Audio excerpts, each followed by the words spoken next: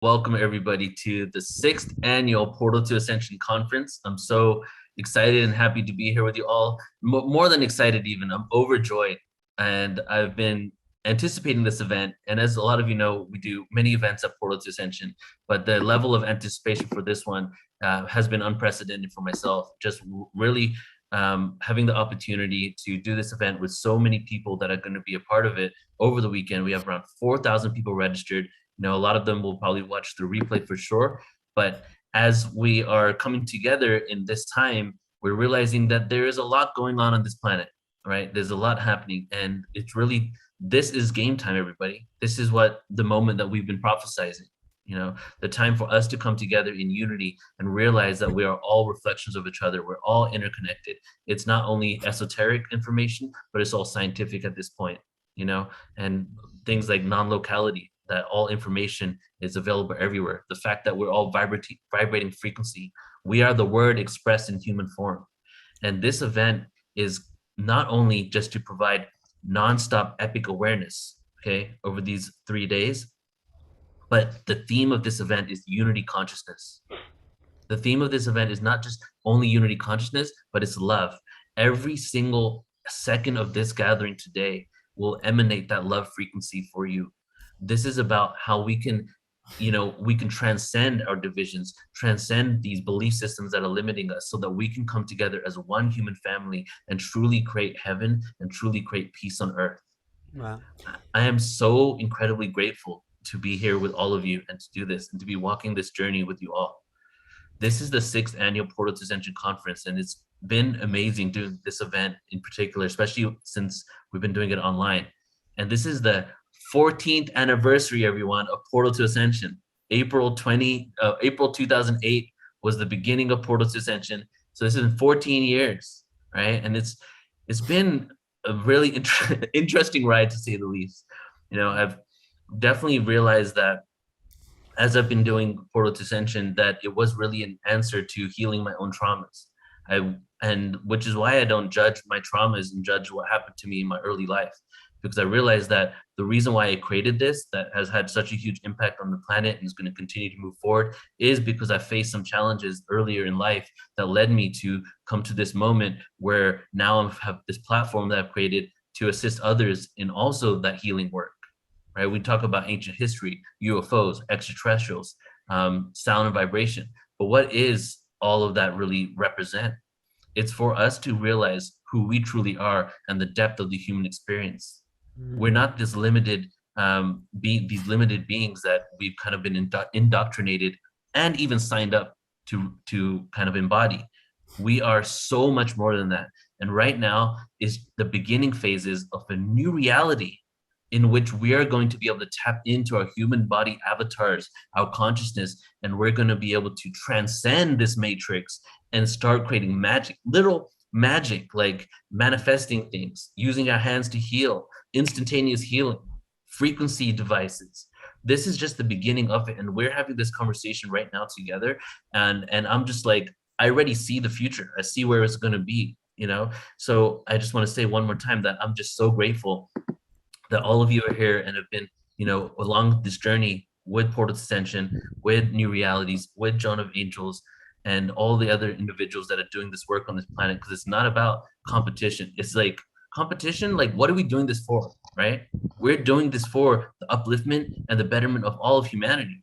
So it's not about who's doing what and that person's doing this and I'm doing that. It's about how can we join forces together to make a new paradigm, a new system, a new economy that works for everyone. And that is definitely possible, right? So this is just one of many conversations happening across the planet in regards to that. So also, I just have a few more minutes here. So what I want to do is I want to do a hard coherence. I want to talk to you about the astrological alignment, and then I want to read a poem, and then we're going to get started. Then I'll bring my MCs on, and then we'll just flow with the day here. I just want to say, Neil, you are an example of everything you're saying. You are dropped into a beautiful centered place, and I see your expansion over the last couple of years. You are a different person now than who started this, and you're all the things you thought you could be, and you're expanding beyond that. So just personally, Thanks, man. Beautiful, brother. Yes. Yeah, thank you. And let me just say this: I just spent the last week and a half with Alan, and I'm reeling off the love from Alan right now. So that the amount of like, I just love Alan so much. Like, such a great friend, and has just like really fuels my soul. And just spending the last week and a half with you has just been exactly what I needed to move into this event. You know? Thank you. It's Yeah. beautiful. You. Yeah. So, firstly, let me talk about our sponsors for this event. We do have sponsors, and New Realities is a constant sponsor, right? So it's more like a sponsor than a sponsorship with New Realities. Alan Steinfeld, we're live on New Realities YouTube exclusively right now, and it's more like it's a partnership, right? So Alan Steinfeld, New Realities for sure, and then also Star Family Wisdom, which is Jenna Layden's platform. She has sponsored this event and assisted us in being able to do it. So we're going to be announcing Star Family Wisdom quite a few times throughout this 3 days. We're even going to show her website. She has courses on there, next level starseed, extraterrestrial, interdimensional information. So please do remember that name, Star Family Wisdom. And I'm just going to go right into reading. And I think my friend Claudia might be on here right now. She's the one who sent me this. And this is just the alignment that's going on, the astrological alignment. And our other friend, Alan and I's friend that Alan got to connect with just 2 days ago, Verda Luz, he is going to be on later on today because he does astrology, and he's going to be specifically talking about the importance of the alignment that we're riding the wave on that started yesterday. So there is a once in a lifetime planetary alignment today with Jupiter, Neptune gathering in Pisces.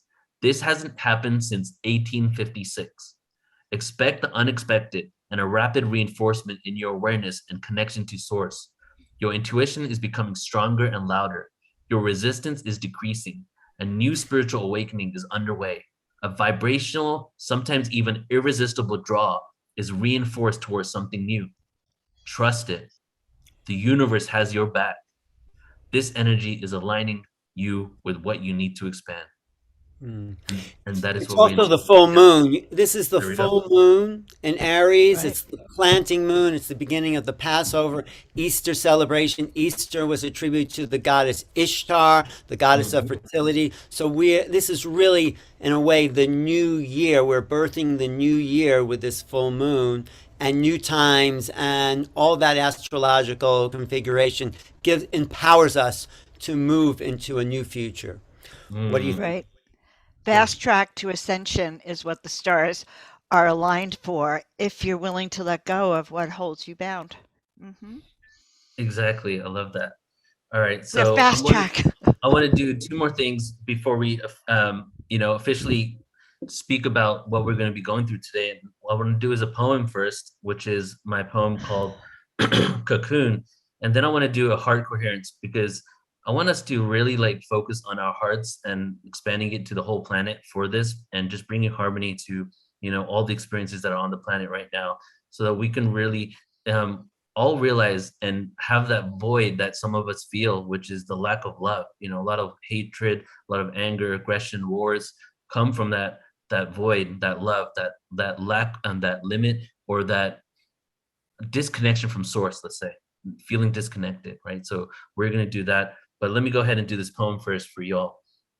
And I figured I'll do this poem because this really represents my journey to Portal to Ascension. And instead of like explaining to you how we got to this event today, I'm just going to do this poem that kind of just shows like the things that I went through and then what, the kind of questions that came about in my head when I was doing this and creating Portal to Ascension that eventually ended up with the creation of many events, but especially this one. So this is called Cocoon.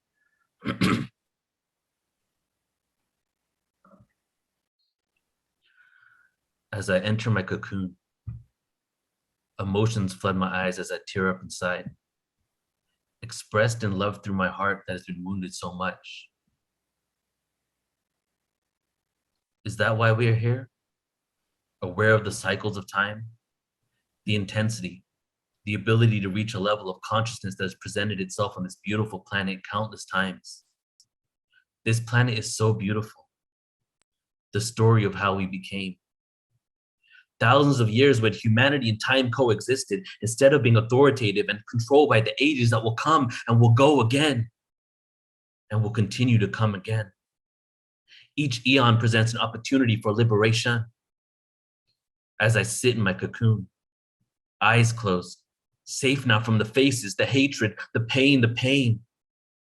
It hurts me often. Knowing the cycles is not a form of implementation, integration of the construct of the highest order when we do not follow leaders but our own sovereign leaders of our own right. A facilitator of energy. Why are we here? Who are we? The philosophy of humanity. What makes us unique, but also what connects us to the plants, the animals, and what lies beneath our skin, the vehicle to transport our essence. This time has come before. I cannot judge the transition of one construct into another, one system into another. Who can judge me? The frequencies were designed to provide a depth of experience. Duality came from an infinite singularity until the infinite potential burst into countless possibilities. A fractal, a water drop, a black hole, where I can go and hide. The vibration of love is sometimes buried deep inside. Why am I here? I often wonder, who am I? Why do I exist? Why do I know what I know? I cry often for the beauty of what it means to be human, for the uniqueness of our position as the galactic position of the Earth shifts to better assist in my mission. My mission? What if I gave it up? Does life continue and is the energy enough? I gave up my mission multiple times as I could not deal with the depression and the self-hatred inside. I grew up having to lie. Fears, insecurities can lead to demise or a way to rise. I experienced both. I love the earth so much. Sometimes that love makes it hard to communicate with words. My hope for humanity has been tested over and over. I lost hope, but then a silly joke, or just by people watching, my faith is restored. We are beautiful. We are so beautiful. I wish we all knew. I wish we all knew. I have experienced hate for myself that altered my health, but only I can help me. Only I can help me. Only I can help me. All right, everybody. Beautiful. Thank you, Neil. Was that a new one? I made it a few months ago, yeah. Yeah, I haven't heard that before, so. Thanks. All right, so before my hosts start expressing their excitement, let's just do a heart coherence, everybody. I want everybody just to get comfortable and relax in whatever place you are, laying down, standing up, sitting down, and close your eyes. And let's go with some inward reflection here. This event is for every one of you, but it's beyond the individual. This is for every single person and animal, insect and plant on the planet. And this will also expand out in the cosmos. So I want you just to breathe normally right now. Just breathe normally, calming yourself down, relaxing everything in your body. Just breathe. And as you begin to relax, I want you to feel your heart in your chest. One of the many organs we all have in common. Feel your heart. Send your awareness to your heart. How does it feel? Don't try to change the way it is. Is it beating fast? Is it beating slowly? Can you feel the pulsation in your chest? Just feel what your heart is doing. Feel the blood being pumped through your entire being, through the portal of your heart. Expand this feeling to the rest of your body. Can you feel the pulsating of your heart sending blood into your hands? Can you feel it in your fingertips? Do you feel it in your stomach? Feel what your heart is doing to your entire body. Do you feel gratitude for your heart pumping this blood all over. And as we all begin around the planet right now to feel the heart portal pulsating inside our bodies, let's begin to send this signal, this frequency, this aura, this electromagnetic field around our heart to encompass the entire planet. Every single one of us. Send our electromagnetic field, the aura of our heart, to encompass the whole planet within our hearts.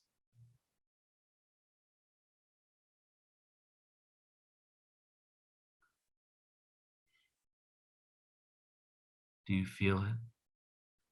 Do you feel your heart expanding? And as it expands around the planet, we continue that expansion to our entire solar system, cultivating harmony within our hearts, cultivating harmony within our hearts. And we encompass the entire solar system. And we emanate the harmony through all the planets, the asteroids, our sun, providing the frequency of harmony so that we can move from a disharmonic state to a harmonic one. It's not about higher dimensions. It's about harmony and disharmony. And then one last time with a deep breath in, we're going to expand that heart coherent field around the entire galaxy. Deep breath in and expand it around the entire Milky Way galaxy.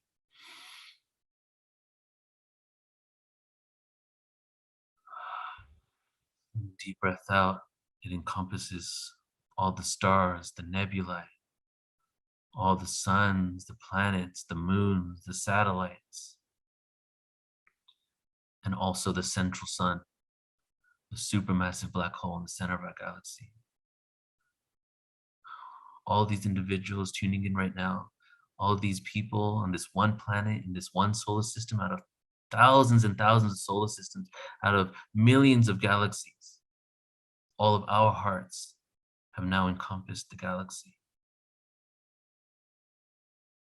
And we send love to all creatures, to all planets, to all solar systems, to all the solar systems that our galactic ancestry comes from.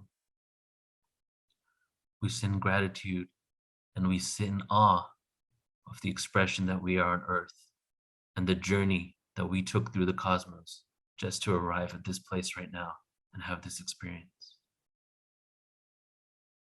Just take one more deep breath in and breathe out harmony and love.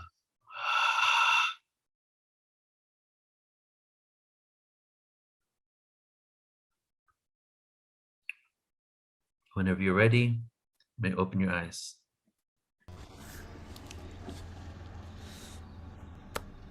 Nice. Thank you. Here we go. So here are my two really good friends, Joan of Angels and Alan Steinfeld. Welcome, everybody. Welcome, guys. And it's time to begin. I just want to say, Neil, the power of your words, not to get too personal, comes from self-acceptance. The fact that you acknowledge who you are and what you're doing and you feel good about all that gives your message this extra strength to connect with people. That's just what I was feeling today. So thanks for doing all the inner work because it shows on the outer. Right, Joan? I love it. I want to add one thing, Neil.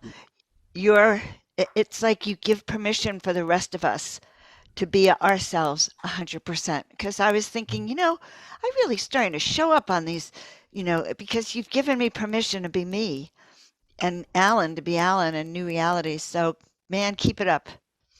It's interesting because it's completely a reflection because, you two are definitely two of the people that are closest to my heart in the world. And having your presence in my life has allowed me to step into more of who I am because you've given me that reflection, so. But Yeah, and Amazing. it feels good. It feels good. We're supporting each other. I have to say, Alan's becoming one of my besties too, just by this. So yeah. Thank you for living your vision, Neil. That's the way it works. When one person lives their vision, it spreads out, impacts the rest of us, and then we turn around and do our vision. And you guys out there listening to us, it's you too. You're being activated to be authentically you now.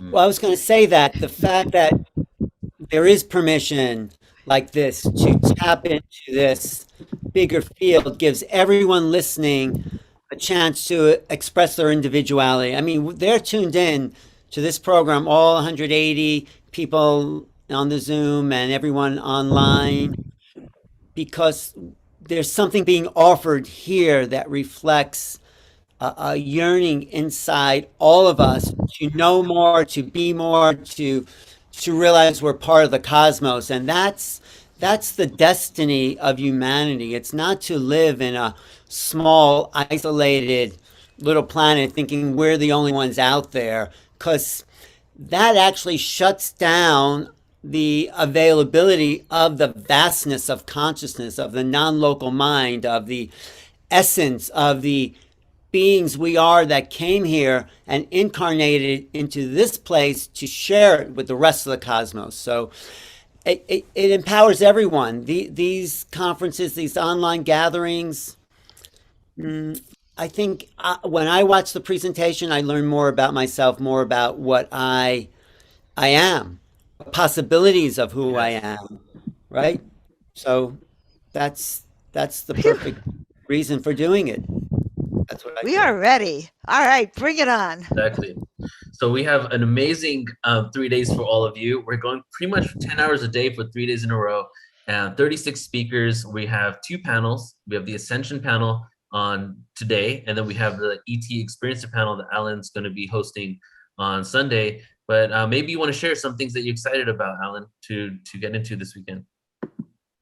Well, I think, the combination of speakers, and the speakers are in the chat. They're also online if you're watching this on the New Realities platform. And we're mixing star knowledge with personal evolution, and it's all focused on Yes. the vibrational upgrade of the human being. So if you do the inner work or you're looking out, it shifts our cellular vibration. That's why I'm excited about that. We have an opportunity these next 3 days to not just take information, because information is everywhere, it's just data, but to take in what's being said and to apply it to experience.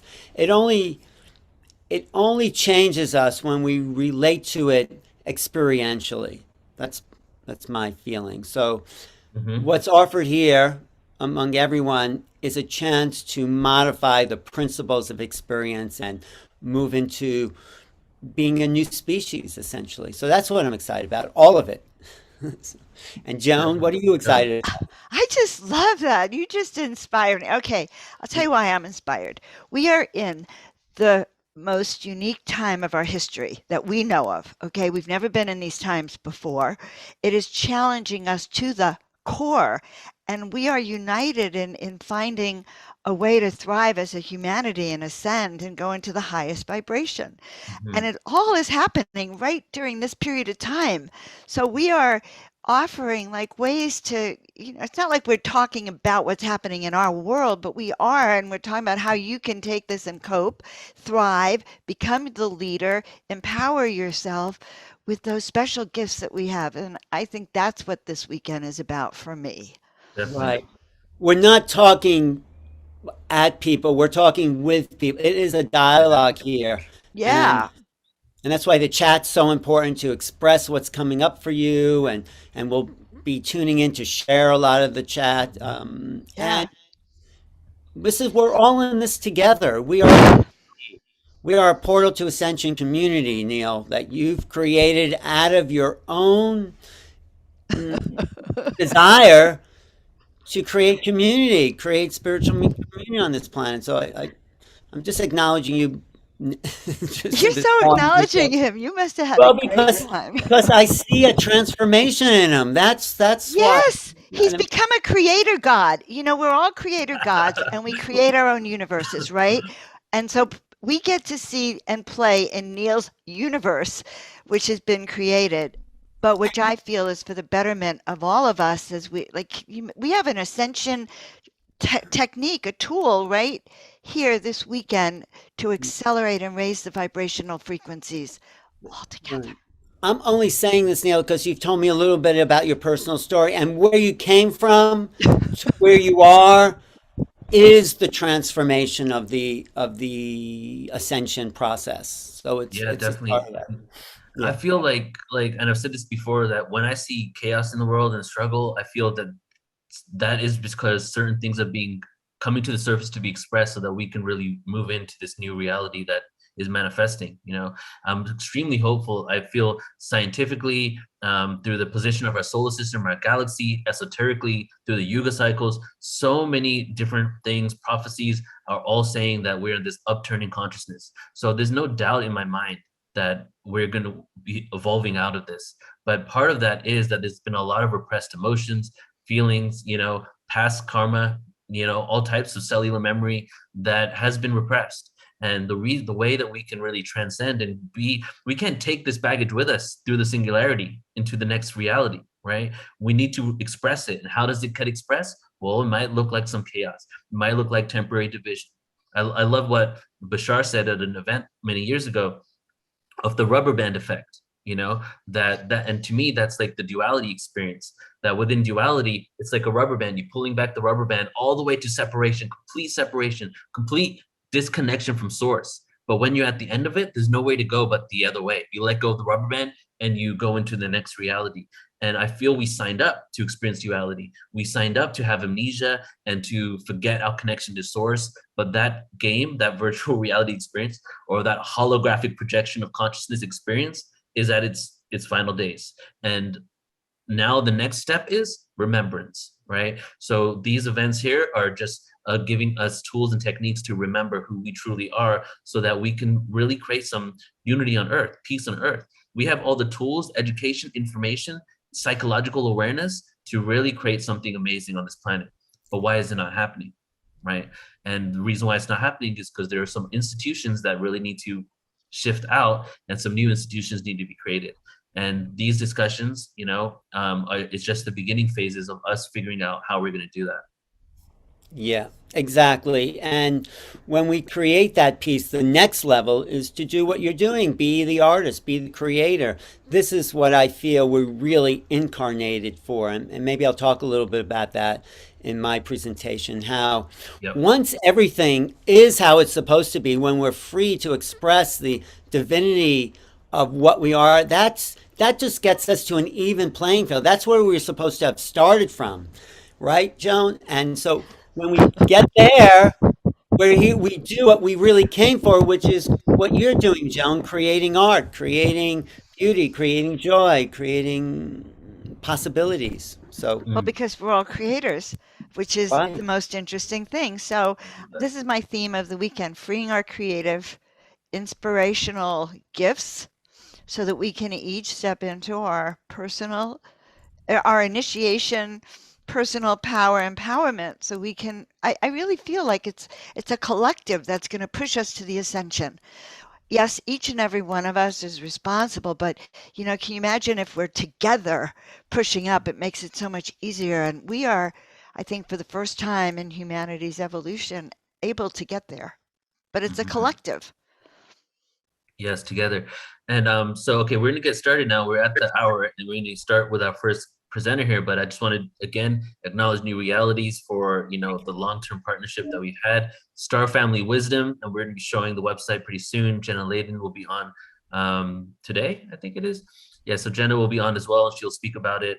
And also Wish Alliance. So let's just do it, just give a 1-minute shout out here to Wish Alliance. That is kind of a sister organization to PortalToAscension.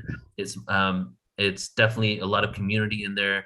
Support groups for walk-ins, indigo, starseed hybrids, which is pretty much most people on the planet, I would say. And and doing some really amazing events. And Alan, Joan, and myself work closely with Wish and with Sheila Seppi. But I want to give you guys like maybe just 30 seconds each. Why don't you just give a download about Wish real quick before we begin? Well, for me, Wish started from the I would say the genius and the expression of pure individuality that Sheila Seppi had walked into with a mission to bring together the next level of consciousness for those people who didn't feel like they fit anywhere. Walk-ins, indigos, hybrids, and starseeds are the new race of beings that we all are. And Sheila, with Wish Alliance, has formed an organization where people can go and share and learn about those experiences. Wow. Yes, you're so right. And deepen their connection to source, to their guides, and learn from everyone else who also are part of this evolution. No, I think the Wish Alliance is fantastic because we're all walk-in star seeds, hybrids, or indigos, and this is our destiny to be together. So I love Sheila. I love the Wish Alliance. Yes, and check out wishalliance.org. I am on the board of directors for it, so it's definitely completely in alignment with PortalToAscension, what we're doing. So check it out. And we're going to get started because we have Anastara here with us right now, and it's time to begin the experiences for these 3 days. So thank you, Alan, Joan. Thank you, Neil. See you guys soon. All right. Thank you. Hey, Anastara. Hello, beloved. So nice So good to see you. today. Yeah, wonderful. So I want to do an official introduction just so I can read your bio here so everyone knows, a little bit about you. And I know Sure. we're waiting for Brielle, but I don't see her in the room. So I don't know if she's in. Yeah, Brielle will need to be co-host to. Okay. I don't see her in the room though. So maybe you want to ask her if she's under a different name. Maybe? So You said yeah, I am here. What is the name, Brielle? Just dealing with the tech things right now, family. Hold on for one moment. Butterfly Brielle. All right, cool. Got it. Thank you. Butterfly Brielle. She's actually not underneath that name. So go ahead and just, ask her one more time. Maybe she's under, there's someone with 3 dots, and then there's also someone that says Zoom user. So maybe that's it.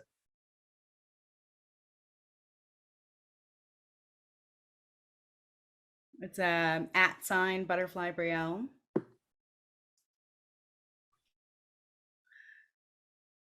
Thank you, beloveds, for your patience. Brielle and I worked very lovingly on this presentation, so I would love to have the visuals that will be. There is no @ Butterfly Brielle. Okay.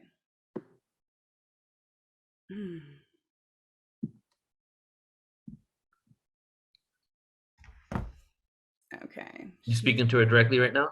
She's asking for the link again. So.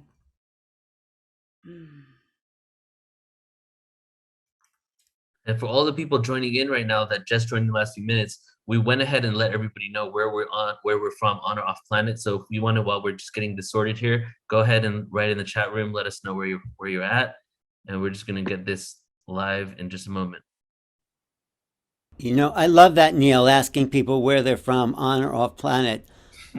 I've never heard anyone actually do that, but I think it's so great, brilliant to do it with this audience in particular. What about this life, past life, future lives? Yes, I always say that in my affirmations too. I go, this life, past life, future lives, this planet, all planets, this galaxy, all galaxies, and let's just keep going beyond and beyond. Yeah, dimensions. Which dimension are you from? That's right. We got This Andromeda in dimension, the all house. dimensions. Yeah, UK, ninth density. Wow, that's nice. Thank you. How's it looking, Anastara? Do we have her in yet? I don't see her yet. Yeah, I emailed it to her. And Okay, cool. You, John. You are looking beautiful, Anastara. It's so Thank nice to you. see you. Thank you. Nice to see you too, dear. It's been a little while since 11/11 last year, actually.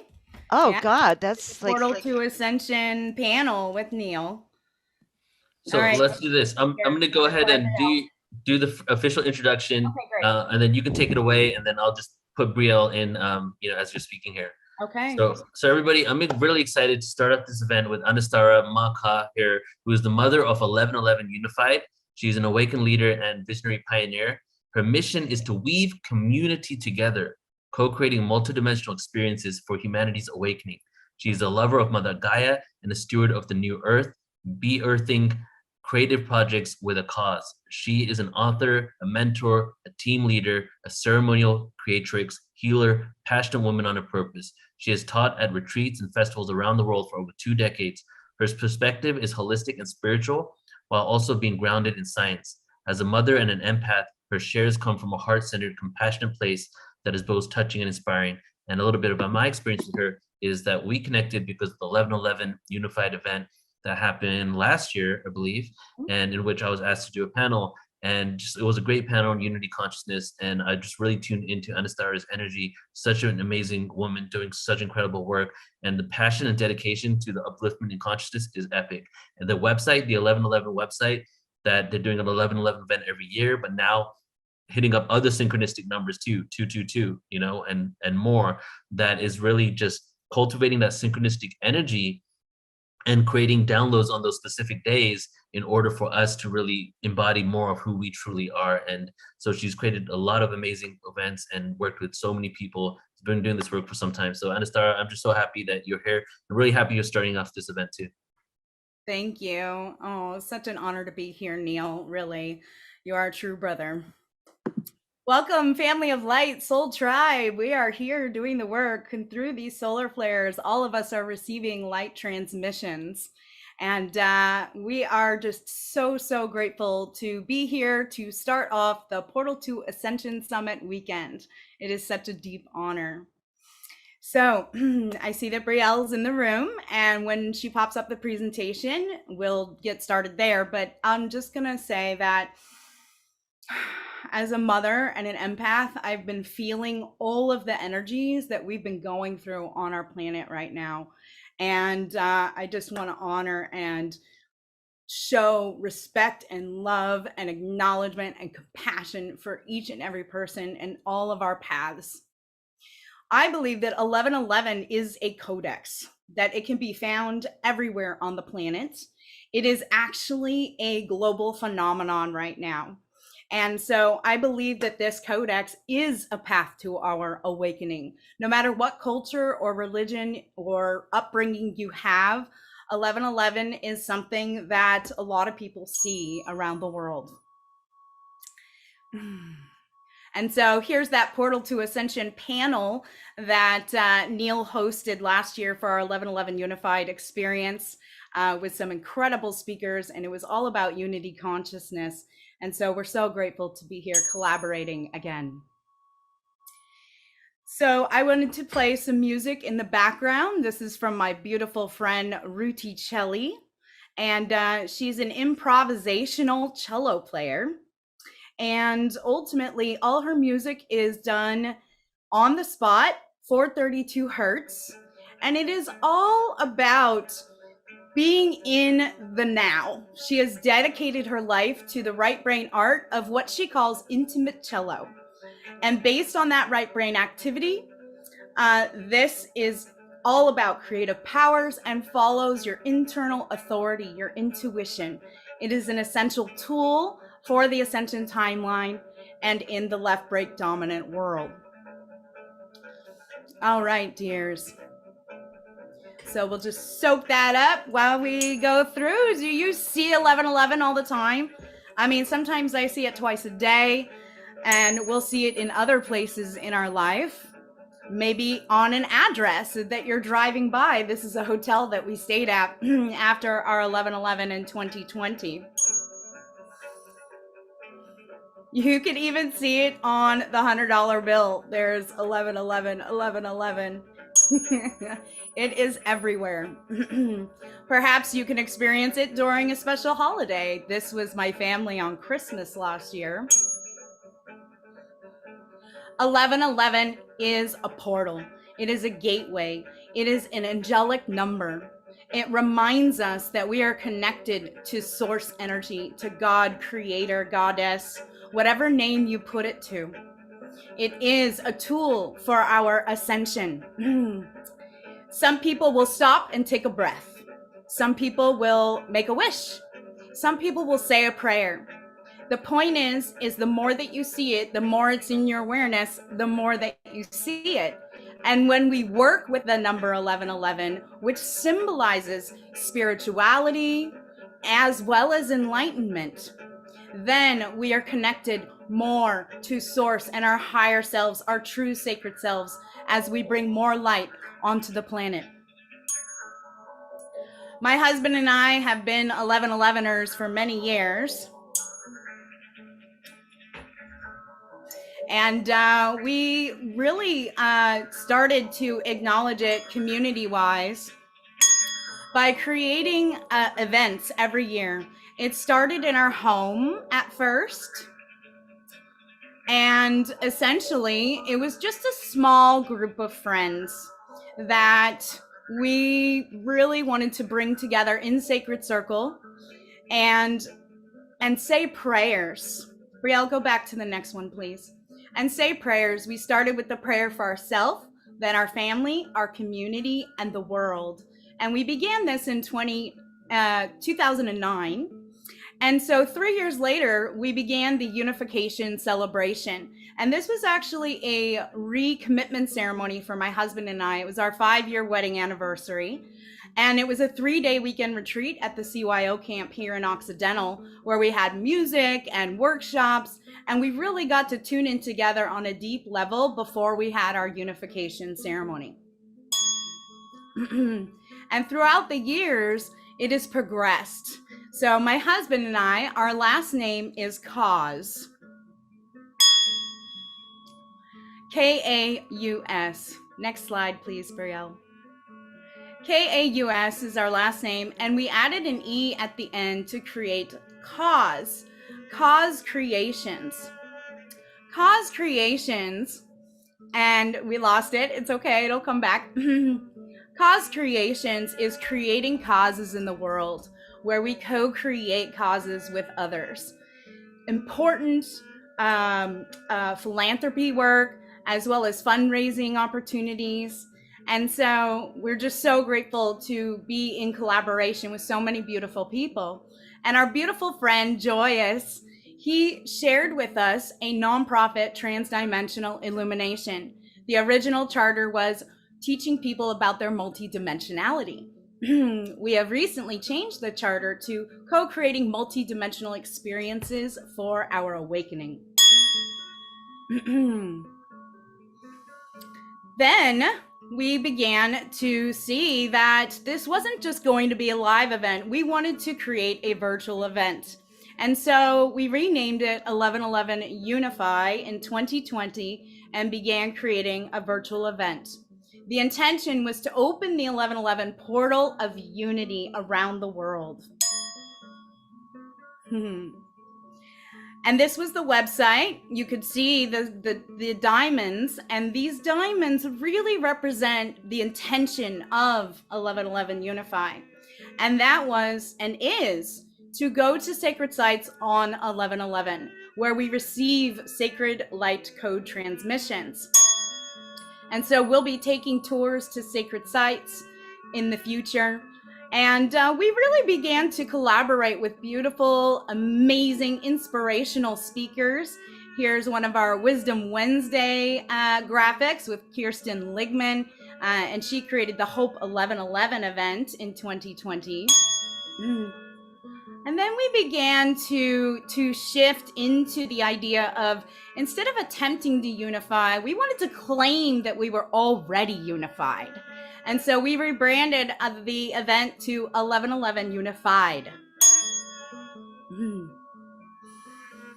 And so we went from 1111 Unified Global Gatherings to 1111 Unified Portal Gatherings, where we're creating a network of 1111 events all around the world. So if it's something that you already do and acknowledge in your community, tap in with us, please. We'll put you on our map. And that way we really create a network, a global network of 1111ers. We call you our 1111 tribe. And so here's the flyer from last year, where we had, again, incredible speakers, awakened leaders, visionary pioneers, and music and workshops. And we were so grateful to be in collaboration with our sponsors and network partners. We really wanted to make sure that in a coherent way, all of our topics that we discuss really came from our core values and our guiding principles. And so you could see here, our core values are what we stand for. Things like the non-aggression principle, the regenerative solutions, communal effort, renewable resources and sovereignty, civic responsibility, sustainability, cooperation and collaboration, and reciprocity and integrity, and self-governance and self-reliance.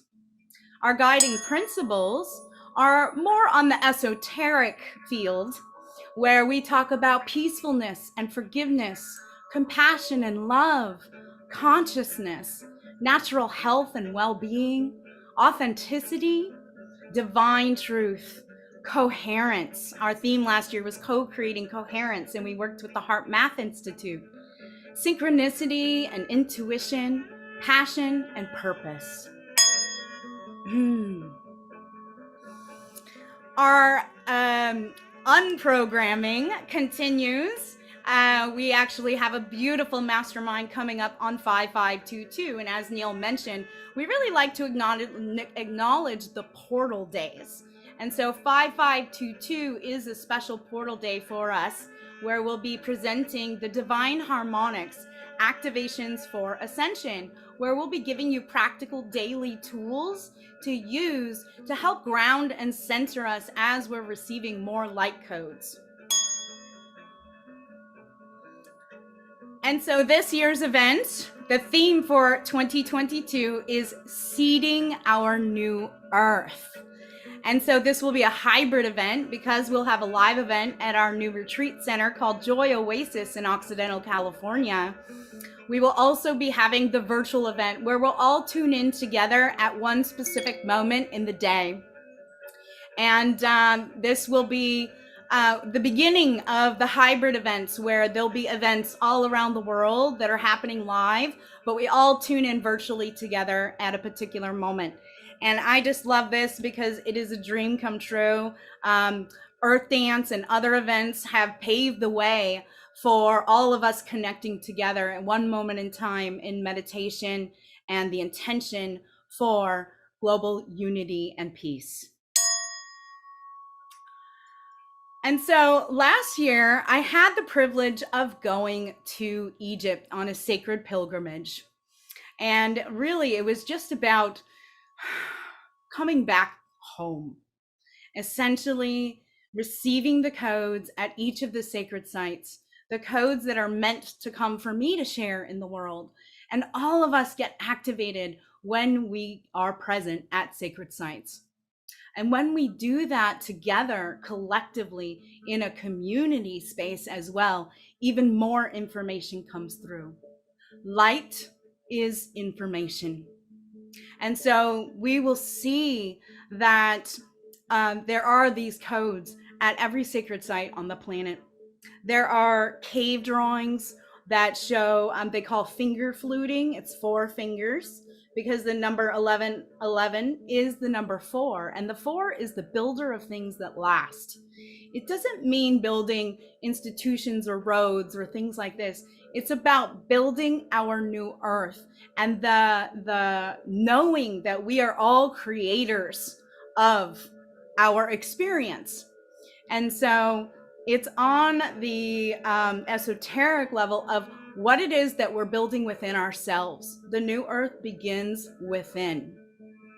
And so there's so many reasons and so many ways that you can see the 1111 codes, as well as there's 1111 is 22 as well. And so there's 22 letters in the Hebrew alphabet. There are 22 trumps of the tarot card. There are 22 paths in the Kala tree, the tree of life. And so 22, or a combination, is really ingrained in ancient civilizations and these sacred sites around the planet. And so here I wanted to share with you, this is a realization that happened after I was at the Osiris temple. This is called the Jed Pillar, for those of you who don't know. And the lightsaber that the Jedi uses in Star Wars is based off the Jed Pillar. It actually is a representation of Osiris's spine. And here we can see Osiris and Isis and Horus lifting it together as a family, the Holy Trinity, that neutral place between the polarity and the duality that we're experiencing in this 3D matrix. And as we lift that Jed Pillar up together, you can see on a close-up here that there are 11 lines. If you start at the bottom and count them on the way up, 1, 2, 3, 4, 5, 6, 7, 8, 9, 10, 11. And then at the 11th level is unity. Unity from the experience of duality and polarity. And if you turn your head sideways, you can literally see an 1111 written on the Jed Pillar. This was a huge code that came through for me, and literally I still have full body truth bumps when I speak about it and share about it.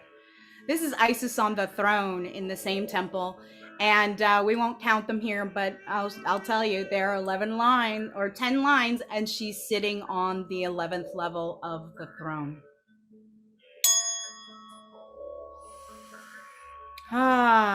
So have you ever been to a temple space where you see doorways that seemingly go nowhere? These doorways or portals are entrances to other dimensions, to other places in space and time. And you can see, if you outline the doorway, that it also is an 1111. And so I lovingly called this the 1111 doorway at Osiris's temple.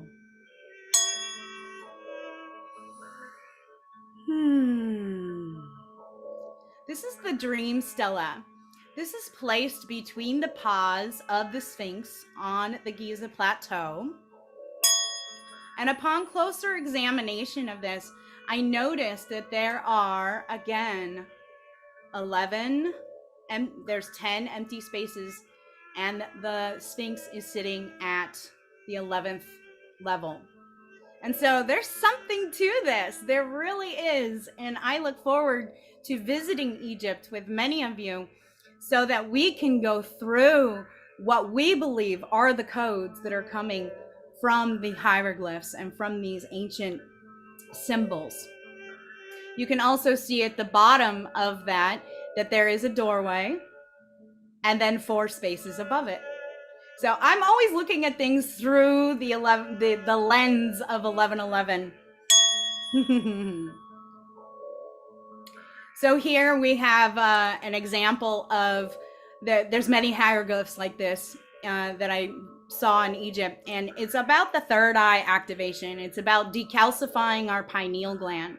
It's about opening up to the energy, to the namaste, to the divine in me acknowledges the divine in you, that we are all divine, multidimensional beings of light inside these human bodies, experiencing the 3D matrix so that we can return home, we can return to unity, we can return to source. Here you can see a hieroglyph that shows energy inside the hands. And so it's really a symbol of mastering our energy, of taking the time to have embodiment practices, meditation, yoga, whatever it is that you feel called to. I was a dancer and am a dancer most of my life. And so my meditation is usually through movement. And when you get into that flow zone and you're really connecting to the energy of the unified field and moving through it.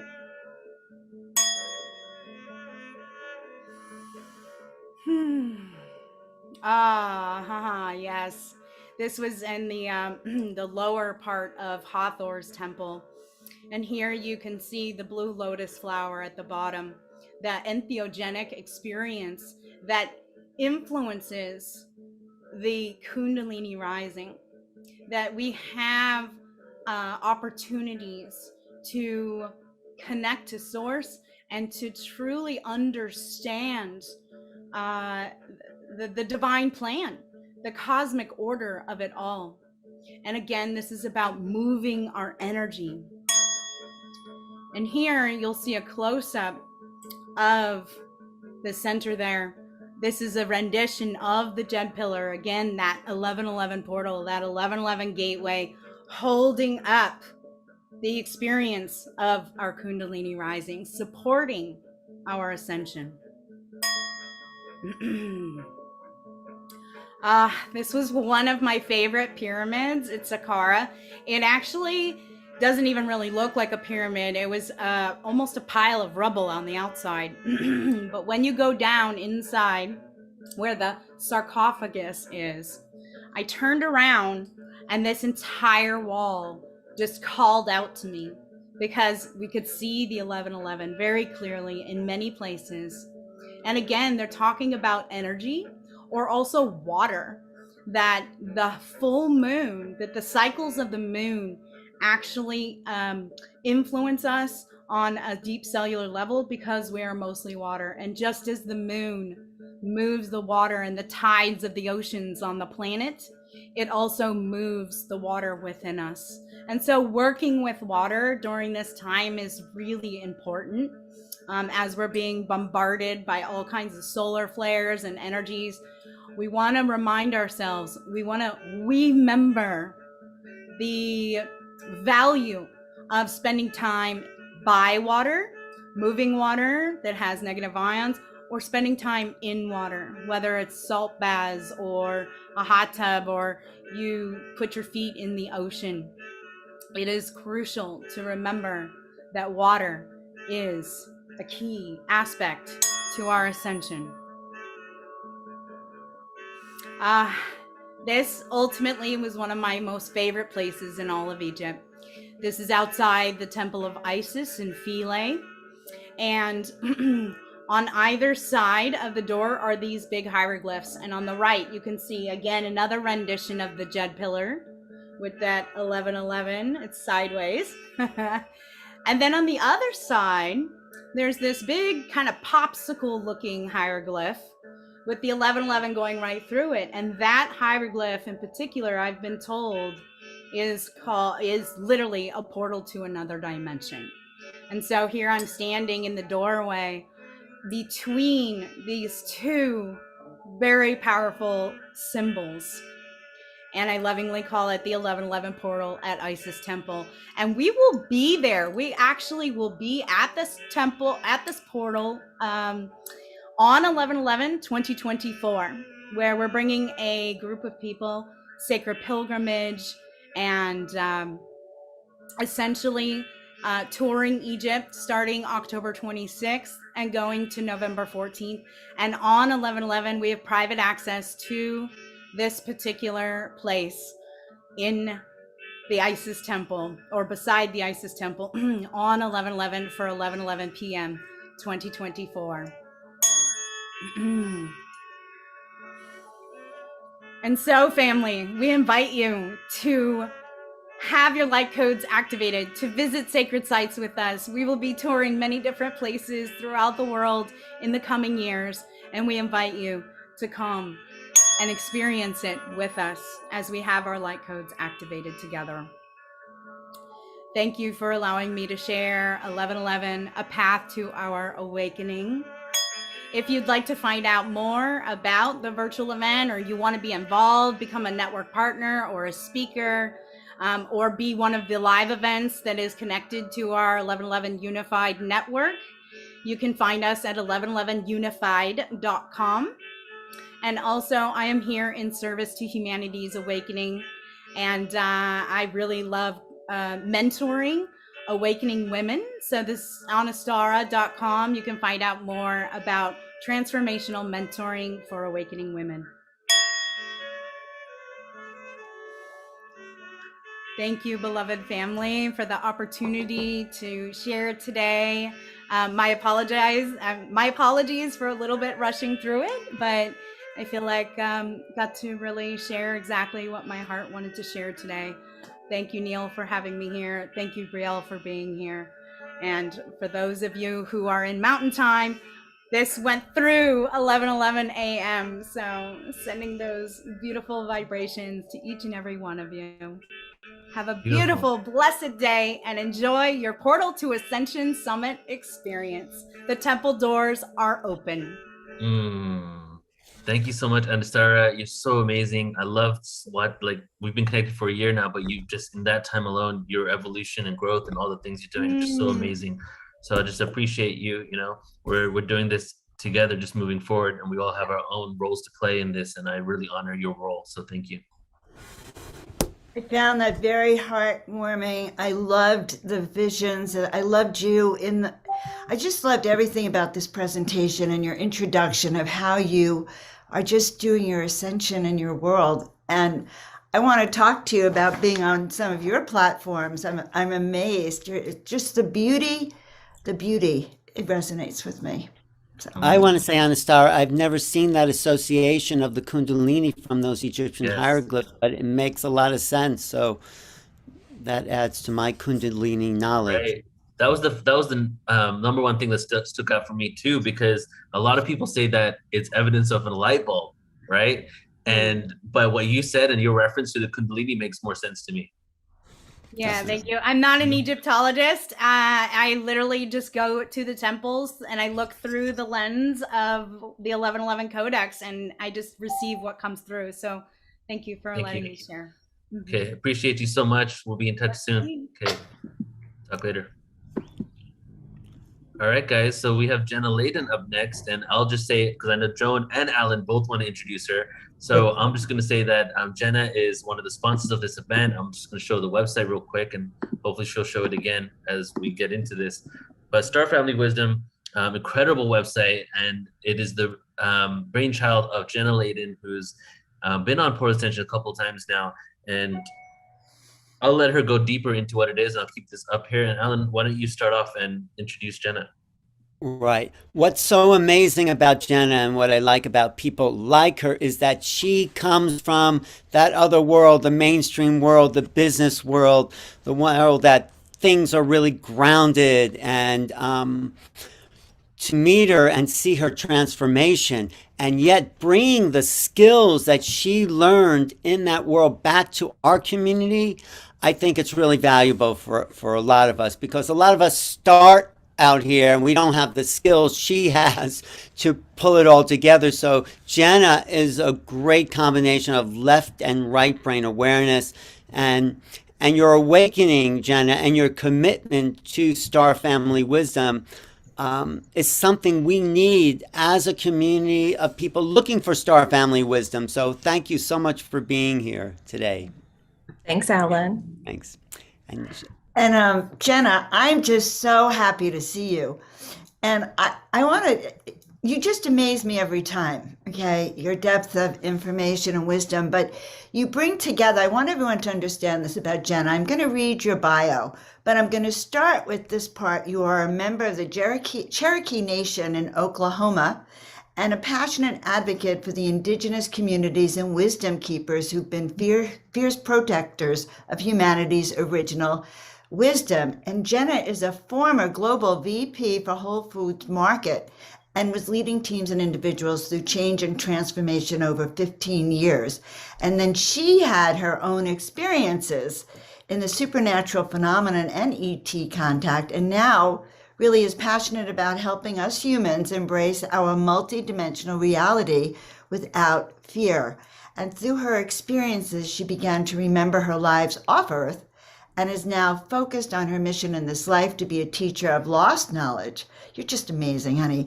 And wisdom from the stars, okay? But I also want to tell that she's a shamanic practitioner and spiritual cosmic guide. She connects ancient wisdom, new mind-body science, and universal spiritual teachings to assist people to navigate their healing. And in early 2021, she founded Star Family Wisdom, an online educational platform and community.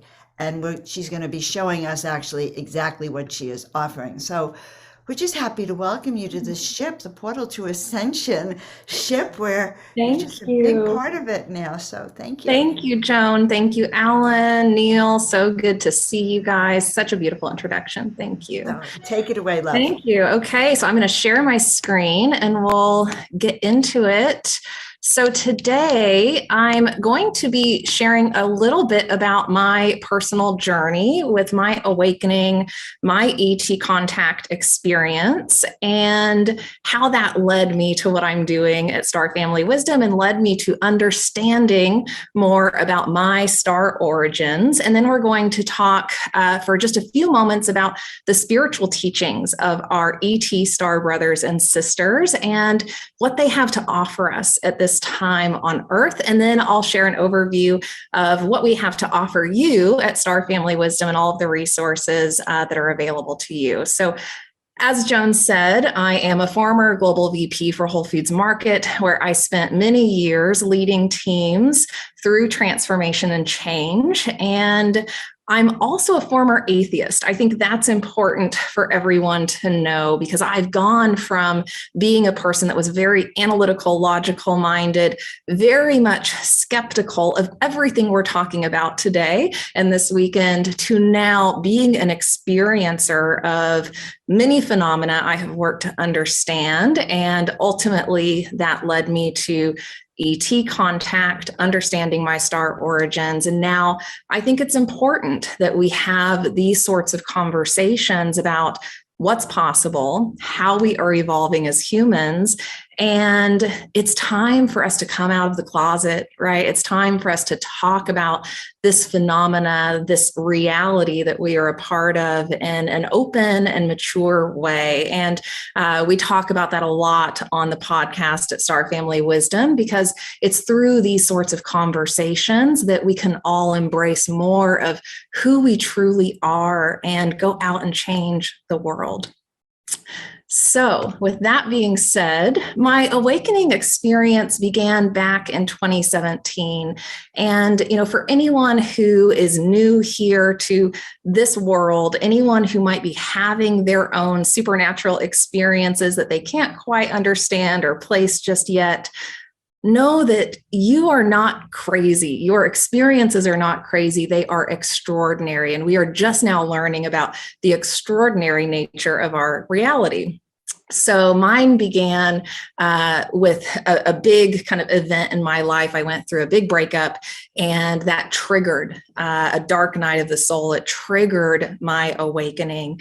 And I started to have quantum entanglement with people I was close to. I knew a little bit about quantum physics. I knew a little bit, about quantum theory and how particles interact at a distance and all of that.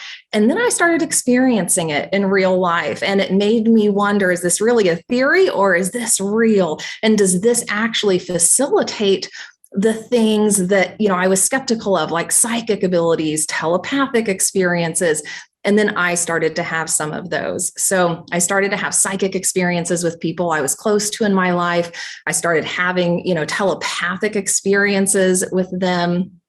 And then that just led me into a phase of research and exploration on that to really expand my understanding of consciousness. And as that was occurring, as I was, working through my healing and working through that dark night of the soul, because we've got to face our shadows as we wake up. That's a big part of this. And so I was facing those shadows and trying to make sense of things that were going on in my life. And I started to have some spontaneous visions. I started having spontaneous past life visions. I started having spontaneous future visions and precognizance, right? So seeing things before they happened, having premonitions about things before they would play out. And when this started, it gave me a lot of pause, right, to really question everything I had been taught about how my reality operated and about what was possible. And then more things started to happen, right? So I was curious, I was open, I was exploring, and I started to explore ET stuff. I started to explore the UFO phenomena. I started to explore, abduction cases because I was curious. I was open-minded and I wanted to know a little bit more about, that stuff I was hearing about. And so I picked up some books very synchronistically. It felt very much guided. Many of you are probably having that experience of feeling guided to the next right thing, the next right information. And I started reading a book by John Mack, who is a Harvard professor of psychiatry. He was. And in reading his book about abduction cases, in the very first chapter, I had a huge emotional release. Like, it triggered all of these tears, just a flood of tears. And it triggered in me this knowing that I had some memories, some information that was suppressed, that was wanting to come out. And so in that moment, because I knew about the science of the mind, I know that we can suppress memories if we're not psychologically ready to process them, or if something's just too far outside of our worldview, that it would be difficult for us to psychologically process that. I knew in that moment I had something suppressed that I needed to figure out. And fast forward a few months, I started having messages delivered to me. So as I would be in meditation or thinking deeply about something, all of a sudden a message would come in to give me direction. And when this started, I did have moments of thinking I was crazy. I went through about 6 months of working through, am I crazy? Where is this coming from? But all of the messages were helpful. All of the messages were beautiful guidance and guiding me in a spiritual way.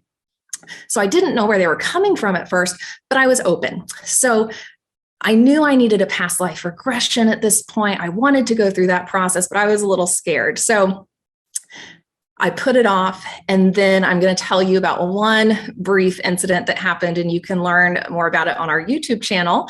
But I was researching a little bit about Bashar and Daryl Anka. Daryl Anka is a channel of Bashar, an ET being. Check him out if you have not seen his work. I was watching his documentary, and I was still in very much a skeptical left brain analytical place at the time. And about halfway through the documentary, I thought, you know what? I don't know about this. I don't have time for this. I'm going to turn it off. And so I turned it off, had work in the morning, needed to focus on that. And within seconds of turning off the documentary, I had a delivery arrive at my front door. I had ordered food for dinner that night. And I got a text message on my phone that said, your food has been delivered by Bashar. So in that moment, I knew I'm having ET contact. This is real. This is happening. I think Bashar just contacted me, and now I need to go through with the regression and really uncover, more of this. And so I did. You can learn more about that on our YouTube channel. I share clips of my regression and the transcript of parts of the regression as well. And we'll continue to share more of that, because I think it's important that, I'm open and sharing with you aspects of my journey that can support you. And through that regression, I learned a lot about my connection with my star family, and they channeled through me during the regression, which was a really interesting experience. And so that also validated for me the fact that, yes, these messages I had been receiving, these many synchronistic events, the emotional release, the Bashar contact, it was all ET contact and meant to guide me towards a better understanding of how our universe works, what is possible, and the fact that they are here at this time. And so many of us are in connection with our star families to support this evolution. So that all guided me towards starting star family wisdom, towards shamanic energy medicine, training and study. And that all led to me understanding more about where I come from and the experiences that my soul has had. So what I now know is that my soul, like many of you, have had, many experiences in other civilizations. So I know I've had experiences, or am having experiences, in the Syrian civilizations, the Lyran, the Arcturian, but I'm more primarily in contact with the mantis beings in this life. And my last incarnation was with the mantis beings. And it's my understanding that that's where I'm going when I leave this body. I'm going home to that civilization. And I've spent the most time in the Aldebaran and Rigel star systems. And I only have 2 souls from my soul group here with me. We normally incarnate with about, 5 to 10, members of our soul group. And those will be people that are really close to us, right? In our family and, close inner circle. But most of my soul group are back on the starship. And so that's also what's facilitating this telepathic and contact connection that's occurring. And like many of you, it kind of feels like I'm just visiting, like Earth doesn't totally feel like home, that maybe you don't totally feel like you fit in here. And that's because you're here to change Earth. You're here to change the planet. And I've supported the ET agenda of teaching spiritual science and cosmic law on Earth. And we'll get into a little bit of that now, because I do think, it's important that we reflect on the benevolence and love, as Neil was saying, the love that is offered to us and that we can offer each other and our planet and the cosmos. So I find, through all of my experiences and the research that I've done to understand the contact phenomena, that our ET brothers and sisters absolutely have our best interest in mind, most of them, the majority of them. And they want to help us. They want to help us evolve. They want to help us grow into a more spiritually evolved version of the human. They want to help us become the new human that will lead us into the new Earth. So they teach a lot about manifestation and the creation process. So Joan was talking about becoming creator gods and stepping into our power and accessing that internal power and learning how to work with the energies of the universe and learning how to manifest and actively, consciously create our reality. And we teach a lot about that at Star Family Wisdom. That's one of my passions.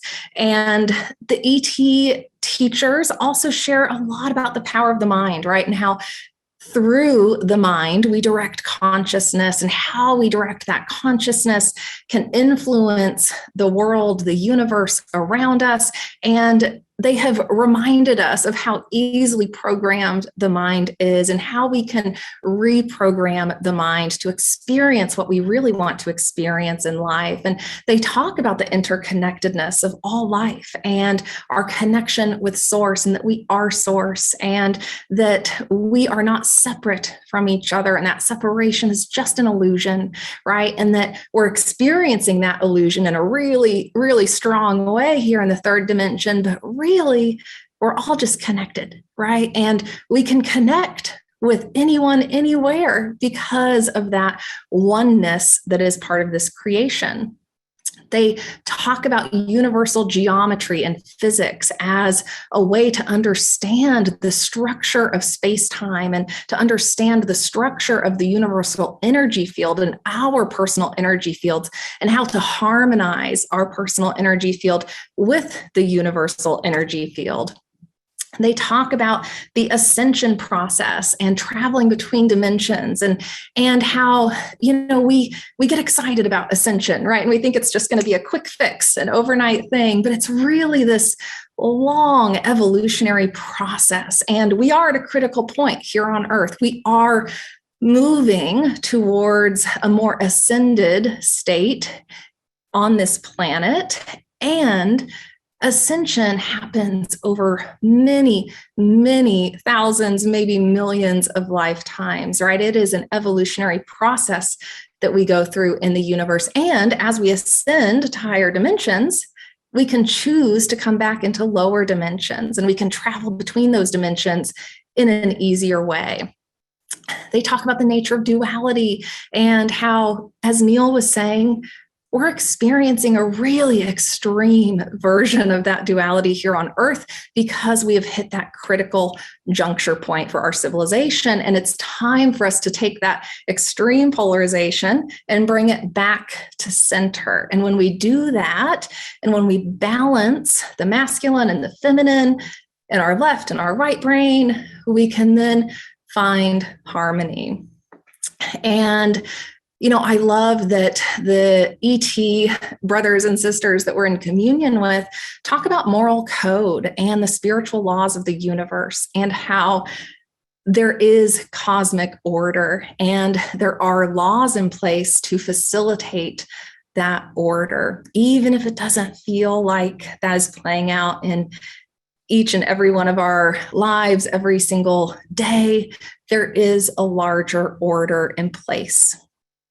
And I love that they talk about transmuting fear and returning to the light, because that's what we're here to do. Like, we are here to transform this planet, right? We're here because this planet has been through a lot of trauma, and it's time to transmute that trauma, transmute that fear, transmute that darkness and our shadows, and come back to a state of lightness and to come back to a state of harmony and love. And while we'll always experience duality, that's true, that is just a truth of our universe, we have this ability to transform in really powerful ways. And then lastly, I love that our ET brothers and sisters are imploring us to make changes, right? While they can't come here and just directly interfere, there is a non-interference policy, and incarnating, in human bodies is one way to bypass that. They can't just land their ships and take over and make us change things, right? We have to be the masters of our own transformation, and we have to create a sustainable future for ourselves. And they talk about the galactic, organizational structure that exists, right, in the Federation of Planets, and that there are leaders and representatives from so many civilizations participating in these organizational structures. There's my corporate background coming in, but that really, shows us that yes, there are these kind of governing bodies in place that help maintain the order and help planets like ours at a time like this through this sort of work. So I have found the vast teachings of our star brothers and sisters to be really profound. And it's my understanding and belief that humanity's original wisdom is wisdom from the stars. So at Star Family Wisdom, that's what we focus on. We focus on integrating ancient wisdom, new science, because that's important too, but with our understanding of cosmic wisdom, so that we're really creating a holistic set of resources and teachings that can help you in your evolution and give you practical tools to take action with. So Star Family Wisdom is also a podcast. Check it out on YouTube. We are a community. Join the email list so that you get our newsletter and our emails and guidance. We send out lots of great content that will support you. And we have tons of free resources that are available for you as well. And, I know a lot of us are in a place of what's my purpose? That's where I was at for a while, towards the end of being at Whole Foods before my ET brothers and sisters told me to leave Whole Foods.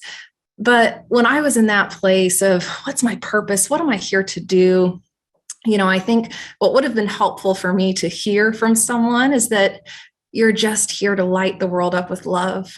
If you don't know anything else beyond that about what you're here to do, and if you don't yet have your mission figured out, that's it.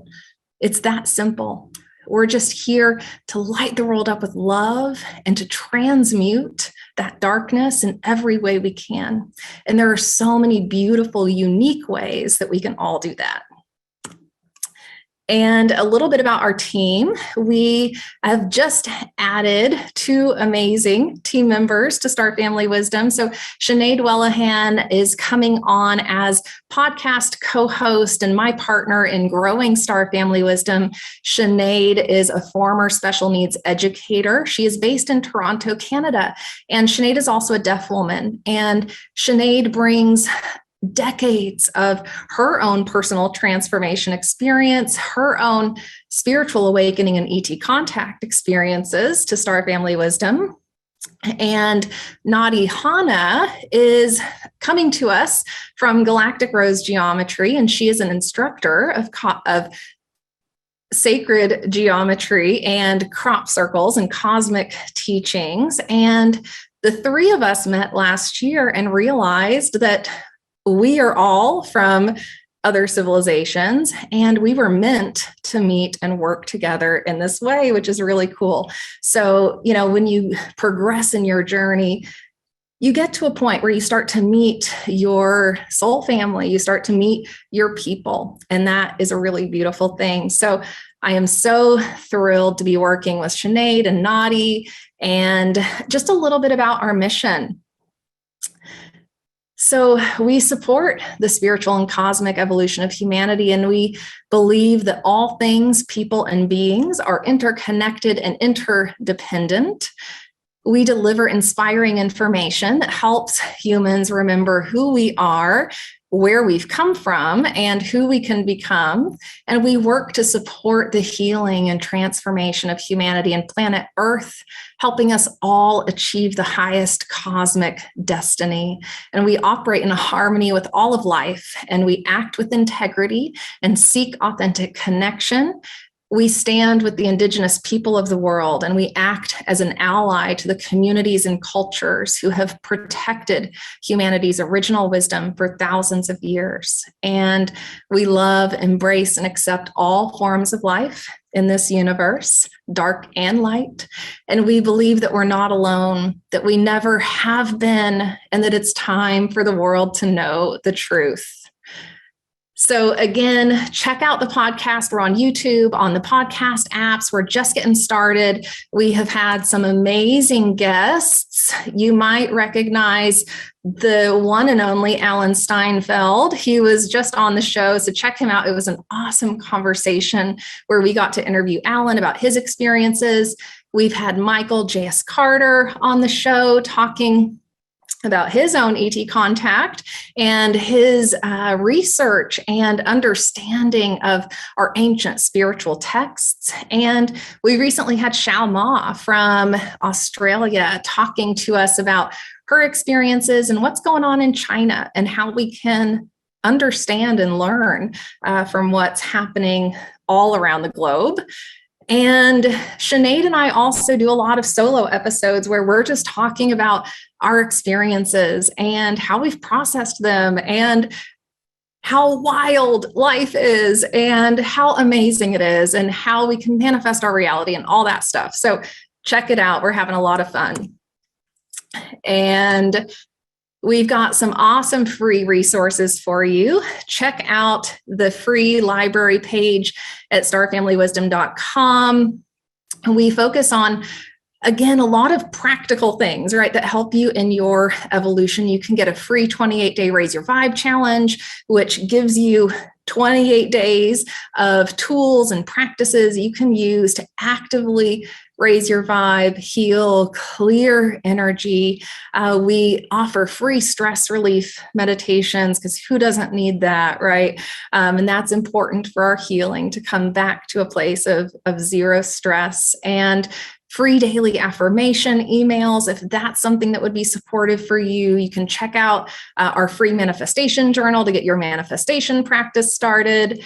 And we have tons of spirituality and manifestation products for you as well. This is just a little taste of what's available. The Masters of Manifestation course is one of my favorites, where I teach everything I have learned about how to shift, clear energy, transform darkness, understand our limiting beliefs, understand the science of the mind, understand how to apply practices in a way that help you become a powerful creator of your reality. And then tons of other tools like mantras you can download, manifestation, meditations, hypnosis recordings to help fast track that reprogramming of the mind. And then we offer some spiritual courses as well if you want to dive in there and learn more about our spiritual reality and how you can connect yourself to your guides and create protection. And just this last week, we launched sacred geometry courses, which we're super stoked about. So Sinead and I and Nadi did a sacred geometry crop circle meditation and evening presentation thing a few weeks ago. And I can tell you, after looking at sacred geometry for hours, activations will occur, and we can really work to harmonize our energy body and utilize sacred geometry for the purpose of harnessing the powers of creation, the energies of creation in our universe. So check out these courses. Nadi does drawing instruction, which is really powerful for syncing the hemispheres of your brain. So as you're in the process of drawing and just allowing the sacred geometry to unfold, it really does something to our consciousness in terms of that kind of expansion that's possible. So check those out. Nadi's a really fun instructor. You'll get to see her sacred geometry goggles. And then we also offer some ET products and courses, more coming soon.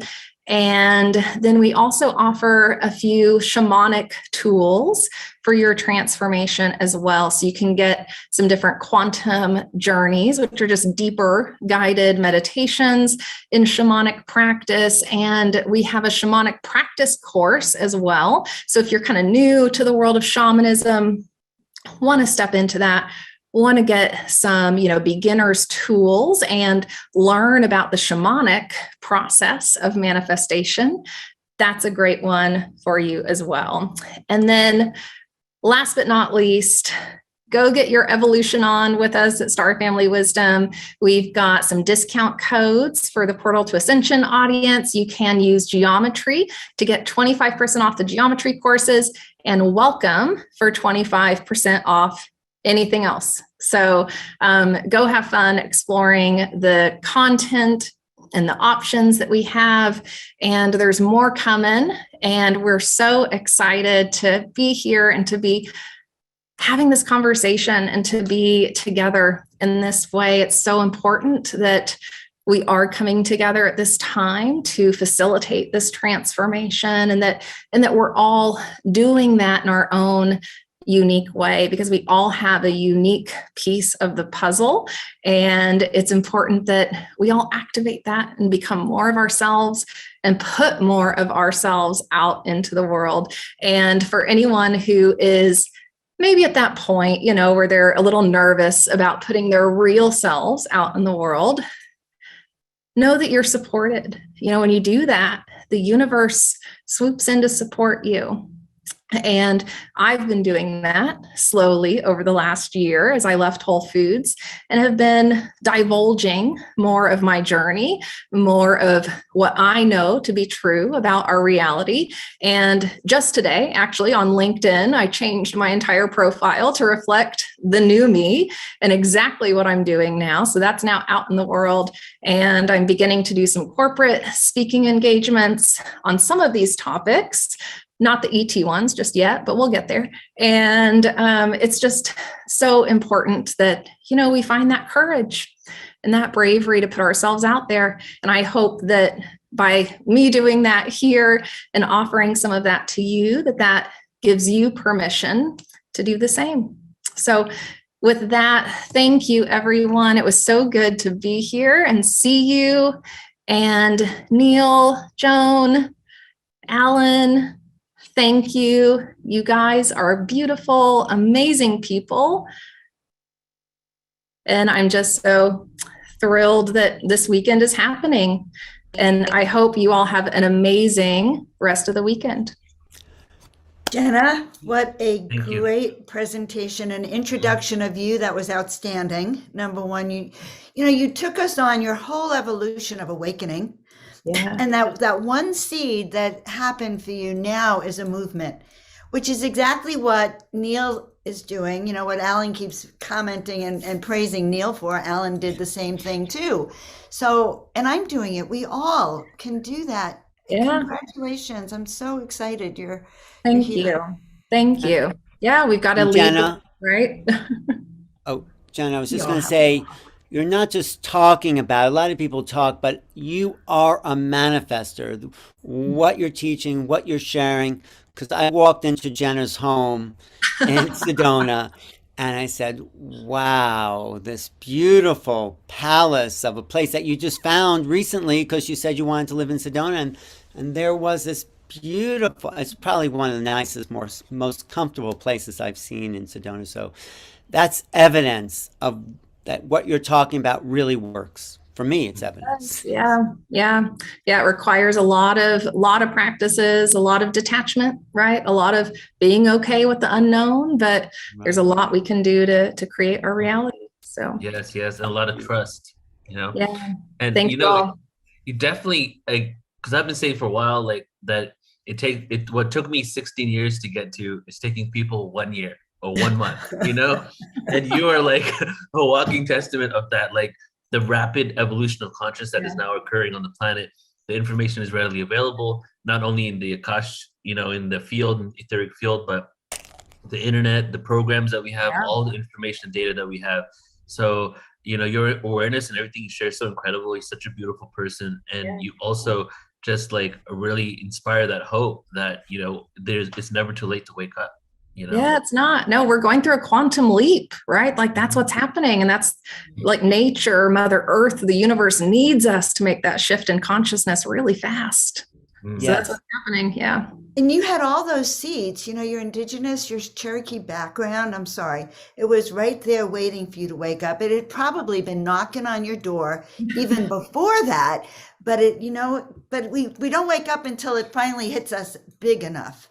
Yeah. But this is the time the planet is waking up. It's not just us or everyone watching, but this is going out to the world. And I just met someone the other night who said this teacher came to him. He didn't know what was going on, but then he got it, So this is happening all over the planet.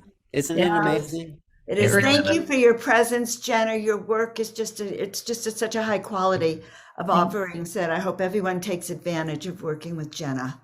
Thank you. Thanks, everyone. Have a good rest of the weekend. We'll see you soon. Thanks, Jenna. Bye. And just a reminder to everybody that Star Family Wisdom is the sponsor of this event. Please do check it out. Another amazing platform that is really creating ripples in consciousness. All right, we're going to get into the next guest. You guys have any comments really quick before we move on? No, Go ahead. That was great. Thank you for bringing Jenna in. The energy is building. I feel it. Everybody's like contributing a little piece, and it's just awake. It just feels vibrational. We've only just begun. I know, right? All right, everybody. So I'm excited now to introduce my next guest here that has become a really good friend of mine. And I'll just give you the backstory, and I'll let Laurena kind of speak about, her bio and her background. But what happened 6 months ago was the next guest added me on Instagram, and then I added her back, and then we started communicating back and forth for months, like maybe a couple of hours of conversation, like just through text a day for quite a few, like for the first couple of months, and really started tuning into her energy and what she was about. And to summarize it all, it's definitely way more beyond this. But our next guest, Laurena, is an Orion starseed, but beyond an Orion starseed, an Orion being incarnated onto Earth with remembrance of not only lives there, but the system, the history of this area, and a true dedication and passion to the upliftment of consciousness and bringing down the Orion energy, and also correcting the record in some cases on the things that happen in Orion, and then what occurred afterwards that goes beyond what we may have understood or accepted conventionally, even though this is all very non-conventional, right? When it comes to the Orion Wars and just the history of that belt in general and its connection to Earth. So as we've progressed in our friendship, this is the first introduction of her to PortalToAscension family. So I'm extremely excited for you guys to connect with her, because this is truly just the beginning. The conversation that we're about to have, the presentations he's going to do, is only the beginning, because I've already have a map in my head of a series of in-depth interviews with her that's going to go really deep into Orion and the beings from that area. So everybody help me in welcoming Laurena. You there? Hey, thank you, Neil, so much for your introduction. Sorry for my English, because I'm Italian, so you have to have a little patience with me today if I say something strange or sounds strange. And thank you, Neil. Really, the connection I have with Neil, it's been something really unexpected, and I think we help each other throughout our healing process this year. No, definitely. It's so weird to speak with other people. Yeah, so why don't we it's start my like first. this? Do you have a presentation you want to do, or do you want to go back and forth? Yeah. Take it away, whichever way you want. I think because my English is not good enough, I don't have to speak about myself too much today, because I prefer to give the most important information about Orion. So I just give a little bit of introduction of my story. Here in Italy, as you said, I've come to this world with full memory of my past life, and that's for all my teenage years I have these clear memories, but it was all keep it for myself until the age of 18, where for the first time my star family contact me. I remember I was walking my dogs out, and it was summer, so it was time for dinner. I go out with my dogs, and it was like sunset. This pinky sky I saw for the first time in my life, because before that I have no clue about UFO aliens. I feel my soul were from another place, but I don't have remembrance of UFO or stuff like that. But I think it was some kind of protection I have. Like if I open that door of memories, all the downloads will came out. So for a certain times, I think even my star family helped me to not realize so much what I was remembering. So at the age of 18, I saw this for the first time, something incredible that seems like flock of birds was in the daylight. So it was the sky above my home, and those I think 100 or I don't know thousands, really like a flock of birds, but with those objects shaped like a boomerang object above my house, and I was feeling this huge emotion. I was shocked, and I don't know what I was just sawing. I don't know. And I come back home. I have to tell to my mom. I grew up with a single mom, and I come back and I found her, and her was because she passed last summer, and she was a channeler, a medium, but at the time she didn't share this part of her life with me. So I was shocked because I've just saw that things in the sky, and I come back home with my dogs and I saw my mom. The dinner was burning, and I remember that my mom was channeling this message, and I never saw her channeling something. So the message, long story short, the message was, welcome back, Laurena. We are here to welcome you back to your star family. We are your star family, and it's time for you to remember. So we want to help you because we know you have so many memories, and we want to help you to understand where you came from, your story. And basically, I don't remember every word, but I have that paper. I still have it. It's like the most precious thing for me. And they basically welcome back with a lot of love and a familiar sense of unity. So that was the first contact, conscious, like interaction we have, and the first and crazy things happened since that day. I was about to have 18 years old, and right now I have 27.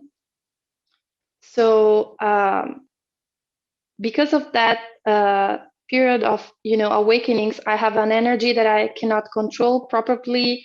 Sometimes I was burning computer and stuff. I need their help. So they the beings I'm talking about are beings from the Orion belt. So the 3 stars of Orion, the main, I think the most famous stars of the Orion constellation, because of Egypt.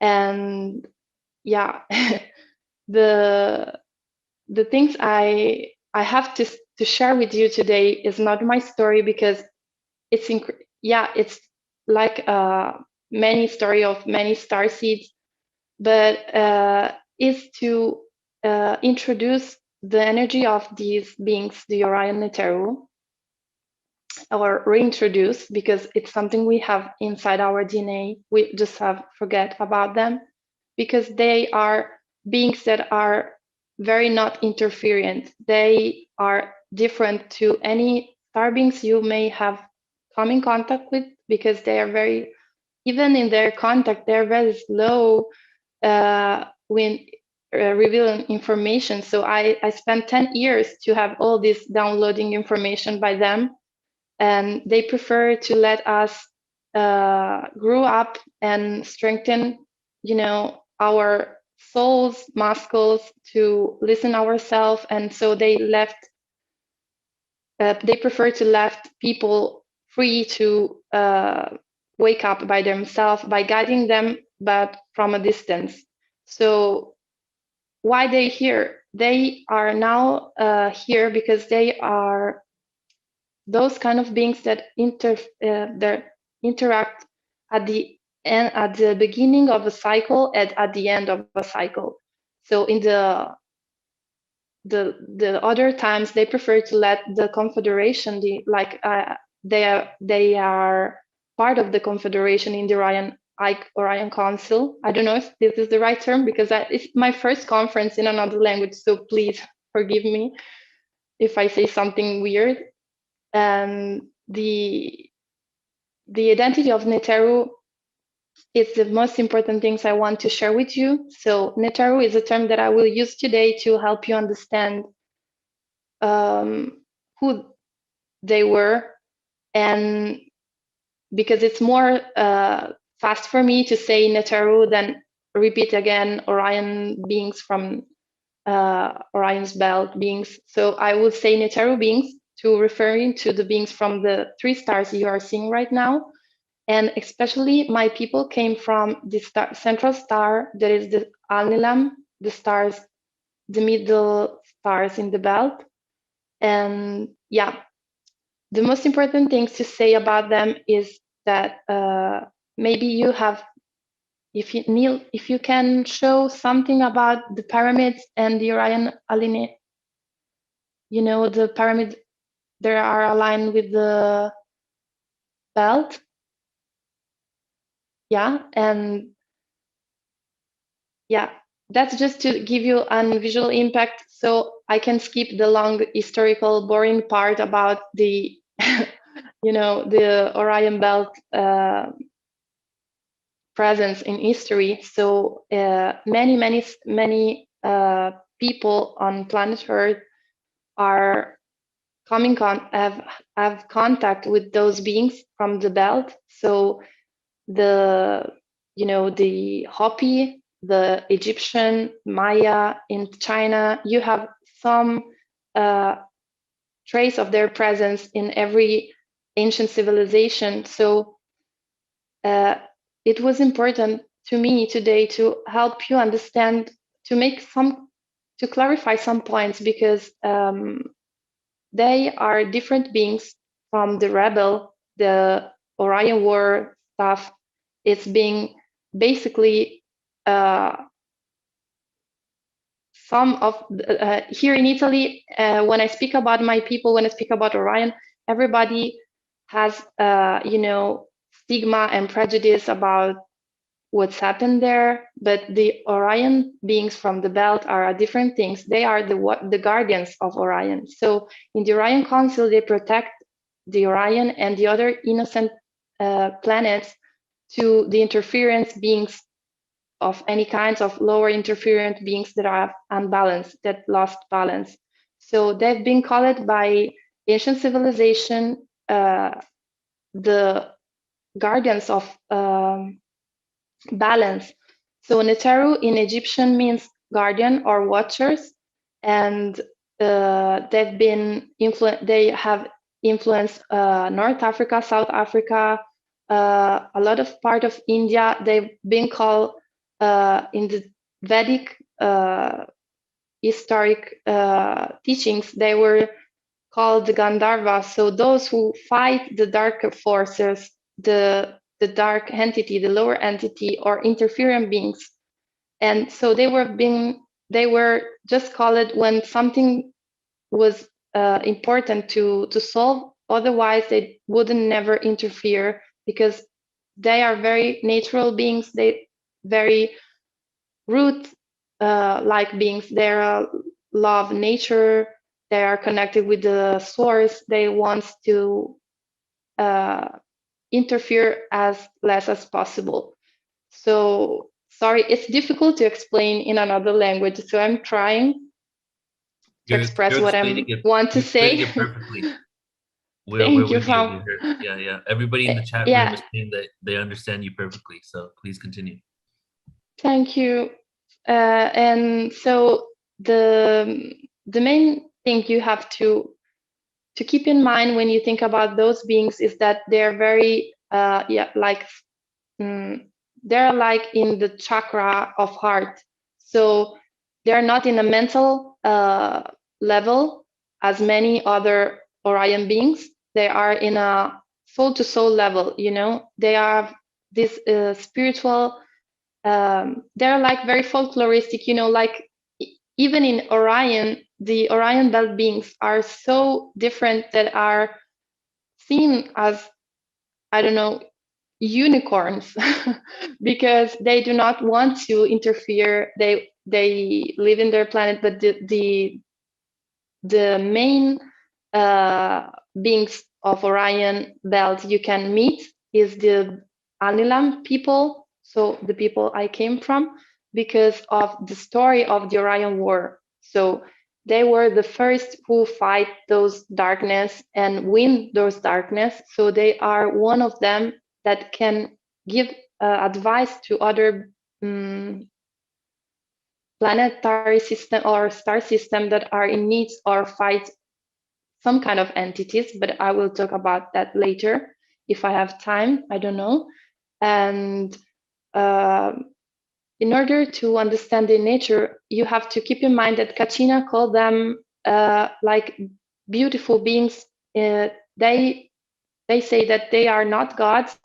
They say the Kachina from the Orion belt were those who built the mesa, the tree mesa, the tree mountains aligned with the Orion belt and the Hopi culture. The teachings of the Hopi are highly spiritual, so you can have an idea.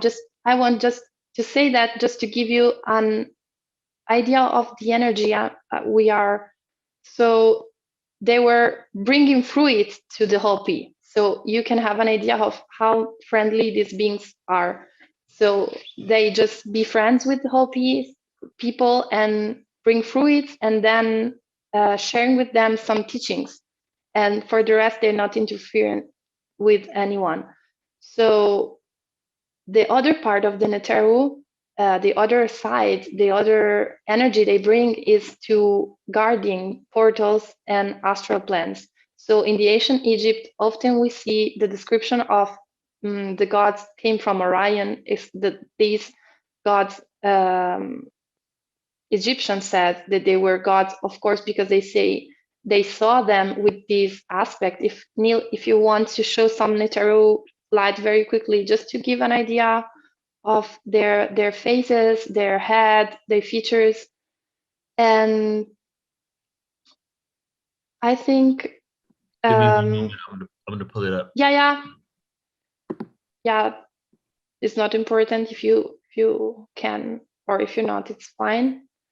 And those beings are, in order to speak about them, I must speak about the Orion Nebula. So I'm just confused about how to keep all this information in short, in few minutes, but I will try. So those beings were called like immunitary system of the nebula. They have been created by the source as a natural defense of this nursery of stars. So they are really linked to their star place, and those beings are very, very I don't know the term, sorry. Well, they've been created to protect the nebula. The Orion Nebula, it's been called for the scientist M42. The Orion, yes, these are their faces. The Orion Nebula is like a biochemical industry. So the scientists call a biochemical industry right now. It's creating future, if I don't get wrong, 11,000 future solar system like ours that will be able to create life. So this nebula, according to science, has all the elements, physical elements that it needs to create life, like water, sorry my pronunciation, carbon monoxide, formaldehyde, methanol, dimethyl ether, hydrocyanic acid, etc., etc., and a lot of other elements. But the most important things is that for years and years, scientists has looked in the universe to find a particular light that is responsible for the creation of life in this universe. So they found this kind of light that is called the circular polarized light.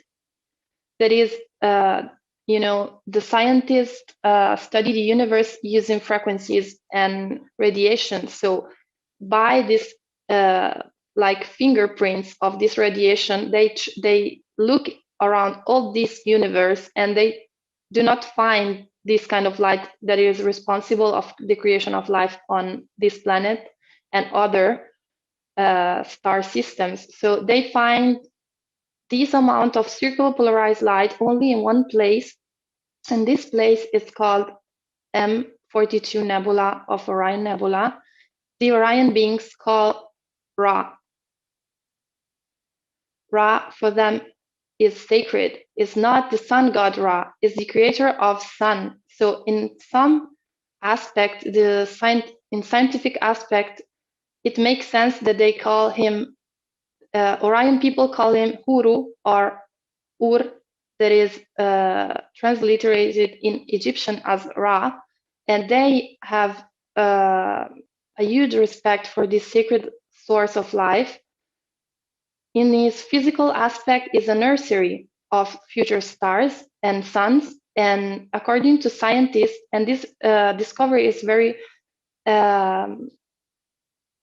recent.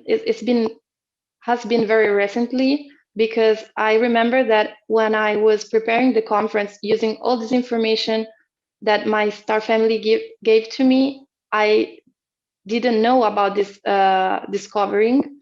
And 2 years ago in Italy, my first conference, and I thank God that someone make this new research came out where the scientist officially says and discover, and for science, you know that for scientists it's very difficult that something came out, and they discovered that these light, circle polarized light, is the responsible of the creation of this, our star system, our solar system, sorry, and others, and the all star system existing. So what does it mean? Ra is not God, it's just a emanation. It's like a mirror of the source. So if I make a quick example, so they made this example to me, so I want to share it with you. If our universe would be a body, Ra would be a womb. So if our universe would be a body with many organs, the nebula M32 would be the place where the life is being created, the organs of the divine feminine energy, the womb where suns have been created. So that's why they call it that's why they've called it Ra, the sun's god, because it was the creator of the suns. So these doesn't mean that there aren't other nebula important as well that have different function. It's just to give you an idea that that's why they call them Neteru guardians, because they have to watch these sacred space that create life. So basically what's in the nebula is an emanation of love. So it's like a mother, father, I don't know, for them it's love. They describe as love. And by speaking about the nebula, you can understand what's happened in the Orion War. The nebula, can you imagine the power of creating suns? Right now, the nebula are creating 1100 future solar system. So can you imagine for certain beings how can be seductive to have this power of manipulating life? So that's why the Neteru have been called warrior or guardians of portals, because they have this responsibility to be like a immunitary system that defends these beings that is a sacred beings. As our planet is ascension beings, Ra is an emanation of gods and is beautiful beings of love. And that's just, they want just to give you this information that maybe you knew sometime and you just forget. Because all the things, the manipulation, the disinformation about the Illuminati and what they do about the Eye of Ra, it's very deceiving, and that's not the truth. That's not logic and not science. What the scientific aspect of Ra, but most important of all is that if that was the womb, like an organ of this universe where a lot of life came out, Ra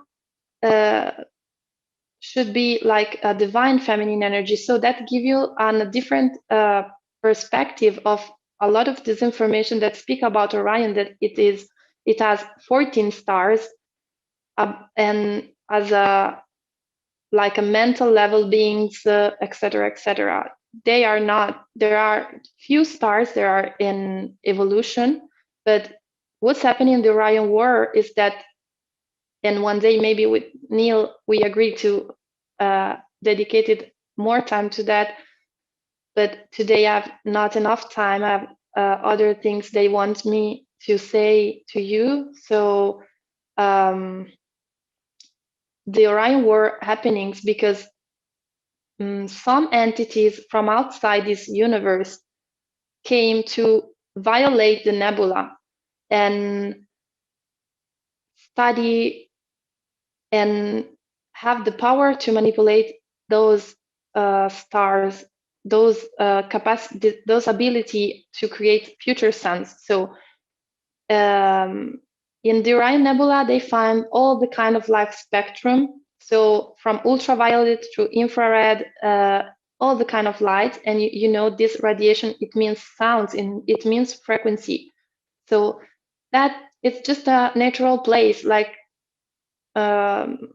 you know, worlds and trees. And so there's no need to hate so much a place that is love, that is natural. So there is a womb of divine feminine energy that creates such beautiful stars and life. So can you just for a moment, the physical geographical area of this universe where the star system, you know, have been created, are created in that nursery.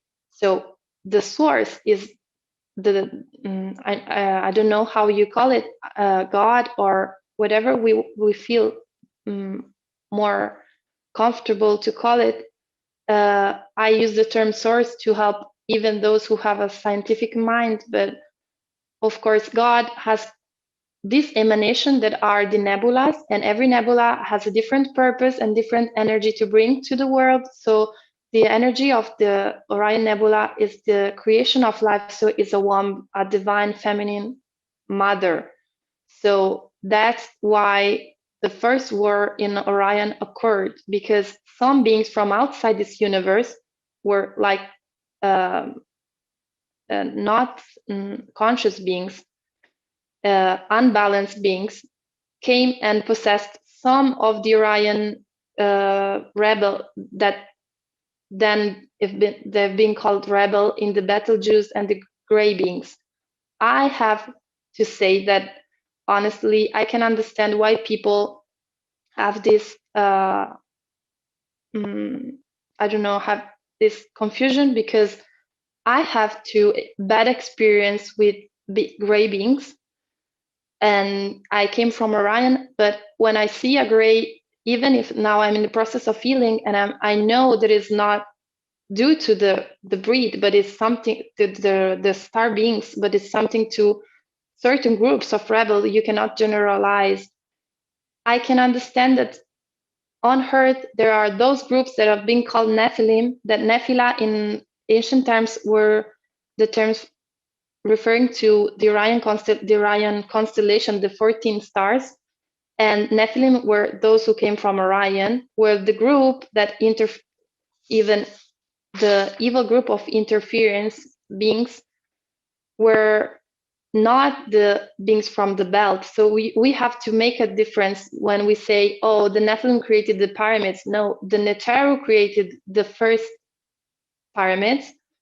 And even here, there is some point to clarify, just because we don't have to divide by different options. We have just to integrate in order to understand that it's all came to starting to fall to the right place if we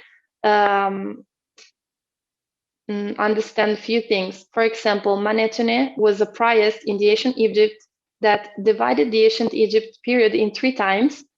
The first time, the Zep Tepi, was the time of the Neteru that lasts 1400 years before Christ. The second time, the Shemshuhar time, is the time where you can hear about other star beings interact in the Egypt.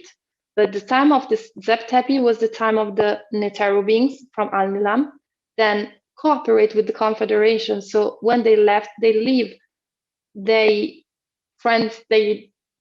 colleagues, their other star beings to operate in certain area, but any beings have certain geographical area to watch after.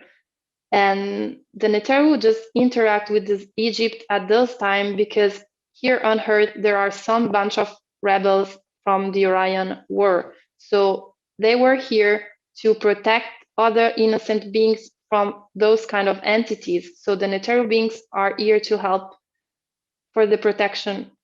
And the third time, the Manhattan saw that in the list of Manetone was the time of a human pharaoh.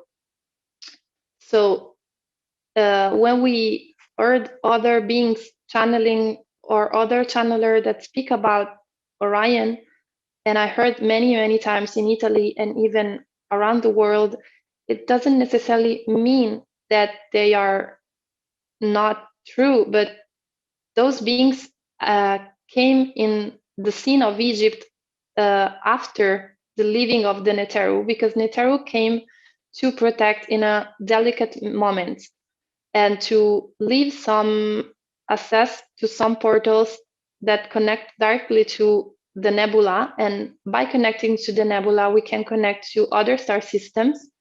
So it's a central point. And I don't have time, but I wasn't finished. Neil, I can go Yeah, on, or I have to stop? Yeah, take a few more minutes. Okay. Like 4 or 5 minutes. Like very few minutes.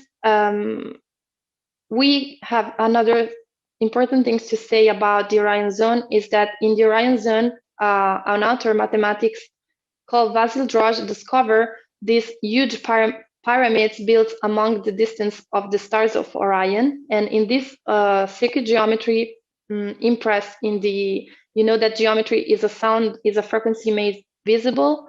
So what the message of those pyramids, if you check Vasil Drozd and stars pyramids in Orion, you can find everything. But I will speak better in another moment. It's delicate, but basically what's imprinted in that area of Orion, it's message from the source, divine source, that says, with symbols of a circle like an eye, and under these eyes there is a pyramid, and this is a sacred geometry that on Earth it became something evil because Illuminati, evil group or dark agenda, wants to manipulate the symbol, but this symbol only resonates with balance, so they can use it as many times they want, but that never worked for them. So that symbol means just sacred geometry, and it means all these ones vibrate together, and in order to have balance, the only laws in the universe, in order to go in any dimension we want, the free pass we have is balance. Without balance, the door will be closed. So that's what what the source leave in that particular area. And the teachings of Neteru are just speaking about balance. So if you have balance, you can go whatever you want in the dimension, but for that, in a lot of channelings, they keep saying raise your frequency, because when you raise your frequency, you see that we are all connected. And the first law there is imprint in that geometry, it says that the law of correspondency, the law of unity, if all is one, you have to be responsible for your action, because your action your electromagnetic fields can affect others and can change other electromagnetic fields. So those are the kind of laws that Neteru were there to help some interferent beings to respect, because they do not have to do nothing. Even the benevolent beings don't have to do so much, because the universe has this intelligent system of order that regulates itself. If you go in a dimension, or you try to pass some dimension, but your frequency is not in balance, the door would be closed. So for that, they manipulate the DNA, because DNA, the rebels, those who try to escape those rules of balance, they try, but they never will be able to do it. They try to manipulate DNA because they think that by manipulating DNA, they will be able to open those keys to those portals. And DNA is we have all the key that all the benevolent beings leave to us. Like every benevolent beings leave in our DNA a frequency and a key to open certain dimensions and certain portals. So this is the part of Orion that they want you to integrate the Orion belt, divine feminine energy of the nebula, and not and forgetting about the rest.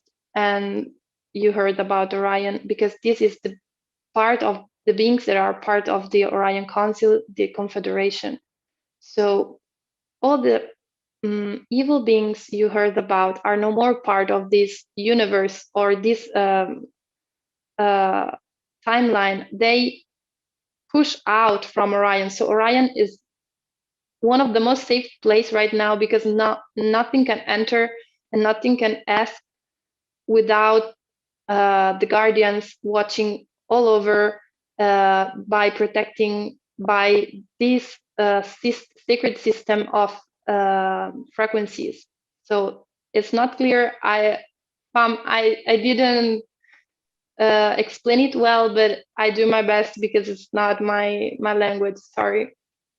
You explained very well. I keep telling you that you're doing a great job. No. And Joan, do you want to comment? I know you're feeling it. There's so much to break down. I actually need to hear it again. But I will say this. So you actually said the negative entities have all been pushed out of the nebula. And the nebula is where we can go and connect, right, with all the other parts of the galaxy. And evil ones are no longer there, right? No. Are here on Earth, but not there. There are a system, there are only stars that is being called like a prison stars.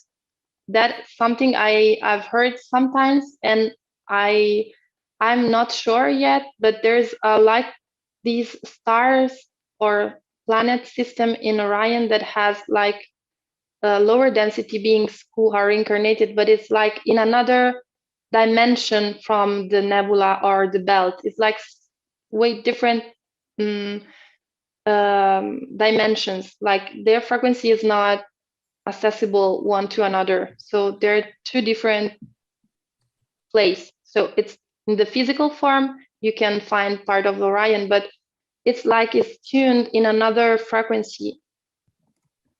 I don't know if I loved your visual images, your depiction of the being of the star, of the beings, of the Orion beings. They're just beautiful. Reminded me of the Avatar.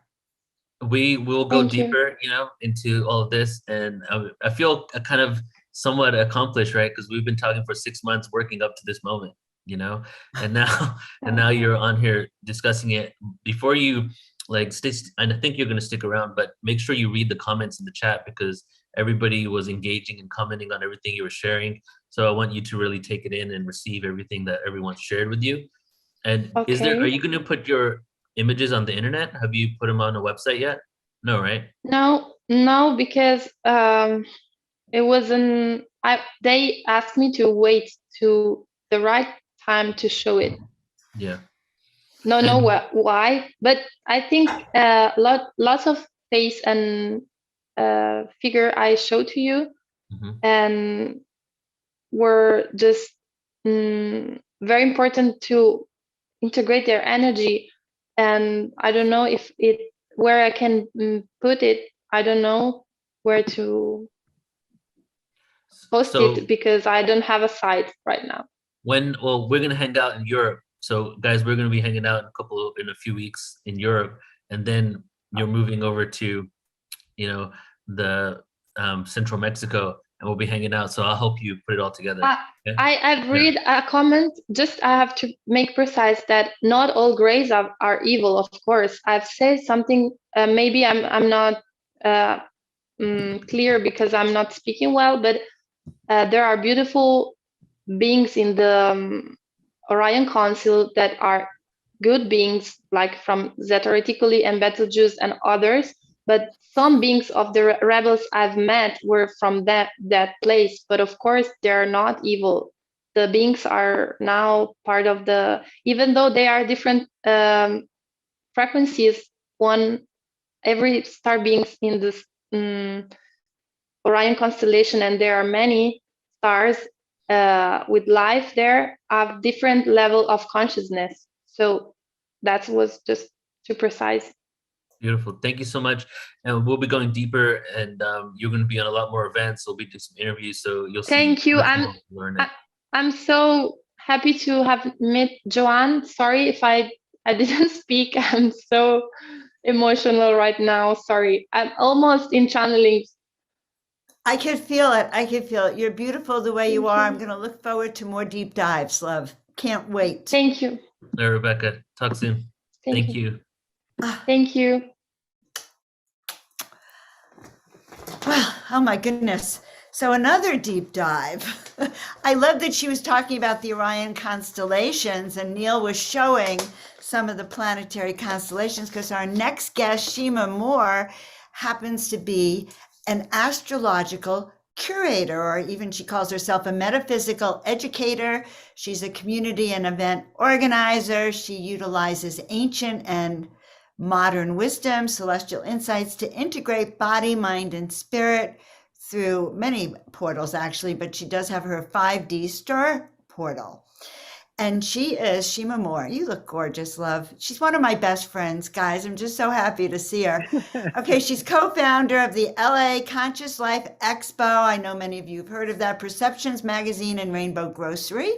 She's creatrix of dance, trance, fusion, moon manifestation, magic, 10 days to ageless vitality, master cleanse, and Shima Metaphysics and More Radio. And she also facilitates the Paneurythmy Sacred Dance, Uniting Heaven and Earth, and Stargate 12th Dimensional Activation Meditations. And I want to tell you a few more things about her. She lives in Mount Shasta. And over the next few months, you're going to see that Shima is going to be curating an amazing astrology event for us that's just going to really be one of those deep dives Neil talked about in the beginning. So, dear Shima, welcome. Yay, Joan. So wonderful to be here. Wow, exciting. I enjoyed listening to the last presenter and Orion, love Orion, and was so glad to hear some great information about good things about Orion, because, you know, often you hear all this negative stuff. And so that was great. Right. No, so that was really powerful leading into your presentation. So I know you have a presentation for us. And let's talk about it. Let's do it. Okay, so I'm going to share my screen with you. And here we are. Share. And I'm sharing the screen, and I'm going to go into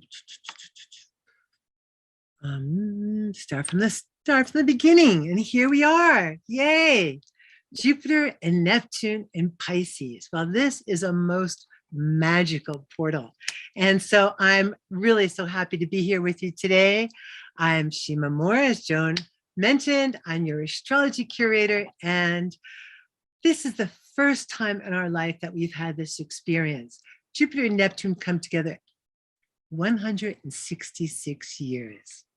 That's Neptune's cycle. So we've never had this before. We're never going to have it again. The exact moment of conjunction was this week, April 12th, but we're still in that portal. We're still in that window. And as we're going to see, it's really a seed point. It's the beginning. When planets come together, we call it conjunctions. When they come together in the sky, from our point of view, that's a seed point for a whole new thing. So this is this is a powerful time, great time to set our intentions. And so that's what we're going to look at today. Now, because it's all well and good, right? I mean, but what does it mean? How does it affect you? How does it affect me? How does it affect the world? Well, that's what we're going to take a quick look at today. We don't have a lot of time, but I'm hoping that maybe enough to ground us in the here and now. And that's what I like to do. I like to really ground us because that's such an important thing for us all in these times that we're in, especially in this magical time and place. So it's exciting, and I'm going to help you take advantage today of this divine once-in-a-lifetime opportunity. So this is, I like to start my presentations by showing this 1888 woodcut. And the reason I like it is it really shows us the multidimensional quality of the universe. And we don't see that from our 3D reality. And it also shows us that the universe is cycles within cycles within cycles. And so today we're going to pierce through that 3D veil. That guy's there all on his own, but we're going to do it together today and possibly catch a glimpse of a whole new world of possibilities for yourself. And to see why this time in particular, from mid-March to May 10th are the predominant times, but especially this week, as we said, because of the conjunction on Tuesday at 24 degrees Pisces. And we're going to look at that in just a little bit. And it's a time to really become conscious of the magical universe in which we live. Now, here's the thing. Astrology is my passion. So I can spend literally hours reading and researching on the internet and doing an occasional reading here and there. It never gets boring to me. I love it. It encompasses so many things. It's history, it's physics, it's current events, it's mythology, and so much more.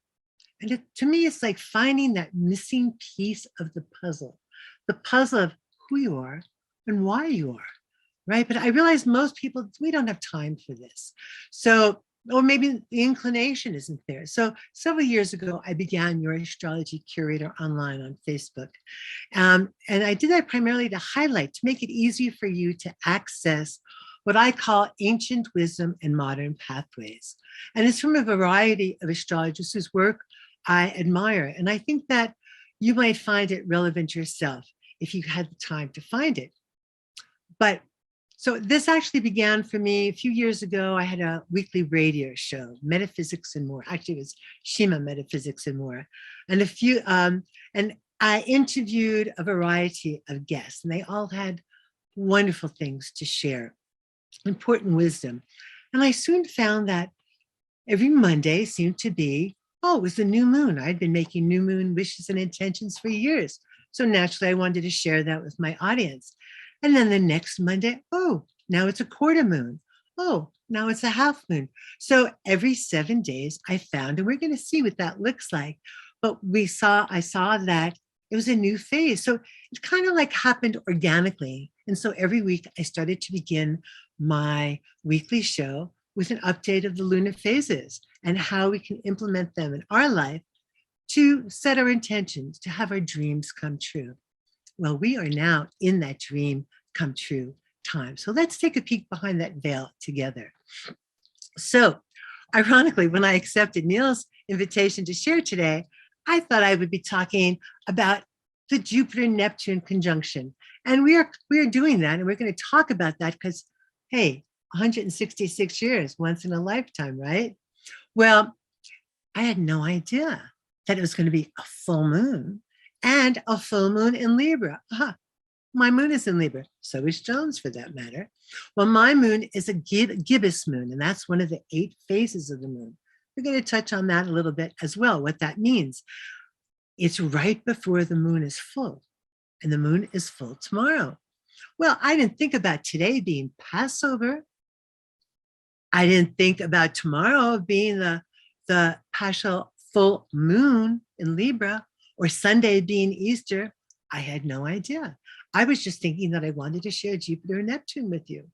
Well, by the way, these days are both holy days, and they're based on the moon. So we're going to see a little bit about why that is. In any event, today, not only am I sharing during my own Libra moon phase, which is fortuitous, but today around the world, Jews, Christians, and many other religions are celebrating their respective high holy days or holidays as well.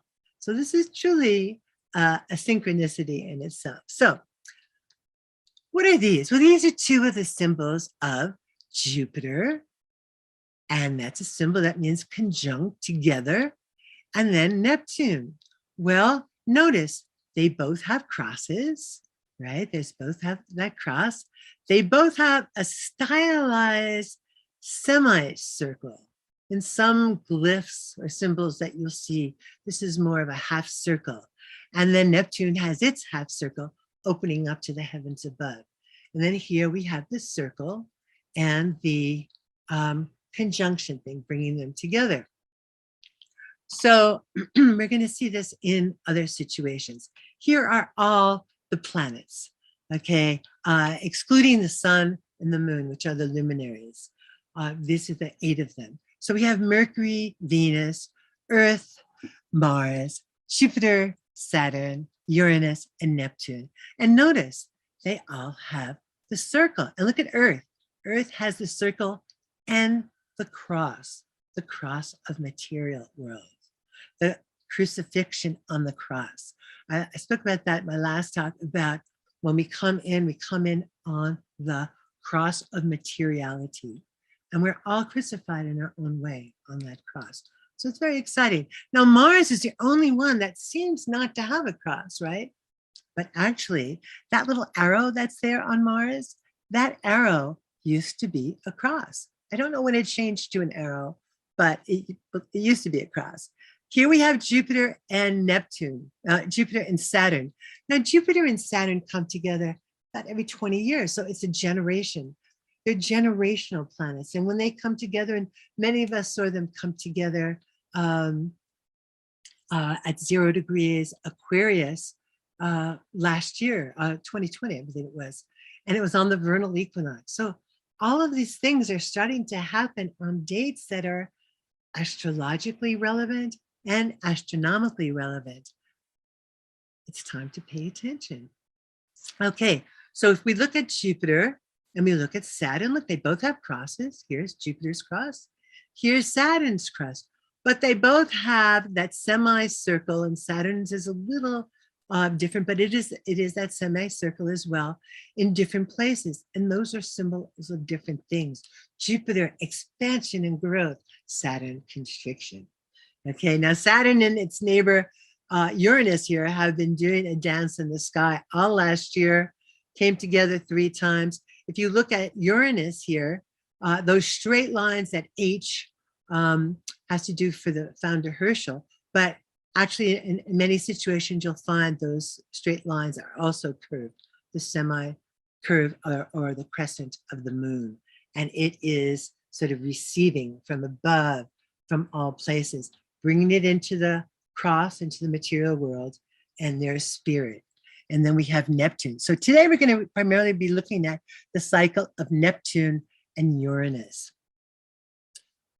Okay, so I wanted to just include this sign to orient us a bit from the position of the planets from the sun coming out to Pluto. Now, it was interesting. I couldn't find a lot of images that showed Pluto. They've knocked Pluto out. Once, well, that's a whole nother story, but Uranus came, Chiron was discovered in 1977. And scientists started downgrading Pluto, thinking that Pluto, well, it was, a planetoid about the same size as Chiron, so it didn't really matter. But Pluto matters a lot. And to a lot of astrologers, it means so much. It's a primary thing. But for our purpose here, just to ground you a little bit in the lineup of the planets. I know we probably all learned this in grammar school, and most of us have forgotten it. But you can see, here's Earth. Earth is the 3rd planet out, and here's the moon revolving around the Earth, and then there's Mars, Jupiter, Saturn, and after Saturn, as we're going to see in the next one, after Saturn, they don't show Uranus, Jupiter, and Neptune. But they do, and why is that? Well, because before 1781, when Uranus was discovered, the astrologers could only see out as far as Saturn. And if you look up at the sky, occasionally you can see Uranus, but really Saturn is the furthest out that we can see. And that's a 29-year cycle, give or take a little bit, 29 years. And that's our Saturn return. Now, 3 Saturn returns are considered a full life, 90 years. And when we discovered Uranus in 1781, that's an 84-year cycle. So it's almost that 3 revolutions of Saturn. So Neptune then would be the next one out, and that wasn't discovered to 1846. And then Pluto was discovered in the 1930s. And Neptune's cycle, as we said, is 166 years. Jupiter is 248 years.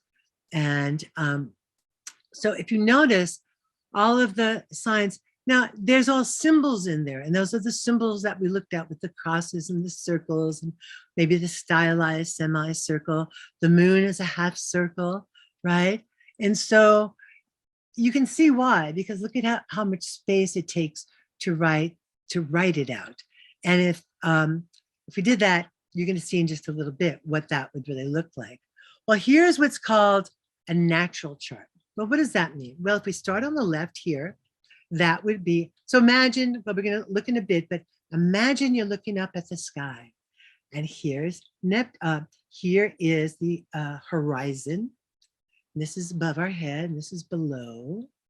And we're going to start here. We're going to go around this way, because this is the way the universe moves. So here's Aries, Taurus, Gemini, Cancer, Leo, Mercury, Libra, Scorpio, Sagittarius, Scorpio, Capricorn rather, Aquarius, and Pisces. Well, today we're going to be looking at Pisces primarily. And what's interesting here, Pisces is the last final sign right before it begins anew in Aries. And so we just began the spring season, which is in Aries. But our planets that we're looking at primarily today, Jupiter and Neptune, are in Pisces. Interestingly enough, what we're going to see when we look at the chart, they came together at 24 degrees of Pisces. There are only 30 degrees in each sign. So at 24 degrees, there's soon, Jupiter, which moves faster, is soon going to move into Aries. So let's take a look at Pisces. What's Pisces all about? Well, Pisces is a water element. It's like the ebb and flow of the oceans, emotions, service. It's about being adaptable. It's a mutable sign. As we said, it's the last sign of the zodiac. And it's detached from the ego, from identity. It's more higher realms, meditation. It can be relaxed, intuition, emotions. Okay. And this is a time with being okay with not knowing, trusting. A lot of people are like in that space right now. Oh my gosh, what's going on? Take a breath and be okay with it, because that's the time that we're in. Divine timing, that's what this is about. Higher energies, opening up the heart chakra, the crown chakra, tapping into our kindness, tapping into our spiritual energies, our compassion, our vision, okay? And so this is a time to listen to each other. I know it's a very divisive time out there, but this is a time where we have the possibility to open up. Now, there are lower energies. What are the lower energies? Escapism, alcohol, drugs, TV, so many things, sex, victimization, grudges, resentment, being stuck in the lies, the illusions, deceit, being overwhelmed. Those are just a few of the Piscean elements that we know about. Now, what about Neptune? That big planet that's out there, that 166-year cycle. Well, Neptune came into Pisces in 2011. Okay, well, what was going on in your life in 2011? I just posted some things on Facebook the other day about me doing a cross-country magic love bus journey. And it was very festive and creative and costumes and all of these things. That was a creative time. So this is about working, Neptune in Pisces is about working with us and our abilities to connect with the energies that we can't necessarily see, but we can feel, we can sense at the same time. Again, it's about divine timing. So this now is the time, especially with Jupiter here, it really expands this energy. Letting go, surrender. We are going to be moving out into a whole new energy. So this is about taking all those negative things, the escapism, the victimization, the grudges, the separation in Pisces, the negative parts of Pisces, and dissolving them, letting them go so that we can move into a whole new phase in Aries. Now, the last time Pisces was in, Neptune was in Pisces was in 1856, 166 years ago. So this is our opportunity in this lifetime, perhaps for many lifetimes, to let go of things. Neptune is going to stay in Pisces until 2026. And around the time, all the planets are going to be changing signs. So we're getting ready for some major changes. Okay, so Jupiter. So we're talking about Jupiter, big planet, expansive, 12-year cycle versus Neptune's 166-year cycle. And Jupiter expands whatever it touches. Now in Pisces, there's an ebb and flow. And we can see that just because Jupiter came in to Pisces last May 13th. It stayed there until the 28th. Then it retrograded back into Aries. Then it returned again in December. Now it's back again. So December 29th, right before the new year, to May 10th. But now it's going, and then it's going to come back again. So it's going to go into Aries. So it had retrograded back into Aquarius, but now it's going to retrograde back. Now it's going to move into Aries around May 10th, and May 10th actually, and then it's going to come back again into Pisces in October. So it's giving us with that opportunity to cleanse, to release, to deeply release and dissolve, to clear out energies, release them, maybe even from lifetimes that have been blocking us in our way. Forgiveness, forgiving ourselves, forgiving others. But because of this back and forth motion, it's not making us do it all at once. It's giving us time, that ebb and flow. Pisces, the ocean, the water. Jupiter expanding that energy. So Jupiter in Pisces shows us what's possible when we trust in ourselves, when we listen to our intuition, Pisces, Neptune, when we honor our body and allow the softer parts of ourselves to really be heard. Jupiter in Pisces can help us let go of those disappointments, victimization, and beliefs. The last time Jupiter was in Pisces was 2010 to 2011. So what was happening for you then? Okay, so I came across these, a lot of this information is from a variety of astrologers that I love. And my recommendation is listen to a number of astrologers. Not everybody has the same information. It's kind of, I like to tell the story of the elephant and the blind men describing what an elephant is like. And some are going to touch the ears, and some are going to say, oh, it feels like paper. Oh, the trunk. Oh, it feels like a tree. Oh, the tail, it's like a snake. So there's all different perspectives. And in astrology, there are many, many cycles that we looked at the very beginning. And those cycles, people are going to focus in on different parts of them. But here I took some healing intentions for Jupiter and Neptune in Pisces from an astrologer whose work I really admire, and who's actually going to be with me this summer on our astrology series here on PortalToAscension. But basically, with Jupiter and Neptune and Pisces right now, what you can do, free yourself from what's ever keeping you in the shadow expressions of Pisces. We're all up and down. Those higher expressions are amazing. The lower ones, not so much. Integrating more of your God self into this physical reality.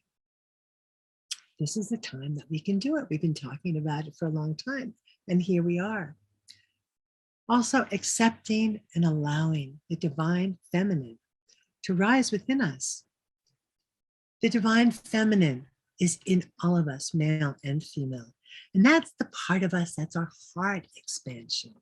That's the balance within us. Maybe from previous lifetimes, maybe Those were parts of ourselves that were unaccepted in those lifetimes. Maybe we were stoned, or who knows. I've had readings where I was vivisected, where you're just kind of like pulled apart. So surely we're going to kind of like be hesitant sometimes about stepping back into those areas.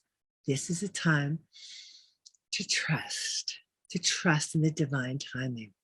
This is a time also to allow the soul contracts that we've made to close out, for those endings to happen, and for the very best and the highest of all concerned.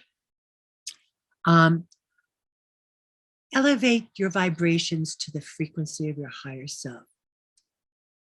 Calm, peaceful, serenity, meditation, walking, whatever it is for you. We're all different. Everyone has a different way in and a different way out. And we're going to take a look at how we can discover that. We want to honor, let's see, go back here. Okay. We want to honor all our feelings. That's how we honor our truth. What that means, if you feel grief, if you feel sadness, if you feel lost, they're all parts of the human experience. Yesterday I was part of I was doing a music rehearsal, Pisces. It's kind of a time for me to really find my inner musician, which I'm loving. It's been just great music. So, and one of the members sort of his anger came up about something, and rather than repress it, let it out. It soon diffused, and he kind of just chilled out. And rather than packing up to leave, which was what he was going to do initially, he stayed. He felt his anger. We all acknowledged it, and we moved on. At this time, some of those emotions are going to be bigger in this Pisces energy. So there's a visualization that we can do. It's a very simple one. I was doing it this morning. I like to meditate when I wake up first thing in bed, and just kind of let you bring the earth energy of Gaia up into my body and bring down a stargate, and which is one of the meditations that I do. But this visualization is really lovely, really simple. And it's basically visualize a shower of white light coming through all your chakras, from above, from even above your seventh chakra, coming down and clearing them out, clearing out any excessive cords or attachments or expectations, removing anything that might be overused or excessive, helping us to flush out through all those parts of us that we're ready to surrender. So give that a shot. See how that works for you. Okay, well, let's take a moment now to look up at the sky at night. Imagine you're standing in the middle of this on the earth here, and you're looking at this view of the ecliptic, which is the equator expanded out.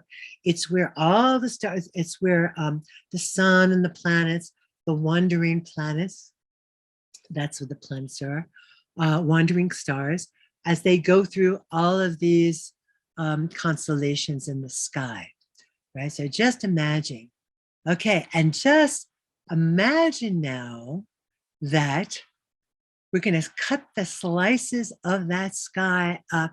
We're going to cut it up in 12, but we can only see the top 6, right? That's what's available to us. And let's take a look at the moment about what that might look like in your chart.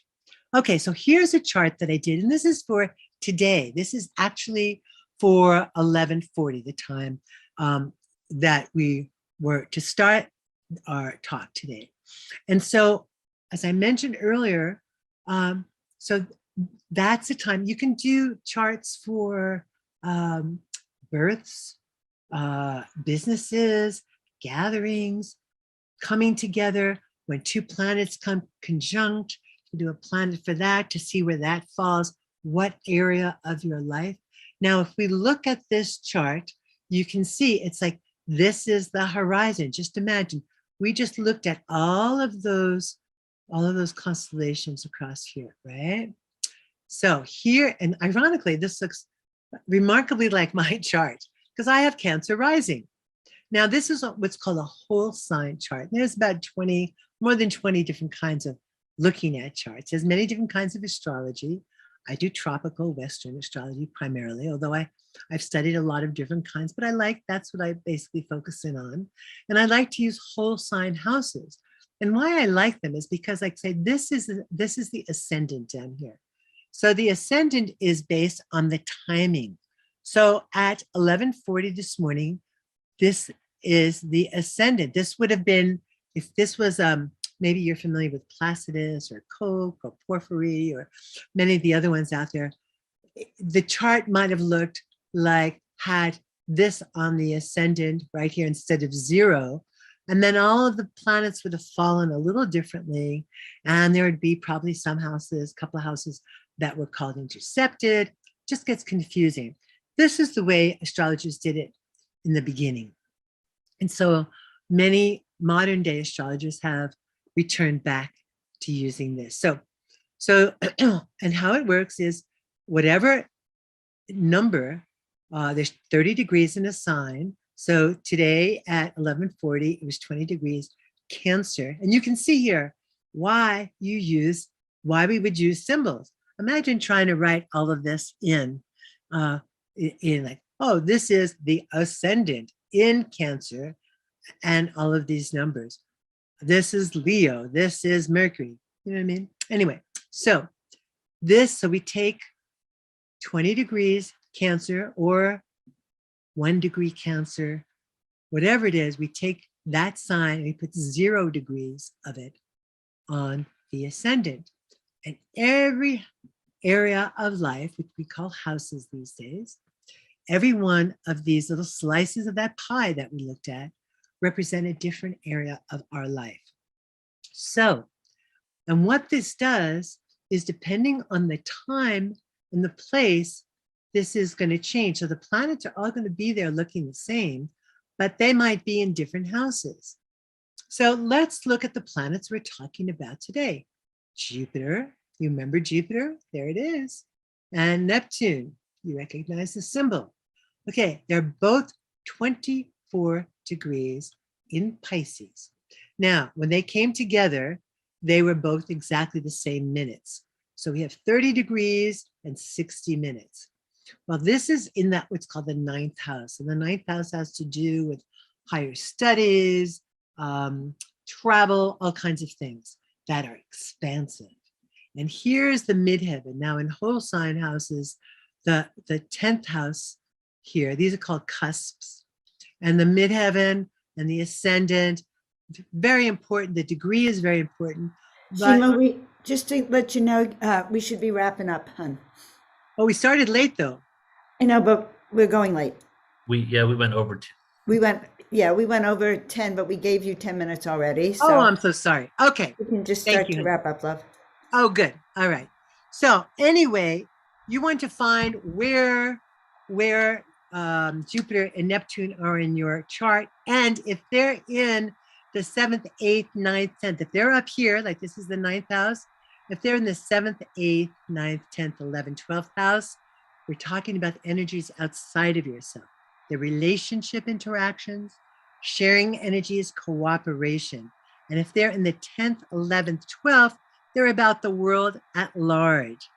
If they're, so if you're going through experiencing energies from something outside of you, that could be another person, something at work, energies that you're feeling or sensing. Or if they're in these houses down here, I know Joan is down here, this is about the internal part of yourself, who you are, getting to understand more about who you are, what you need, what you want. So these are about self-development down here. Okay, this is just a quick look at this. This kind of shows us there's a big, this is from Shamanic Astrology Mystery School, who shows that we've got, showing that we've changed the, if we look up the stars now, if we look at Pisces, there's confusion about Pisces and Aquarius and stuff. Well, they have it all down why that is. I don't really have time to get into it, but so this is a chart. These are the most important areas of your chart, the 4 angles. And we're back to here again to see. So we're not humans having a 3D experience. We're souls coming into this dimension to reality to grow, to evolve, to experience being incarnated in order to process our own development. And just to wind up, ending up here, the full moon and what the moon is about. The moon and its whole cycles determine Passover, determine Easter. And this, when they come together, this is a seed point. So Jupiter and Neptune right now are in their new moon phases. They're coming together. And they're going to take 166 years to go through this whole area, the whole 166-year cycle. But every month the moon does that. All the planets coming together are based on this cycle. Okay, spring goddess, Oester, Easter, Passover, based on the full moon, which starts today, goes to the 23rd. Easter is the first Sunday after the vernal, the first Sunday after the full moon, after the vernal equinox. It's all astrological. You can't beat it. Okay, so this summer we're going to have a lot more time to go through all of this information with you. We're going to have Barbara Hand Clow, amazing, wrote the first book on Chiron that I ever read in 1977, came out with her book on the ruby crystal, a trilogy, fabulous. I'm on my second reading of them all. Heather Ensworth, Jungian psychologist, amazing information. Akuta Baba Das, also known as, formerly known as Adam Ellenbass. I studied ancient astrology with him for years. You're gonna love him. Daniel Giamario will find out more about what this symbol is about in shamanic astrology, as above, so below. Rick Levine, love Rick. You can find him online. Do check him out. And Molly McCord, who she's an intuitive astrologer. This is her new book coming out this summer. And so, wow, it's an exciting time. So visit my website for more information, shimamore.com, your astrology curator on Facebook. A couple of free apps I want to leave you with. The Pattern, no astrology language, but it's based on that. It's Daniel Giamario created it, and Time Passages, free programs. You'll love them. And in the meantime, enjoy. Where heaven and earth meet, Mount Shasta. Love it. Wish you were here with me. But thank you, Neil. Thank you, Joan. Time, the thing. Oh my God, Shima. So all the feedback, people are loving the overview of the astrology. And I mean, as a Pisces, I could just say all of us Pisces were very, very excited to hear what's going on. And I loved your presentation. Well done. Thank you, darling. All right. Well, I'll see you next time. Love you, Neil. Beautiful. Thank you, so Shima. much. We'll see you soon. Okay. See you soon. Thank Have you a so great- much, Have a Shima. great holiday, everybody. Right? And- Enjoy the full moon. I Manifestation. got everything. Thank you. All right. And just to second what Shima's saying, we're actually creating a first course on PortalToAscension astrology course, where all those individuals that she mentioned, that's actually a course on PTA, and it's going to be epic. She's going to have some like a really next level awareness in many different avenues. So it's going to just be like this full on astrological awareness that just comes from many different facets, to really paint a picture of what it really means to have our connection to the stars, and how as stars are literally a roadmap, of consciousness, of our experiences on Earth and all that. So I love excited it. about that. I'm so Yeah. excited about it, and happy to meet Dr. Charnell, and we'll see you Yes. soon. All right. Hey, Dr. Charnell. Hey, how's it going, guys? So excited to be here. Thank you for having me. Yeah, it's good to see you. So let me just officially read your bio here so we can introduce everyone to you. Okay. Well, I'm excited to bring on Dr. Charnell, everyone. She's been on PortalToAscension once before, but it was a paid event we did on Galactic Heritage with Laura Eisenhower. I think that was the one. And I've been on her podcast, but when we worked together with Laura, I really just tuned into her energy and completely fell in love with the way you convey it and who you are as an individual. So wanted to just slowly but surely figure out different ways to really connect and work together. And we're starting to do that now. So a little bit about Dr. Charnell. She's a naturopathic doctor, speaker, author, social media influencer, and teacher on divine health and human body. She is passionate about reconciling all people to an integrative life, mind, body, and soul. By teaching in over 41 countries, having thousands of clients worldwide, and with her influence on social media, she does just that. She's a master at demystifying complex information in a way that makes it fun and easy to understand. Dr. Charnell currently lives in LA with her husband Brian, her 5 children, 7 cats, 4 dogs, hedgehog, and turtle. She is also an animal advocate, foster mom for her local shelters. So really good to have you here, Dr. Charnell. Awesome. Thank you. Yeah, we actually don't have the turtle and the hedgehog anymore, but we picked up a couple other kittens. So there you go. It's a good trade. Yes. Yes. All How right, are so you today? You've been busy doing all well. over. Yeah. Just I'm in Florida now, but gonna be here for a week or so. But I'm just excited to just be like fully immersed in this event. So what are you gonna share with us today? I'm going to talk about ascension and how we can upgrade into a different consciousness. And I loved I got the last bit of what she was saying, and I was like, wow, this is cool. I think everything's just going to go right with the flow with everything and everybody you have. It's just such a great different group of amazing people. So I'm just so honored to be here, and I'm absolutely adore you. And so I'm so excited to be working with you. And then Joan is new to me, so I'd love to get to know her better and love all these great people here. This is going to be an awesome activation for everyone who's listening, and for you and your family, your home. I'm really excited about diving in on seeing how we can all upgrade together this weekend. This is going to be a great time. Beautiful. Well, I'll be here in the background. It's all yours. Awesome. Okay. Well, I see Greg and a few other people here that I already am very familiar with. So super excited. I'm just going to shout out to everybody here that's followed me. I'd love to know who has never, ever heard of me. I'd love to just have a show of hands. I always love meeting people, and I absolutely adore these kind of conferences because I can be wherever all the time and just pop on a computer and be with whoever all the time. But I honestly really miss like real live conferences. I did real live conferences for 20 something years, traveling to all these countries. And sometimes they were little conferences all the way up to 40,000 people. But what I did enjoy very much is afterwards, after the end of the conferences, I always did like book signing and could actually see people's eyes and hug people and feel their biofield.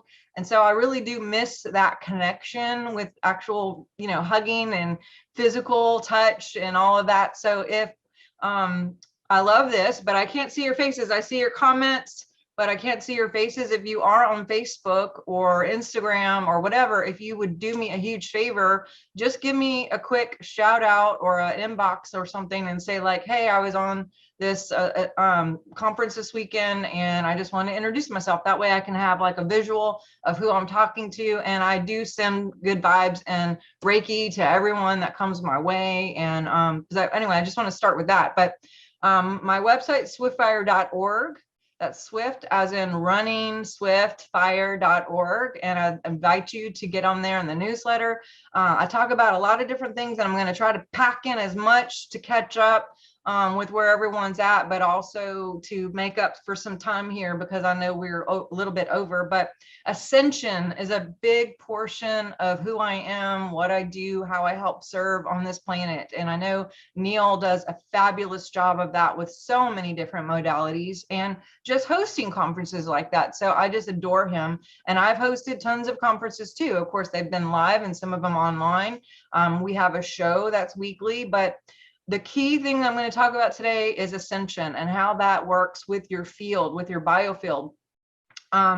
Anything that can be measured can be managed. I want you to write that down. If you're taking notes, write that down. Anything that can be measured can be managed. If you don't have a notebook, get one now. Anything that can be measured can be managed. And what's important is a lot of people don't necessarily know where they are.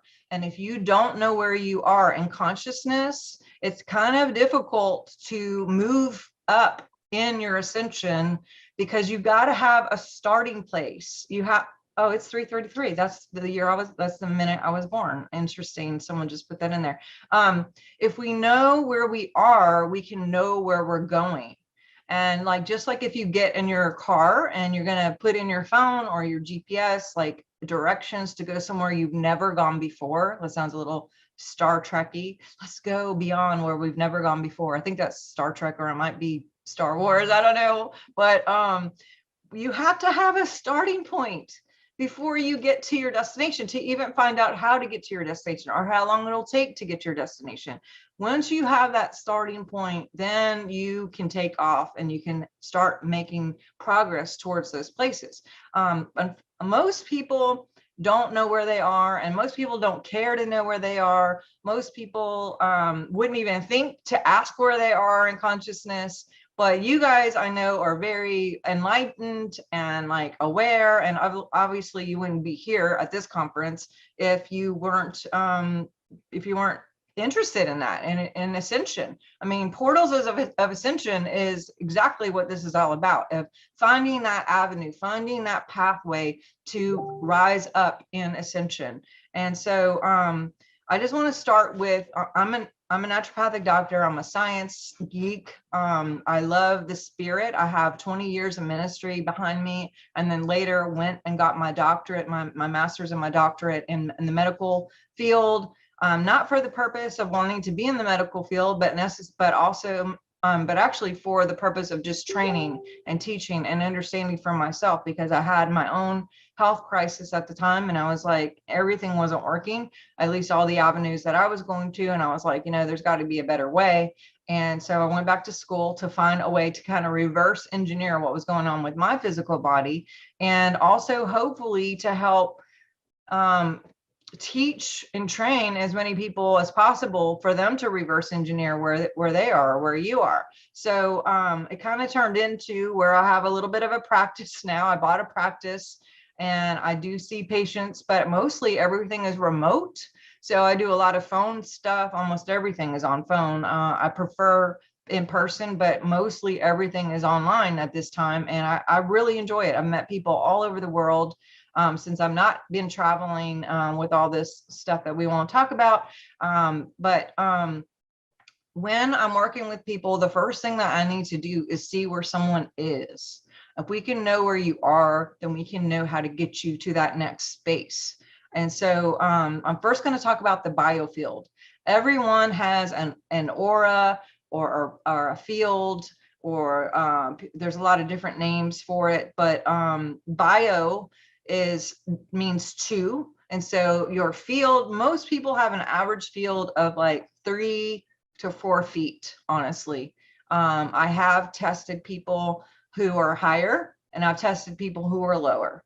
I've tested people who are 1 inch. I've tested people that are actually inverted. I'm not going to name any names, but we'll just say a lot of the deep state and some of those people that I've tested are so inverted that they actually only survive on other people's biofield energy, because that energy is, that field is what people can actually pull in or draw in or suck in to themselves to create their ability to move forward and do all the things that they need to do. They're unable to generate their own energy. They have to live off someone else. So I doubt that's any of you, but for the average, most people are not inverted. Most people are like 2 to 3 feet, which on the map of consciousness is at courage. So courage is the starting point for people realizing, oh my gosh, this world is way different than I thought. And I'm going to start having the courage to look at where I am and to actually admit and to understand that I'm the one who's authoring my life. I'm the one who's creating my own world. And so definitely, that is a good starting point to get out that 200. Now, when I'm looking at measuring people, I'm using the map of consciousness that Dr. David Hawkins has created. And for all full disclosure, I have read some of his books and followed some of his work. I do not endorse all of his work. I don't believe in a lot of things that he believes in necessarily, but I have tested his chart And the chart that he uses is scientifically proven. It is a good chart to use. So I'm not going to throw the baby out with the bathwater. I'm going to use I use the chart because it's a good chart and it's a good starting place for me to be able to test people.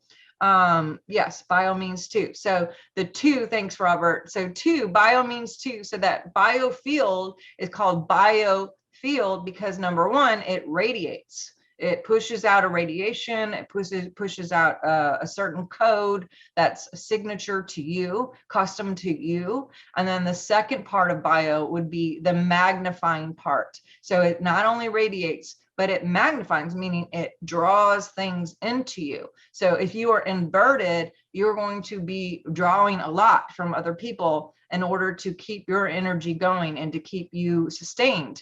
If you are radiated out, that means you're not only supporting and helping others, but you're also free from necessarily being pulled at or sucked at, or you also have a better probability of really supporting and touching other people with love.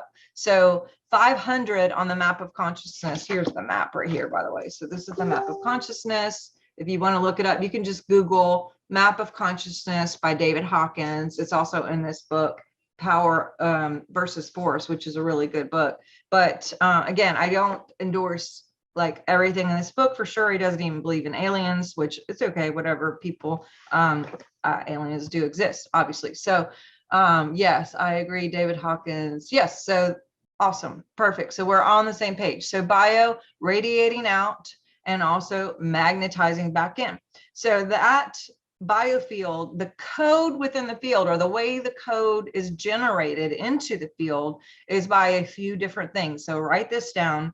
Number one, we have a signature DNA code that is absolutely custom to only you.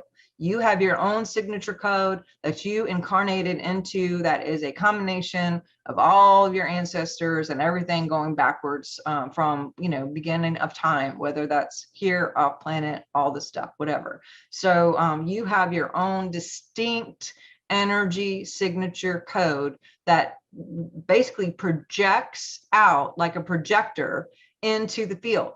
Now, within that signature code, you can have a lot of different things of information, including poverty or abundance. You can have ease or you can have dis-ease. And the dis-ease and ease can be very specific, like maybe a lung issue or a kidney issue or what have you. Or maybe you are functioning in the highest radiation of ease and possibilities for perfection and wholeness. Mindsets are also included. So maybe great grandpa had a thing where he failed in marriages or something, or maybe he tried different businesses and it didn't work out. So there's like fear involved or a poverty thing involved. That is a code that you can actually be born into. Now, the opposite is also true. You could have amazing background of presidents of banks in your field or in your ancestors. That's part of your signature code of just like everything's fun and easy and miraculous, and I create money everywhere I go and I create abundance everywhere I go. So there's lots of different things in a signature code that you can yet be born into, and or those things can change regarding your own environment and belief systems that you kind of grow into over time as you are presented them, especially in the younger ages of your childbirth or your childhood, because belief systems carry a code, right? So the good news is epigenetics is real. DNA can change, everything can shift. We're going to talk about how to change DNA and go past the blood and brain barrier in order to even modify the DNA. So dis-ease, poverty, all those things doesn't have to be a signature code for you. You can have abundance, you can have love, you can have courage, you can have all the good things. Everything that God is, who is source code, this is also in your DNA. And there is a certain portion of your DNA that they consider junk DNA, but I don't call it junk DNA. I just call it unused DNA. And we can activate the junk DNA because this is just a part of God DNA that isn't fully functioning that can be activated. A big way to activate that is minerals. Minerals can really, really activate. If you're looking for a really good mineral, contact me on Facebook, or you can email me, Charnell@swiftfire.org, Charnell@swiftfire.org, and I can help you find a good customized minerals that can really work with you to help turn on that DNA. So you have a different presentation, you have a different radiation, you have a different field that's projecting. And also that would help change your belief systems just by activating those little bits of DNA. And I'm working with tons of people and seeing so many different activations. Now, how do you know if you have poverty or different things, disease or mindsets that are in your field? You know by the way what's coming to you. Whatever is coming to you in your field, whatever shows up in your field, whatever patterns that are coming that may not be like your highest, and you're like, oh my God, here we are again. Why does this always happen? Whether it's like not being able to get the exact food that you order at a restaurant, or maybe in business, there's been multiple times where you stepped out and basically tried to maybe do a business deal or buy a house or something, and then it constantly falls through, right? That would be a pattern. If things like that are showing up in your life, you know that there are some DNA changes and some mindsets and belief systems that actually can be changed and will change your field, which will change what you magnify back, because you can only get what you are. Write that down. You can only get what you are. So if you change what you are, who you are, then you can also change what is coming to you, because you cannot get anything less than what you are. You're always going to get a match. That's the 100% way that you can tell if you've shifted something. When those things stop happening and you start getting new patterns that are positive, then you absolutely know, well, I fixed that one, right? And even if something is from your ancestors, I don't blame anyone. I'm not like, I can't believe you, Grandpa, or whatever. But I look at it as, if I find it, it's mine to fix. It's yours to fix. If you see it, it's yours to fix. Just like if you were the manager of an office building, and one day you walked in and shit was all over the place, and desks are turned upside down and computers on the floor and trash everywhere. You don't have to call anyone and go, do I have permission to put everything back in order? Or what do I do? You either go fix it yourself, or you hire someone to help clean it up and get it back in order. And this is the same way with your DNA. Your DNA is fixable. Either you fix it yourself, or you can find someone to help you. But either way, this is yours to fix. You have authority. You are the author and the captain of your life. You create your own reality. You create your own journey. And there's absolutely no excuses for us to have to live with anything less than miracles. We have an inheritance of miracles. And this is something that we can enjoy minute to minute, day by day, all the time, every day, 24 hours a day, if that is what we choose. And if that's what we're moving towards. Again, let's start with where we are and figure out where we are. Look and be aware of what are the patterns. Let's look and see what's going on with me. What do we like? What do we don't like? What do we want to improve? But also know where we are. So number one, like I said, is your signature DNA code. Number two, the other thing that is encoded into our field is our thoughts. Every single thought that you have has a frequency, has a code. So being very mindful of good and positive things are what is going to create a different radiation or a different code substance equation formula into your field. So if you're a 1, 2, 3, 4, 5, and that's a positive, you're going to get a 1, 2, 3, 4, 5. If you're a negative 1, 2, 3, 4, 5, guess what? You start getting negatives. All of this and way, way more is in my book, The Science of Miracles. Someone was asking about the website, swiftfire.org. Yes, I do believe in generational curses. That's exactly what I'm talking about. You can have different things from previous that are locked in code to your DNA, but it is changeable. It is fixable. You can recode the DNA of your signature code and change it to be something else. So yes, thank you for that. So number one, your actual DNA is a signature code. Number two, your thoughts. So why is imagination so important? Just like the lady who was on here before, she talked about meditation. I know Neil has tons of amazing meditations. He's carried us through many of them, and through music, right? So whether it's music, binary beats, megahertz, whatever, Your thoughts create, and your thoughts have code. The reason why your thoughts create is because as you think, so are you. Have you ever heard that scripture that says, "And the man thinks, so is he"? Because as you think a thought, that sends out a code that radiates out into the field, and then it magnifies back to you those thoughts. So the more positive thoughts that you have, and the more you use your imagination for the positive and not the negative, instead of thinking of the worst case scenario, instead think of the best case scenario and only the best case scenario. Lock in what you envision already happening as a miracle and put it on a vision board, outcome map it, do whatever you need to do to stay in that outcome that you truly wish, and only think that thought. And like I said, lock it into the screen. You can also be very, very aware of what you're watching on social media, on the news. Hopefully you're not watching the news, on whatever channel or TV shows. I can say for yesterday or the day before, someone had sent me something on Shanghai, and I didn't know what was going on with Shanghai because I was off doing whatever I was doing. I was actually with Laura and Montana doing Laura Eisenhower, you mentioned, doing some stuff up there. And we were just kind of out of the loop. And then the next thing you know, I saw Laura had posted, oh my gosh, about something about Shanghai. And then someone else sent me a link, and I made the mistake of clicking it.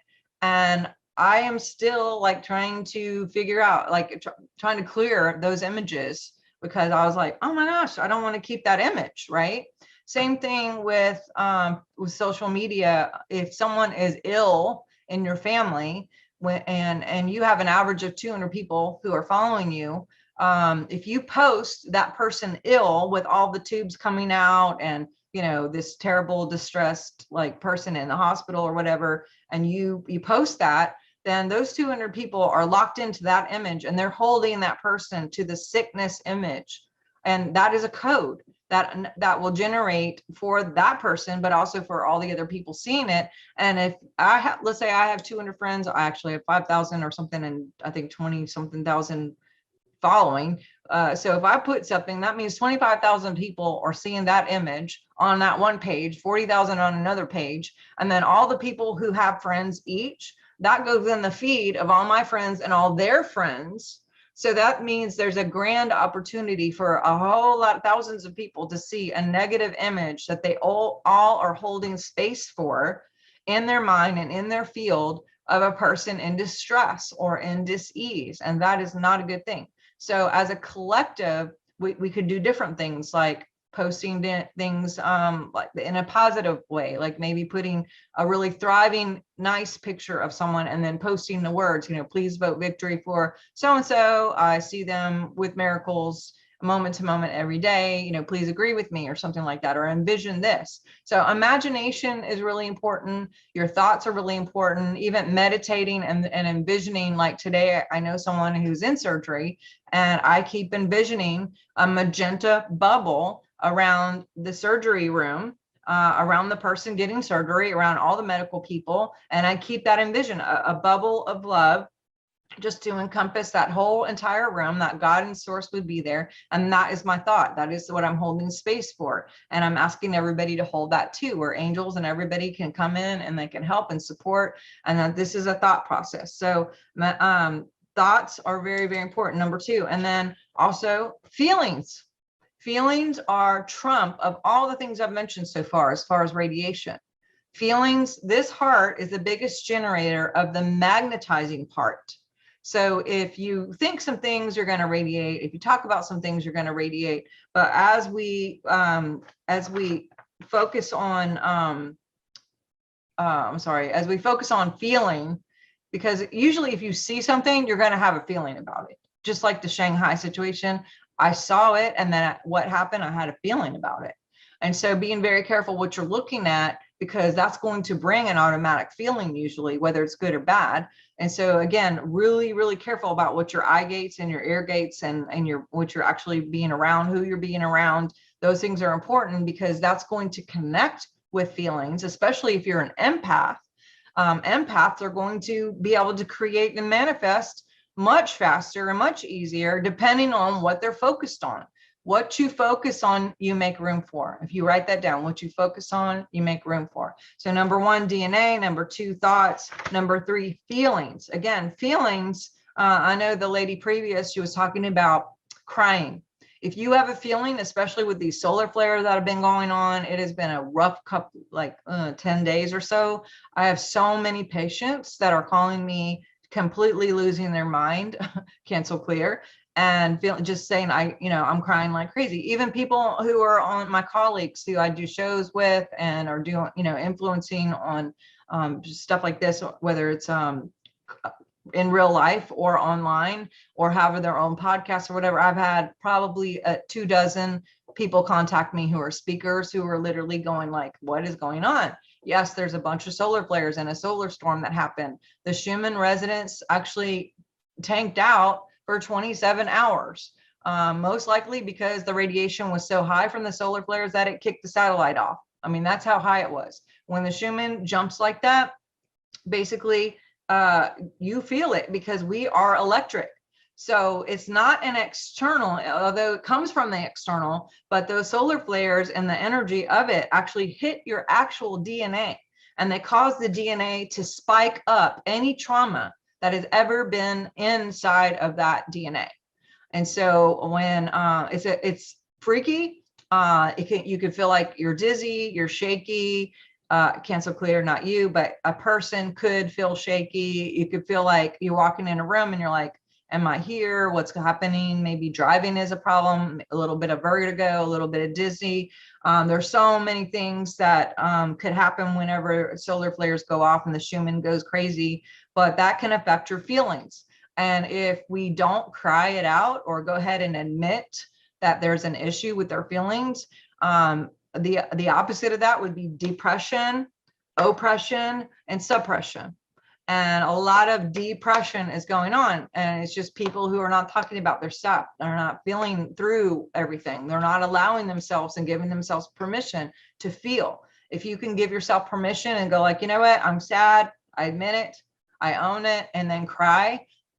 Scientifically, no matter how many cleanses you do, liver cleanse, colon cleanse, full body cleanses, whatever the thing is, there are some things that will not detox any other way except for tears. It is okay to cry.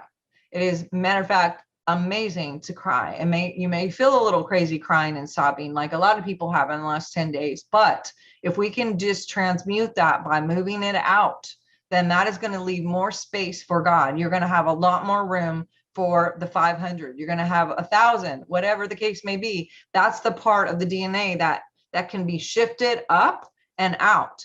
You can heal it if you can speak about it, if you can talk about it, if you can own it, if you can think of it too, like, let's say, I don't know if you've ever had a friend that maybe betrayed you or a family member that's betrayed you.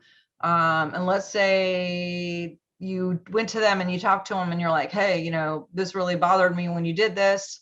And let's say they're like, oh no, well, that's your problem. And they try to avoid it or whatever. And then you have to go like be in a family situation like Christmas or Easter or something and pretend like everything's fine, but it's not, right? That is a lot of energy to lie and act like things are fine, right? It's not a fun feeling to pretend that everything's great.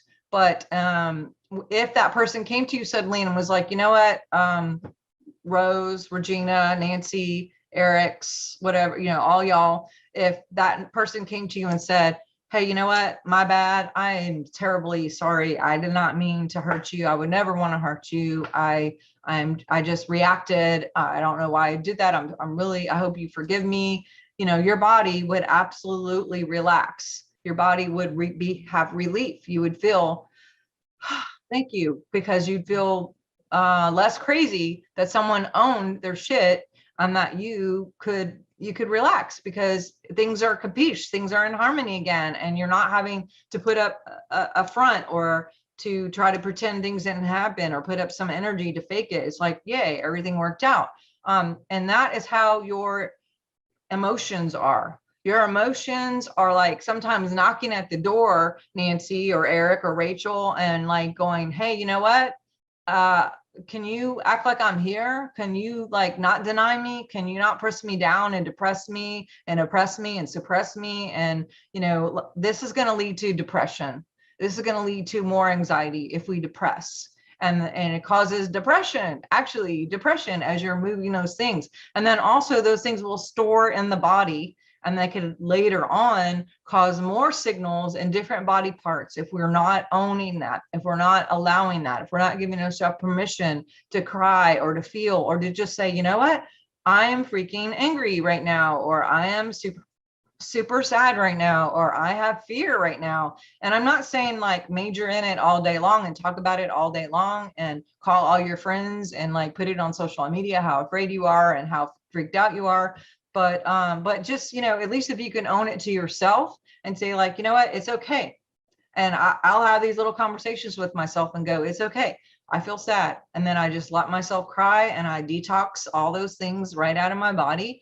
And I use a lot of different things to help move those things out. But so that would be number 3. Number 4, what are you talking about? Conscious language.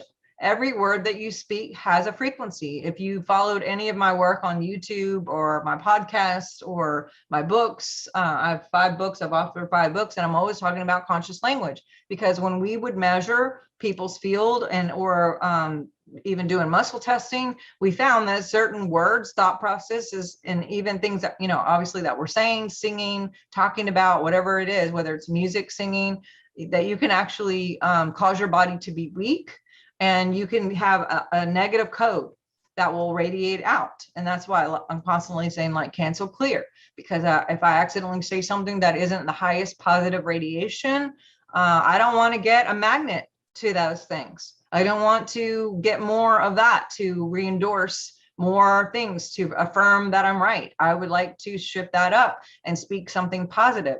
The scripture says, call those things that are not as though they are. So speaking as if it happened and speaking the miracle and voicing my choice and being very conscious of my words. It's very, very important. So yeah, so that is number 4, I believe. So here we go. Number 5, nature. Nature has code. Get outside, get some vitamin D, put your feet in the grass and in the ground or in the beach or wherever you are. If it's snowing, there are different modalities that you can use to ground. I know that there's sheets out there. We have this on our website.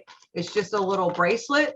You can put it on your arm or your ankle when you're sleeping. A lot of times I'll have this hooked up and put it on my ankle while I'm doing consultations all day long, because I'm sitting in front of a computer and I want to stay grounded.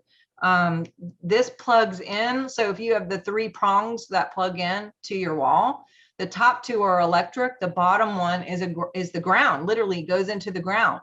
So this plugs into just the bottom part, not the top, but just the grounding part. So you're literally plugged into the ground wherever you are, no matter how many devices you're on or screens you're on, you will be grounded. And that has a lot of code. Number 1, to be grounded. It also helps with inflammation. It helps with your brain process. It helps with dyslexia, Alzheimer's, like all the things, like just to be grounded on a regular basis. I have a live blood analysis microscope, and I have seen live blood before. And then someone puts one of these on, and within 5 minutes, I'll do their blood again. And you can see that they look hydrated. They look, their cells are flourishing, and they're amazing. They're happy. You could tell night and day what happens when people ground. You can also ground, obviously, just by going outside and being in nature. But if you're in like the city, or there's not an availability because it's snowing outside, this is good. Or like sheets. You can also use a certain type of essential oils. Make sure that it's, you know, there's one company that I've tested that is the best. Most of them out there are absolute garbage. I would not put that on, but there is an essential oil. I would use all the trees like pine, cypress, frankincense, anything that's a tree to put on your body, because if it's a certain oil, which, you know, you guys can contact me if you're interested in that kind of stuff. I have lots of different resources that can help you, but just make sure you're not getting something that's garbage, because that will actually make it worse. And there's a lot of chemicals and propylene glycol and different things, which is antifreeze, that are in a lot of these oils. And I've actually tested some oils. I hate saying this, but it's honestly true, that have different things like semen, blood, and urine and feces in it, for the sake of tricking people into ritualistic situations that they don't even realize that they're in. They get it under, they buy it thinking that this is good. They put it on their body. They're instantly in a ritual, and they basically are endorsing it, and or it's under universal law as okay because they bought it. So if you buy it and you put it on your body, that is legal access for them now to have a pathway to you to screw things up and do some terrible things. So it's, yes, dark magic, yes, it's exactly that. It's a ritualistic thing. It's very terrible. And I think it sucks that they would use something like the blood of a plant or essential oils as a container or a delivery system for their rituals, and trick people in a way, just like they're tricking people with this stuff and all the other pharma going on. Is most of the companies are garbage. So please be careful in what you're using, and you can contact me for any of that. If you just contact me, it's Charnell@swiftfire.org. Or it's on my website. If you go to my website, swiftfire.org, there's lots of information about who I use and what I use. So also let's talk about music. Music, oh my God, this is more of Neil's deal. I love music. I actually wrote music for years before I was in ministry. I was on the radio and had all that stuff, not me personally, but my songs were on the radio. I wrote for several different people, and I actually won Songwriter of the Year for the whole nation. So, I love music. As you know, music was changed back in the 40s and the 50s with the war, because they know that if you change 440 and shift it up or shift it down, whatever it is, whichever way you want to do it, then it'll actually change your blood within. They'll start to coagulate and like not be able to breathe and do things with oxygen and different things. So we want to get the good kind of music. We want to get the good megahertz. This is really, really important. Someone says, can you type her contact in chat? Oh, there you go. Thanks, Neil.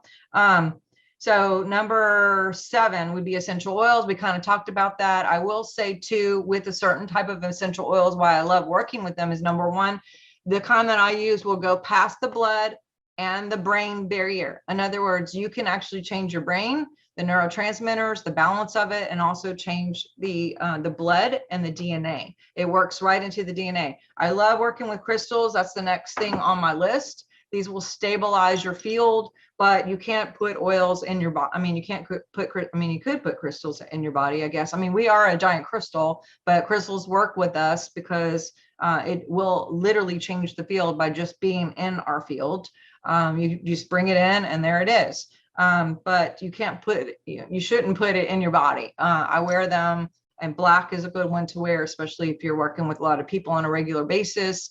But yeah, essential oils, because it will go past the brain blood barrier and it will change the DNA. It will change belief systems. It will clear trauma locked in your body that the limbic system will normally defrag between 3 a.m. and 5 a.m. if you're actually sleeping during that time. But if you're not sleeping during that time, basically the limbic system says, okay, she can't hang, she's not going to defrag this, so we're going to put this in so-and-so department, whatever, liver, thyroid, brain, wherever, and it sits dormant and it'll stay until it's triggered by some other kind of trauma, and then it'll start showing signals. Now, if it's a gallbladder, let's say, you may go to the doctor and have gallbladder pain, and what does a gallbladder doctor want to do? They want to take it out.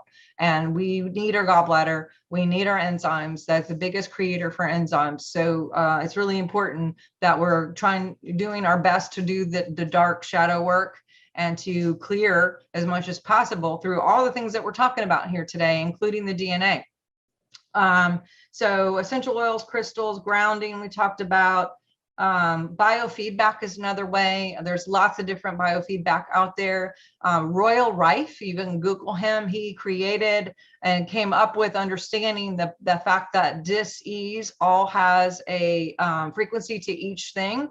I know I'm almost finished. So the counter opposite of that frequency would be the thing that could cancel it out. So let's say 50 is a certain frequency of disease. You would put in a -50 frequency and send that, and that will cancel out the disease. I can do this with biofeedback. I can do it remote. So you contact me, I'll get your bio picture, your information. We do a screenshot of what's going on in your field. I can read the field to give you 30 different reports on chakras, on anatomy, on today's stress, on hormones, on EKGs, on gosh, everything, infection, all of that. And then we can send you the opposite frequencies back to you so they will cancel out. And then you can have a better response in your field, which will give you different patterns in your life. And you'll start seeing different patterns and you'll feel better. So that's a good thing. We've seen a lot of people upgrade on the map just by doing a lot of these things that I'm talking about. EMF support is a big thing. Make sure you're using something on your phone, on your Wi-Fi so in your house, or have a lot of crystals in your house. When I'm doing biofeedback on people, I can always tell who has crystals because they'll get a clear electronic report. And I will, that is included in the biofeedback diagnosis, is I could see if 5G is affecting you in any areas, whether it's your home, your appliances, your cell phone, your Wi-Fi, or your smart meter, or what have you, and we can clear that and or get some help and support for you. Now, here's another thing. I've tested probably 15 people this week who had support, and it's not working because a lot of people are getting on this trend to sell a bunch of shit to you for $85 or whatever for a sticker that doesn't work. So be careful what you're using. You can contact me on that. Two more things. Soul audits. I can do soul audits where I can actually measure where are you on the map. We can see where you are on the map. We can see how big your field is, what your soul with field is, and we can see how big your radius is. And then we can see which chakras are out, if your masculine or your feminine is out. And what I've been seeing is the more alignment is going on in the chakras and the divine feminine and the divine masculine, then people will automatically start moving up on the consciousness because everything is rotating the way it should in the energy field and in the biofield. And then there's an immediate bump up. And I do coaching and work with people on that, or just a one-time measurement. Last thing is parasites. If you can do a parasite cleanse or get a zapper that can like give them a frequency that fries them. This is so important to your field and your ascension, because the energy of parasites, if you have parasites in your body, parasites have their own field and their own energy because they're a living being. And that will come up in your radiation. That will come up in your projection. If it comes up in your projection, then the code for that is, I'm a great victim, cancel clear. And so you send out victim energy without even realizing that you got it. And then you start magnifying people into your life that will only submit to your lowest denominator. And they will find themselves taking advantage of you because of the code and not even knowing why they're doing it. And so you'll start having people like just not appreciating you or taking your money or not showing up for things or just being an asshole. And you're like, oh my God, I'm the loyalest person on the planet. I do all the good things. I'm so loyal to everybody else. And, you know, I still get this back. And so, you know, sometimes it's things in the body physically that are causing that radiation, that code, that language that will give you a different pattern. So that's it. You can grab the book, The Science of Miracles, swiftfire.org. You can find out all the information on me. Again, I would love for any of you to find me on social media, and I'd love to answer any questions or whatever if you have questions. And I'm just really, I love all of you guys so much. I'm excited about the new guests coming on next. And I just think you guys are amazing. I appreciate being with you today and sending all of you mucho, mucho, mucho love generated peace code to everyone involved. And I look forward to working with any of you who are interested in a soul audit or a scan or just say hi. Just say hi. I love meeting people. So love you guys so much. Thank you so much. Oh, God. And could you let everybody know about that grounding pen that you had? Yes. So this, I have the grounding package, and it's just, it plugs right into the ground. This is on my website, swiftfire.org. It just plugs right into the grounding part. And then the zapper is on there too. And what this does is it has these copper metals.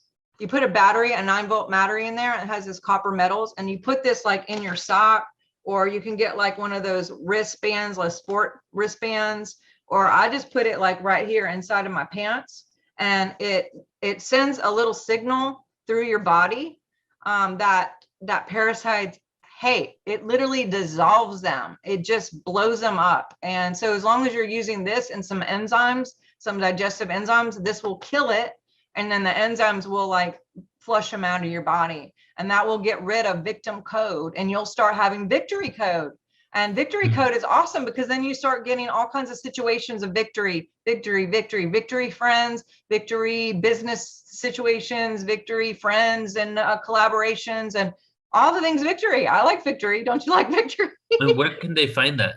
Everything is at swiftfire.org in our bookstore, swiftfire.org, as long as so is my book and like all the other stuff. So yes. Beautiful. Dr. Charnell, thank you so much. Appreciate you. Thanks for hanging out with me today, guys. I love you so much. And I'll be brilliant. Brilliant. We can change our DNA. Yeah. Brilliant. It's what I'm going to talk about tomorrow. So I'm really awesome. Awesome. And those zappers really work because they've been around for a long time. They've been through a phase, like they were big in the 80s and people forgot about them.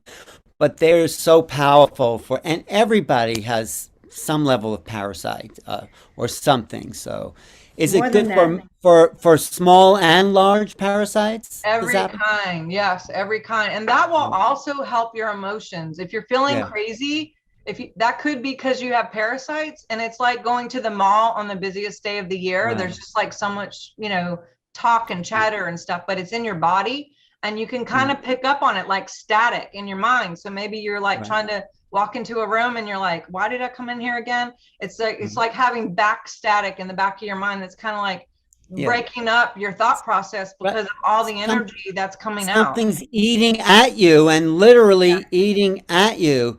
And when they say people die and the worm eats them, it's the worm from the inside, not the outsides that eat people. Okay. That's so good. Yes, you're right. Check out the parasite stuff because they're even showing the parasites cause cancer. And it could even be underneath of COVID, but that's enough for that. Yeah. We need to clean out. Yes. Thanks. That is such good information. Juice. I mean, I've been juicing since 2015. Nutrition's great too. And so thank you. And love you guys. Talk soon. Thank you. All right, everybody. So moving right along to our next presenter here. And we didn't pick up some time because we have limited time for our panel. It needs to end by 6:30 today because Deborah Giusti for the Ascension panel must end at 6:30. So we've got to keep it flowing. So our next presenter is someone I'm really excited to bring on once again because of her amazing energy. And we had her on the Sound Healing Conference just a couple of months ago. Her name is Esu, also known as Share the Light and Share the Light 333. You can find her on Instagram. Is an artist, community builder, mental health advocate. Esu shares her light language through music, artwork, and has helped many beings activate and remember their own light language through her transmissions and community support. She holds weekly group meditations to support the mental health of empaths and starseeds, and a light language sanctuary whose intention is to cultivate more openness around our multidimensional self-expression, and through it offer healing to Gaia through our own inner healing. Her mission is to help as many humans remember how multidimensional they are, how beautiful their unique soul frequency is, and to create safe spaces for others to unlock their own light to share with the world too. Hey, Esu. Hey. Thank you so much. Good to see you too. It's an honor to be here. And to return, thank you so much for putting this conference together and sharing space. Since the last time I was here, I'm not the same person. We're going through so many rebirths over and over again. And my heart is beating. I feel so much energy in this space. And I want to say thank you to the doctor that just spoke before me. So much beautiful information. I have a grounding mat under my feet right now. And so it's beautiful to hear about these things that have been helping and supporting me from an actual doctor. So thank you. And hi to everybody that's here in the Zoom call and live on YouTube. I'm so grateful, and live on Instagram. I was checking in with my heart and feeling into what I could offer today, and Great Spirit is guiding me to share a little bit of grounding. We're feeling so much energy right now. A lot of us are moving through so many different things, a lot of shadow work, a lot of crying, purging. And so I wanted to offer a space for us just to ground just to ground and to breathe, and hopefully offer a frequency that will be a fresh breath for you to assist you in opening your heart. So to set us up in that, thank you, Doctor, I see you in the chat. To set us up for that, I'd love to offer a little bit of EFT tapping. It's like emotional acupuncture. It's super easy, and this will just help us move our body a little bit to support us ground, and then I'll shift us into opening up the heart so we can anchor here as a collective in service to Pachamama and those who are going through this process. To do a little bit of grid work, and I'll be sharing some light language that will offer whatever it is that your soul is needing most during this time. So just to begin, you can just follow along with me. We're going to be tapping with 2 fingers. Doesn't matter what 2, you're just going to use the very tips of them, and we're going to start by tapping on our crown, the very, very top of your head. So just trusting your own flow, giving yourself permission to try this today, tapping on the top of your head. And let's take a deep inhale through our nose. And exhaling, we're going to move from the top of our head to our third eye. And as you are tapping, just allowing yourself to fully be here. There's so much information, so much that we're consuming. So right now, my offer to you is just to be here with your body. And from the third eye, we're going to move to the inner corners of our eyebrows. You can use both hands if you'd like, or just one. It doesn't matter. It's the same. And taking another deep inhale. And exhaling. And from here, we're going to move to the outer corner of our eye. It's not the temple. It's right on the outer corner. And we're tapping here on the end points of your meridian lines. This is just opening and allowing your energy to flow, just like acupuncture would, but this is more emotional acupuncture. From here, we're going to move to underneath the eye. Again, taking a deep breath in through your nose. Exhaling and grounding. Just releasing any tension in the body. From here, we're going to move to the upper lip. And just tapping. Perhaps your eyes want to close. Just follow the guidance of my voice. Trust yourself. Always follow what feels best for you. And from here, we'll move to the chin. Breathing in, reclaiming our power. As we exhale, again, releasing tension. From here, we're going to move to our chest. 1 inch underneath your collarbone is a sweet spot. So just go ahead and tap here. If you need more support with grounding, sometimes I like to pound with my fists a little bit harder. For a lot of us, we tend to spend so much time in the ethers. And so this helps us to ground back into our body. And from here, we're going to move to our karate chop point, which is right here on the side of your hand. And again, I'm still using 2 fingers. Beautiful. So breathing in. We're going to move through that sequence again. And now I just want to invite you to set an intention. What is it that you need right now? What is it that you want to feel right now? How can you open your heart more today? What is it that you need to release? I'm going to move to the top of the head. We're going to move to that one more time. And just breathing into that intention. Releasing any judgment. If we're not even sure what it is that we need, that's okay. Third eye. Setting the collective intention to just ground today, to center today, to move to the eyebrows, setting the intention to just breathe, to open the heart, move to the side of the eye. Just allow ourselves to be exactly where we are without having to force into another state or to be like anyone. Just staying right here where we are in our journey as we tap on underneath the eye now. Breathing in. As you exhale, release any extra tension. Upper lip. And to the chin. Breathing. Exhaling. So move to the chest again. And just notice how your body may be shifting, may be opening, what this energy feels like for you. No expectations. Moving to your karate chop point again, side of your hand. Breathing in, exhaling. And just like the beautiful Trinity, we love to move in threes here. So we're going to do this one more time. Top of the head, just allowing yourself to become more still as you tap on your third eye and your eyebrows. Moving a little bit more intuitively now. Side of the eye, breathing in, underneath the eye. Upper lip to your chin, to your heart space. And again, on the side of your hand, your karate chop point. Taking another deep breath in. Exhaling, releasing with a sound. And we'll stop in 3, 2, 1, allowing your hands to just fall onto your lap. And for you to just feel all of this energy rushing through you as you breathe in and out.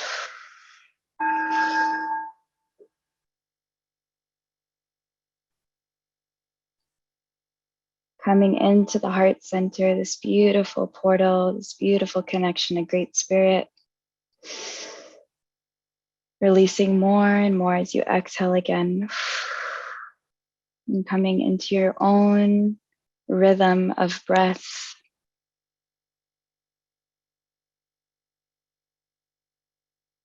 And as we connect with our hearts here together as a collective, may we amplify this intention to maintain an open heart, to connect with only the highest of frequencies of the purest source of unconditional love, of compassion, of grace, of reverence for the human experience and non-judgment, to anchor in the frequencies of joy, to hold space for ourselves, to release any expectations, and to breathe in and reclaim our power. And as we exhale, may we anchor in to Earth Mother, allowing a beautiful grounding cord to support us, to stay connected with the earth as we open and raise our frequency simultaneously above and below. Opening the heart with every inhale, every exhale, grounding more with the earth. Beautiful golden anchor, golden cord of light, ascending down, connecting with Earth's heart, dropping down through all the layers as we inhale and open our hearts more. We exhale and ground.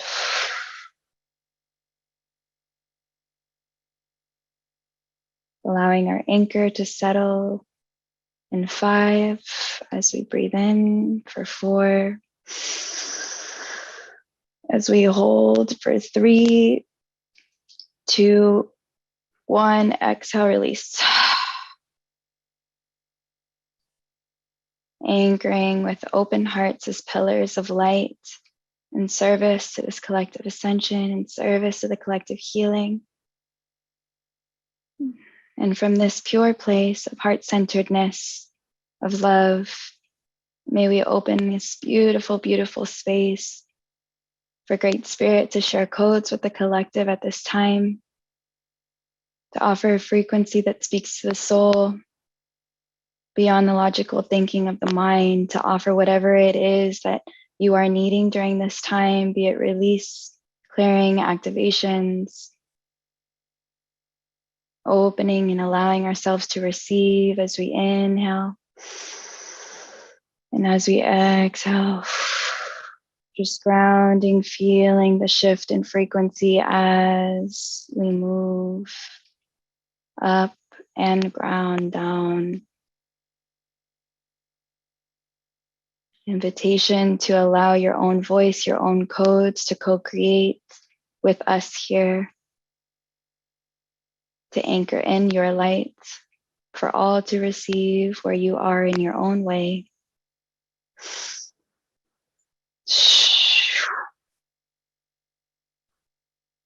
Thank you, Great Spirit. Waya wakwa sa e wakwe me waya yo utut e kut it e mawash. Wawa yar e awku aish e amyawar ita ayakur e amyawa yaki amyawasa ayashi inesh. Breathing. Ooh, ya papa ishkar amyawasi it uri amawar amawaish. More emawar emiwe kur eash ayokur emiwe wa pichur amya pap aish. Staying connected to the heart, anchored with Pachamama Yabakaish. Urkayash Iamewar Yamawachi ir ar yabich iamur karayashi yabachi its ur yamewete yabapai. Yar kitaish ya ototorea ki anye kaishke. Narata tariasha kiat yanara kia shatsura kitanje. Urkiara itatariashi kutsamyewa kaya. Urkayashki atsa. Murakiatachi atsuria mewaria ki asamya washus. Washush wasushi sepya papuaya piwar.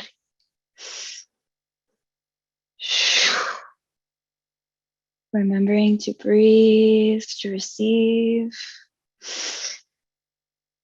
Release on the out breath.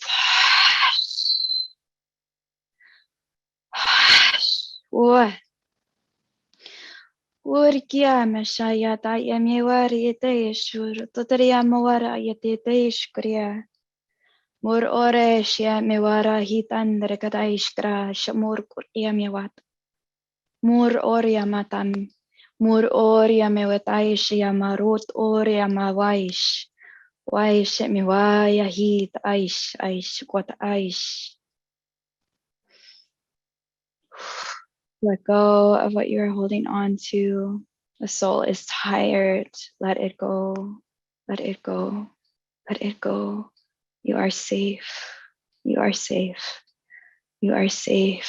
Breathe into this light. Ooh. Yes. Why? Nama hit aish what ish kaamewat. Mut ar aish am yawat ar or yamaut or yam yawar aikit aish. Mur ut iki ais am yawat aish ur imawam awar ki aish ut amwash. Breathing in on the exhale, make a sound, a tone to support your own human vessel with these codes. Breathing in.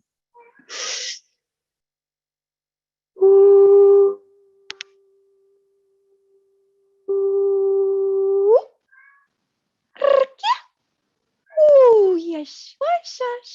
Ar yummy wish. Breathing in.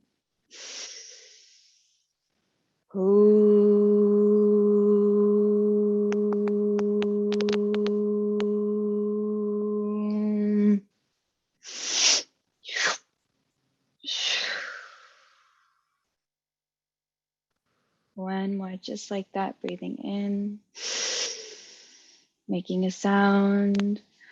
Hush, whoosh, whoosh, whoosh, whoosh, whoosh.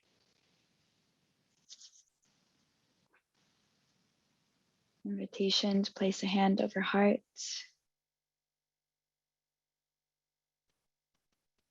One over belly, one over the womb. To feel and just integrate into that as you breathe in. And exhale. Allowing these light codes to anchor in through your heart space. And through this unity, through this connection, may all beings receive the healing that we are each individually experiencing within our own life. May our own personal healing ripple on. May we remember to stay in our own experience, to hold our frequency, to stay in our heart space, to keep our hearts open, to stay grounded here on the earth, to breathe, to release, to come back home again and again and again.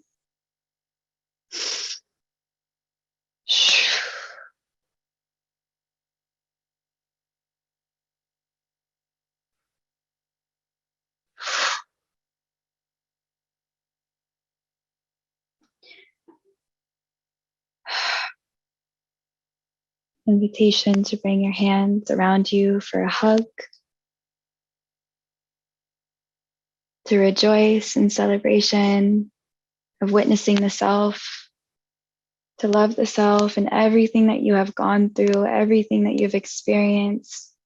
May we celebrate the fact that we are here right now during this time, that we have each other, that we have this community, that we can feel this much. And as we know, sometimes we need to be reminded that it is okay to cry. It is okay to feel. It is okay to look at our shadows. It is okay to mourn, to release and express our grief. It is valid. There is strength in your ability to let go, to feel. May we hold no shame, no judgment, and just to hold ourselves when we need it, to be a loving reflection for those around us, keeping the heart open, always, always, always speaking from this place, moving from this place, creating from this place of the heart, breathing in that remembrance.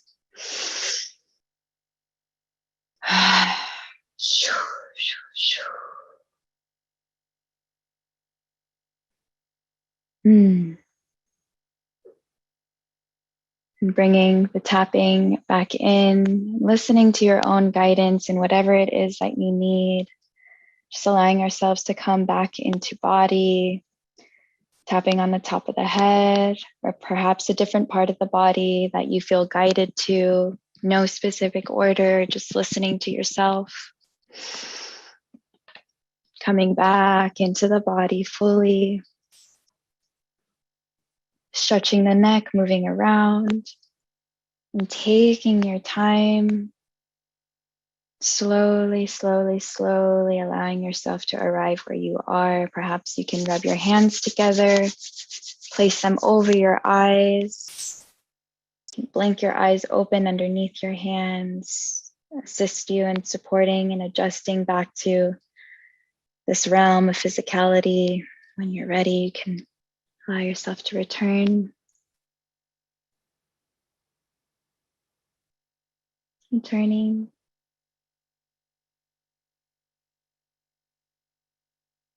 And as we shift back into this space, I'd love to share a soul song. Dewa shawalakia tereki shamawa koye sharien. Nawate shawaki amoryesha.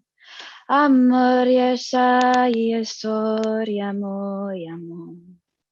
Awashoryame shaye. Kuryama shaye.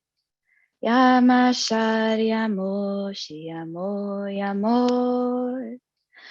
Ayasama woye woye sam. Mawa shorya mewa shorya meya shorya awake samom.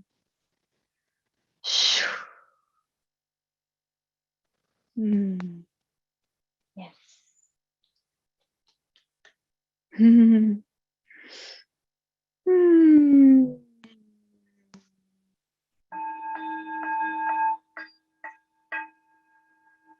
Shoo.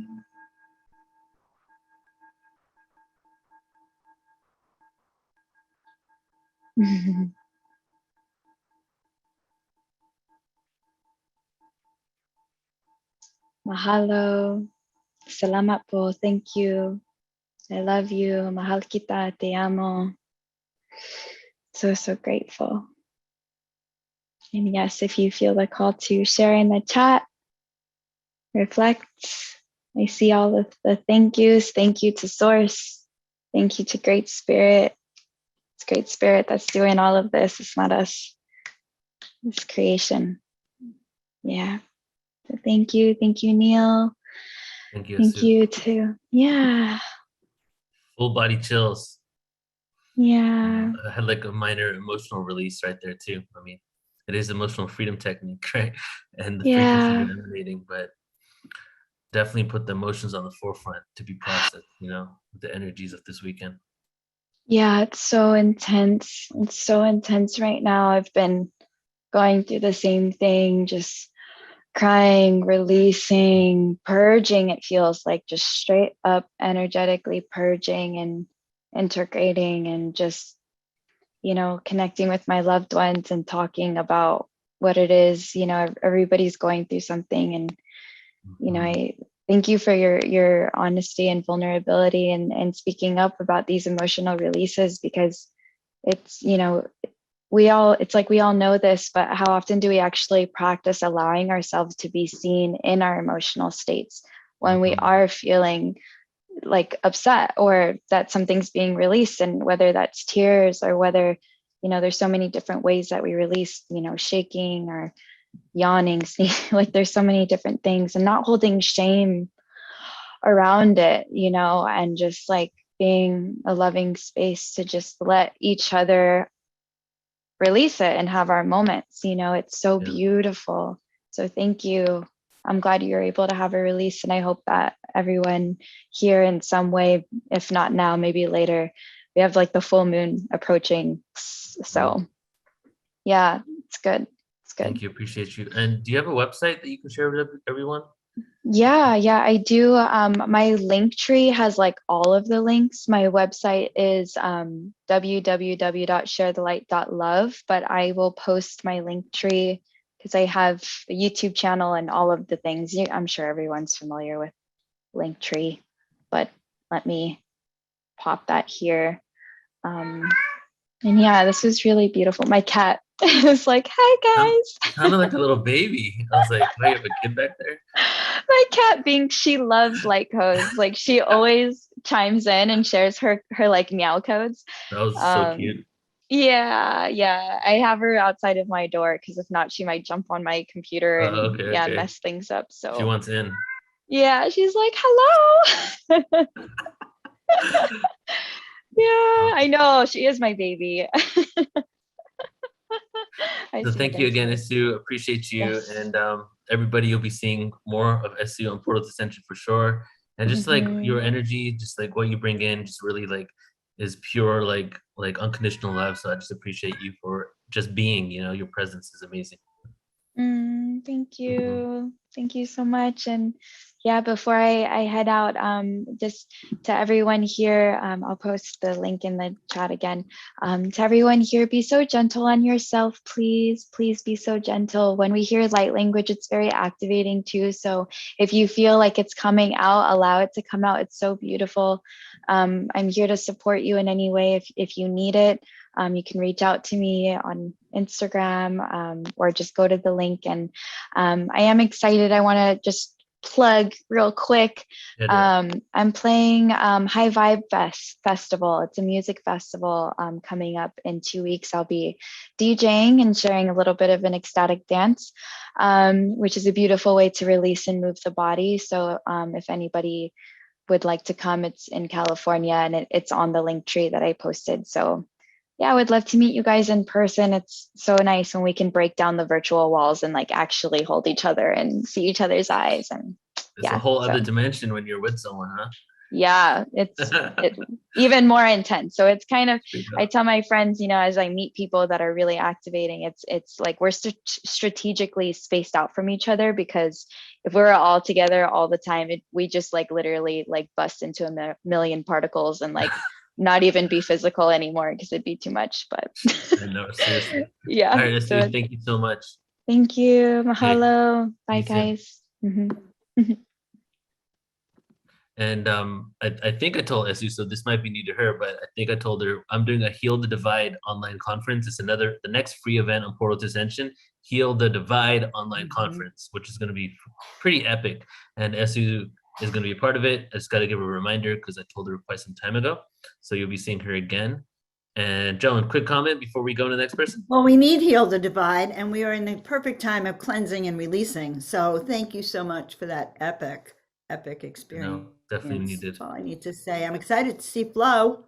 Yes, Brother Flo is up next, everybody. And the friendship between Flo and myself has blossomed to great heights, and I'm so excited. I truly love this man, and I'm going to be doing so many amazing things together. So Flo Karuna, aka Nature Flo, is world soul traveler that journeyed throughout the planet with miracles occurring through intuition and faith. He has been referred to as a channel for Earth consciousness and is passionate about sharing new offerings that unify the planet for the next 7 generations and beyond. His life has been dedicated to empowering others, the teachings of Mother Earth, and connecting others to the galactic realms. He is the creator of the group of Oracle Masters of Light and the Pleiadian Starseed Oracle deck.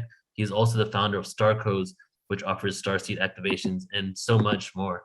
Hey, brother. Aloha. Good to see you, man. How you doing? Great to see you.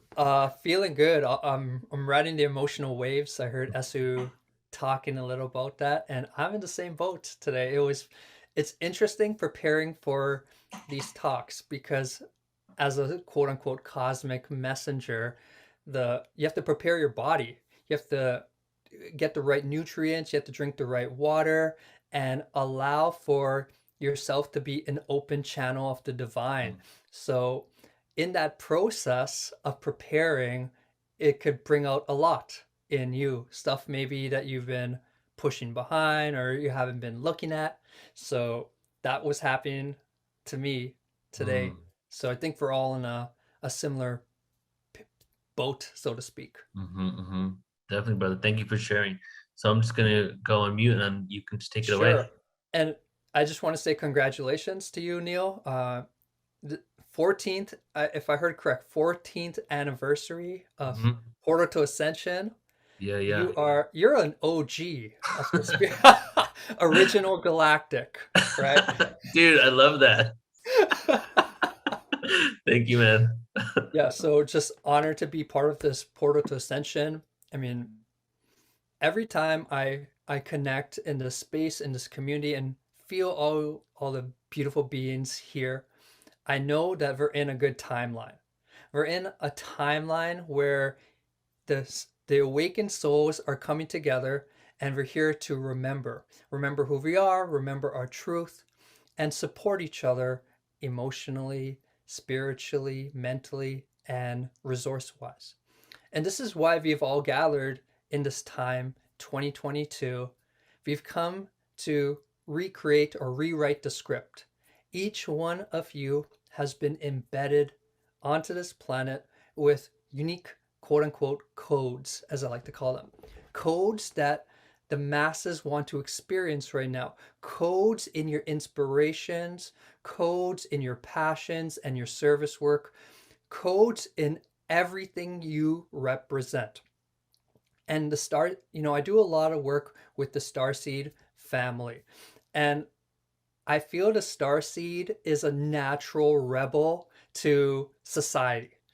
not a rebel in the context where we want to create conflict, but a rebel because we are embodied with such a revolutionary frequency and revolutionary ideas that we're naturally going to be labeled a rebel in a society that's still awakening and evolving.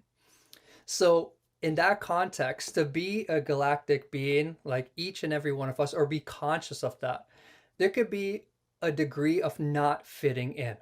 There could be a degree of not fitting in with your family, with certain friend cycles, circles, and whatever. And this is the blessing of this time. We can see us being like the black sheep or the cosmic sheep of our family as something that we could potentially lower our vibration and see as a hindrance to who we are. But if you look at it from like a deeper perspective, and we look at how civilizations and societies have operated before us in this past cycle, there has been a lot of adherence to mimicking others, mimicking what the authorities tell you and suppressing your unique authenticity. So the gift that we all have right now through each and every one of express and allow this authenticity of our soul to come out. The authenticity that source, God, the universe, whatever you want to call it, embedded you in this reality for you to be the ultimate expression of yourselves. And when each and every single one of you allows this freedom of your authentic expression to come out, we begin to reshape this world. So there's an ecologist in India, Vedana Shiva. I don't know if anyone's heard of her, but she speaks a lot about monoculture, how factory farms are planting one seed and they're just growing one sort of product. What this is doing is actually creating a lot of imbalance in the ecosystem because Mother Earth is the planet of diversity. When you study the ecosystems, when you study the flora and fauna and the unique habitats on our beautiful Earth, there's a commonality amongst all, and that is diversity. In Mother Earth's diversity, we flourish as a civilization and flourish as a healthy planet. And this is the opportunity that is being presented to each and every one of you right now to showcase who you are without guilt or shame. We've been talking how, we're in this full moon cycle right now, and it's bringing out stuff. It's bringing out emotions. It's bringing out certain stuff in people. We're all different, but at least it's bringing out of me and hearing the past two panelists. And what I feel is this release, this emotions that are flowing out of us are giving us the space to tap into our authentic truth. And one of the tools that we could use in this lifetime to not let these releases override us is to be in a place of non-judgmental awareness, non-judgmental feeling, and entering into the viewer consciousness, or you're observing yourself. And when you are in this place of observation and you simply allowing the emotions to come through and not reacting, being in a place of balance, a miraculous thing begins to happen in your being. What happens is your mental state doesn't connect energetically with the emotional signature that is playing out, and a doorway opens for it to release out of your system with ease and grace. And we have to understand that a lot of the information that is playing out in our energetical body isn't necessarily us, quote unquote. It's more like a passing wave, a passing wind that is just going through our system and exiting.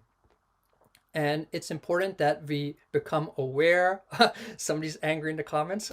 Peace to you, bro. But it's important that we become aware of these sensations within us and allow them to pass through with ease and grace.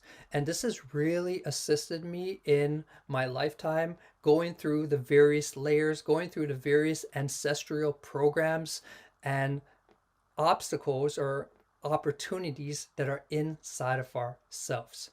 So I invite you all, when these emotions arise, to take the deep calming breath, fill the prana into your temple and vessel, and allow your vibration and calibration to neutralize in the place of non-judgmental awareness. And being in a place of non-judgmental awareness is what opened myself to the galactic field. The year was 2006, and I was invited to an enlightened conference. That's what it was called. And there was a speaker talking about him entering a certain state of awareness. So that day, before I went to the conference, I made a commitment to myself. I guess it was out of synchronicity, to be in a place of non-judgment. That was my goal for the day. So I got to the conference and it was going great. And there was this homeless man who was part of the conference. So I began to have a conversation with this gentleman, and I asked him, "What brought you to this conference today?" And he told me that he ended up meeting star galactic beings who came down, and they were very enlightened in their energy field, very enlightened and benevolent in how they communicated with him, and he wanted to learn more by coming to this conference. Now, this was in 2007, and I was brought up with a lot of society programming of what exactly is an alien, right?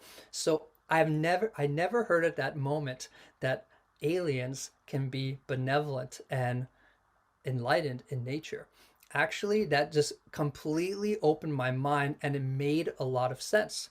So I ended up inviting this gentleman to a coffee after the conference for him to share with me his experience. This was the opening of so much awareness to me, but this being shared that he was taken aboard a ship and he met many enlightened beings who I feel were the Palladian beings. And they were imposing on him a certain energy in his field that was increasing his energy, increasing his vitality, and allowing him to understand this reality from a more deeper level and scale. And that day completely opened my awareness, and I share that it's because I committed to non-judgment. And if that day, for whatever reason, that was the day I committed to non-judgment, if I didn't commit to being in a place of non-judgment that day, I wouldn't have had this opportunity to engage with this being and be open to receive his messages. And this is what I feel is such a tool in our existence, to have humility and have the ability to be open to receive information beyond what we know. And today the topic I wanted to talk about was soul gifts. We hear about these soul gifts in ourselves and other people.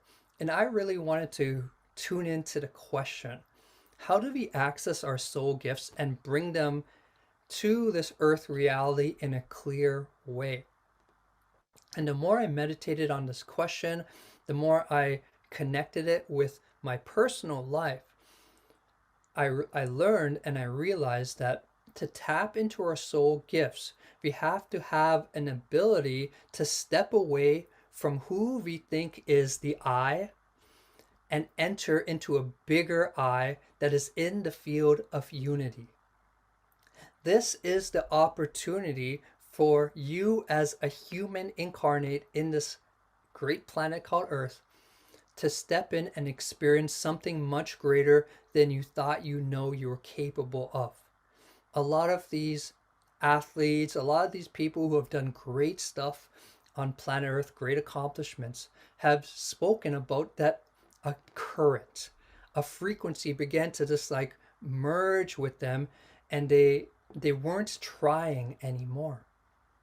And when I looked back at my life, it was allowing this openness, allowing this current to enter into my being and open me up into soul gifts that each one of you hold, each one of you possess. So there are many soul gifts that we could talk about. We hear about psychic abilities, we hear about telekinesis, we hear about individuals who have an ability to manifest. I am a student of the yogis of India. I have a very strong connection with Mahavatar Babaji, one of the Kriya Yoga lineage masters.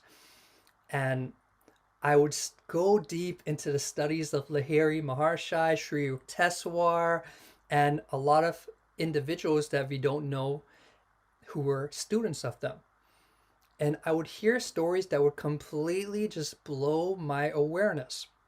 So there's one story about a master in India. He's in his 80s. He's in his late 80s, and his body is starting to deteriorate. He tells one of his students that tomorrow I'm going to be swapping bodies. Yes, you're going to have to meet me at a specific location tomorrow, and I will be there in different form. So the student was like, Master, are you losing your mind a little? Or he was starting to doubt or question what this master was saying. So he just was loyal to his master, and the next day he goes to this river spot, waiting his master just like he was told, and this new being shows up. He's in a younger body, he's in his 20s, but he is the same consciousness of the master. And this being begins to speak, and he speaks exactly the same as his Guruji, just that he's in a different physical vessel. And he begins to explain to his student that he was aware in the soul field that an individual was transitioning from his body, and I guess he sensed that it was a great new vehicle to enter. Now, the reason I share this story, not just to open our awareness to what is capable in this experience of consciousness, but to remind us that this is just temporary. This body we reside in is a vehicle of consciousness, and we are connected to something much more greater, which is the soul. And to access this soul field is, I feel, the basis of us connecting to our soul gifts. So one of my jobs, they told me to be very personal today, so I'm going to share a lot of personal stories, but one of my jobs on this planet is to be a cosmic messenger. I communicate a lot with the galactics. I don't like to refer to it as channeling. I feel it's a conversation where I hear a voice and we're just engaged in a conversation, kind of like Neil and I talking at the beginning. So it's very normal. Sometimes they appear in front of me and there's conversation, but the basis is that there's an exchange of energy.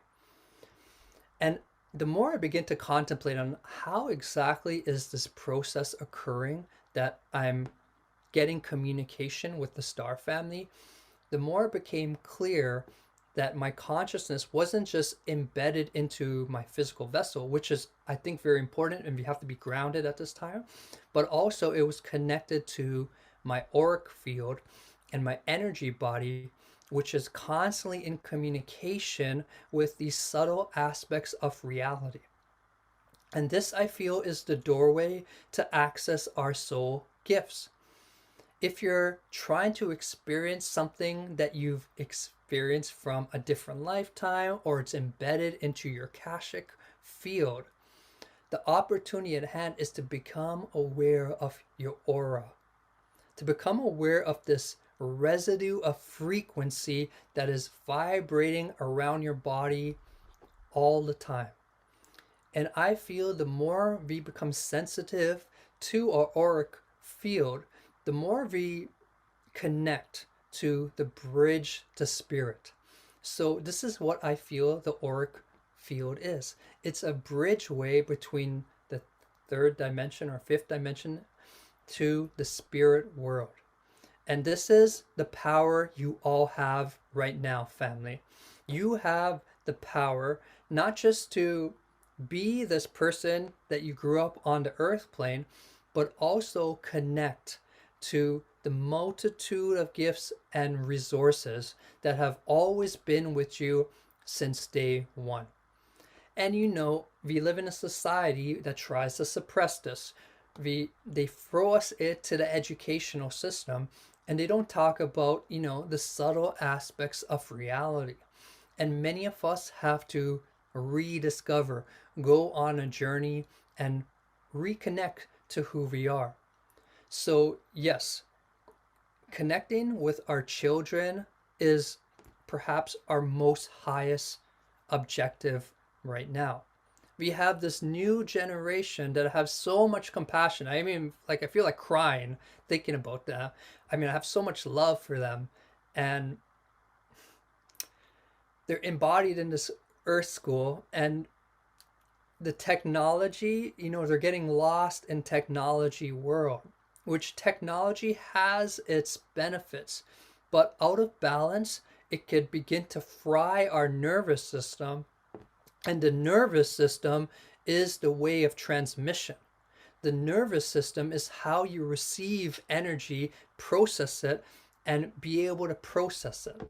So we are all beings of upper technology. We are technology. And the more that we bring the pranic force into us, the more that we increase the speed of our nadis, our energy centers, the more we're able to have these exchanges with higher multidimensional beings.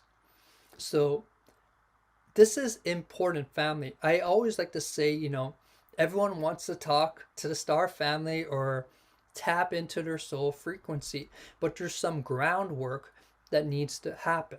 And the groundwork is starting with your physical vessel. Your physical vessel is the root of everything you're going to accomplish on Earth. And fortunately, we have many tools that we could use. So one tool that I use is, I don't know if you can see that, I work a lot with water. So water has an ability to be programmed. Water has an ability for your intention to fuse with it, and for you, through your intention, through whatever you're imposing into the structure of water, it's going to take on that, because water is the shapeshifter. Water could adjust to little crevices. Water can open. Water can expand and evaporate. Water can just about do everything.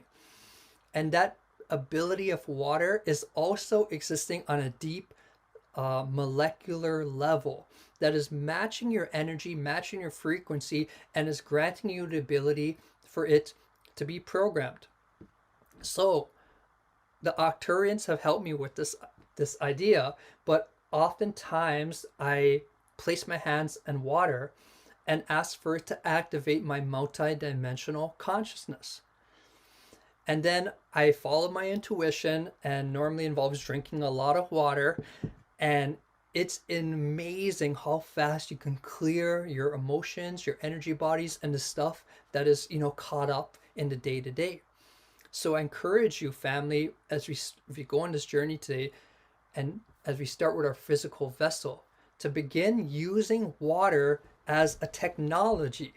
We are 80% water. We live on a water planet, and we have been embedded into this earth school, of course, to understand water, because water is the basis of this reality.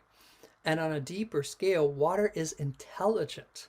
There is a consciousness to water that when we choose to engage in a dialogue with it, or choose to see it for the genius it is, water will reveal its truth, and you can begin to work with it. So seeing the genius of any element continues with everything in this reality. If you through your perception choose to see something as genius and alive, it will reveal itself to you. But if you see something as not intelligent, not aware, not consciousness, your wish is the universe's command. And this applies to people in your life, animals, trees, you name it. We have an ability through the power of our perception to open doorways, to open communication, and to reclaim the narrative that has been embedded by the original caretakers of this earth, that all is alive to all our relations. We are in this alive field and we are merging together. So that will assist you. And I want to give a lot of tools today because I feel like we have a population and a group that really wants to embody their soul gifts. So once the body is operating at an optimal frequency, and in addition to water, I think exercise is very important, at least for myself as a starseed. Maybe other people could relate to it, but without exercise, my being is not generating the energy in a proper dynamics, and there's stagnancy. And if there's stagnancy in the energy body, it's hard to really absorb these multidimensional codes that are constantly intermingling with us. So my mission to the starseeds is to be in your body, be connected with your earth, and from there, everything will evolve. So once you feel like your body is operating at a frequency or vibration that's assisting with your soul path, we can begin to enter into more subtle planes of existence. And meditation, I know we hear about meditation all the time, but I meditate a lot, but actually we have shifted a cycle. So if you talk to me like past before 2016, I would be almost monk-like in my meditation practice. I would be meditating 7 to 8 hours a day and just fully immersed in the spirit world. But as we enter this feminine cycle that we're in, slowly tilting feminine, it's actually, we don't have to meditate like a monk anymore. The pressure is off you to fulfill the blueprint that the masters did in that cycle. In this new cycle, we need adjusting and adapting. And what is called is brief meditation.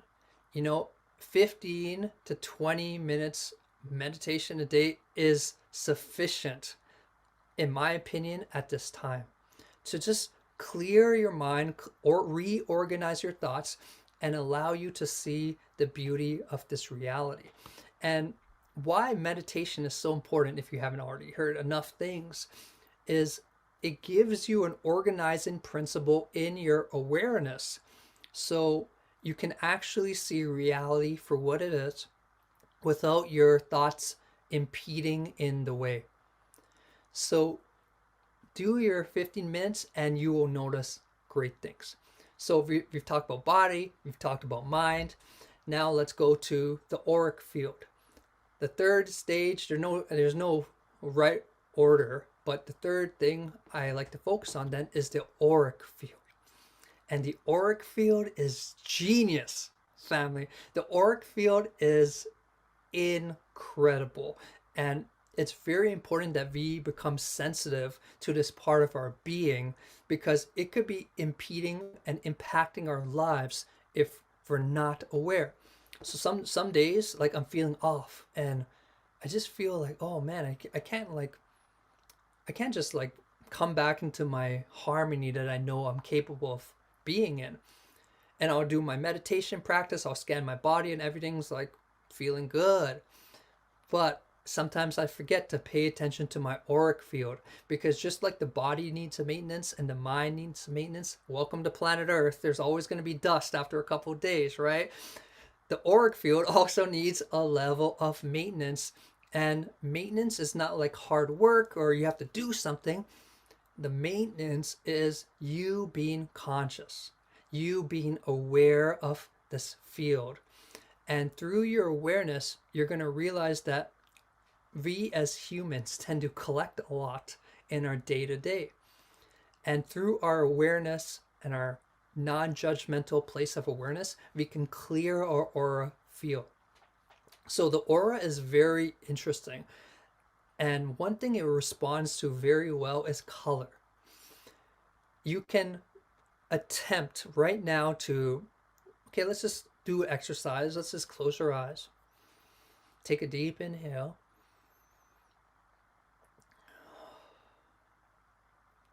And let's begin to just sense the aura field around us. It could be anywhere from an inch to many meters stretching out.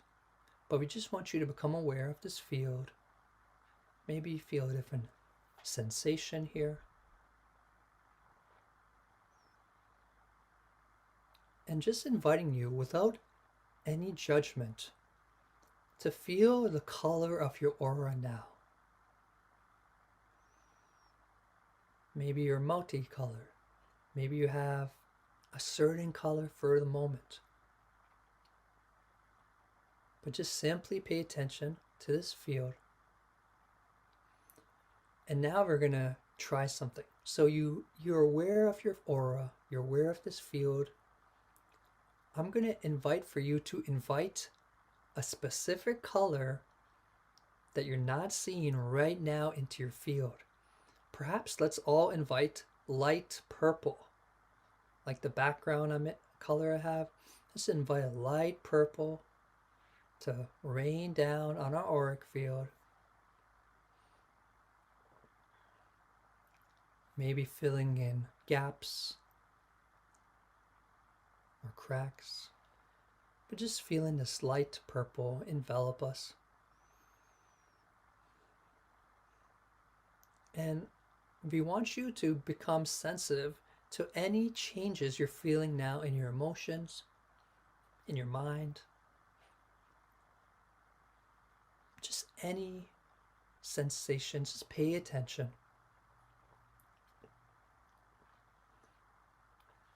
Okay, now let's slowly open our eyes. And the purpose of that very subtle exercise is maybe you're going to notice a difference when you invite a color in to your field. Maybe there's going to be a little shift. Maybe you're going to feel more calm or maybe more energized or whatever it is. But there is something that is occurring from a level. And we do this exercise because we want you to realize what an impact the aura field is having on your day-to-day awareness.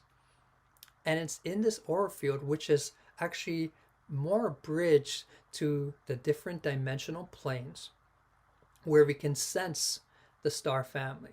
It's here in the aura field where we could sense the spirit world, where we could sense the Akashic field, and where we could access our soul gifts. So coming back to the story of the master in India, consciousness is beyond your physical vessel. And the more I started to contemplate on how am I communicating with star family, the more it became clear is an element of this being's consciousness is traveling or meeting in a different plane of reality. And how you, as a human who wants to expand their multidimensional awareness, is you can experiment with sensing your auric field and then maybe shifting it to another intelligent form, like a tree, like a plant, like an animal. And what you will sense is when the consciousness shifts to something outside of you, while you're still connected with yourself, it begins to get a blueprint for that entire being's field. You begin to feel their emotions. You begin to sense their thoughts, sense what they're going through in the day, even sense like their past lifetimes. And this is how I personally get information. I mean, it was unconscious. It was just happening, but breaking it down into the conscious level, the consciousness was reaching out beyond itself, getting information and coming back. And this is the gift that you all hold, that we all hold as empowered beings on this earth, to be receptors of the subtle planes, be receptors of the dimensional field, and to be this bridgeway between the humans and the star family. There's always a step that each species has to take. Many of these star family beings that we work with are taking a step to come to our dimensional field. And we, as humans or hues or whatever you want to call us, we have to take a step in the dimensional plane to create this bridge network between us and the galactics. And that is what is happening right now. We are in the pioneer stages of us entering into the councils, the galactic councils, the star federations, and being this galactic society that we have been destined to become. So may your mind, body, and soul connect you to your various soul gifts. Now think about like psychic abilities. It's once again connected to the aura or the sensitivity to the world around you. Psychic abilities is you receive information, you receive thoughts, and you receive visions from something outside of yourself. Once again, there's an element of you going beyond your human self, getting information and pulling it back in. And this is the future, my family. This is where we are headed. We are entering into the age of intuition, which in this feminine cycle is the way to succeed. Planet Earth, 2022. We do not have a lack of information. There's a topic available. There's education on every topic in the internet. Simultaneously, there's different perspectives. So there's research that supports one train of thought, and then there's research that supports another train of thought, even though they're the exact opposite. So with just simply being logical, we're not going to get the full essence of truth. And the empowerment right now is for each and every one of you to experience the subtle planes of your being, of reality at large, and that will give us the tools to decipher what is authentic and truthful and what is not. And as we develop this group consciousness that is attuned to their intuitive abilities, the false leaders on planet Earth are going to begin to crumble, because we as humans are going to be able to see right through them with our abilities. And that is what is happening right now. We are seeing through agendas. We are seeing through fake, false, I don't want to say fake, but false leaders. And we are opening up in the mastery rests within yourself. You are the change you've been seeking. And we honor you for being on this planet and entering into this time of upgrade. May your cells be upgraded.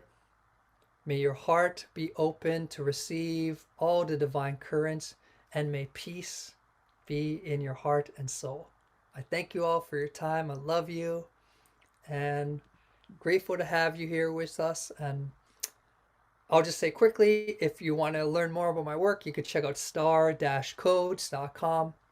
And what we're trying to do is empower people to be their own galactic ambassadors and have their own conversations with the star family. So I love you all, and Namaste. Thank you so much, Brother Flo. And I want to just take a moment to tell everybody about your event that's upcoming, right? So let's do that real quick. Sure. So let me just first say that, I can't say enough about you, man. Like, we've definitely been growing, our connection's been growing, and we have all these overlaps in which we're going to be contributing and working together, some great, amazing projects. We even did the Egypt and the Star Family conference with each other about a month ago. but you have another event coming up. So I'm just going to share screen. We'll take a couple minutes here. Why don't you tell everybody about this? Yeah, thank you. I appreciate it. Well, we have the Lyra conference on April 23rd, 2022, this upcoming Saturday. And it's part one of a Remember series of conferences that actually we're going to be co-creating with PortalToAscension too. So these conferences are built on individuals who are connected to a specific constellation. In this case, we're exploring Lyra, and we've got amazing souls who have uncovered their memories, uncovered the teachings of Lyra, and they're here to make us remember. And I feel it's important that we come together in groups, and when we come together in groups, we enter into group consciousness, and we're able to put the pieces of the puzzle together. So April 23rd, we're going to be doing this conference. We have an amazing group of people, and yeah, hope to all see you. And I know Neil and I are going to be continuing that torch, maybe at the end of this year and next year too. So we'd love to have you all there. Neil, I really want to say, every time I tune into your energy, man, I always feel like a galactic commander. Yeah. That's a great compliment, man. I feel it too. And I feel that I already know, like, we're already going to be producing a few conferences together every single year, but definitely want to see like where this is going to blossom into, because I feel like you and I are going to be working like hand in hand, like in person, literally creating the new earth, you know, like creating structures and buildings for the new earth. So I just love just witnessing how it's all just evolving, you know? Agreed. It's the reunion. And yeah, straight up, man. Feels like a reunion for sure. Love you, brother. Love you, and love to all. Thank you for hearing me out, and have a blessed day. Okay, talk soon. Take care. All right, everybody. So we're going to get into our next guest now, but our next guest is going to be introduced by my brother from Watchers Talk TV. So let me go ahead and bring Omar on here.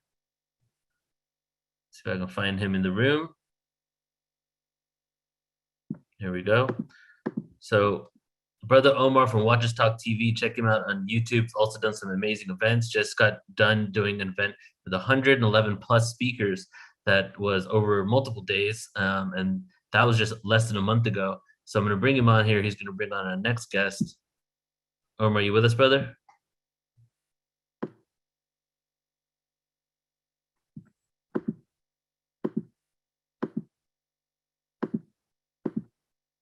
There we go. What's up, homie? Yo, bro, how's it going? It's going, brother. What an incredible conference so far. Thank you very much for putting this together. And Flo, he's amazing. Just love his energy. Kind of reminds me of you. That's so funny. Yeah, I feel like today we've been like really just like creating that spiritual foundation, you know, and then tomorrow and the next day we're just going to go deep into even more cosmic awareness. So everything just flows synchronistically.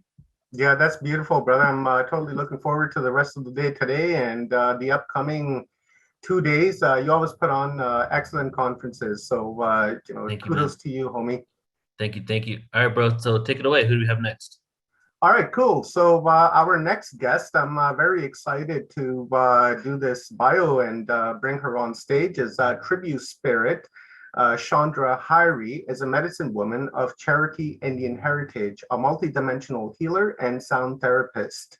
She is the founder of Tribute Spirit, an online shamanic shop working with small indigenous tribes in the Brazilian Amazon. She is also the creator of Aurora Quartz Crystal Chalice Grails, high-frequency sound tools encoded with crystalline codes channeled with the Aurora Guardians. Her name means she brings the light codes. She is the full activation of the spirit of the ancient ones, and therefore she is a teacher of wisdom and one who is lovingly here to guide others upon the highest pathways to their divinity. She works with Aurora Guardian race, her galactic family, who are here from next universe, the future, to help assist in planetary ascension. And we are going to learn about her galactic family and who they are and where they come from, and most importantly, how you can connect with yours. So welcome, Chandra. Nice to have you here today. Thank you so much. It's a real honor to be part of this Portal to Ascension with all these incredible ascension guides and galactic family of light. So I welcome all you beautiful beings, your galactic beings of light. Thank you so much for being here. I am here to speak to you about the auroras.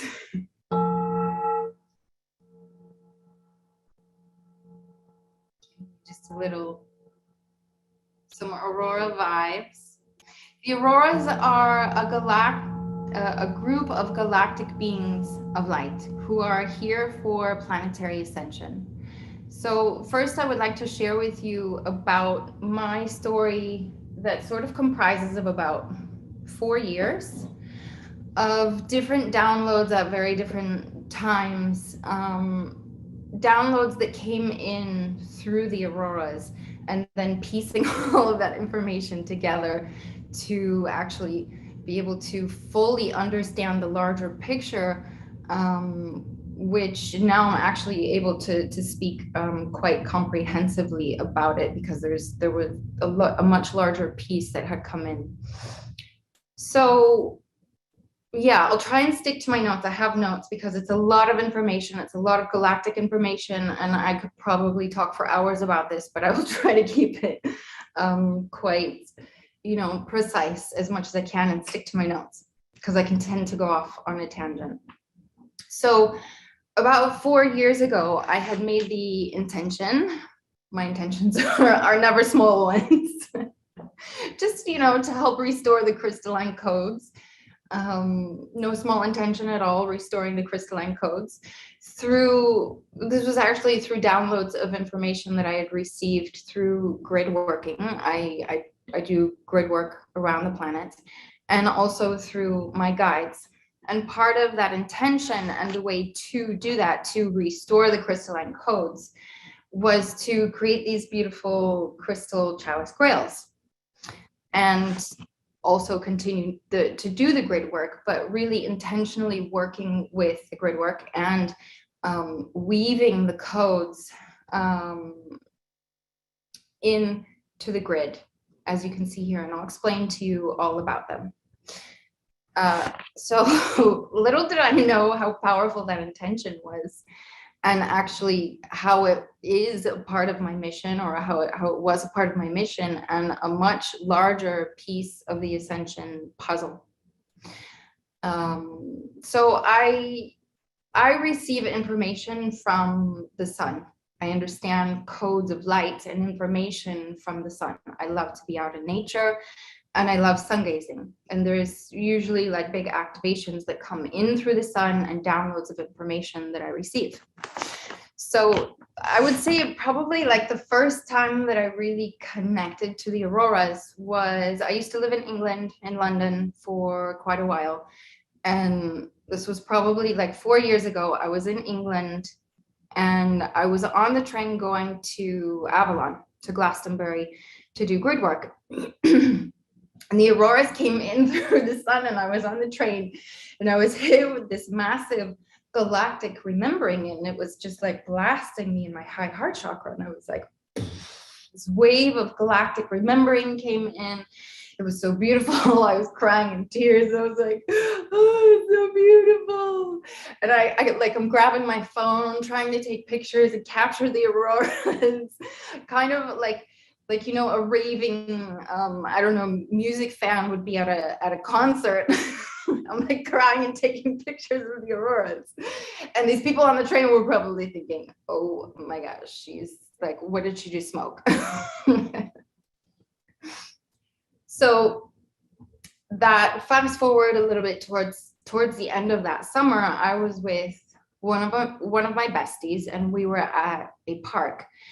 And she was giving me some energy healing, and I was lying face down on the earth, but my face was like this way, and the sun was coming in this way, and I was receiving codes of information and downloads through the sun, and they came in through the sun and were giving me these downloads. And at that point,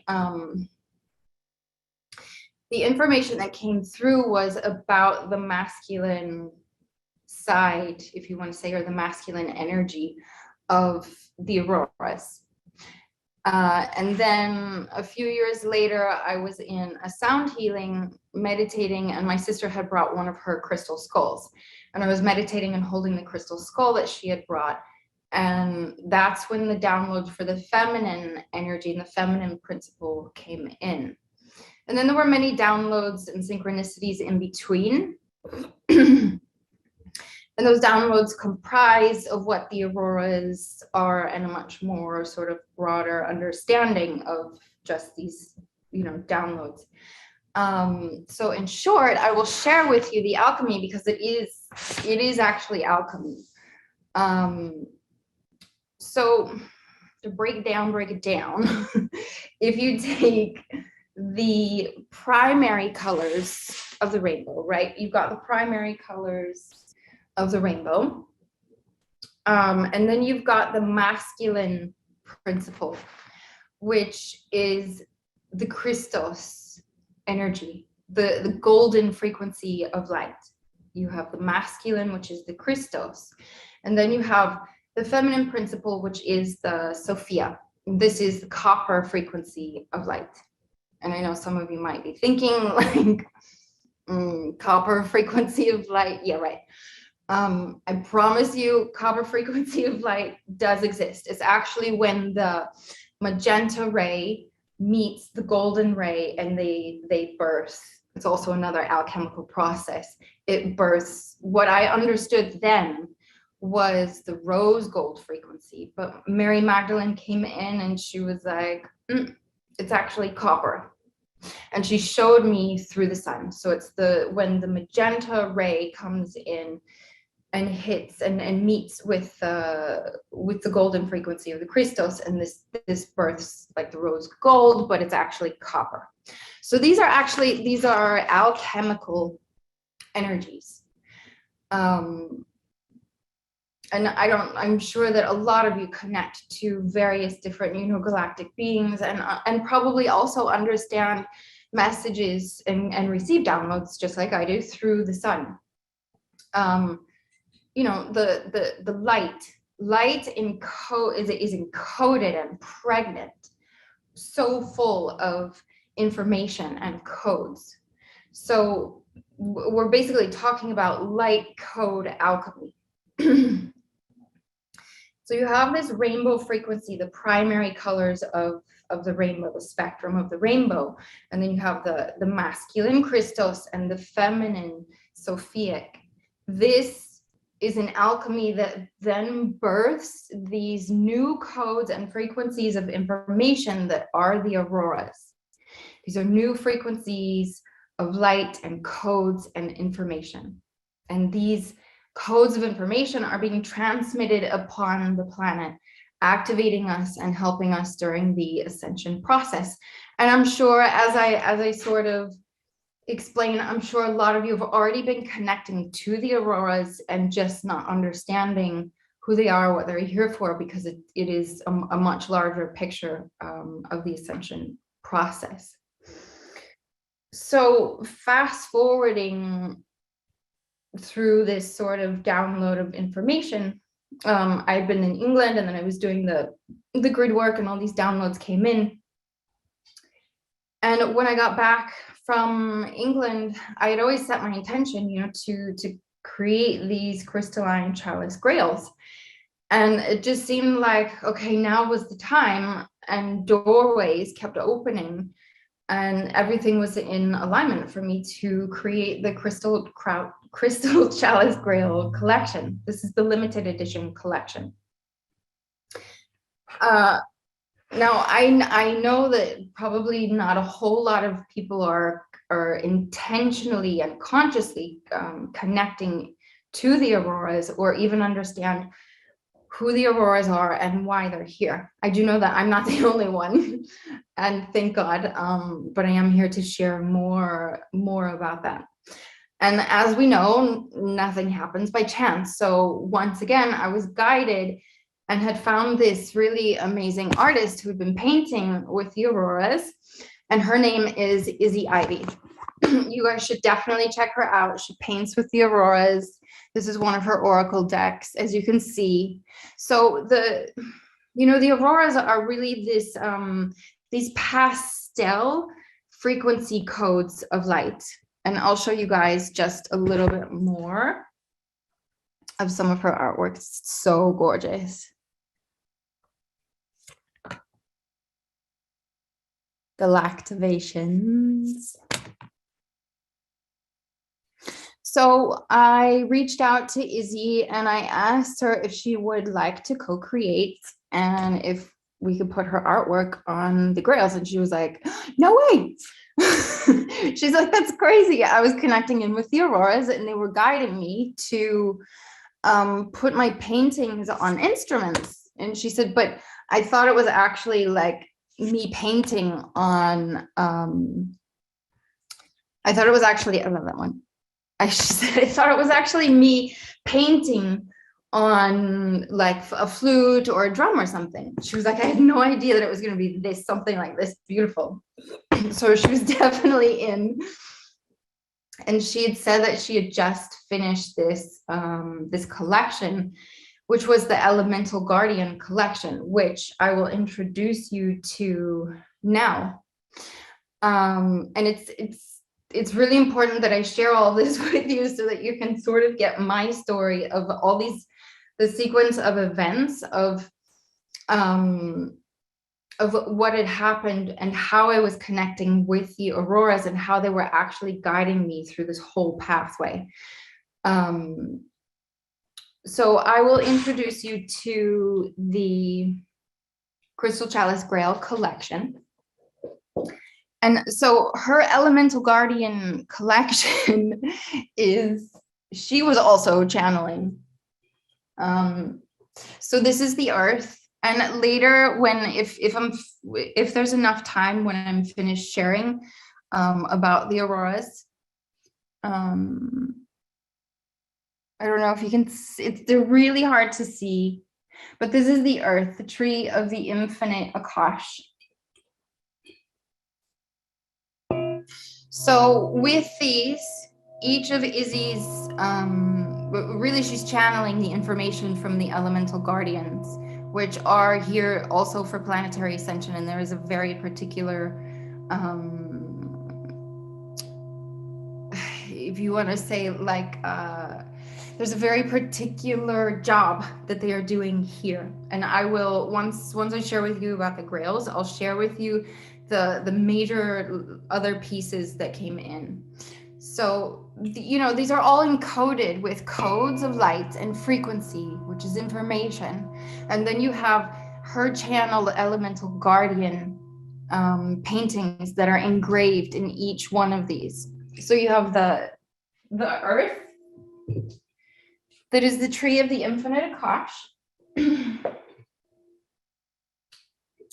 We have the fire, that is the phoenix of white fire. I don't know if you guys can see. So each of these channeled pieces of art are, you know, they're codes and they each do something very specific.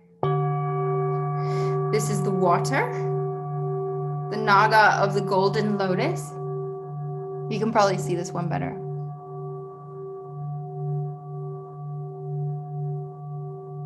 Yeah.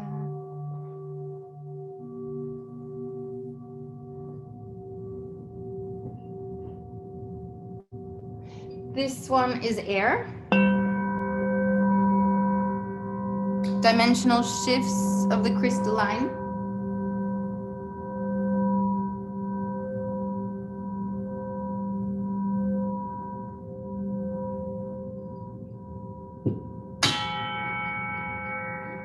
And then we have the ether.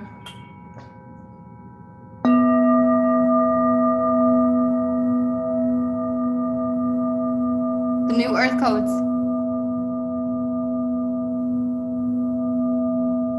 And it'll just go on forever. So these are sound healing tools. You know, you can get in the energy field and pull things out and weave codes in.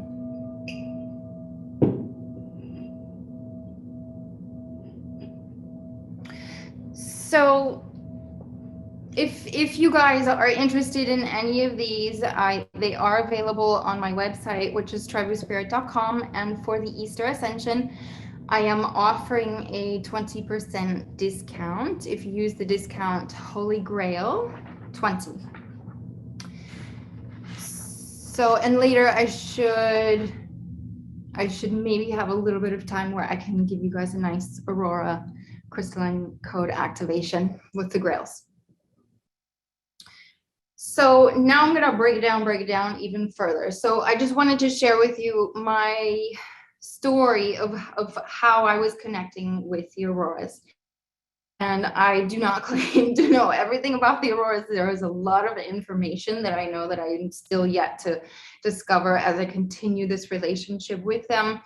And yeah, you know, as we are all ascending and discovering more of our galactic lineages. So I don't claim to know everything. So after this like 4-year period of me receiving all of these downloads, I had then, in between those downloads, I had actually found some really like mind-blowing information. And this information was already like, it was very more precise for me. The downloads, you know, as downloads and codes can sometimes be a bit not abstract, but this was more like very clean and precise and direct. And I was just mind blown. I was like, whoa, okay. So I'm not the only one connecting with the auroras here. And there is someone else that knows a whole lot of information about this. And my mind is just like, okay. So as I said earlier, the auroras are a group of galactic beings of light who are here for planetary ascension. They are located beyond the universal 0-point field and into the core of the next universe, or the high creational realm in Andromeda. They are here to help override the current inorganic grid structures like the frequency fence on the planet during the ascension cycle. And if you don't know what the frequency fence is, it's very important that I share this information so that you guys know. I will break it down in a second. So the auroras help override the current inorganic grid structures by building platforms of light that are safe zones that help step over the reversal fields, which are also that are running on Earth from the frequency fence. So I see them like if you think that like this is the planet, you know, I see the aurora platforms as like rainbow bridges of light. And I get this really funny image of like Care Bears shooting out from their belly going, and then like a giant rainbow aurora like blasting everybody. But that's not actually what happens. I'm just very entertained with human experiences. So, but that's actually how I do see them. They're like rainbow aurora, like these colors. These are all auroras, you know, like the aurora borealis. The aurora platforms that are helping us get over this frequency fence so that we can actually ascend, because the frequency fence is excuse me, one sec.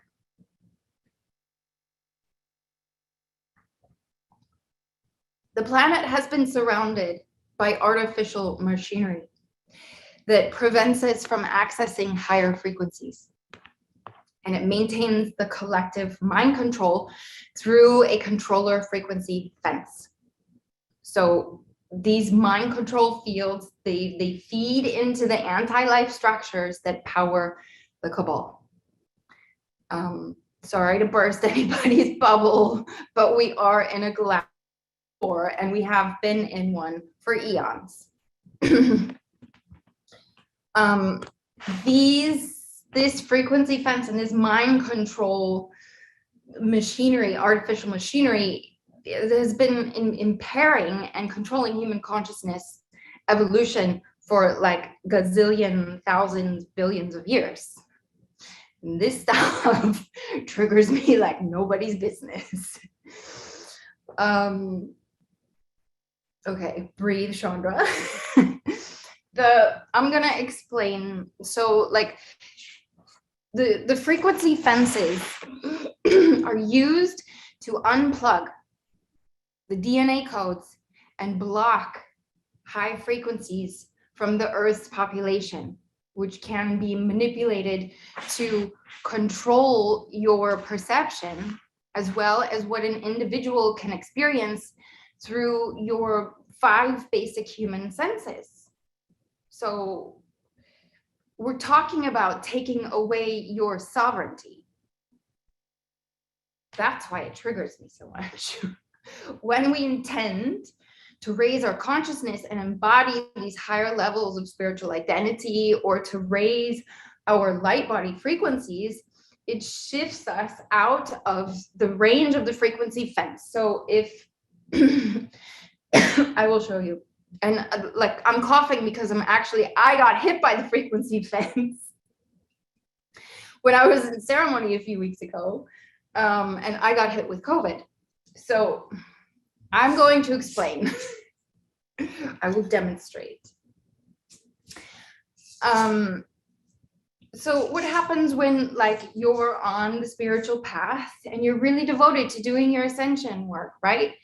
You hit up, if this is you, you hit up against this frequency fence and it shocks you. So say like, this is you and this is the frequency fence. This is the frequency fence. This is you, and it shocks you, and then you're like, what the hell? What the hell? What the hell? I thought I was connecting to God. I thought I would become more at peace and I would become more at one with everything. I don't understand why I'm hitting this glass ceiling. It's because you literally are. And excuse me. Every time you hit that frequency fence, it's returning karmic dust and exhaust back to you, and it's also sending black magic your way.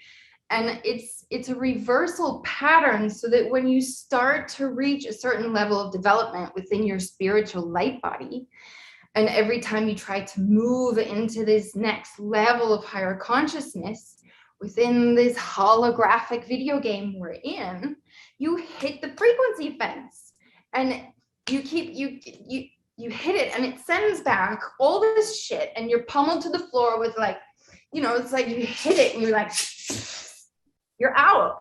Sometimes for weeks, sometimes for months. Who here has experienced this? And it's sending a message to you, like the message is like, you're trying to get out, right?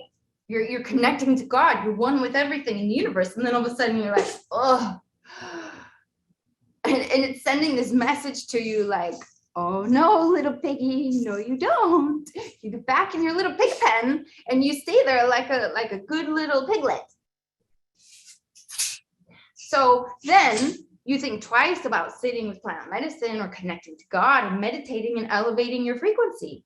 It's there on purpose to prevent everyone from really ascending. And so this happens, it leaves us confused. A lot of us don't even know like what's happening. And it's really like, it's no joke. It's really serious. I've experienced it way too much. But thank God for the auroras. In come the auroras. To the rescue. The auroras. The auroras bring to the earth plane the aurora elements, right? Like I was channeling that information, was connected to Izzy. The aurora elements, which are also called the new earth elemental command. Dun, dun, dun. They are here. We can use them like wands. The Aurora's mission is to work with the new Earth Elemental Command. This role is to help re-encrypt the human physical body on atomic and subatomic levels, because the chemical constituents of our DNA is an elemental base. Our physical body is an elemental body, and it's comprised of these 4 basic level constituents. We can use our 4 elements to understand the 4 levels of chemicals that comprise our DNA, which is earth, air, water, fire, ether. Our human bodies are not transmuting fast enough the karmic base of negative form of miasma. I mean, how many of you are experiencing this? Yeah, okay, we're all galactic beings. We all have galactic lineages, but we are all also in a human physical form, and we have to transcend and transmute this. We really have to ascend within our physical structure. So through these like less denser formats, in order to handle the accelerated frequency of ascension. So the auroras are here to help us with that.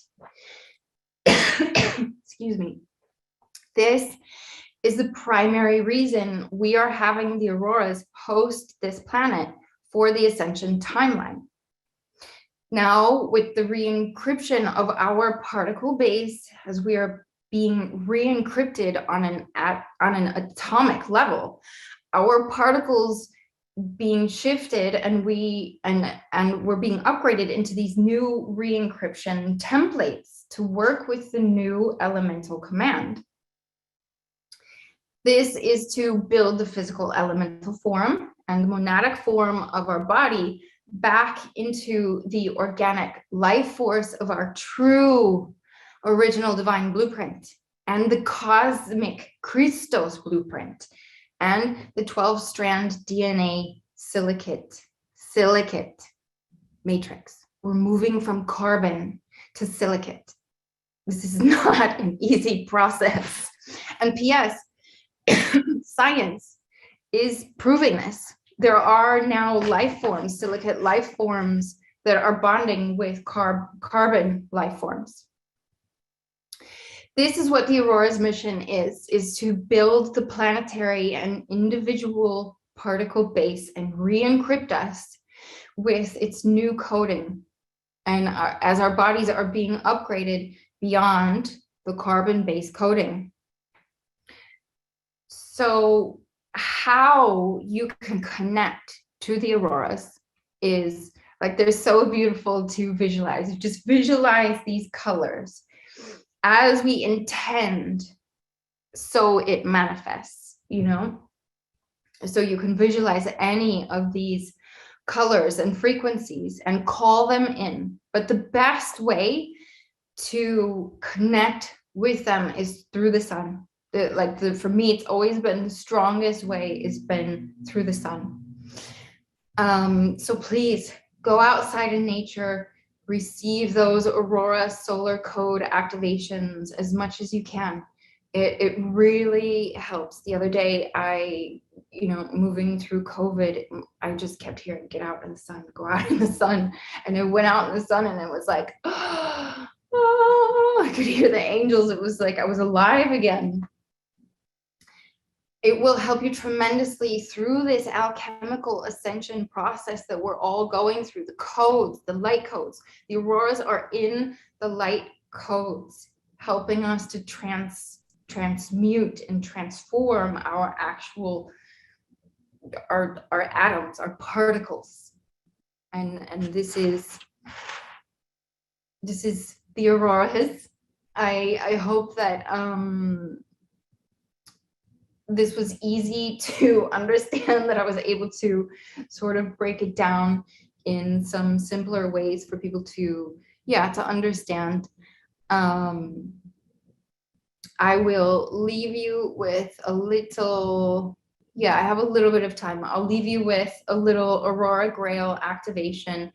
And again, if you guys would like to begin to connect deeper with the auroras and you'd like to purchase one, they're on my website at tribuspirit.com, and you can find them under Sound Healing Tools. And this month for the Easter Ascension, I will be offering a 20% off special code.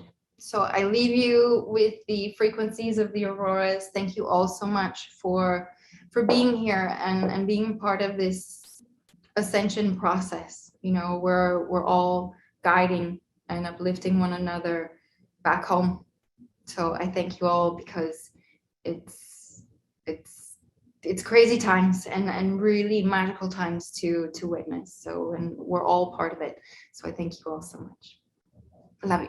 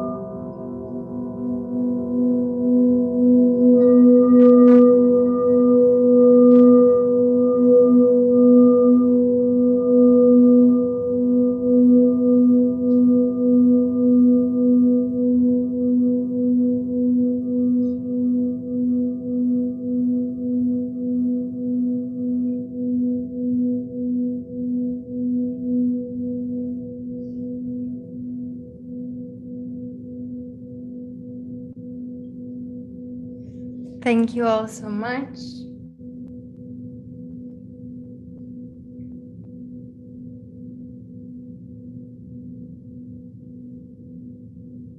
Thank you, Chandra. That was amazing. Really enjoyed that, and especially that gold one, that last one. Wow, the harmonics in that, it just had me buzzing. I was like, whoa, that's awesome. Yeah, they go on for days too. You can really feel them in the energy field. I live here in Canada, in British Columbia, right in the center of the province, and we get a lot of aurora borealis happening around here, and just tons of just beautiful colors and images that just roll across the sky like that, and yellows and greens and blues and reds. Is totally amazing. So I really resonated with what you were talking about, because I was looking, I was like, oh wow, it's just from memory too, right? And it's like, wow, thank you, Chandra. That was truly amazing. Oh, you're so blessed. Give them a giant hug in the auroras when they next come back. Thank you so kindly. I really appreciate your contribution in this event and this new earth that we're creating. So love you very much. Thank you. It's an honor. Thank you, brother. You're very welcome. And now we'll bring our next guest on, and we'll have our MC Rob Yox from Full Spectrum Universe come in and introduce our next guest. Welcome, Rob Yox. How are you, my brother? What's up, Omar? We're here, and I've been a part of the last quite a few Portal to Ascension panel days that are just absolutely amazing. The energy's off the chart. The information, as Phil Gruber would say, is the activation. We love it. We are the ones that we've been waiting for, and I get to introduce this next guest and all of her incredible work. As you can see, Brooklyn Rain is with me, but let me do a quick bio for her. So Brooklyn Rain is an intuitive channel, cosmic heart oracle, and quantum healer. She has experienced many incarnations with the Sophia Christ Collective, the Lyran Syrian Whites, the Oraphim, Ancient Pleiadians, and the Hathors. Through her diamond sun crystal structure, she assists humans to return to their original divine blueprint combined with their Christos template, allowing a fuller embodiment of the I am presence and unity consciousness. As an original seeder of both humanity and of Gaia's many elemental resources, Brooklyn works to assist in the repairing and rebuilding the portals. frequencies, grids, and meridians of both the micro of humanity and the macro of Gaia. As an enlightened teacher of the Christ consciousness in the many lifetimes, both on Earth and throughout the multiverse, Brooklyn channels the wisdoms and the living light transmissions from many multi-galactical Christ collectives. These transmissions and wisdoms come through as a spoken word, light language, or light frequency. Brooklyn received a BS, which is a bachelor's, in the hotel and restaurant management for the Pennsylvania State University and an associate's degree in the culinary arts from the Culinary Institute of America. She spent over 15 years as a chef creator and a concept owner before moving into her training at the Institute for Integral Nutrition as a holistic health coach. Today, she incorporates her understanding of food, meditation, quantum energy, and spirituality to assist individuals in their healing process of the physical, emotional, mental, and spiritual bodies. So without further ado, hi, Brooklyn, how are you?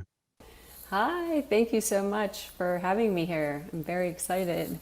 Oh, it's a pleasure. It's a pleasure. You know, seeing what you do, and the way that you embody this notion of helping people is so admirable, and it's like a pay it forward method, and I totally adore it. I think it's absolutely incredible, and I think we need 100 more of you, if not thousands more of you, out there really helping people to come in contact with a lot of the past lives and what that means, and the activations, and being able to assert themselves on a cosmic scale as opposed to just a micro scale. But you kind of do both too, which is really incredible.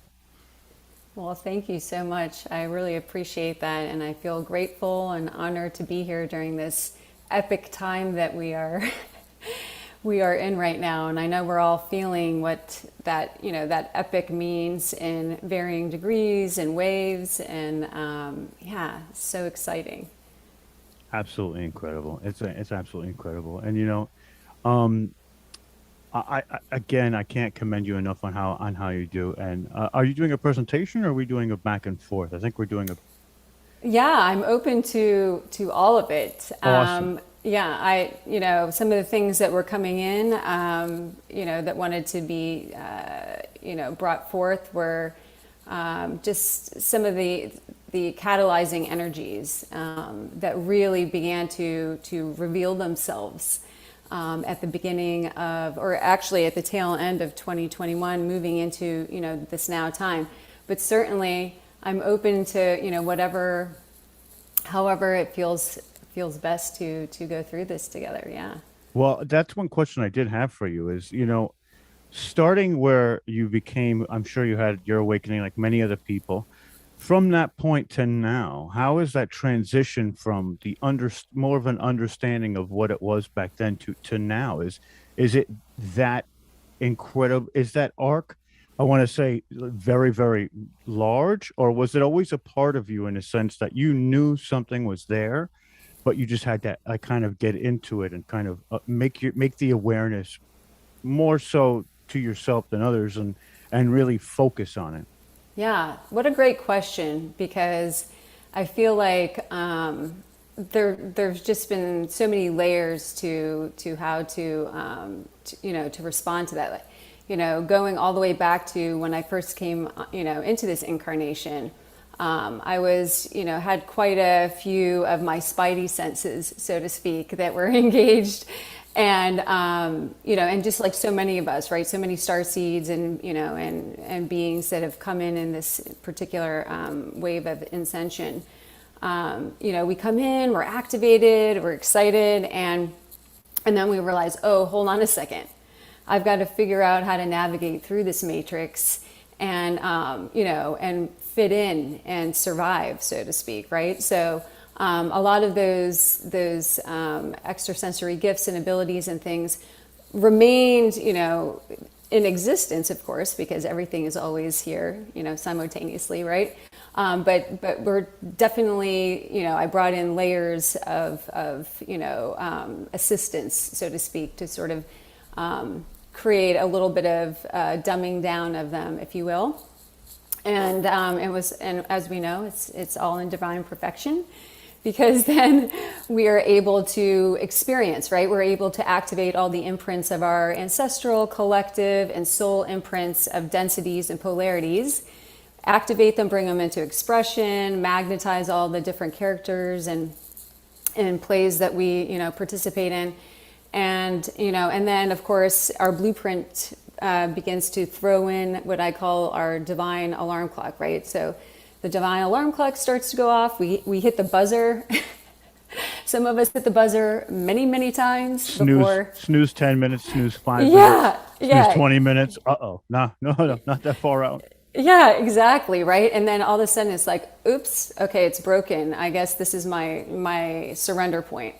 And so, yeah, and so that's pretty much how it took place. It wasn't really until about almost exactly 10 years ago that I hit the surrender point and literally threw my arms up in the air and was like, okay, I don't have the answers. Like, what am I supposed to do here? And I heard a voice audibly say, it's time to meditate.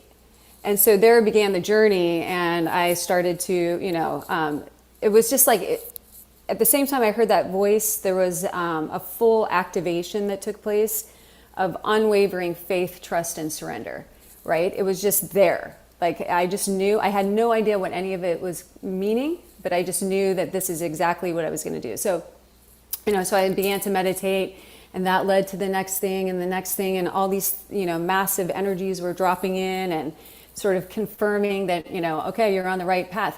So to kind of come full circle to answer, like, things were landing and sort of unwinding and unfolding a little bit, like from an intellectually understood concept, right? Like, some of the first things I was guided to read was like The Power of Now by Eckhart Tolle, and really kind of planting the seeds of being in the now moment, getting present, finding that, that center point, right? And so upon engaging in it and learning about it, I was like, oh yeah, of course, that, right? And so then different things would lead me into different ways of exploring that, and and it would just keep dropping in.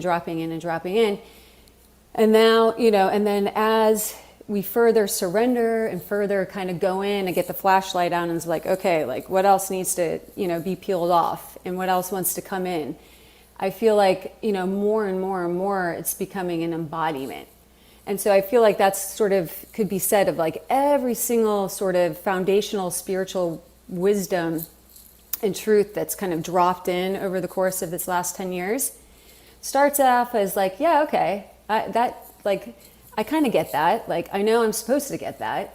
Like, in some ways, it's kind of landing as being a pretty, profound and important thing. And then it's like, okay, more and more and more and more, experience comes in, and it becomes something where it's just further and further embodied. So I love that you asked that, because one of the things that, again, that dropped in first was this whole, spiritual foundational wisdom of getting centered, being in the present moment, and it's like we go through all these amazing experiences, and we're reading about all these things, and we're having visitations, and all these things are taking place, and then here comes 2021, and and this huge dropping comes in on winter solstice, and because I was in a fire ceremony, and I was like, okay, what's in the highest and best for for the here and now, for humanity? What am I meant to be a vehicle of? How could I be in the greatest service moving into this next year? And it was like the 0 point, right? Stillness, coming in, hunkering down even more into the now moment, into the present moment, finding that way of being the eye of the storm. And, and so then I started to realize, because it was so palpable as it was coming in, okay, what's about to happen here?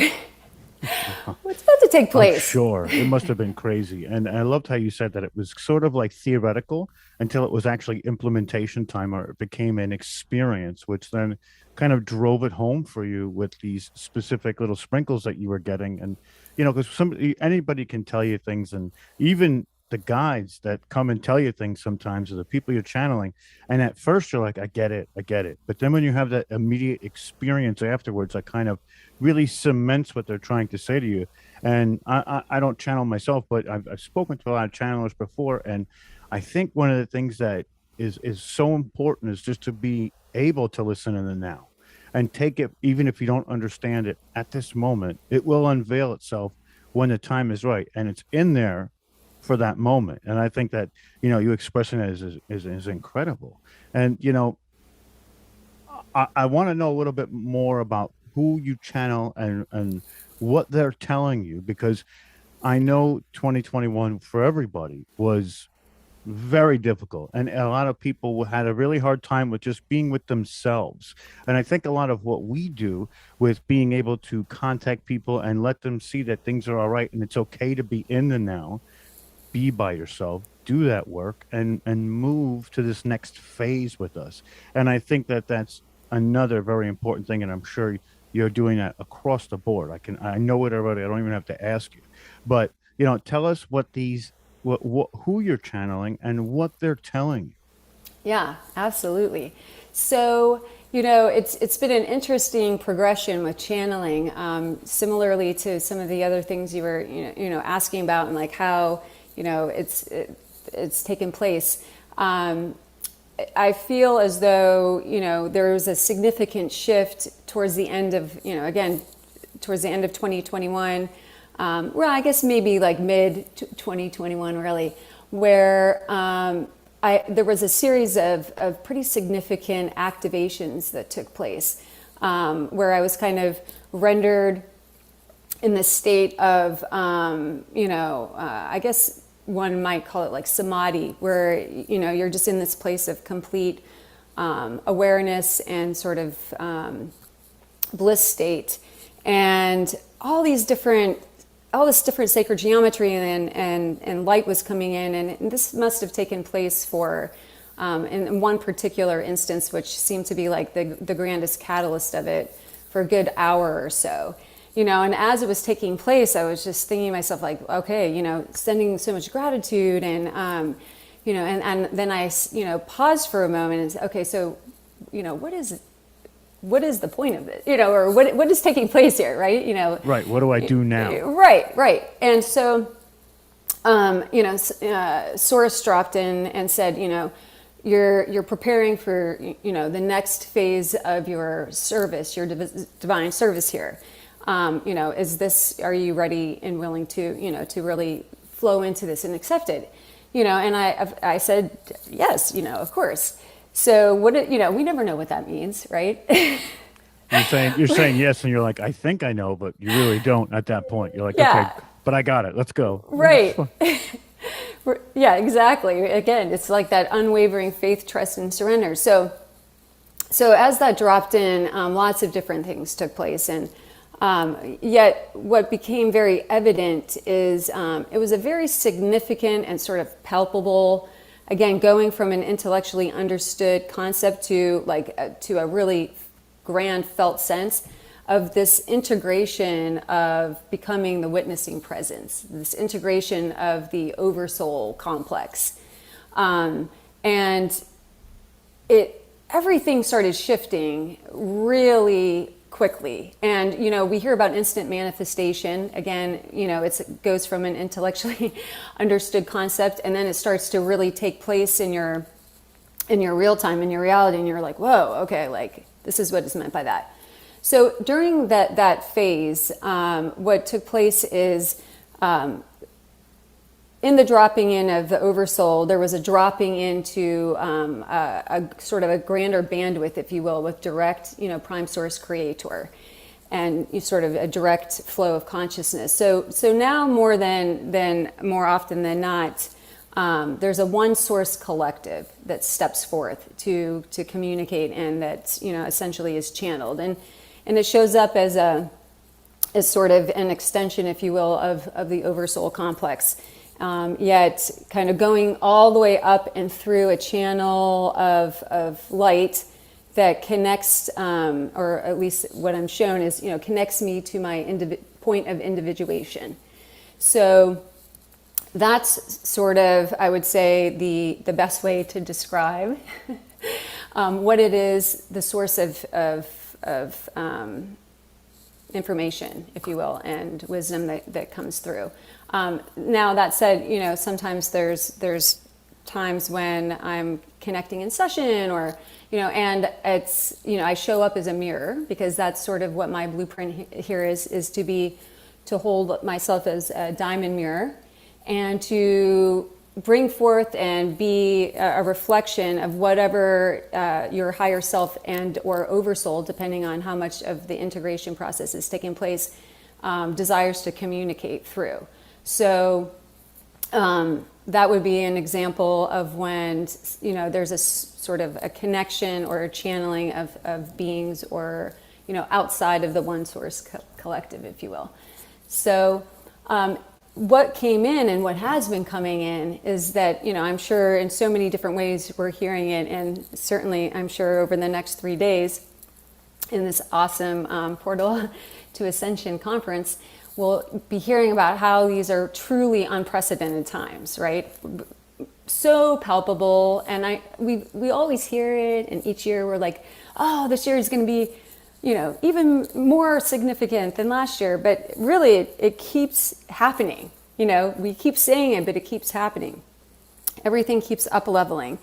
And so when I was sitting in that ceremony and asking, you know, what is meant to come forth, what is meant to come through, not only was there a significant transmission showing this whole sort of quantum infrastructure and access to greater ability to ascend our own unique and individual 0 point connection within, and how that would assist in this, our ability to further attune to the present moment and to allow ourselves to navigate through all, you know, what is coming in a greater sense of groundedness and grace and ease. But additionally, what came through is this expression of the 6th elemental frequency of diamond blue plasma resurrecting into the accessibility by humanity and by Gaia. And so when that took place, this huge collective of source original angelic beings came forth and started to begin to kind of bring in slowly, and thankfully so, this whole infrastructure of this diamond blue plasma, the 6th element that had gained access through what they referred to as this core plasma diamond sun belt. And they began to show that, you know, there will be a series of very significant portals, these diamond plasma portals. And they were already beginning to engage, dropping in over the course now, you know, in this now moment, one being this coming April 22nd, next Friday, and then another one on May 21st, and another one on June 22nd. And so essentially what they're showing in that is that these portal systems are greater bandwidths of access to what is going to be interpreted by each individuation of source, you know, each human, in accordance to their blueprint and their ability to resurrect and bring forth these specific source codes that are coming through these portals to to do many things, but one of the things that that we know we're all waiting to be able to do is to transcend the genetically modified, fragmented, and skewed DNA, right? To resurrect the infrastructure of our highest angelic template, our highest expression of DNA, of source codes. And so within these significant portals of consciousness, each individuation, each human, each person here who is in, you know, even if you're not attuned and you're not actively participating at this point in your, you know, ascension, they're still going to be interfacing with it And like most things, the more we have a conscious awareness of it, the more we can direct ourselves as source into the interfacing, into the integration of it, and get curious with it and find out, okay, how am I meant to work with these codes? So how they show this diamond blue sixth elemental frequency is that essentially it comes in to be able to assist in holding a frequency bandwidth that will essentially allow for the full resurrection of all the other elemental consciousness and frequencies that exist primarily within the human physical body. But also, as we know, all of our bodies are interconnected and interfacing one another. So everything that we do to resurrect the integrity of our crystalline DNA and our plasma body will essentially trickle down or trickle out, if you will, right, into the resurrection of the templates and the infrastructure of the emotional body, the spirit body, and the mental body as well. So one of the ways in which they showed we are capable of further accessing this, right? So it's like, what do you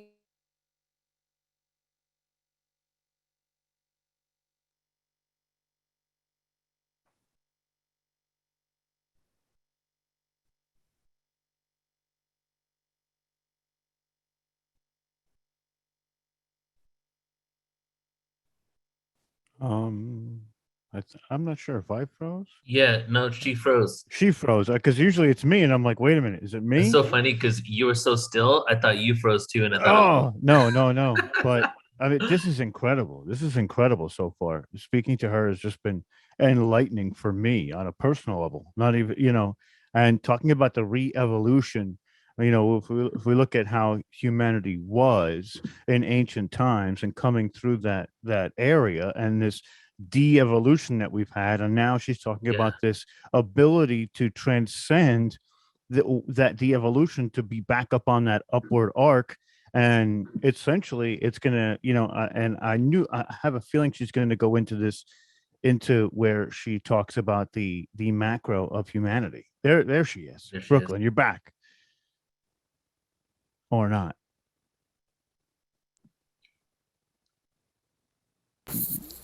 There you are.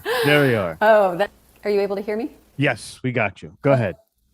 Okay, it's awesome. Yeah, it's interesting because as I was being guided to bring in this topic and this, and to open this portal, I was being shown that, perhaps there's some beings on the periphery of it that are like, wait, we don't want everyone to know this. So anyways, so yes, so within the earth, within Gaia, there's the central crystal earth star. We know that there's the core, right? And that core is the micro expression of the macro of the core of the central sun within our universal system. And then what is shown through this diamond plasma sun belt in greater sort of expression is that there's like a central channel essentially that runs through the entire existence of all that is.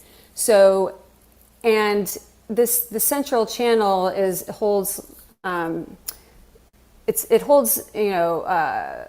frequencies of how to best bring it in to make it most digestible. So essentially it holds the ability to access all of the original source codes of light and sound that are held within this plasma framework, if you will, so that as it's bringing and brought through and accessed, depending on where any system is, within the ascension process, you can digest it, if you will. It can come through so this plasma, this diamond blue plasma, allows for a greater sense of digestibility and the ability for us to receive these original codes that would otherwise have sort of maybe a bit of a challenging time going from the state of beyond dimensionalization into such a density as third density. So the consciousness of the plasma itself is sort of a medium that allows for the translation of whatever is meant to be, witnessed and embraced by any one individual on their journey here. So the central diamond sun belt has been resurrected and in kind of great degrees and bandwidths to greater access within the earth. And a lot of times we'll hear of different people describing like the fall of human consciousness and how, all these different galactic wars have taken place and are still taking place. And yes, we know all of these things to be true, right? And, and there's many, many, many layers and many, many timelines and so forth. But one of the things in which this re-entry and re-access to this particular expression of the central channel of all that is that each one of us can, through our further attunement of our 0 point connection field and our desire and our focusing of our intention as source, can access very significant bandwidths and access to our original source codes and our DNA in a very, very insignificant amount of linear time. And how we can access it best is by bringing ourselves into this portal within the central crystal Earth star at this particular point in time. However, as these big portal systems further engage, further accessing, the grid system in different ways and accessing the different, stargates and so forth within the grid system of Gaia. And consequently, as we know, we hold access within our original template to these stargates and gateways, right? There's this very significant period of time where a massive amount of transcendence can take place. So when these other plasma portals engage, we will be, and they're not kind of showing the specifics of it yet, but we'll be brought into other portals of opportunity outside of just kind of connecting with the central crystal Earth star to be able to engage in it. So I'll pause there for a moment because I know that was sort of a lot to drop in. It's a lot, but I understood all of it. And I believe that this re-evolution of the consciousness, but also the physical plane with that re-upping of the source code is going to help Gaia as well on a grand scale when we come into that symbiotic kind of relationship through the portals and the stargates and being able to have full access to possibly our full potential at those points in such a small time. And this begs me to another question, because when you were starting to be given access to your abilities emotionally, what was that like? And can we expect that sort of emotional reaction, I guess we could say, when we start to transcend through, or we start to get that the framework and the source code? Is it going to be a jolting or jarring sort of emotional response, or is it going to be a little bit more tailored to give us that ability not only do it fast, but in almost a calm manner? Yeah, that's such an awesome question, because there's so much rattling of Right. all levels and layers of our infrastructure as a result of receiving and having access to such significant, consciousness, right? Mm-hmm. And so I think, again, this kind of meets each one of us where we are, as the unique individuations that we are, right? And also, kind of one of those things is like, oh, how much have we been kind of, clearing out the garden, right, on this journey thus far? How much have we honored, our emotional bodies and, and the releasing of the densities, and so forth. And so, each one of us will be interfacing it, a bit differently, I would say, emotionally. And so, however, I think the beautiful part about it is if we are allowing ourselves to kind of to find that 0 point, right? To find that now moment in whatever way that means for us, and to engage in some really foundational, basic principles and practices, we can really we can navigate through this with a lot more grace and ease. And so, as those emotions come up, so in other words, it really just is dependent upon, how much we're still holding in way of density, to what degree we're going to kind of go on this little bit of this roller coaster ride right now. And the more we allow ourselves to be connected to the 0 point, to the present moment, and surrender into, okay, this is intense. I am source.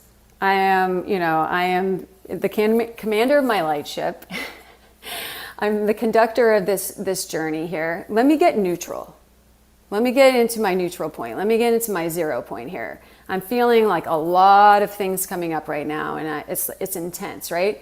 So, dropping in, even though, at those moments, sometimes the thought or the, of trying to connect to neutrality is almost laughable, because we're like, what? That's, that is like the last thing that it's so profound, because soon as we set the intention to do that and we take some deep breaths, okay, I am the witnessing presence. I am the neutral observer of what's taking place. I'm going to take ownership of whatever's coming up right now, because, consciously or unconsciously, I've accumulated this through my journey here, right? Or, or through my, agreeing to certain imprints, prior to incarnating. So that's where I feel like it circles back to the whole getting to a place of greater connection to, to that 0 point, to that neutral point, because it is going, and it is, I mean, for the last 10 years, wake up every single day, throughout different practices, whether it's meditation, in silence with a rhythmic breath, or sacred breath work, which is a lot more, like a more intense, or a walking meditation, whatever it is, right? It's like, it just was programmed in my blueprint as soon as I started to wake up. I'm going to release whatever no longer serves me, and I'm going to bring in and activate what desires to come back online. And so, I would say I've been diligently, asking to release those emotions, right? So at the beginning, it was, it was not pretty, right? It was sticky, and there was a lot, and I thought to myself, wow, I thought this was supposed to be releasing, and it would intensify. But a lot of times when it's intensifying like that, as we know, right, it's because we're witnessing the alchemy taking place, where it's intensifying because it's present now. It wants to speak to us. It wants to bring forth its wisdom, right? And then if we can surrender into just being the witnessing presence of it, receive the wisdom, integrate the polarity, and we can release that heaviness and the weightedness of it. So it's really, again, this time is going to really sort of encourage, we'll say, because there is no wrong or right way to navigate through it, of course we know, but it's really encouraging us to go back to the basics of how to to handle these different storms that arise. And emotions are definitely something that humanity has had a full spectrum of especially in the third density. I agree with you. And I think one of the things that I'm most looking forward to is the shedding of all of that, that unnecessary programming where people are acting in ways that are predestined by somebody else. And and we were talking about this a little bit before, and becoming the genuine self, or the genuine person you're meant to be. And I think by getting that source code back and having that ability to shed those emotions that are no longer helpful on this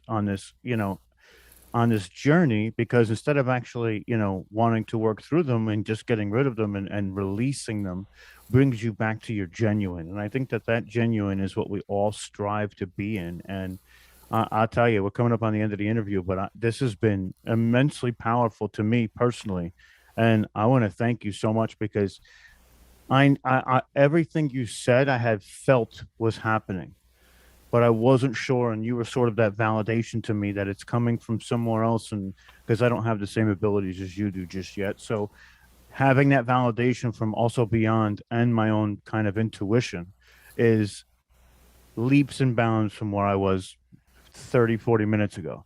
Like it's really, really wild. And, we have about 3 minutes left. So I want you to let everybody know where they can find your work, because I will be following your work. And I think it's imperative that others do the same as well. Thank you so much. That's so sweet of you. Yes, so you can go to brooklynrain.com, and Brooklyn is spelled BROOKLIN, RAYNE. And that would be the easiest way, I would say, to be able to connect. And there's also on YouTube lots of transmissions, free transmissions, and offerings, and ways to connect. Because I know we had chatted or in previous communications prior to now talking about doing an activation, and of course we were flowing in such a way in which it didn't allow for us the time to do that. So just want to put it out there that there are lots of different ways to receive transmissions and things on those different platforms mentioned. Yeah, this was an activation. I truly believe it. The information, as I love quoting Phil Gruber because he says it, and it's true. The information is the activation. And I think once people become, like we were speaking about before, aware of what it is, or a light gets shined onto it, we have this ability to now kind of either transmute it or take it in as our own and reevaluate what it means to us. So, Brooklyn, I just want to say thank you so much. And this has been an honor and a privilege. And I look forward to possibly having you on my show too, so we can do part 2 of this and keep it going and really, hit the ground running and going into the middle of 2022, because 2022 is the year of the truth seeker. It is the year of consciousness. And I think that we are truly going to transcend all of the paradigms that we thought were going to hold us back before, have no bearing in our lives anymore. So thank you. Beautifully said. Yeah. Thank you so much. And I would love to co-create again. Thank you. Awesome. So with that being said, I'm going to give it back to Neil, and I see Alan's coming in too. Hello, Alan. How are you? Hey, good to see you, Rob. That was great. I wanted to hear more about Brooklyn. I was born in Brooklyn, actually, so there you go. Awesome. I lived in Brooklyn. Are you living in Brooklyn? Not now, but when at one point in my 20s, I did live in Brooklyn. Where are you located now? I live in Tampa, Florida. Nice. Oh, I was just in Tampa. Much nicer. Brooklyn. Yeah. I'm passing through Tampa in like 3 days. Neil, okay, will you reach out to me? We have to. Yeah. I'll have to. Yeah, we'll do something. I don't know what. Something. All right, let's do it. Yeah, I'll reach out to you. Okay. And Brooklyn, thank you so much. And I just also let everybody know about your podcast too. Oh yes. Thank you so much. There's a podcast that I co-host with Emily Harris and Emily Harris Gauche. And it's called Unity Live. So thank you for reminding me. And Neil was on there not too long ago. So you'll be able to access his beautiful wisdom. And that can be found on YouTube as well. So thank you. And that's how I came across Brooklyn's work, and her awareness was being on the podcast, really loved everything she shared. So that was kind of how this all manifested. So thank you again, Brooklyn. So I'll contact you in a few days. Okay, thank you all. Bye. Love you guys. Awesome. Thank you, Brooklyn. I'll see you all later. I'm off to the races here. Thanks, you going to the races? No, okay. I wish. I think it's a saying, an expression, Alan. Aren't you in New York too, Rob? I am. I'm about an hour and 15 minutes north of New York City. So there. Well, let's meet up sometime. Yeah. Great job, Rob. Let me know. Thank you. Yeah. Thank you for the ability to do it. And I just want to say you guys are putting together another spectacular event. This is every time you give me the honor of being able to co-create with you guys during these spaces. It's just incredible, intense. And, everything I said about the last 30 minutes has changed my perception on so many different things that come from the other side that I don't have access to just yet. So it's truly incredible. So thank you guys. Bro. Thank you, man. All right, we'll speak soon. Just to shout out, Rob and Omar, your event was fantastic yesterday, and people ought to check in on it. It was the other side. Thank you. Many more to come with all of you guys in it. So we're going to keep going. It's great collaborating with all these people that are aggregating consciousness. We're all pulling it together, and we're the connectors. People are the dots, and maybe we're dots too. But everyone, we're trying to connect the dots, is what I'm saying. Yeah. That's why I love doing these events with so many people, because we get to bring in all these these not separate, but all these organizations and platforms that are doing their own work, right? And then we all get to share information together, and then create networks and share the people that we connect with, and then that just makes this awareness just ripple out even more and more, you know. And now you're physically traveling to all the destinations. Yeah. And Now I get to gathering visit. them. It's so awesome being able to travel and visit the people that I've worked with for so long and I've never even seen in person. It completely shifts everything, you know. So I'm loving it. This is great. So I think we have someone really amazing we're introducing. We do, but I just want to share something really quick with everyone. Just a quick announcement. Firstly, after Alan, there is the Ascension Panel with Elizabeth April, Sandra Walter, Meg Benedicte, and the twin Ray, and hosted by Deborah Giusti. But I want to let everyone know that next year, you know, this is what I'm thinking I'm going to do, is we're going to have one online free conference every year. And then we're going to go back to live events next year, because the PortalToAscension Conference was originally a live event. And so it's going back. It's already situated. It's already booked. And I'm just going to share to you the unfinished page of the conference just to show you how serious this is. We're going to have way more speakers than this. But next year, which is basically 1 year and 1 week from now, we're going to be in San Diego, California for the live PortalToAscension Conference. And it's going to be for 3 days, April 21st, 22nd, and 23rd.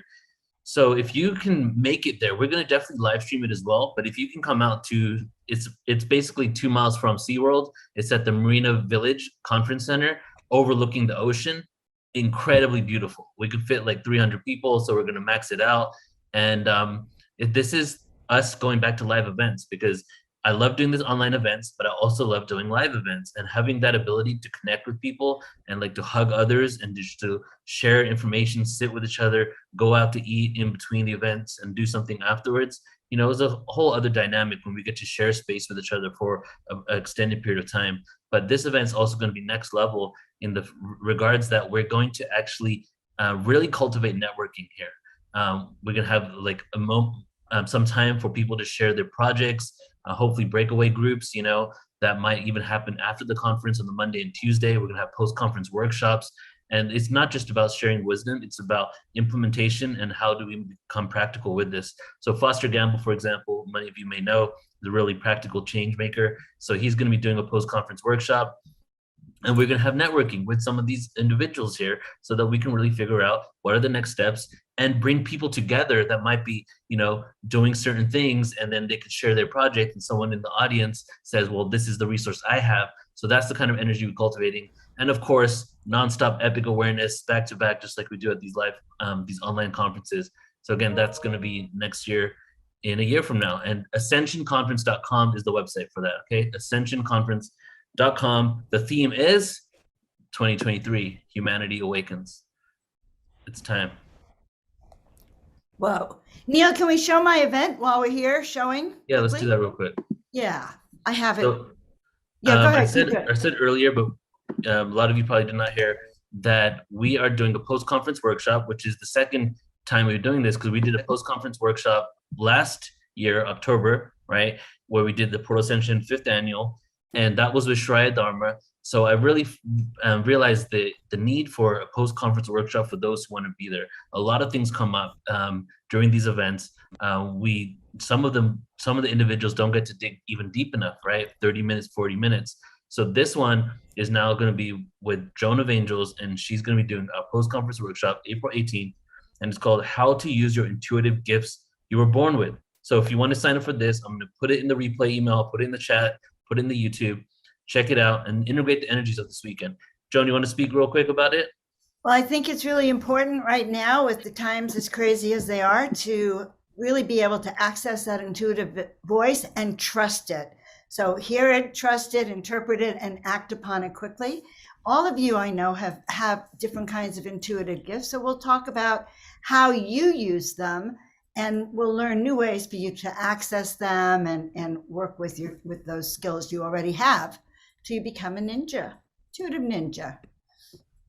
Exactly. That's the fast part. To learn, you'll learn tools to really thrive during the coming times, help you make decisions, help you, decide which way to go, discernment, all the things that we really require in the next few years, I think. So, Yes.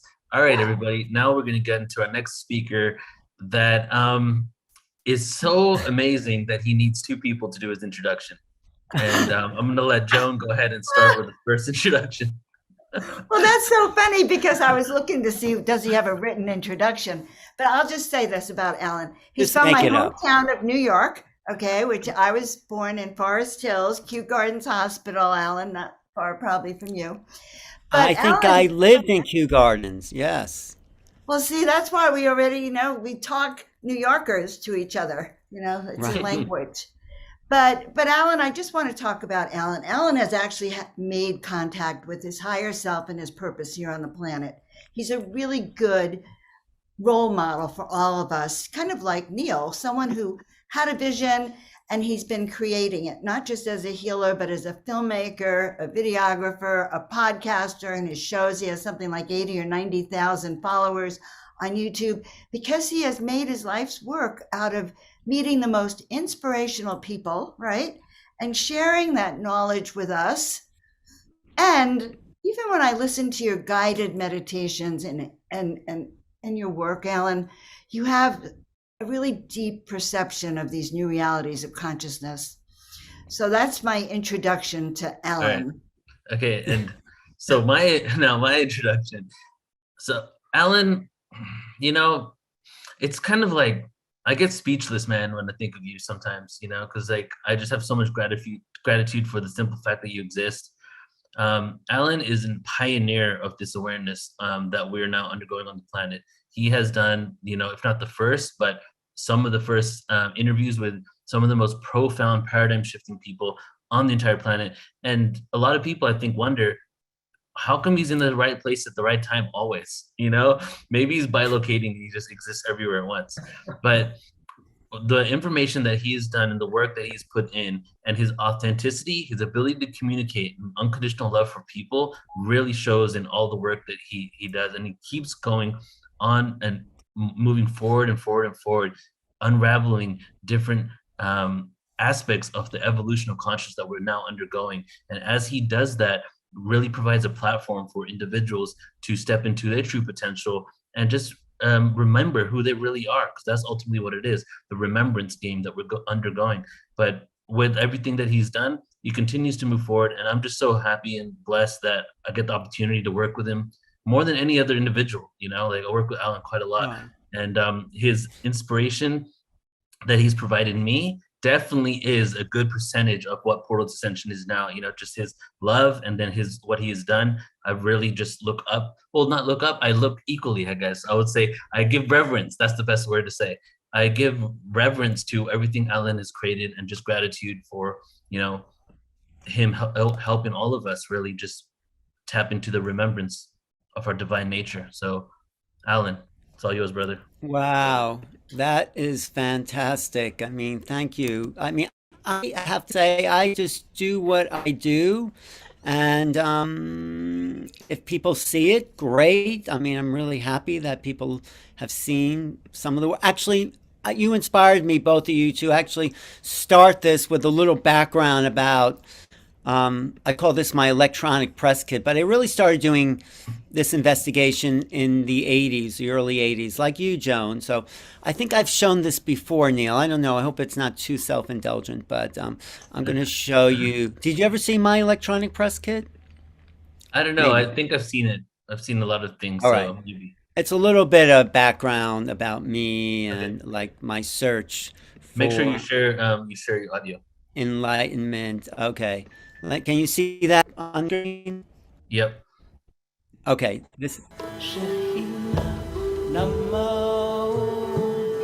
Welcome to New Realities. Welcome to New Realities. Welcome to New Realities. Welcome to New Realities. My name is Alan Steinfeld. And on this show, I'd like to investigate the nature of consciousness, who we are on not just a physical level, but maybe a spiritual soul level.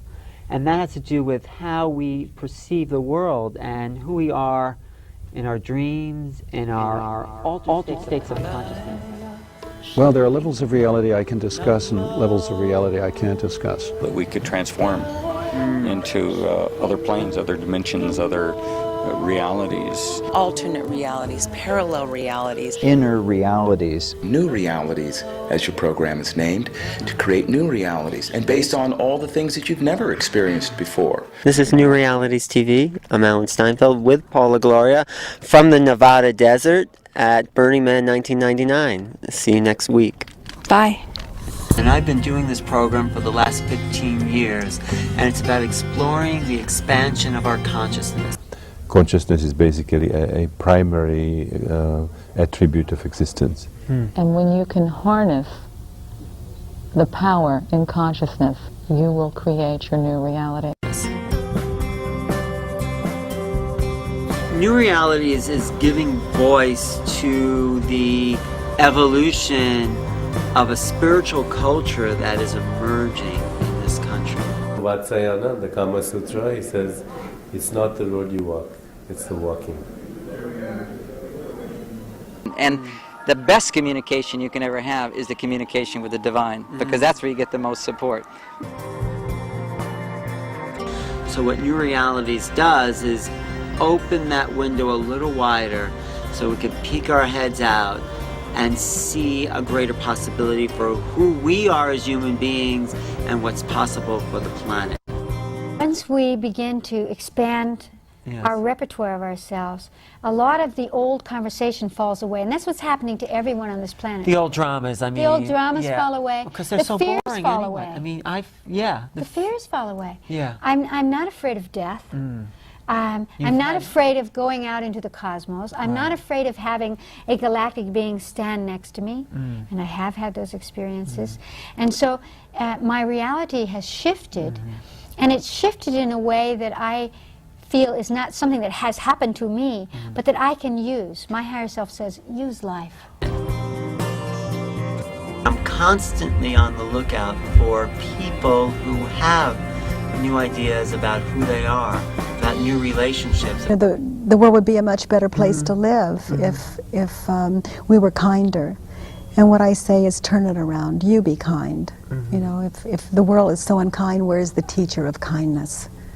Swami Satchidananda said that there are two ways to realize two really good paths. The first is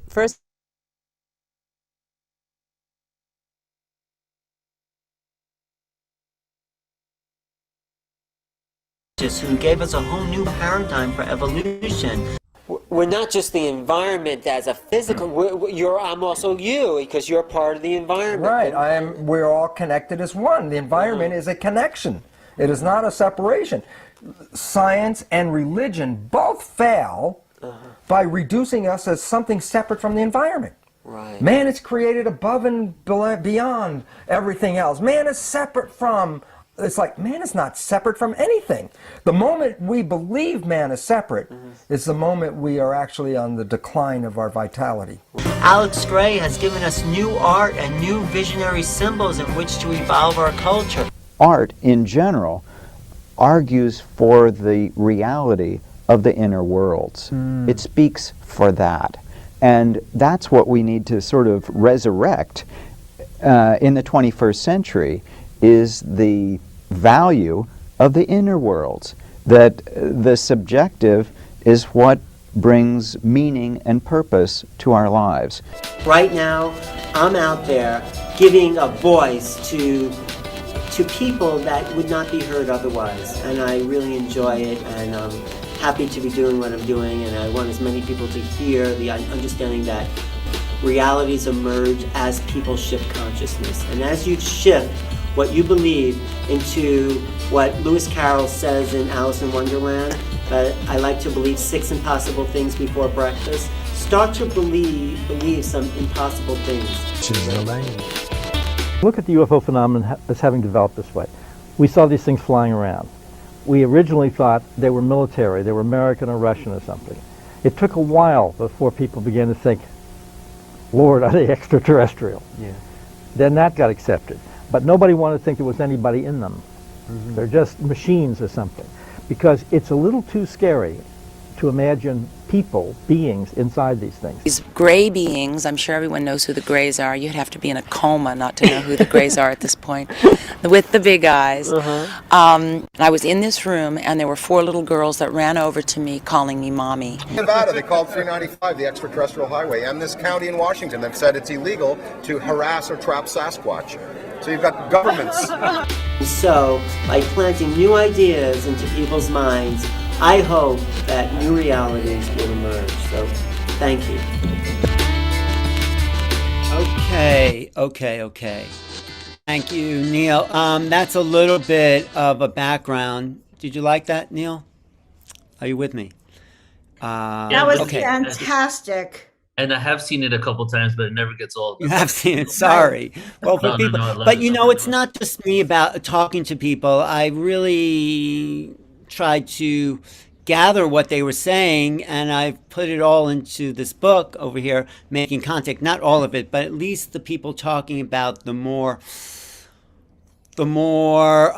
transcendental aspects. Because when we talk about ETs, we're not just talking about beings out there. We're talking about evolving to a new level of ourselves. So with that, I'm going to show a little bit. How much time? I have another 20 minutes? You have 30 minutes. I have 30 more minutes. 35 minutes. Okay, we're going to what, 4:20 here? No, you have till 4:30, but our next thing doesn't start till 4:40, so you can go a little over even. All right. Okay, I'm going to share the screen then here. Okay. So I'm going to start with this slide that Shima showed, which I thought was a great way of understanding levels of reality and really where we're going. Everything is a little blurry, so maybe you need to is it blurry? Yeah, maybe you need to take off, what is it, video optimization tab? Maybe you click that when you click it off. Click off video optimization? Yeah, because that makes it a little blurry. Oh, okay. Let me see if that's better. If this is better here. Is that better? Is that better, Neil? Yeah, perfect. All right. Well, actually, I have to just put it on the presenter view. Let me just put it on the presenter view here. Presenter view. Oh, no. Okay. I got it. All right. Let me share this and okay. One more time. I'm going to do it. Okay. Is that okay now? Yeah, looks good. All right. Basically, my whole idea about new realities is that it is an internal process. Reality doesn't exist out there. There is a world out there, but all we know is our perceptions of what's out there. So what's really out in the world in front of us, there absolutely is an exterior reality, but it's still all that we take note of is what we've been programmed to see. And in this time and age, we can reprogram ourselves. It's like sometimes in my workshops, I'll give away the punchline here. I often show this video of these people playing a basketball game, and I count the number of passes that happen between a certain team wearing the white T-shirts, and they miss the whole idea of this gorilla that walks across, a guy in a gorilla suit walks across the court, and nobody sees it, pretty much nobody, because they've been counting the passes and not looking at the bigger reality. Well, that's the same thing that happens in our world. We've been taught to see only a limited amount of possibilities. So there is this world that's knocking on our door, but we've ignored who and what is out there. So I think in order to really understand the true potential, we need to go beyond our programming. And our programming started, this level of programming of culture started with what's called the Age of Enlightenment, which wasn't really enlightenment. It was the Age of Reason, where mechanism, machines, everything was a machine. The body was a biological machine. There was that we lived in a dead universe because we didn't see life off this planet. So life is an anomaly in this dead universe. And one of the people who put together that dead universe idea was Freud.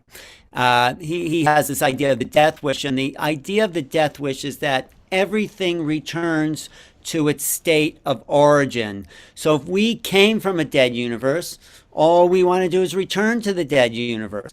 But what if we didn't come from a dead universe? What if we came from what if we're here because of a great creation? What if we are here as creators? Then it would be our goal to return to creation, to be creators of this creation. And that's really the focus of this talk. We are here to be creators. We're here to emulate creation as creators.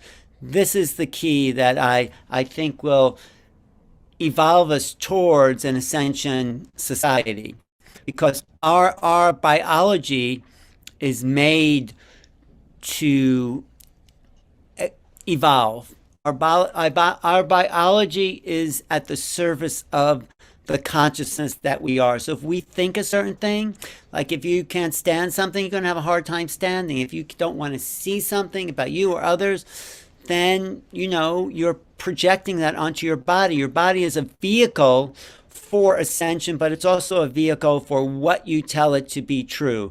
That's why the work of Joe Dispenza is so amazing, because he says you have to believe in your inner reality more than what the world is trying to tell you.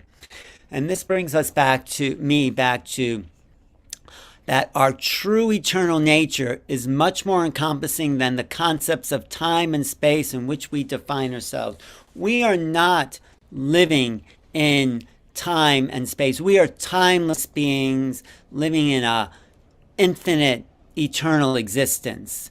The remembrance of our eternal nature and our purpose for being incarnated in the earth is one of the purposes that help us create the life of evolution. See, ascension comes from a life well lived. It doesn't come from people who just want to get off the planet and be finished with this. No, you have to love every single aspect of this existence if you're going to ignite the molecular structures in your DNA and have them emit the photon resonance that will turn your body into light. That's what I think ascension is. I think Deborah Giusti is going to talk more about that after this.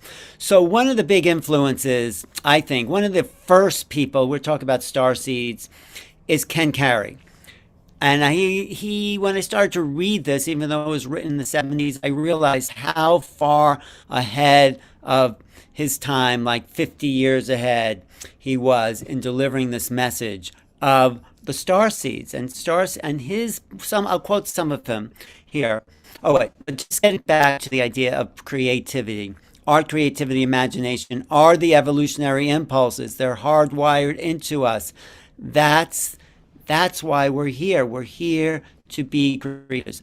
So it was actually Ken Carey who gave me this quote about our eternal nature of being. So the idea about being creators and grounding the creation into a greater existence of knowing our eternal nature. So we are eternal. Just take it for a fact or a hypothesis or whatever you want, that our true aspect is to come into these forms and give it eternal life. So, and by being creators, artists, people who know how to reflect the world out there by giving it a divine aspect, are those that are fulfilling the mission of their incarnation, basically. Socrates says the poet or the artist is a light and winged and holy thing, and there's no invention in him or her until they've been inspired out of their senses. The gods take away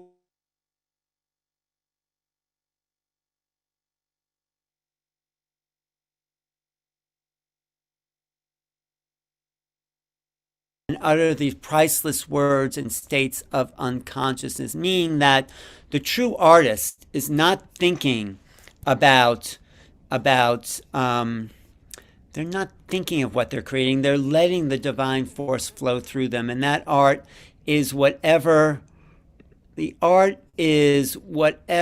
we choose it to be. It might be, we think of art as painting, but it's poetry, it's speaking, it's fashion, it's dance, it's music. These are the artists that create the reflections and the evolution of our time. So, and then James Joyce, one of my favorite writers, says, "Welcome, O life, I go to encounter for the millionth time the reality of experience and forge in the smithy of my soul the uncreated conscience of my race." That was Joyce. That was the role of the artist, to forge new experiences in the incarnational plane of existence. I think of art, Marshall McLuhan, I think of art as the most distant early warning system that can always be relied on to tell the old culture what is beginning to happen. One demonstration of that is this picture of this mantis being by M.C. Escher, who is a lot of people's favorite artist. M.C. Escher was an artist who really was able to distort the flow of time-space. And of course, this is one of his famous creations where you don't know what is an up or down staircase. So as you create the unknown, new possibilities, we are bringing into the experience of human existence new sensations, new awarenesses, new understandings. So this is the role. This is why we've incarnated, not to get off the wheel of incarnation. That happens when you fulfill your destiny as a creator. So I just needed to put this understanding in the opening of my first, the introduction to my book. And I love reading this quote because every time I read it, it reminds me of the mission we're here to do, Neil, and what Portal to Ascension and what Joan and me and everyone here is really about. It's about freedom. And this quote was written in 1844, but it still is relevant for our evolution today. And it says, there are seasons in human affairs of inward and outward revolution, when new depths seem to be broken up in the soul, when new wants are unfolded in multitudes, and a new and undefined good is thirsted for.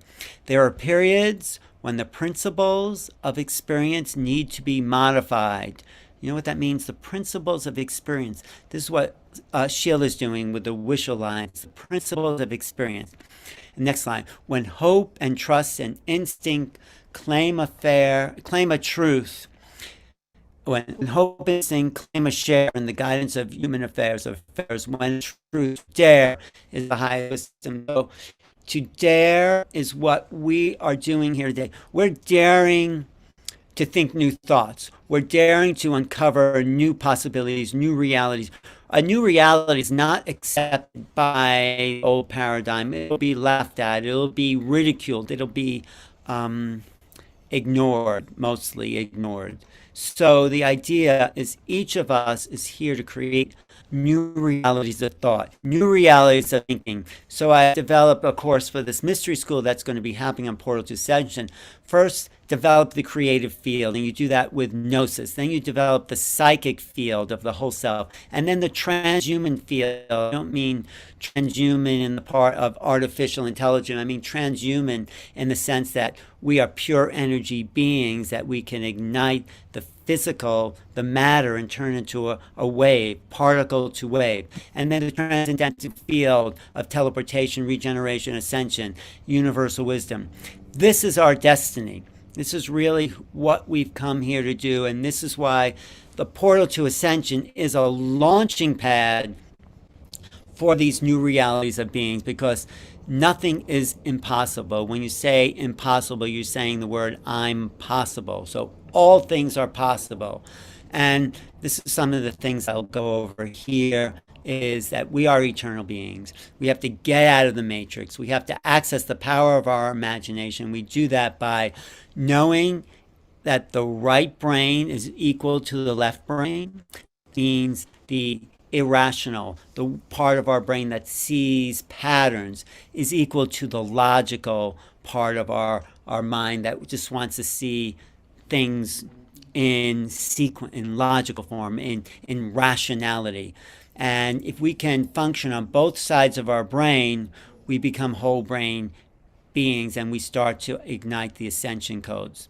This is a quote from J.J. Hurtak. No longer will the dualistic mind directly and indirectly interpret the spiritual language and the proto-communication in a simplified linear planetary level of life and death. We're here to transcend that. We really are here to not just be superhuman, we're just here to be human in all its glory, whatever that means. We're here to get out of the dramas that have trapped humans into wars and anger and hatred and all that. And that's why I love this quote by John Kennedy. I'm certain that after the dust of centuries have passed over the cities, we too will be remembered, not for our victories or defeats in battle or in politics, but for our contribution to the human spirit. So that is what we're doing today. We are giving back. We are igniting the human spirit. Because when you do that, you stand on an even playing field with all the beings that are here to visit us. Everything that will confront you, if you meet them on a spiritual level, nothing will intimidate you. No person, situation, or extraterrestrial. When you meet them on the level of spirit, you are one with them. So the problem is, this discus thrower, I think, is a great example of where we've been. In order to throw the disc far, you need to go back with your arch as far as you can, and then the further back you go as a discus thrower, the further that disc will flow or fly. So we've sunk essentially as deep as we can into the Maya of the world. We've gone and descended to the lowest levels. Here we are. This is a chart. So the first level is where we are now, at least physically. So we've evolved. Involution was coming from source down into these levels and levels of frequency until we are embraced in gross matter. That's where we are. We are stuck in density, in physical density, and some people don't think there is a way out. But the way out is to go in and access the resources that are hardwired into it. And like I said, part of that is creating new realities of thought in which to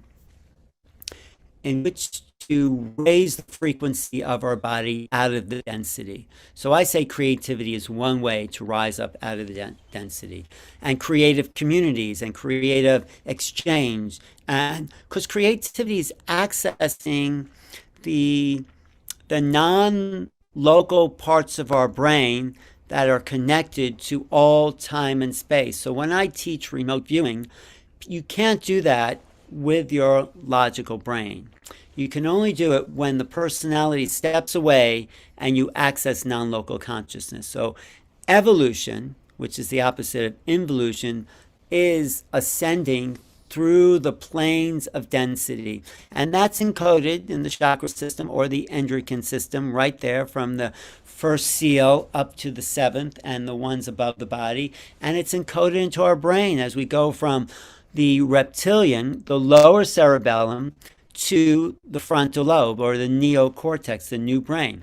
So the idea is to access the neocortex and stop living in the lower cerebellum, which is survival. And that's as you raise up the frequencies of the endocrine glands in your body, which you can actually live off your endocrine glands. If your system was totally imbalanced and bringing in the light, you wouldn't need food. You would just need to be at peace and have the endocrine glands flow in their hormonal structure, which feeds the body, and then you start to ascend the frequencies here.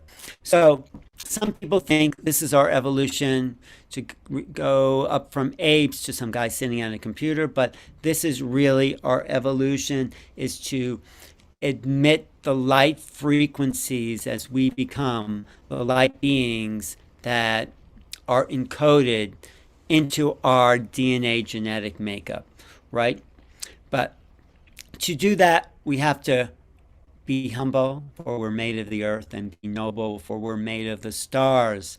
That's it. So these earth bodies can turn into a star. They really can. The earth can become a star, and it happens through our physical conscious evolution. That's on one level. Another level, we're here to meet the others. We're here to jump into a bigger, not a bigger fish pond, but we're here to meet more fish. I really think so. Part of the problem is, H.G. Wells said, civilization is a race between education and catastrophe. Let us learn the truth and spread it as far and wide as our circumstances allow. For truth is the greatest weapon we have. What does that mean, truth? Well, truth is what your truth is. Truth is, how do you feel? It's the eternal awakening of own conscious mind as we make sense of the greater picture. Not sense in rational ways, but sense as perceiving through an intuitive awareness the workings of creation.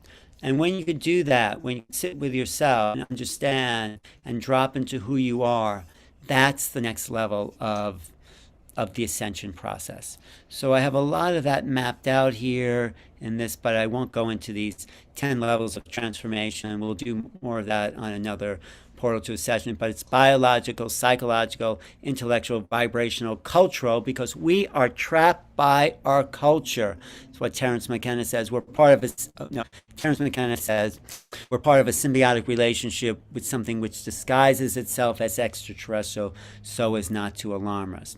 So whatever our projection is, it's not that. That's a cultural defined understanding. The planetary matrix, the solar matrix, the galactic matrix, the local universe, and the multiverse are all aspects that we are rising up to as we transform the physical body. Gary Nolan, who I hope to interview soon, says that DNA is only 4 billion years old, while the Earth is 9 billion years old. So that means that life did not originate here. Life is abundant throughout creation. Like I said, we're not living in a dead universe. We're living in a living universe.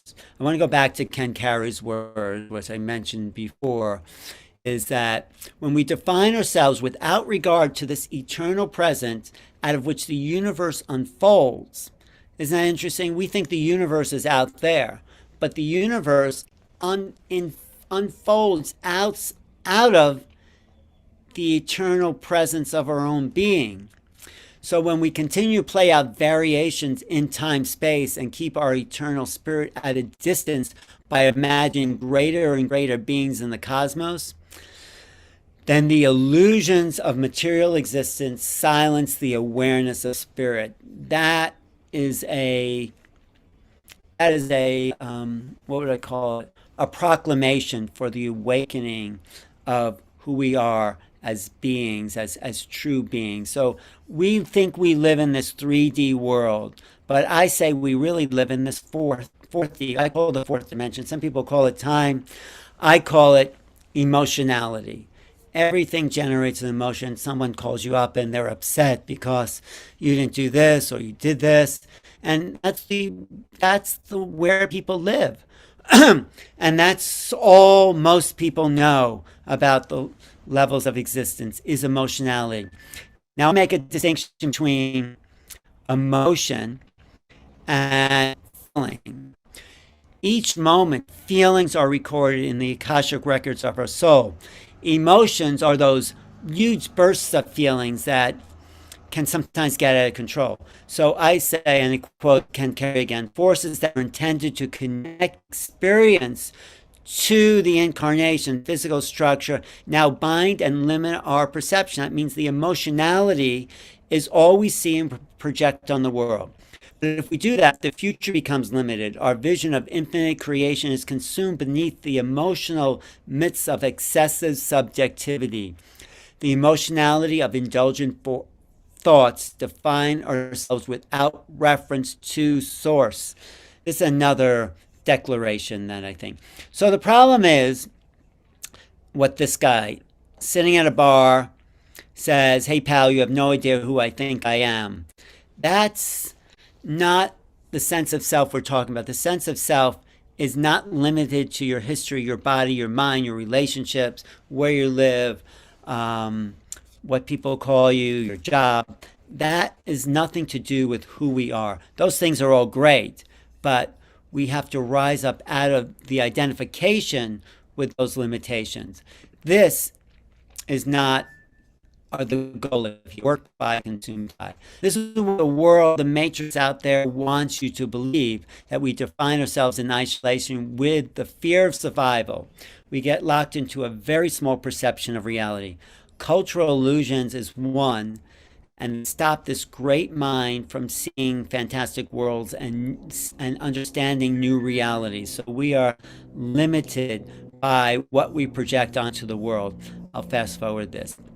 Basically, we're taught to see only this limited visible spectrum, but some people can see these higher realms of thought, the ultraviolet, the infrared. These are bands of light energy that are perceivable by the star seeds that are coming in because we are programmed to see what was higher than visible light. So as we emerge into the fifth dimension, people are having near-death experience, out-of-body experience, past life memories. This is all to tell you that we are eternal beings, that we are not limited to the body. We're here to take the body with us into the unknown levels of reality. That is really our mission as creator gods. Creator gods, because we are here to wake up and we're here to wake each other up. That's why I really love what Neil is doing, because we're here to wake each other up. My friends in Connecticut say we're here ascension together, or Ram Dass would say we're here to walk each other home.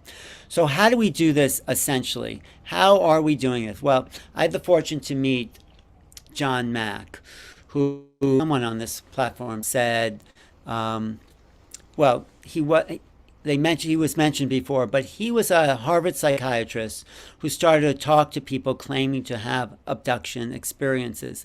And he couldn't write it off by saying they're crazy. He had to acknowledge their experience as a reality and understand that maybe the world was not what he was taught it to be. So he said, and it was great to go for coffee with him one day, even though I don't drink coffee. He says, we're dealing with a phenomenon which violates our sense of reality and operates in the gray area between the physical world and the subjective world, meaning the objective and subjective, meaning that duality is not really the true nature of the world. Not day or night, black or white, male or female. These are the polarities that we create the world from, but that is not what the world is made of. The world is made of a whole immersion of fluid motions. It's like it goes from a wave to a particle, from yin to yang, from this to that.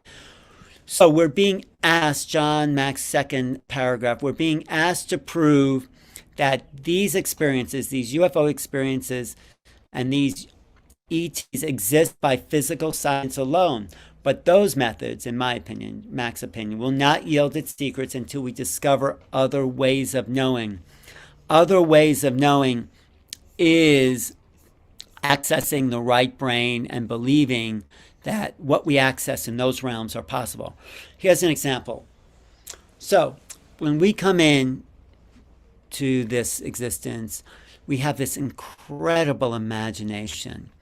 But by the time we're 5, we're taught to read and write. And nothing wrong with reading and writing, I love it, but that becomes the whole world. 1, 2, 3, ABC. And the imagination, that was the most vital sense of ourselves, gets blocked out. It gets thrown under the carpet. And maybe there's a few people, some people who have changed the world, have accessed this great imagination to bring us new possibilities. So, as I said before, we're here to access, to be whole brain.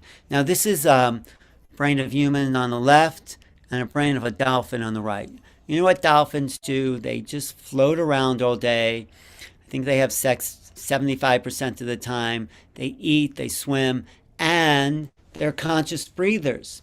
So they have a more developed brain, and they're living a pretty enjoyable life, except for humans who come and pollute the oceans and don't regard their world as sacred. Dolphin actually means brother, Delphi, dolphin. It's from the same word for womb, means that we are of the same creation. And if we want to meet intelligent creatures, well, all we have to do is swim with dolphins and whales. Whales are amazing. They have such huge brains.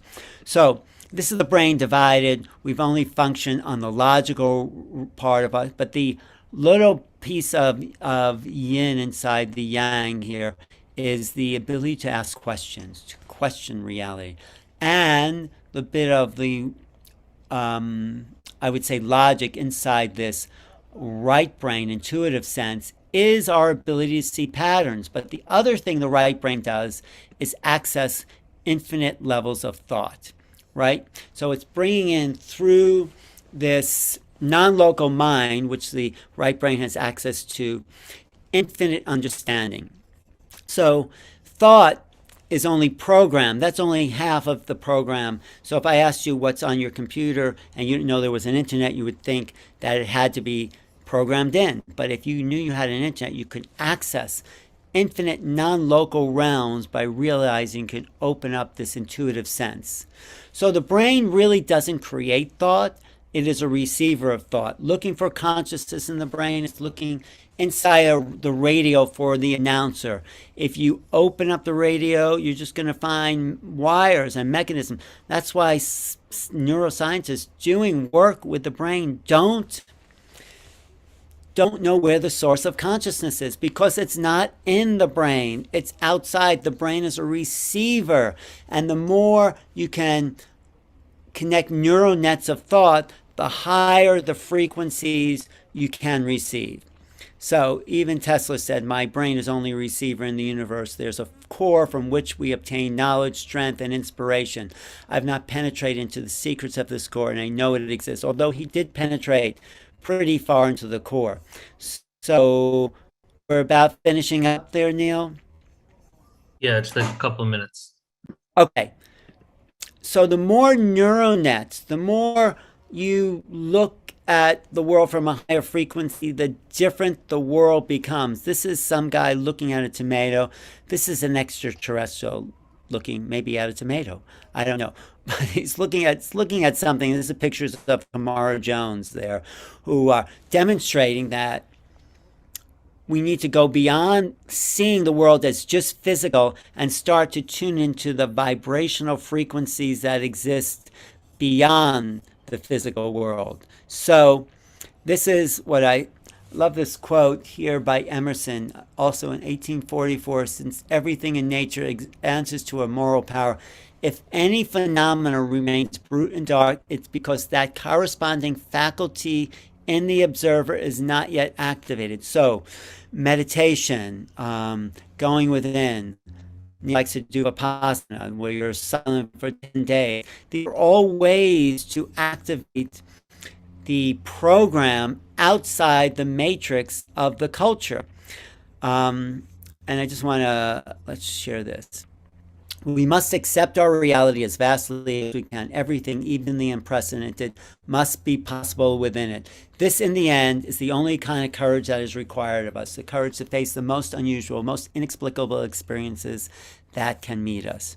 Okay, I'm just going to end with this. I think it's 3 minutes. This is, I'm not sure what this is, but but here it goes. As our mind becomes more conscious, as we become more aware of the capacities of consciousness, this is bringing on what we're calling the close encounter experience, because maybe these beings are connected to an evolutionary awareness that brings in a new level of cognition. The experience of consciousness is what's going to bring on the evolutionary perspective.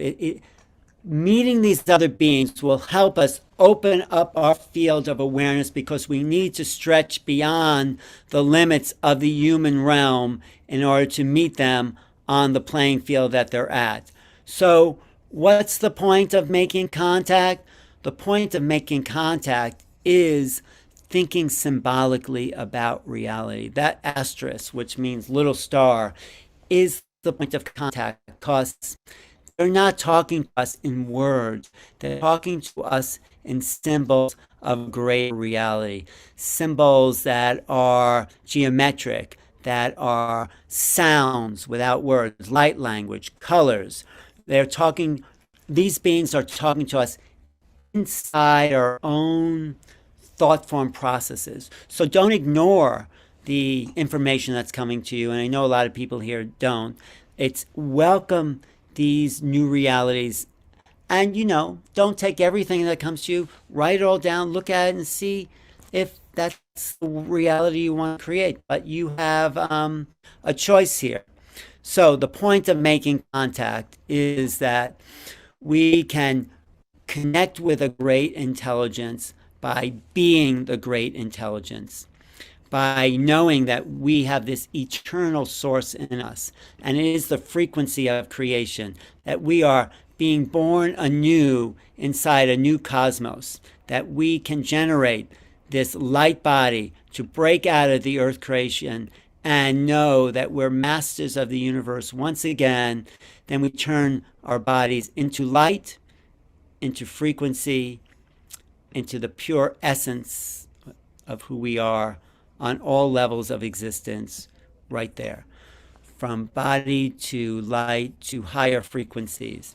And that's sort of part of what we're doing. I also want to say part of making contact is something me and Deborah Juicy are putting together coming up. It's called Making Contact, Disclosure, and Cosmic Awakening. It's a 5-part series that will be an exclusive online process, and these 5 specific classes will take us through what's going on. I start with J.J. Hertog and Desiree and Grant Cameron to give us an overview. Then we go into where is life in the universe, the Webb telescope. Then I get people like Lou Elizondo and go into the deep dive disclosure, and then the secrets of the ET presence, Whitley Strieber, Linda Moulton Howe, and then Starseed Rebellion with Marina Agura and a few other people that are coming on. And Deborah, you want to say anything about that show that we have putting together?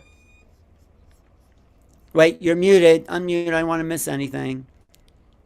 Hi, Alan. Good to see you and good to see everyone here. And I just post our links in the chat room so people can stay connected with us on that. And yeah, Alan's been doing this forever, I think many lifetimes. So I'm here to support him in this mission and really get this book live so we can experience all the incredible speakers that he brought together in that book are going to come and be with us live. That's right. Here. And and more.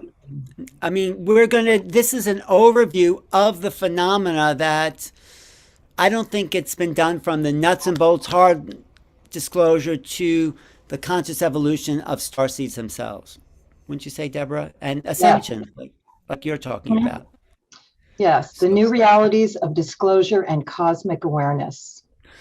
So sign up in that link, and we're going to send out the actual registration page once we confirm all these speakers, but it should be happening in June. It's a lot to pull these people together, but it's really, really fun process. And Deborah is just a fantastic being to work with, so connected, and such a hard worker. I mean, you texting me at like 5 a.m. saying you're up for the day, or 4 a.m, Deborah, you inspire me. Well, I think a lot of us are doing a lot right now, so we're all doing it. And Definitely. the website is makingcontactseries.com. So we've got Alan there, I guess. Right. No, I'm sorry. We've been put to sleep. So, Deborah, I'm really happy for your work and assistance in this because you are putting energy into waking people up, like Neil, like everyone. So, it's been an honor to be here, share space with you, Deborah and Neil and Joan. Thank and you, brother. Elizabeth Thank you Avery. so much for your presentation. All right. Thanks. All I right. hope. Thanks, Deborah. Are you gonna stick around for the end for the Yeah, closing, I'll or are be- you gonna? Okay, cool. You'll be. No, I'll be here. I don't want to miss anything Deborah has to say. So, okay. All right, cool. Yeah, all right. So Thanks. we're going to transition right into the Ascension panel, everyone. So let me just do an intro of Deborah. Firstly, we have one panelist that I'm attempting to locate, Sandra. So Sandra, there's a couple Sandras in the room. Neither of them have a last name in the, in the chat. So if you could let yourself be known, maybe just write something in the chat room there so I can know who you are and where you're at. And then we'll go ahead and set you as a panelist. I think we have Meg Benedicte. All right, and I'm gonna set Meg as well. All right, everybody, so this is the grand finale for today. Extremely excited, and if you have been a part of, any of the last 5 Portal Ascension conferences, we definitely have put an Ascension panel at every single one of them, and Deborah Giusti, who is right here, is the one who has hosted each one of them. And it wouldn't be a Portal Ascension conference without the Ascension panel, because what is it really all about? Like, why are we going into all this information, ancient history, extraterrestrials, UFOs, so much more, advanced sciences and technologies that can shift the paradigm? The ultimate intention of all of this is the evolution of consciousness, which ties in directly with the Ascension. So Deborah Giusti, I've been working with her for around, I think, like 7 years now. And it's been such a great partnership that has really blossomed and evolved into an incredible friendship in which we share and support each other on not only on a physical level, but definitely on an etheric level in regards to just cultivating information and awareness in order to really shift the paradigm into what we know is possible, right? Creating this heaven on earth. Deborah has supported so many individuals and speakers, everyone from a speaker or a presenter or a researcher that just wanted to get their awareness out to some really high level people that have been doing this for years and are having impact on millions of people around the planet. Her platform is so solid and she is basically a networker and a support for all these individuals that are assisting in this evolution, as well as providing her own awareness, right? And then that's what she's going to be doing today, is with the Ascension panel, really cultivating the questions that she has, because that is her true passion, is the Ascension. She's done many Ascension panels now. She's a few going on this year as well. And hopefully pretty soon we're going to be creating an Ascension series on Portal to Ascension that is going to be curated by Deborah, just so that we can really start fine-tuning and going deeper into what the true intention of all of this is. So Deborah, thank you so much for being here. I love you so much. Thank you, Neil. And yes, obviously you're doing an amazing job with what you're doing too. And we're all working together. We're just figuring it out. We're getting the instructions from Spirit and we're working in high collaboration, and this is showtime. This is really it. So it's really beautiful. And I want to welcome everyone here. It's going to be an amazing and informative panel with some of my true favorite people in the world. And they are experts on Ascension. They're my teachers, and they're going to share with you what's really happening now in Ascension 2022, because this is the time of planetary awakening. And yes, as Neil said, Ascension is one of my primary passions, especially the accelerated ascension that's happening and being revealed right now. It's taking place within me, within you, within all of humanity and our Earth. And I honor all of you being here right now, live or on the replay. You are very fortunate to be here now to receive these very powerful transmissions, next level information, deep insights, and potentially ascension activations that we're going to share with you. So, what a world are we experiencing now? Never before in our lifetimes have we experienced what looks like so much chaos, dysfunction, crisis, and polarity among our human family. Yet, I think most of us here also claim that these are some of the most highly activated spiritual times that we have experienced. And a lot of us feel that this is why we incarnated here, for this very potent, highly transforming, and literally mind-blowing time on Mother Earth. And yes, she is going through her ascension. And we've all come here at this special time to join her on this amazing ride. So by being incarnated now, we have the huge opportunity to advance our own ascension at this time. And one reason is that it's not just individual ascension, such as with various avatars and ascended masters that have awakened during previous cycles. What's possible now is a planetary ascension, where much of humanity has the opportunity to ascend together if they choose, and we all support each other and can activate each other in this process. So now we're in a powerful time of cleansing and purification. And this is what inspires the ascension evolution. So it's important to clear dysfunction and eliminate anything operating at a lower frequency to inspire this evolution toward the next levels. So this is definitely happening on our planet. Our Mother Earth is shouting back at us from all the pollution, the raping of the resources that humanity has done. We see the floods, we see the huge fires that we've never taken place before, and other ecological catastrophes. So she's definitely getting our attention and speaking up now. And as above and so below, this purification continues in our human family.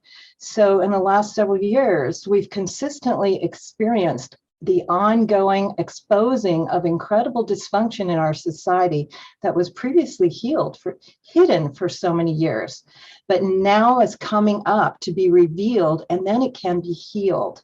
The internet has provided such a way for us to be informed like never before, just like we're able to have this incredible mystery school online right now that we're having.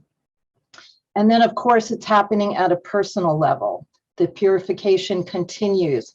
As we went through lockdown, so many people around the globe, like never before, got to look in the mirror. They paused. They had to reflect on themselves and their lives. And that inner process started going. And again, this is really important. And in our lives, maybe you've noticed that anything that is dysfunctional in your life shoots up in your face and is right there for you to deal with. And if you don't deal with it, it'll come up again. Because if you're on the spiritual path, this is the time for deep core healing so we can go to the next level. And as we go through this collective birth canal, as has predicted in much spiritual scripture, we are evolving into a new age, a new cycle, and what we're calling the new earth. Some have described this as a shift in consciousness, a shift in frequency to another dimensional level. There's whole new laws, there's abundant opportunity, and there's advanced ways of being and living. So as we integrate our personal and collective lessons, there's also a lot of personal evolutions we're going through, such as our intuitions and our multidimensional experiences are opening up. Our access to guidance from our guides, the Ascended Masters, and the higher galactics are coming online. And we start to experience our lives more consistently through the heart, through love and unity consciousness. So this is what we're going to dive deep in tonight. And again, this is planetary ascension, so we're all in this together. So the connection and collaborations of us all with like-minded beings, soul tribe, soul family, and everyone listening here right now is really important, because we're all teachers and guides for each other, and we're all meant to find each other now and collaborate and support each other in the ascension process.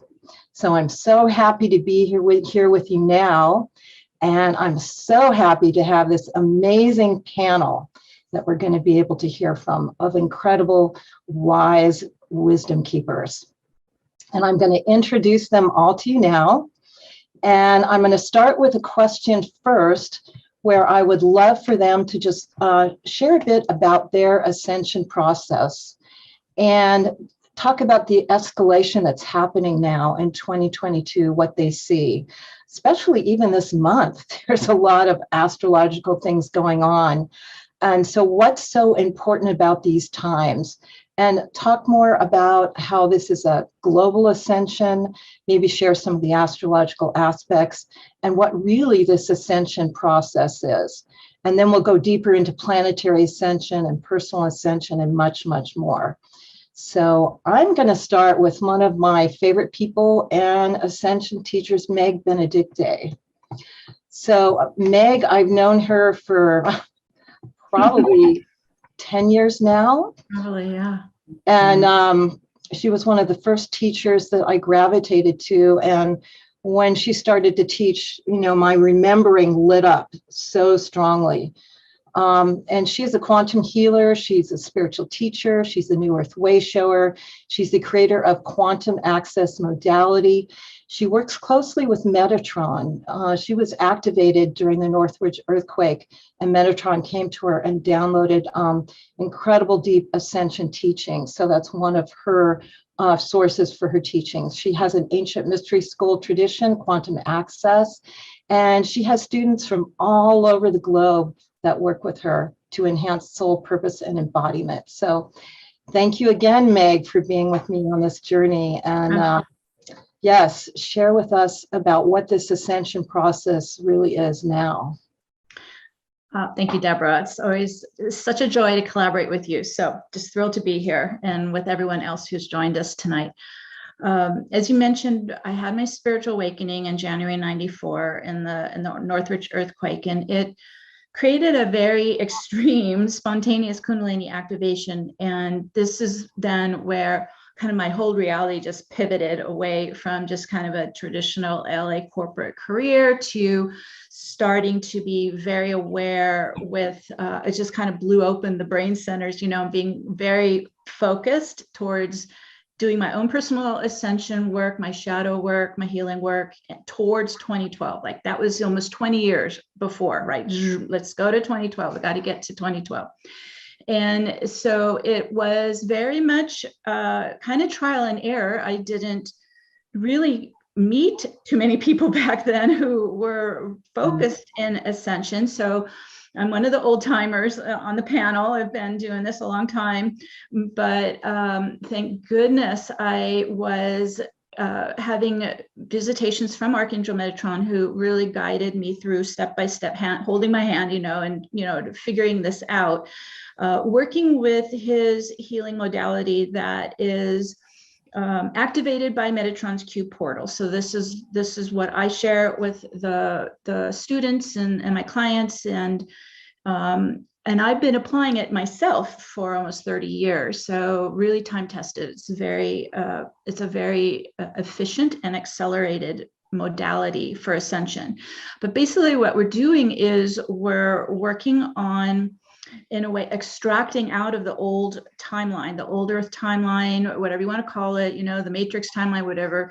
But it was a very much a 3D time density system that created separation and disconnection from spirit, from the soul presence, from the abundant universe. So it was very much feeling quite isolated and alone in the world and in your lives. And so we're working our way kind of back, kind of reversing all of that and putting ourselves back together and clearing out the vessel so that we can actually do the soul merge, because we've been disconnected from the soul presence. We're clearing the density, healing the trauma, working into the core wounds, and also getting into the reincarnational history that we have here on this planet, and really starting to clear that out, resolve that, so that we can create and activate what is this divine crystalline light body that we've all been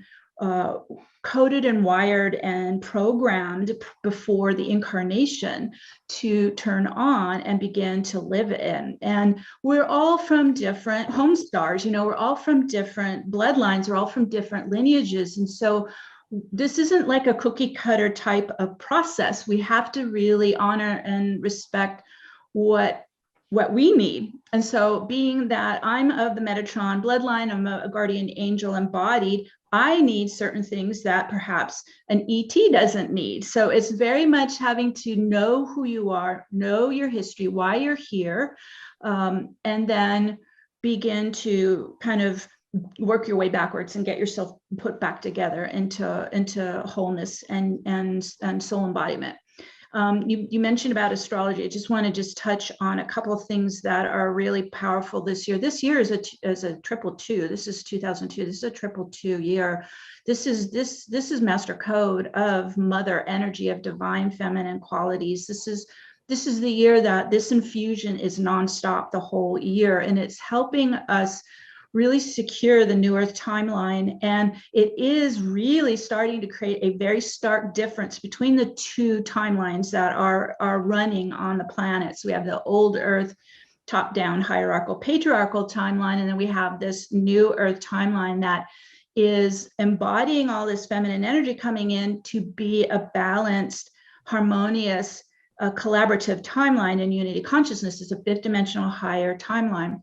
So we have some astrology that's working right now this year. We have the Uranus-Saturn square, and you kind of think about that's what's shaking up the old timeline to open up and create space for this new one to really take hold and ground in.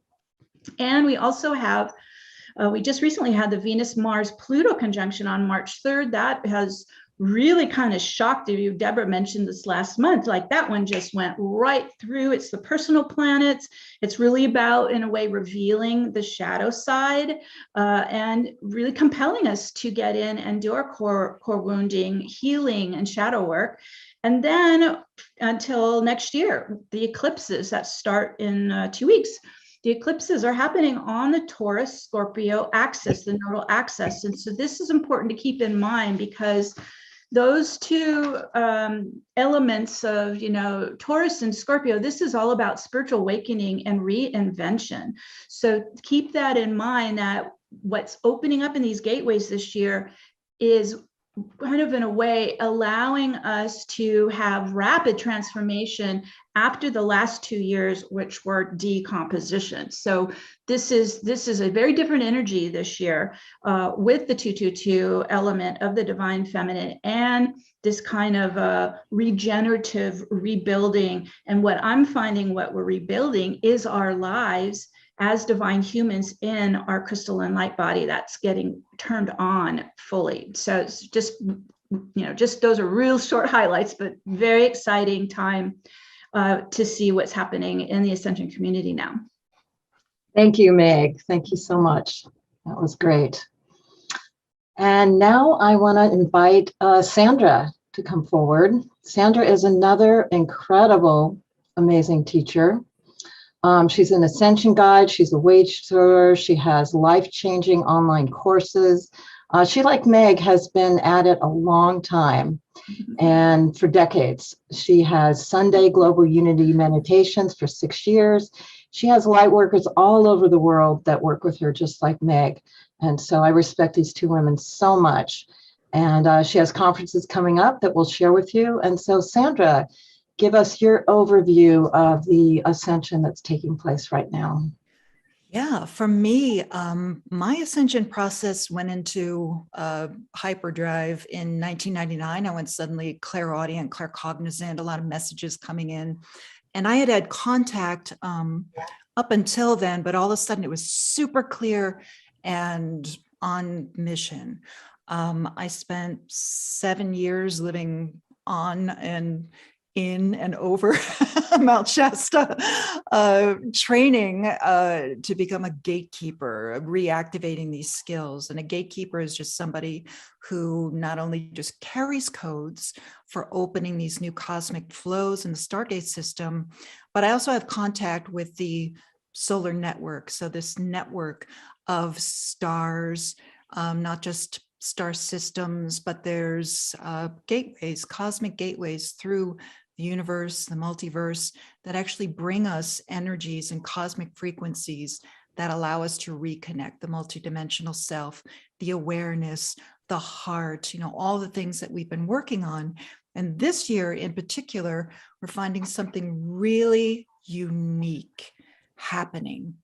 And of course, as we move into Aquarian age dynamics, that's unity consciousness, but it's also honoring this unique thing that we all have. You know, we all put the puzzle, the last piece of the puzzle gets placed together. You know, all of us carry these unique frequencies, and you know, in all of our journeys, we kind of dim down, kind of put veils over things. They're all self-imposed, according to my higher levels, that the veils are all self-imposed. It's just a collective thing that we're doing. And if we could all just, you know, engage with expansion of consciousness, the veils would just dissipate in moments. So here we are at this point in our ascension process where these unique frequencies are coming in, and you'll notice now, my guidance is really direct about gateway passages. There's always heightened cosmic activity during those passages where literally the magnetosphere opens up gateways. It's all magnetic based. It opens up gateways and new frequencies come in, and it changes our DNA and it changes our light body. But most importantly, this year, it is giving us a completely different perspective, heightened levels of compassion. I'm going to reflect what Sister Meg said about return of these divine mother frequencies, cosmic mother in a way that we have not even comprehended before, right? Just brand new, just blowing the doors off of all of the limitations. So a true return of freedom of the heart, a true return to exploring ascension in your own unique way with all the information that we have, but then paying it forward in your own life stream and really kind of taking that mastery step. I'm going to remind everyone here during these heightened gateways, do your mastery check-in, right? Every mystery school starts with deep self-evaluation, and you continue to do that every step along the ascension path. So here we are in this phase of heightened revelation energies, and it's very distracting. There's a lot of stuff going on, a lot of conversations going on that need to add light to those things. But when you focus on, hey, what am I going to do with this incarnation? What do I want to experience? And specifically for ascension, what do I want to become? What do I want to experience? How do I want to walk the talk of what has been going on in my consciousness as I awaken? And now how do I want to show humanity what is possible with ascension? Because as we unify, as we all come together, and I'm somebody who's, this weekend is the 6-year anniversary of the Global Unity Meditations. Every week unifying, and we're learning, right? Because we do it without wires, it's offline. But we've learned how to connect with that natural organic state of the heart and the unity consciousness. And that in particular is getting amplified right now. And that is the thing that is shaking apart and dismantling all of the distortion. And that's a fine show, but you got to keep your eyes on the prize, right? The unity that's happening right now is at a level that is unprecedented. And the cosmic frequencies coming in will change your perspective if you can stay in divine neutrality, right? Not get too entangled with choosing sides or getting pulled into conversations that have nothing to do with your journey, have nothing to do with what do you want your trajectory to be. So if there's anything I can just throw in a big love bomb into the conversation right now. What do you want? The universe is asking you, Source is asking you, what would you like to do? And again, with complete freedom of creation, because we're learning how to be creator beings together, but also personally, right?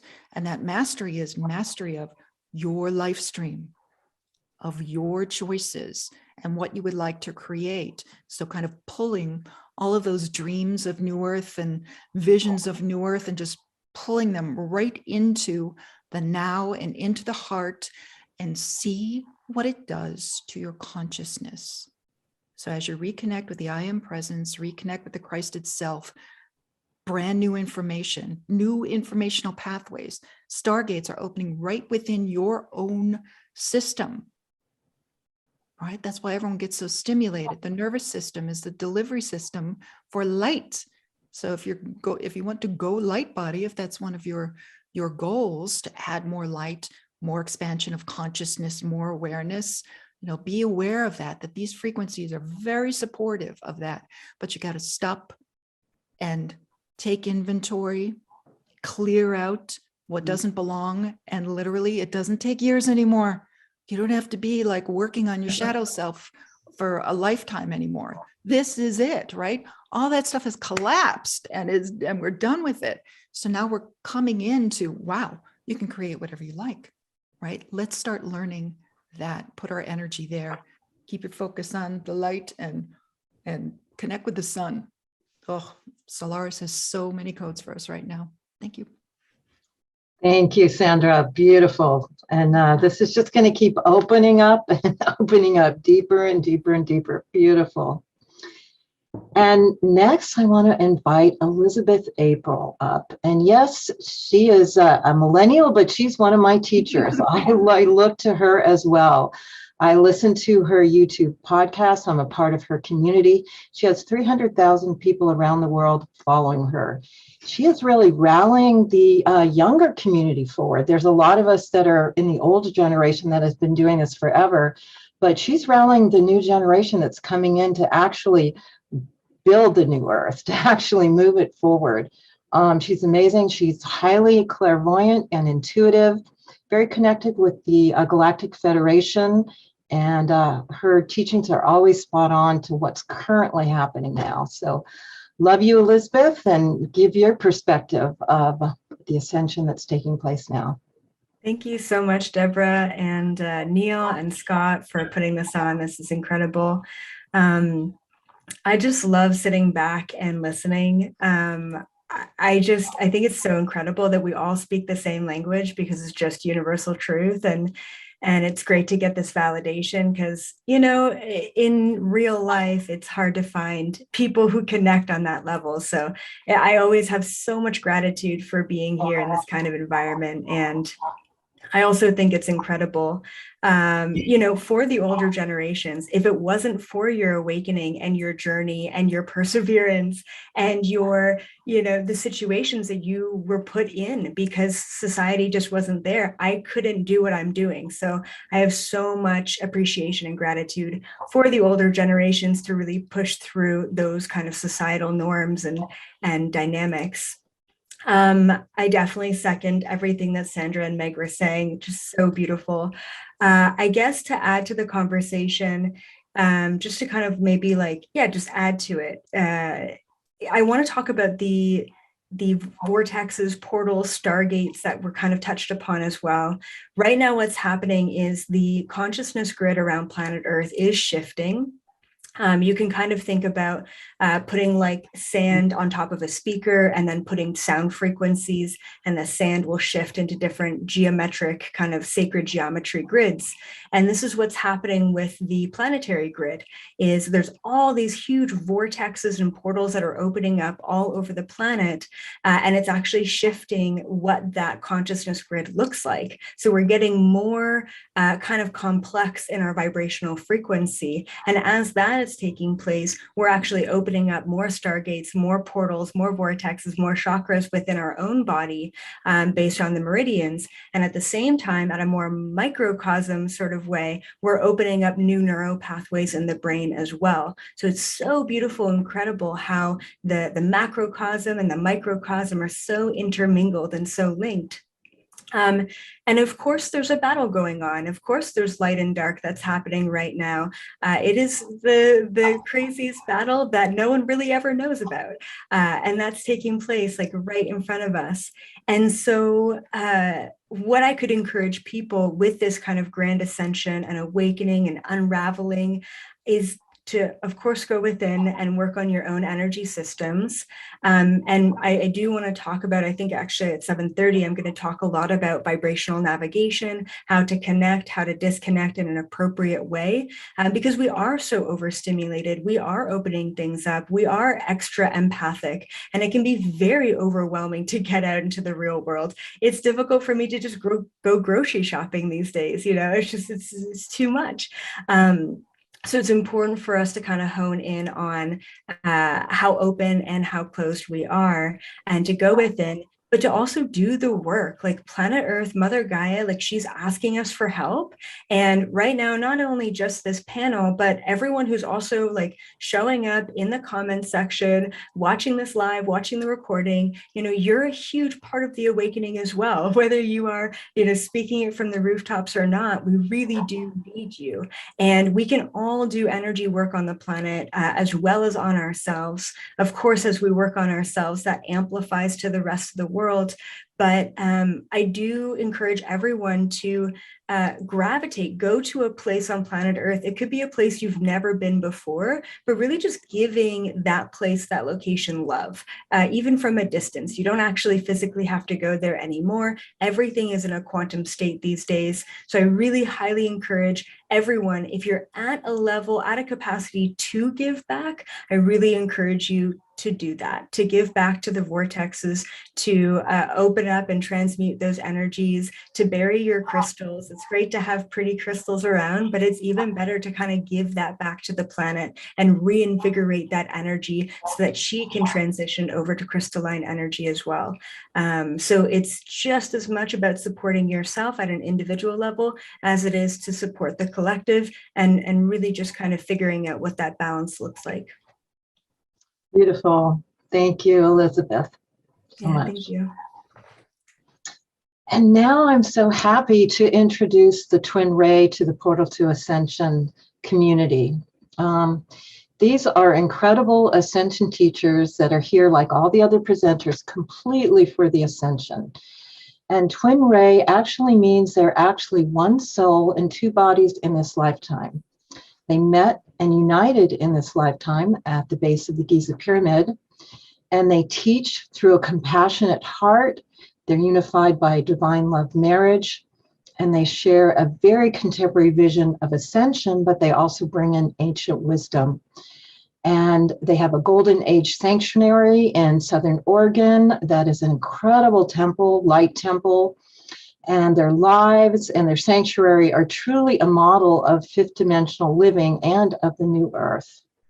And they will speak together as one. It's quite a phenomenon. So love you both very much, and give your overview of the ascension taking place right now. Thank you, beloved Deborah, so much. We're so happy to be here. And it's a great honor to be with everyone. And we have absolutely resonated with everything that everyone has said so far. So we are in joy to co-create together. Yes, it's a beautiful joy to be with you all and to be with this beautiful community.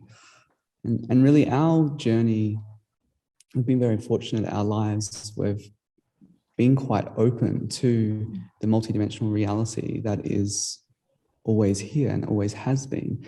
Now there's major shifts that's occurring, but in order to come online to that grid and to this field, there's what we've experienced is a death and rebirth initiation. That's exactly what's playing out in this world right now, in this year specifically as well. For example, Shakina's, one of her main initiations at 33 years old was at death and rebirth, for death for 6 days and 6 nights, and then coming back online to a physical body, and then learning how to reanimate a physical body. Wait, beloved, can you hear us well? Yes. Yes. You can see and hear us. Okay, perfect. Because we can only see you right now. That's fine. Yeah, I just wanted to make sure. Okay, good. Yeah, so speaking into that, this whole year is about that Pluto transition that is occurring. And yes, there's Pluto-Uranus square, which Meg spoke into earlier. And that's the whole theme, really, of this transitional year. It's a powerful year. All these twos are also unity. And two is that unity. And so we have to come into unity by acknowledging what's dysfunctional as well. And that's really why everything's coming up in the collective field right now, to really see what's occurring, what has to be delved deep into, to unmask and to purify. So that purification journey for us was very much about releasing all of and sacrificing all of the things that were focusing on the human story and letting that go to then be really just of service. And I feel that's what's really, it's a big initiation for everyone. Not everyone's ready for that, but yet that's what the universe is asking for, is to let go of that little will and open yourself up to divine will and be a conduit for the greatness of this higher calling that we're all a part of. That's right. This is a time where everything and everyone is coming together in a coalescing manner. The energetics and frequencies of the planet are shifting at incredible rates of acceleration, and everything is happening in quantum. It is happening now, now, now. So for beloveds who are watching, you can start to witness that even if there is an action that one has taken, there is an immediate recognition, there's an immediate reflection that takes place because of the acceleration through time that's happening right now. When we take a look at Pluto, we take a look and we say that there's a saying says that when Pluto is happening, nothing else matters. Pluto is what's coming and shaking everything up, and that is about death and rebirth. Yeah, essentially, and Pluto is this gatekeeper to the higher dimensional planets, the fifth dimensional planets and beyond. And all those planets, well, a large majority of them are divine feminine planets. So there's these major archetypes that are coming onto the Earth right now for each one to receive that inner activation and then be that expression of these incoming broadcasts. But before you go to that next level, you have to die to the old. You have to let go of that lesser will and stop the judgments and let go of those separative tendencies and embody more of what love and compassion really is the nature of spirit. So that's what Pluto is doing, is shaking up and breaking up these old control systems. And it's the Lord of the underworld. It's going deep into the unconscious mind, that which has been hidden, buried, and covered up, the atrocities that have happened, to release them into the new, to bring about that which is good and holy and pure. And it is the true essence of you as humans, the true angelic human. What is happening is the return of the angelic human. And there is a very specific science to this. And this is what we teach, and this is what we specialize in, is the internal alchemical process. Because as the stars, it is the same as the cells, as above, so below. There is no difference. And so when we take a look at the astrology and the mapping of what's going on right now, we begin to say, yes, but this is all what has been buried throughout humanity, that cannot give way to the new until the old dies and passes. And this is what Pluto is doing right now, the gatekeeper to what has been, to bring in what is and what has always truly been, which is the eternal love, and the eternal connection and devotion to God on all levels. And the beautiful thing about this transformative energy, Pluto also is that gatekeeper to that immortality. So right now, what happened in 2017 was a planetary shift where these massive ley lines are actually anchored into the planets. And these are known as category 5 ley lines, which are basically like 300 miles in diameter. These are cosmic dragon lines. We haven't seen this on the planet for 12,000 years. So the frequency on the planet, the whole grid system, the energetic structure of the Earth has been metamorphosizing since 2017, and it's coming into 2022. And right now we're in this transition period where all of these nodal points, that are these beautiful toroidal fields, they are opening, and these are known in the prophecies as gateways to the gods. So we're in this grand purification process because the plasma energy that's coming into the planets then transmits into gamma wave frequencies and turns into low standing sound waves that come off the iron crystalline core. That's just purifying the genetic template of the human. That's causing the mutations that is necessary in order to move into the next, not the double helix, not the double spiral, but the triple. Yeah. This is what's next. This is what's going to be the new, we're moving from carbon-based to a plasma structure, essentially. Yeah, like a silicon plasma structure. And there's many more strands that get activated through that process. I mean, it's really infinite in when it gets to about 144, because that's the photonic light charge that is coming into our planet. So our light in our body, which is our DNA, has to mimic that. The biomimicry that happens within your cellular structure is happening because the sun is transmitting DNA code. That's what the sun is. It's just a ginormous, intelligent source of genetic code. And so we're all receiving this. And we have the potentiality to immortalize these structures into the divine human, which was the original seeding of the angelic human. But you have to sacrifice that ego. You have to let go of that separative model. You have to let go of the judgment, have discernment, but have kindness and compassion for what the world is going through. And so our life, that was our direct experience, is stopping the heart.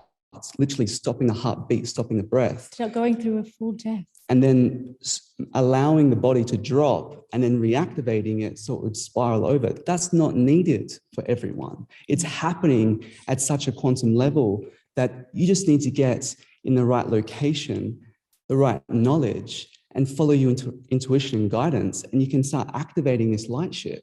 There is a profound science, an ancient science and a future science that is bridging into this time period. So we're transcending the concept of time and going into timelessness, which is what the golden age is about, the new earth, where we start anchoring in these golden age, this main golden age timeline, because the human itself was always encoded to be an angelic, divine, and immortal human. This is why it's so important to do the inner work, what every teacher on this panel has been sharing, but educate yourself about what's coming into the planet. Because when you do, you can light up and be grounded and anchored in such a powerful way that you become that change that then ripples out. And as we all come together, we can literally see that and live that. So we're very excited to be a part of that and be a part of this with everyone that's on this call. And we'll, of course, get into this at much deeper levels as you continue to ask questions for them. So thank you. Thank you.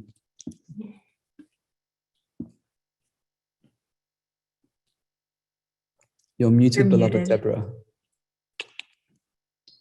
Thank you so much. Again, another level deeper as we're on this journey together. Thank you so much. That was very beautiful. And I do want to go deeper into the planetary ascension that both of you started to open up. So Meg, I'd love for you to share more about that. I know in your teachings you talk a lot about other times that are similar in Egypt, Atlantis, and Mura that are similar to these times. And you really talk about creating the new Earth. Your website is New Earth Central, so you got that down at the very beginning of creating your domain. And as the Twin Ray were saying, this whole Earth is this whole universe is going through a shifting and up-leveling. We can see the difference in the Schumann resonance, and it's really a dimensional quantum leap. And this is what this planetary ascension is we're talking about. It's not just us and Earth, it's a whole universal concept that we know that's happening now. So maybe you can speak a little more to that, or whatever you feel called to go deeper into the planetary ascension understanding of it. Yes, great lead in. Thank you. Because yes, my passion is about the new Earth. So I did create that domain 20 years ago because it was really about at that point, it was just a vision, right? You know, what is this new Earth? The old Earth system, I'm going to use those kind of old Earth, new Earth, just to keep it simple. But the old Earth was very locked in. It was very dense. Back then, when you tried to do any kind of energy work or transformational work, it was almost impossible. Everything was the magnetic fields of the planet and our own electromagnetic fields really rocked in, you guys. This stuff was so tough to get into. And so it would take me, a year to just start to pull out some ancestral patterning, whereas everyone's been mentioning now, because we're in the quickening and everything has shifted so much that you can really simultaneously start to move energies in ways we couldn't do 20, 30 years ago. But it was at that time, as we got into the, the 2000s, right? We're in, again, the two energy. This is what this whole, century is about, is getting into this new infusion of the divine feminine. And I started getting very strong guidance to begin to use intentioning, visioning, alchemy to start to form this new Earth timeline in the quantum field. It was not on this planet yet. All we had was that locked down old Earth timeline. And so many of the way showers way back then started getting calls, from spirit, from the archangels, whoever you're working with, the Galactic Federation, whatever. And we all began to work on our own in our way of starting to, in a way, kind of formulate and forge this newer timeline. I was guided in 2008 to start a private membership, and we met every month for 10 years, 2008 to 2018, to create this new Earth timeline. So if you're really kind of wondering, well, what the hell is she talking about timelines? When you get in, kind of get beyond just the Earth plane and you start to journey into the quantum field, you begin to see that it's literally like a flashing arrays of different trajectories, different future outcomes, different kinds of holographic realities. To me, when I get into that space, it just looks like a kaleidoscope of all kinds of potential futures. And so we were really honing in with our own, locked focus and a group focus, hundreds of people coming together and really lining up with a group mind, locking onto how we envisioned and felt and sensed and experienced what this kind of new Garden of Eden, new Earth timeline is. And over time, it started to kind of flesh out, right? It started to have substance. It started to feel more real. And in 2012, when the global control matrix unlocked on December 21st, that was what that day was all about. Despite what all the brouhaha was, it was really about the unlocking of the control matrix, and so that everything could free up, everything could open out, and then we could really start anchoring in this new Earth timeline from the quantum field. I was guided, as I know Sandra was, to go to Mount Shasta, because of course in the 3D plane, Mount Shasta is the Earth chakra. You got to ground it into the Earth chakra first. And when I got there, it was a huge eye opener, because that Earth chakra was completely hijacked by dark forces, demonic forces. That took a whole hell of a lot of clearing. That was not fun. I was there for 5 years, and I know Sandra was working there too. And it was like cleanup mode to start to be able to really bring this timeline in so everybody could join it. Now, kind of speed up. Okay, it's in, it's here, it's active, it's available. How do you get into it? And many people get confused thinking we're going to another planet, or we're bilocating or whatever. No, this is actually two parallel timelines that coexist on the planet. And the bifurcation of those two timelines occurred on December 12th, 2019. I was very strongly guided to go to Mount Shasta that day and do global activations online broadcast, because that was a 12-12-12 gateway. That was a powerful day. Extract our energy out. And then how do you get into the newer timeline?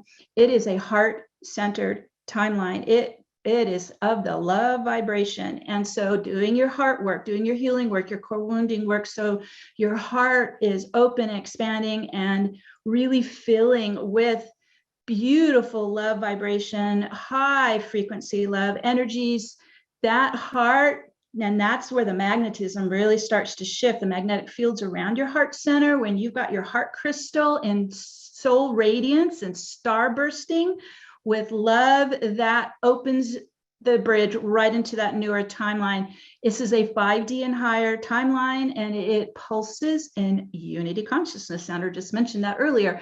That is what that timeline is. There is no polarity in that timeline. You do not have the opposing forces of shadow, light and shadow. Everything coexists in that new Earth timeline.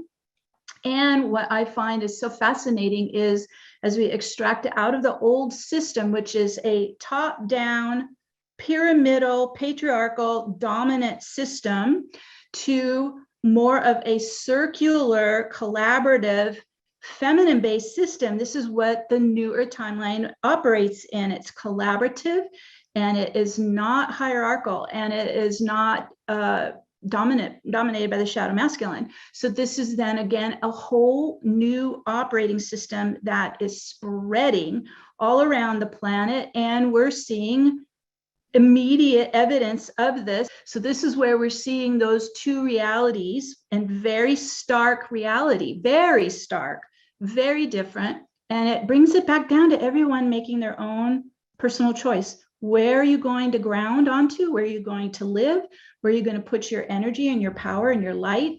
And we're still in that choice point, I believe, this year. But I just recommend everyone to do the heart work, do the healing work, and fill with the love and joy. I work with clients every week. I've been working with clients, thousands of light workers for 25 years, and people are still really feeling the wounding of the Atlantean trauma. This has been surfacing in the human collective since the pandemic, and there is some deep healing that needs to be done with that timeline and the devastation that happened during that timeline.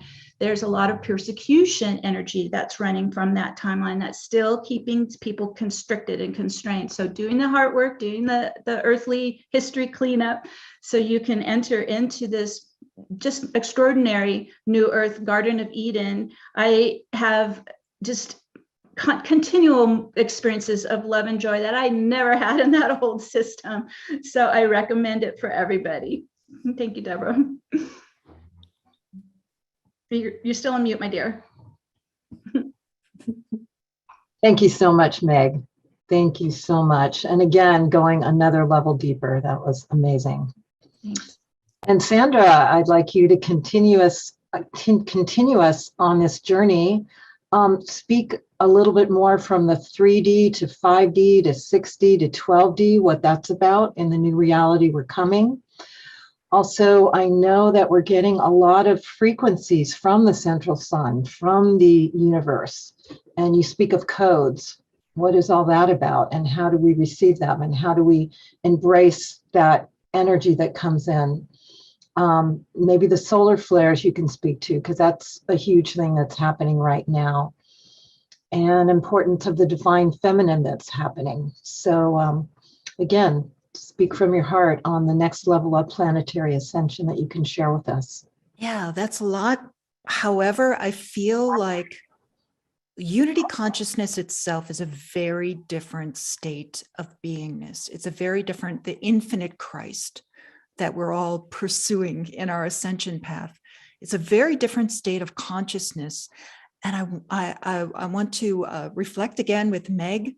Yes, that December 2019 was a huge thing. We had 3 days of 100 people up on Cathedral Rock here in Sedona every morning doing ceremony and meditate. I've seen beings my whole life, but the kind of beings and the level of support that we have right now at a galactic and a really like next harmonic universe master kind of level, like beings I've never seen before, were present with us during that. So they're like emissaries of light escorting us through these gateways of ascension. And even as my goosebumps go off, all right, the Stargate system is completely new. So we have completely new flows. We have been reconnected to the cosmic fabric in a different way. And recently, even just in the last couple months, when I was working up in Northern California and working with the Redwoods, which are gifts from the Venusians. So there's a lot of support there. So when I was in there, normally a gateway will open up when I'm working with the trees, and you'll like Gaia will show you what's going on, right?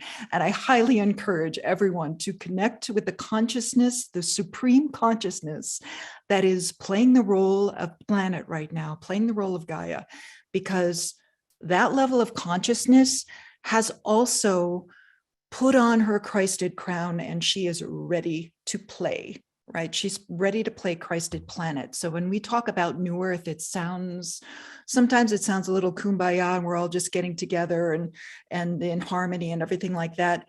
It's so far beyond that.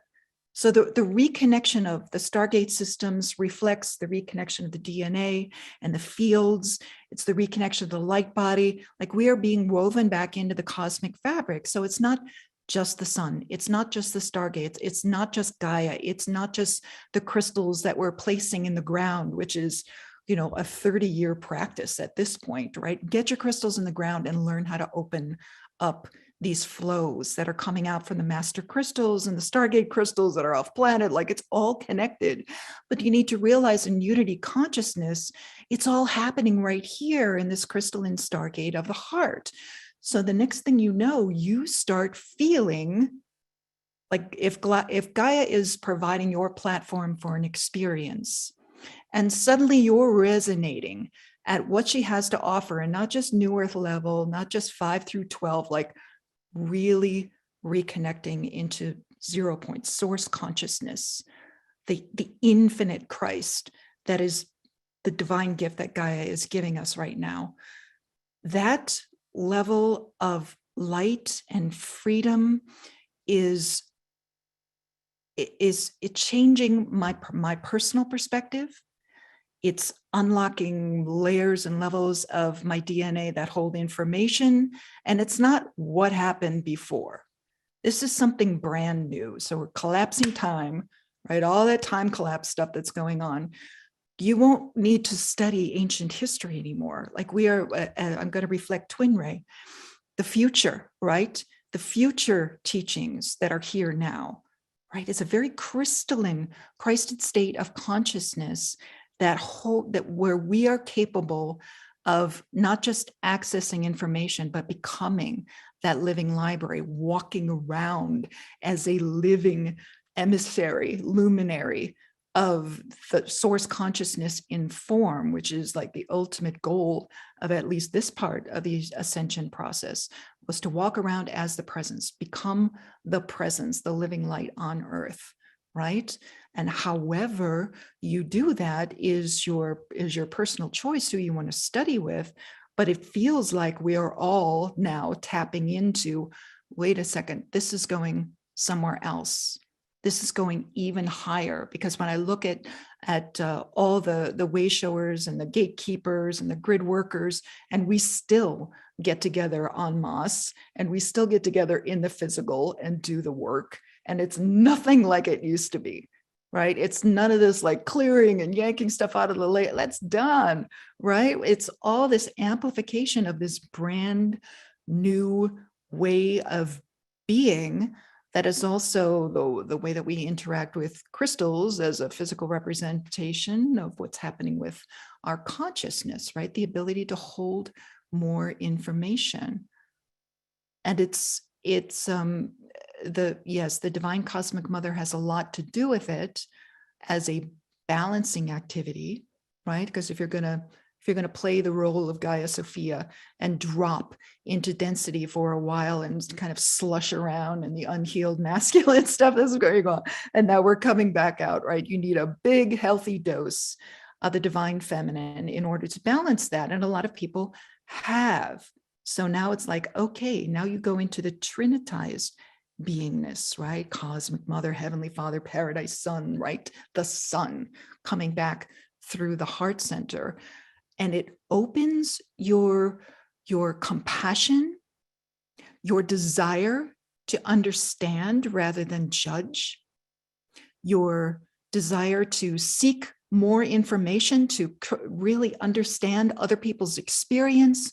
You get more curious about other people rather than standing in your, you don't have to protect your belief system as much in the new light, right? Because all of a sudden wait, let's get together. And what if we play with this? And what if we play with that? Because all of a sudden you have a safe space to do so. And I feel that gift that Gaia is giving us right now, those little glimpses of, hey, by the way, it's not just New Earth, it's beyond that. You're reconnected to the universe, you're reconnected to the multiverse. By the way, multiverse getting a complete upgrade right now. So everything that you've experienced, every guru, every master, they set a precedent and they set a platform, and now we're standing on it and jumping off into a brand new way of beingness. And the key for everyone right now, get divinely neutral so you're not swayed into this is good, this is bad. Really get into unity consciousness, appreciate and honor everyone's journey, but most importantly, get into your own heart space and do the work if you haven't done it yet, right? Because there are brand new things that can be experienced right now. And as somebody who's been on the ascension path for decades, to be able to experience a different state of consciousness that surprises me, or a different perspective that makes me feel like I don't even know who Sandra Walter is anymore, right? Like that's just a name, right? It's just like a placeholder for information to come through, kind of thing. But we kind of not dissociate, but dissolve, right? Much like what Twin Ray was talking about. There's a collapse completely of what was created so that we can create something new. So you're not this and that. You're really letting go of what was, everything that you created. That's what all the work was all these decades, right? Releasing incarnational journeys and ancestral and all that stuff. That work has been completed. And now, again, unity consciousness comes in. Now everybody, right? You do the work, you affect millions of people by your thoughts and your actions and your emotions, because you're resonating a higher vibration, and that quantum effect just shakes apart all the density in everybody else in that human heart field. So it's being conscious, and not only that, but find the self-love, the trust, and the faith to hold that crystalline field without wavering, right? To really put your trust and your faith in yourself, in source, and in your brothers and sisters. One of the earliest messages I received back in like 99 was like, don't look to the sky for guidance. Look beneath your feet, because the platform that we're standing on right now, Gaia, is incredible. And she has more information and more surprises for everyone. So stay open. Right? Take a breath every time you feel like a little too much anxiety, your nervous system is getting overstimulated. Put your hands on your heart center, take a breath. I am. You have a right to be here. You have a right to let source shine right through you. You do it in your own unique way. Play with it, enjoy it. Enjoy this time, right? Try not to get discouraged by what's going on in the external right now. It was predicted. Like listen to the old gals. Oh, we got this. Yeah, we heard that was coming, right? It's been predicted for hundreds of thousands of years what's going on right now. And, if I can hold up a sign, they lose, right? Like, not to wreck the ending, but, it's, the light overwhelms what's going on here. And it'll get faster and faster and more beautiful and more radiant with each breath, each moment. Wow. Thank you so much, Sandra. Beautiful. Beautiful. So Elizabeth, I'd love for you to bring in another element that is part of your specialty of talking about the galactics and their part in this whole, because it's not just us. This is a whole universal adventure here, and you have a lot of connection with the galactics. And also possibly talk about some of the other things that are part of it, like the transhuman agenda, the AI agenda, the reptilians, that piece of it that we should be aware of, not totally focus on, but this is part of the dynamic that we're working on. And like Sandra said, understanding the powers that are losing control, especially as humanity is waking up, and how important it is to be connected with the galactics and ascended masters and start to build these relationships beyond human to all the higher beings that are assisting us now. Yeah, for sure. So, when you think about being a star seed and maybe the definition of that as your soul coming from other places, other dimensions, other realities, other planetary systems, I believe that there are way more star seeds here than maybe we originally thought. And, we're getting these sparks of light and these sparks of awakening as we go along. And, I kind of hinder on this weird edge between it is super important to understand what they're doing and their part to play in all of this. And of course, I communicate with them and go up on their mothership quite frequently. And then there's this other part of me that says, you know what, it doesn't actually matter at all, because it matters right here, right now, what you're experiencing. But of course, we're multidimensional beings. And I believe that we do exist in a quantum state, which means that you're not just human here, you're actually simultaneously existing as many different multi and interdimensional beings out there in the universe as well. And as Twin Ray is doing right now, they're existing as humans at the same time, which is so interesting and a fascinating experience to go through. So it's almost like, I'd like to talk about the Galactic Federation, but I think, what really comes through in this moment right now is to really understand that we are these multifaceted beings. And what's what I call it is there's this quantum convergence that's taking place. And Meg was talking about the different timelines, and I love the quantum physics aspect. I look at all of the splitting off of every decision we make, and I love bringing it back to the coffee example. You wake up in the morning, you're like, I'm going to drink a coffee because that's what I drink every day. But in another timeline, you're drinking tea. In another timeline, you're drinking water. In another timeline, you're drinking orange juice. And really understanding that we're splitting off infinitely in every moment.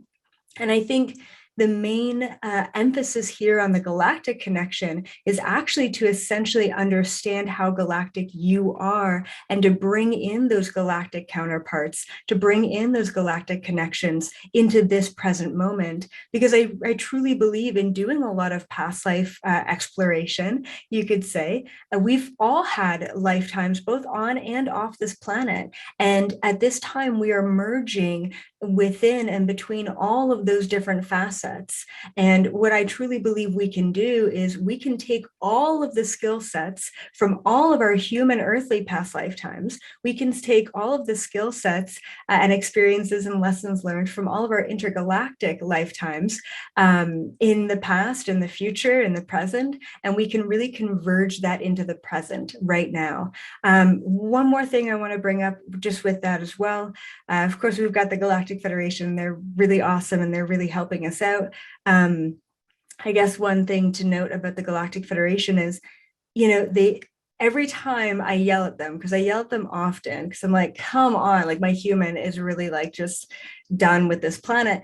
And I'm like, come on, like, you could probably intervene a little bit more. And it comes down to us asking, right? We have to come together collectively. And it's not even about asking the question, all right, we really need help, like come on down and intervene, because of that law of non-intervention, because of that free will, which is huge. And they won't override that free will. It's a vibrational frequency of openness. And when you take a look at all of the people on the planet, not even being able to accept other cultures, other religions, other languages, other skin colors. How can we accept multidimensional beings who just want to help us? We have to get to a place of unconditional love frequency within, for every plant, every insect, every neighbor, every person that you may despise. If you can find that unconditional love frequency within yourself for that, then you can definitely find that for these intergalactic beings. And that's the place that we need to get to.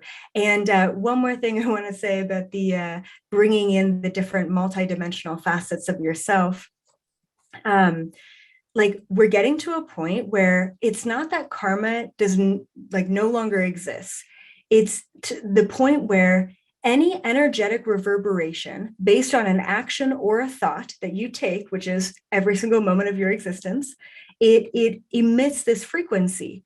And as it's been discussed in this panel, these frequencies, these cycles are actually completing instantaneously. So before you would make an action, it's like, 2 lifetimes from now, I'll go ahead and deal with that thing that I did, you know. And now it's like, boom, 2 hours from now, it's coming right back around, which is really beautiful. And I want to plant a seed for everyone, because I know that intrinsically you know that this is possible within your soul, but we're getting to a place where, upon connecting to the consciousness grid of the planet, which is connected to the cosmic consciousness of the entire universe, we are actually able to upload and download information indefinitely. So if you're really struggling with like a block or a lesson or something that you just can't overcome, you can actually receive that download, receive that lesson from an experience that someone else had on planet Earth connected to the consciousness grid. So we are now coming together collectively in a very quantum way to complete the energies that we're actually unable to complete at an individual level. And in the past, it's been called imprinting, past life imprinting. I believe that we can bring this concept of imprinting, not actually have to live through the 3rd dimensional experience of reality, and we can just upload and download what we need. And it's important that we are downloading what we need just as much as we are uploading what we have learned to give back to the collective consciousness. So yeah, a lot of seeds planted there, but that's just like another layer of everything that's going on. Beautiful again, Elizabeth. You understand why these are my favorite people. This is amazing. Very high level transmission, and it's going to get deeper, especially now, because I'm turning it over to the twin ray. And I'm sure they're going to pull out another level of understanding with the fertile ground of what everyone said so far. I know they've worked a lot with Mother Earth. Part of their, I think, first missions was going around the world, working on the ley lines and assisting on that level. And also just speaking about the new Earth, what your concept is on your level that you can share with us. Timelines, whatever you feel inspired to share at this point. And of course, the frequency of love, as everyone's just been sharing here, as such a key. So take us to another level. Beautiful. So let's speak into the end game. What's coming through right now is to sort of pull the rug on this whole journey for a moment. Where's this all heading to? Well, the ultimate deep dive is to recognize that you don't exist, you've never existed, and every character that you've ever tried to play in any characterology has never existed. There is only consciousness. But that's a lot to take in. So we have to go through this journey. But that's really the end game of understanding pure source, pure God's presence, is that your story, who you are, matters. But actually, the whole point of Ascension is to transcend it all. And what happens is this technology lights up. Like this future technology that's present right now, it lights up when you literally remove that narrative that you are someone doing something. Identification, the identity is what we're speaking. Yeah, when you remove all densities, doesn't matter what dimension you want to be in, but when you just remove it all and there's no more density, there's no more you and me, none of that, that's unity consciousness. It's not a concept. It's actually the very nature of your being. You can't get there because you are it now and always have been. So we like to play this game, and this game is called life. And there's different evolutionary steps of cycles that the life game we experience, the civilization ascends through. The first level we could say is this at 0, where humanity is just operating from fossil fuels, operating from pillaging the earth, has no idea what the real resources on this earth really have and the energetic capacity of this earth. We're obviously moving out of that dark age, dark cycle. And then the next level is at level 1, is a civilization that is so connected to the light streams coming in that the activation that's happening in the light body, the crystalline matrix, your energetic field, is being birthed from the genetics that are coming onto the planet through the sun, through the atmosphere, and through the crystalline core of the Earth. That's happening now. What happens next is that there's an immortalization process where this civilization no longer is bound to this Earth, and where there's more of a star race connection. There's interplanetary travel, not through spaceships. Are you kidding me? This is the spaceship. You are it. You walk through a portal, you go through that, you move, you dematerialize this vessel, and you go and rematerialize another vessel. We can speak from our own testimony that this is what we have done, this is what we do, and this is what you're all capable of doing. But how do you get there? You have to remove that ego construct that thinks it needs to level up and get somewhere else. That will all take care of itself. The alchemical process of the DNA hardware and software, the Ascension, the alchemical process inside you, your body will create new organs, it will create new glands, it will create new biochemistries. You go beyond biochemistries to pure magnetic electricity. Beyond that to pure plasmic energy. What happens when you go past level 2, when you're actually able to travel, and a civilization does it as ascension, you start connecting to what's called the great attractor field, where Sagittarius is pointing to that 26-degree, 27-degree great attractor field. That download that comes in is just a pure black hole. It's not really black though, it's just pure source primordial energy. It's unborn light. Exactly, it's unborn, pure Christ, Holy Spirit, divine luminescent light that is unborn. It's brighter than 100,000 suns, will always pale in comparison to that light. What is that light? You. What is that? Love. We use associated words so we can understand that, but that's what you are, not out there, like in here, this beautiful heart jewel that you truly are, being able to use the interface of this human. When you tap into that primordial energy, that's when you start going through immortalization. That's when a civilization and collective races not only ascend together beyond solar systems, galactic systems, universal systems, cosmic systems, but that whole grouping actually ascends to this one monadic presence, this one logoic presence. But you still can create the unique expression of your physical form or your light body form or the sheaths or the koshas, if we use the ancient mentality or scriptural understanding.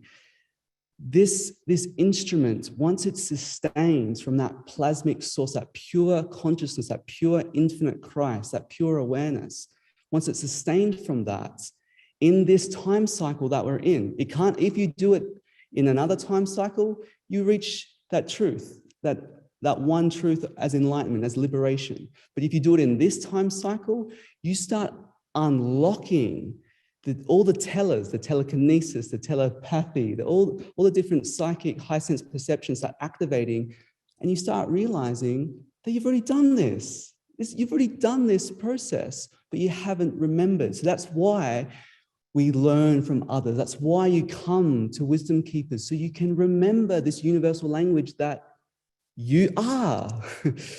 But to do that, you have to let go of this personal identification trap. You have to let go of this story that I'm someone doing something, even the story that I'm doing something for this whole earth and I'm supporting this whole earth. No, let go of that and you do it even better. Really, that's the whole joy of this process, is to be free from the cage of identity. You are no one and nothing, but there's such a supremacy to that. There is the emptiness. We're just turning over cameras because the frequency was so high it blew out our Sony. So we'll just jump. So we'll jump to the laptop. In any case, this is about activating what we call your cosmonetics, your cosmogenetic, your cosmic genetics.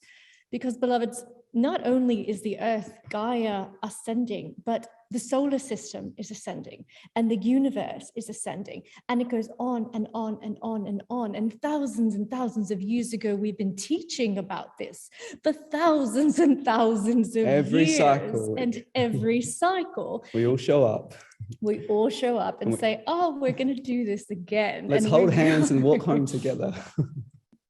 And so what's happening now is that beyond, I'm going to bring it from the macro into the micro and in inward right now and quiet things down. Because God speaks softly, and what is important is to recognize. Or screams at you. Or screams at you, but it's still soft. And when you take and understand that the secrets of the universe that are here and hidden within this omnidimensional space of the heart that connects everywhere to everything, you realize that the secrets of the universe hidden within you cannot and shall not be revealed if you are in polarity.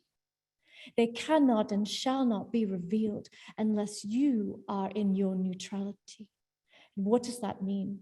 That means that can you allow yourself to look beyond what you perceive right now is going on in the world? Can you allow yourself, are you brave enough to have absolute faith and absolute trust in the divine plan right now as it is, even if you cannot understand it with the ephemeral human mind? Can you allow your perception to be so expanded that you can see that we've come here for nothing but a celebration? And that is exactly what is transpiring now. But again, the old must give way to the new. And chaos is only order reorganizing itself. And warring countries, beloveds, are just a representation of the internal war that every human being goes through until you transcend it, until you resolve it. And so all that is being reflected right now is only that. The work is not so much being an activist out in the world, although blessed be for those who wish to do that. The real work is happening here, and it is the hardest work you can ever have, and it is the most rewarding. And a person who has been genetically liberated through the ancestral line can affect millions and millions and millions of people and offset. And right now the light is rising. We have reached more light on this planet than ever before. And it is, in fact, those planets that are the divine feminine planets that had actually left and retracted their energies when the patriarchy began. And now it's returning, not so that the patriarchy gives way to the matriarchy. No, that failed as well before the patriarchy. But so, that's another story altogether. But so, the masculine and the feminine can come together as one. Internally, the left and the right hemispheres of the brain, the Ida and the Pingala, to become not electromagnetic, but dielectric and primordial. And then this leads into teachings of immortality. Can we get a hallelujah?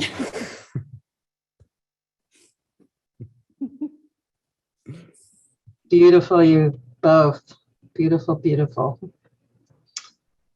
So where I'd love to go now is for us personally, you know, because we're really here to understand for our personal self. And I know you've touched on a lot of it, but I'd really love for you in this next session to give your most important personal tools, most important understanding of the evolution that's happening now.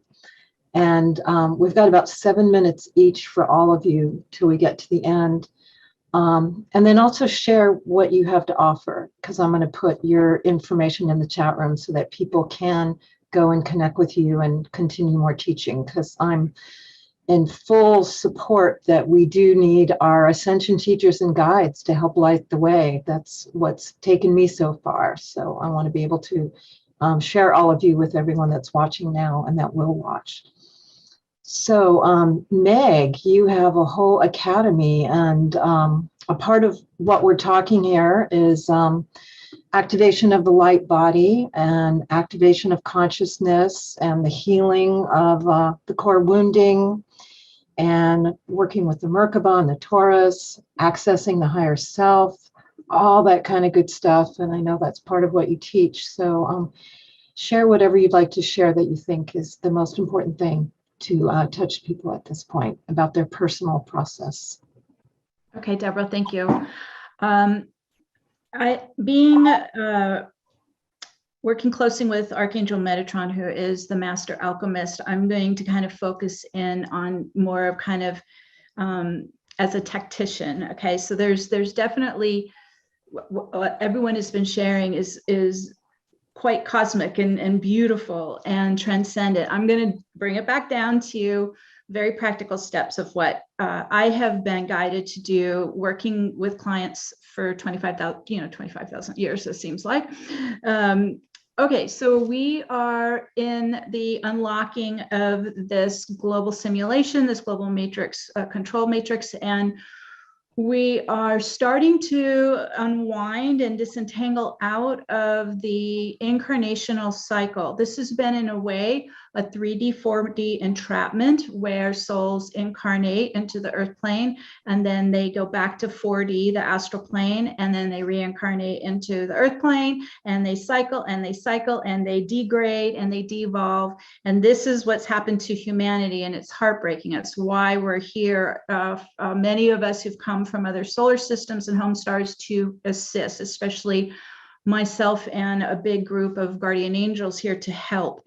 So this is, in a way, an extraction of our earthly history and to close and seal the karmic wheel, to basically resolve anywhere we still have any unresolved issues or karma or healing that needs to be done. I find quite a bit of core wounding from past lives still active in people's Akashic records and in their incarnational wheel. So we can't bypass that step. That has to be addressed.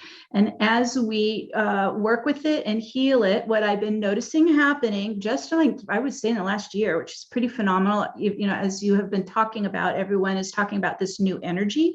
I never thought I'd ever see this. So this is really exciting, where I'm actually seeing people's karmic wheels come full circle, alpha, omega, close, and clear out of their fields. These are all being transmuted. They're all being released.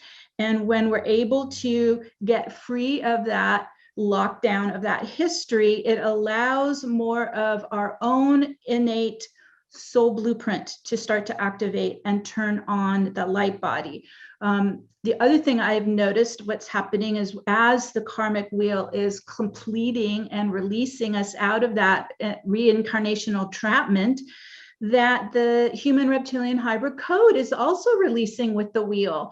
And I'm watching this in sessions, and it's like almost like overlay grids, as that coding or bloodline or lineage, whatever you want to call it, double helix, hybrid code leaving, underneath it, the soul DNA can actually start to turn on and activate, no matter where you're from. So if you're from the Pleiades, you're from Sirius, Arcturus, if you're an angelic, whatever, that is your own soul family lineage code starting to turn on and begin to activate the light body, so that you now have your vehicle, your vessel, so you can finally ascend and go home. We're going to be able to leave beyond the 4D astral plane. We're able to have a direct pathway home to our home star. What's so interesting about this, though, is that this doesn't, yes, we're getting all this powerful solar plasma light coming in, and yes, this is all assisting, but your blueprint runs on your soul light. It doesn't run on the galactic light. Your blueprint, your light body, your soul operating system, your soul code is designed to run on your unique soul signature frequency. And if you are not embodying your soul, you aren't running that fuel into your light body to run it. So this is why ascension is not just leaving. That's not what this is about. It's not about leaving the planet. This ascension is about merging the soul in your vessel and utilizing your soul light frequency to turn on and activate your own crystalline light body vessel. When I see, and I kind of watching how my light body is, my soul's angelic body vessel is forming, it's really pretty exotic. It almost looks like a surfer's bodysuit, but it's all about interlocking diamond, like crystal diamonds. Like, it's really quite gorgeous. And it is, in a way, solar cells, right, that run on your soul light frequency. So soul merging is so important. The soul embodiment process is where we become divine humans. That's what's happening. Okay, so that was just kind of some real technical stuff that's been coming up in the last year that I wanted to share.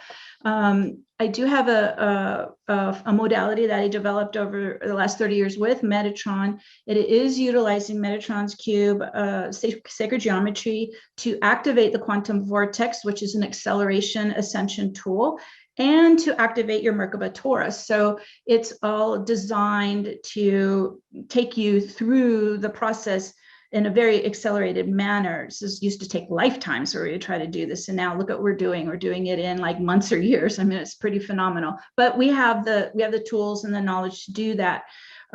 So I have the Academy. There's self-study courses there that you can step into and work with at any time. And like Sandra, I've been leading a monthly global gateway activation since the first one, which was 11/11/2011. So for about 10 years, we've been running them every month, where in all these really powerful gateways as they come through, and taking advantage of the infusion of the cosmic light, the crystalline diamond light that's coming in to assist us, but also to apply it. We do both. We do personal ascension healings and activations in the monthly meetups, and we also work together in assisting Gaia through her own ascension and healing and transformation, and getting into the grids and the gateways and the field, really influencing the field on how we want this future outcome to manifest. So I also do, as I mentioned, private sessions as well with clients, and so lots of great services available. And it's just been a pleasure to be here, a part of this panel. So thank you, everyone. Thank you, Meg. Yep, she's incredible to work with, and she does monthly activations that are really incredible as well. So Sandra, this is a big topic for you, because this is what you do all the time, is work with people so incredibly. And I know you've specialized a lot in DNA activation and light body activation, and teaching people how we're going from carbon-based to crystalline, and of course, unity consciousness is the bottom line. So whatever you want to share that you think will be helpful, and what you're offering and your conference and all of that. Yeah, I'll throw the conference out there just because it's so in my field right now. It's only a month away. So it's our 5th annual Crystalline Convergence in Sedona. It's 2 days. It's a very powerful weekend. It's geared toward mastery level. So if you feel you're not ready or whatever, there is nothing like being in the room with other people who are in hot pursuit of their mastery, just with open hearts and unconditional love, and you just come wide open, and we do extensive gate work on the self and unified harmonics, and just really applying everything that's been discussed during this panel to our current reality, and playing with our unified co-creator skills. We really work in the crystalline field. Just tapping into the 250 people that are here right now, and some of the people that are going to listen later. There's like different people are at different levels. So if this, I want to say something about listening to free conferences online, and then wandering to the next one and wandering to the next one. And I don't know, maybe I'll go over here. This is not a good time to wander. there are opportunities here. Yeah, Meg's laughing too. It's not a good, wandering really served our journey maybe 10 years ago. This is a time for applying divine perfection, which is the proper use of life force. And the proper use of life force is something that's getting amplified right now. So you have to grab the freedom codes that have been activated since 2019 and use them. And if you're at this level, scared, staying at home, don't know what to do, looking at everything online, trying to grab as much information as possible, you need to start using what is here and not just wandering around willy-nilly. Take the class, invest in yourself, get together with people, go to the conference, go to the gathering, get the membership. Whatever it is that you resonate with in this now, don't think about what you are going to be 10 years from now, right? Where are you right now? Be honest about it and get involved, right? Get connected with other people who are doing the level of work that you are in pursuit of, and you will find your journey escalates, right? You need other people. You need to unify with other people right now. As unity consciousness steps up, got to get together. And we get together and we play with our skills. We don't talk about the past or what's going on right now. We go, wait a second, something brand new is happening right now. We need to unify. We need to activate all the stuff that's going on right now, connect with Mother Gaia, and assist the whole of unity consciousness, the whole of humanity, by our actions moment to moment. Trust yourself. Have a little bit more faith in your own journey and your own abilities. Have enough spiritual strength through consistency of spiritual practices. That's how you build spiritual power. Consistency, decrees, meditations, yoga. Get out there and do the good work. Activate. Consistency is key because you're kind of pushing through a little membrane right now, right? Coming out of your egg, right? You're coming out of what you were. You got to push a little bit. So it's not really the time to wonder if you want to take advantage of the frequencies and the unique opportunities that's here. And there's something to be said for shedding the egoic thing that happens. There's something strange that happens to people when they're alone too much in their own process, right? You start spinning on thoughts. You are a creator being, you create whatever you want. But if you start getting a little too spinny and a little too nobody can help me, a little too my journey is so unique and I don't resonate with them, and it's not the time to block other people's information. We have to learn unity consciousness, right? Stay curious. And again, invest in yourself. Spend those freedom codes. They're there, right? And that helps everyone to be more free, right? Again, one high vibrational being, right, has an effect on millions. So be that, right? Be that presence through all of this. Get together, make the leap. Whatever it is, a book, a class, a meditation. There's all of these free services that all of us provide, right? We always have that balance. There's plenty of free everything out there, but invest the time to experiment with unity, to get comfortable with being with other people. So if you've been kind of feeling separated, or if you've fallen prey to that weird low vibration of stay away from each other, bust right through it, right? Step forward. Don't worry about the gas money or what's going to happen. Just stand in your light, hold the crystalline field with each other, and it will amplify for everyone. Thank you.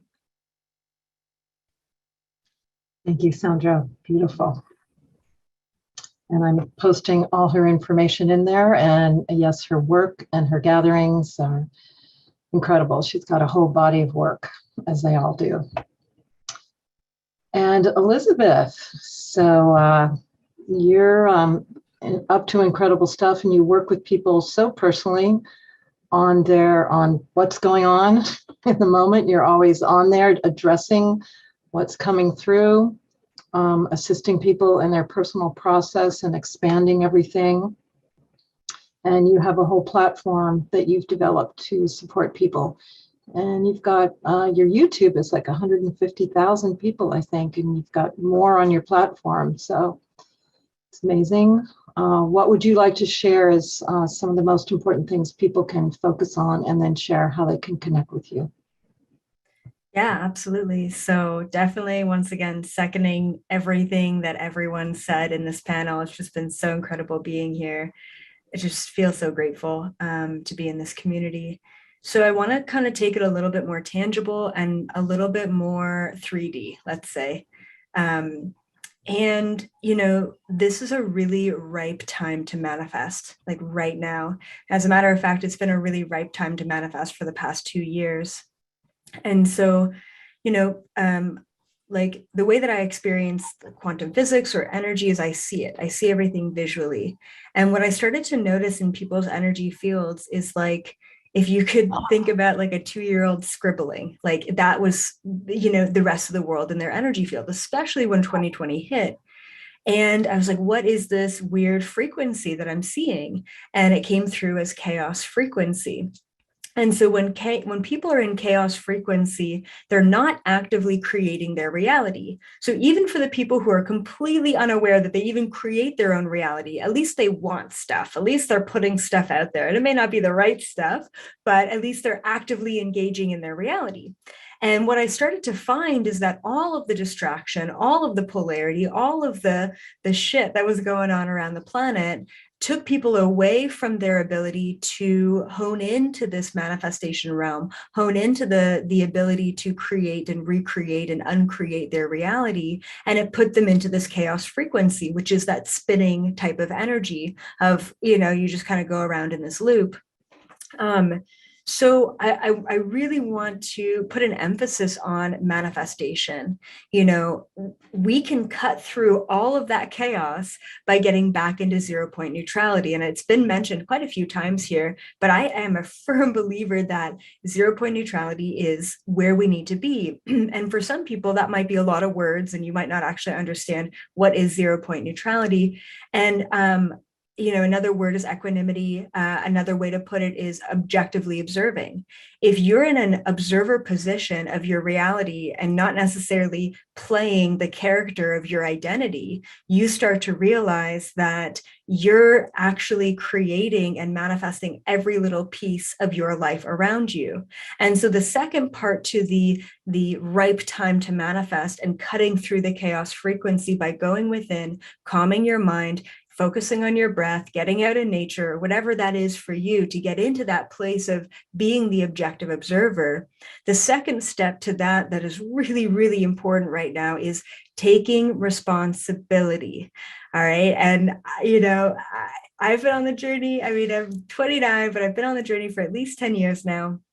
And I still have a hard time sometimes taking the responsibility. You know, a bee stings you and you're like, screw you, bee.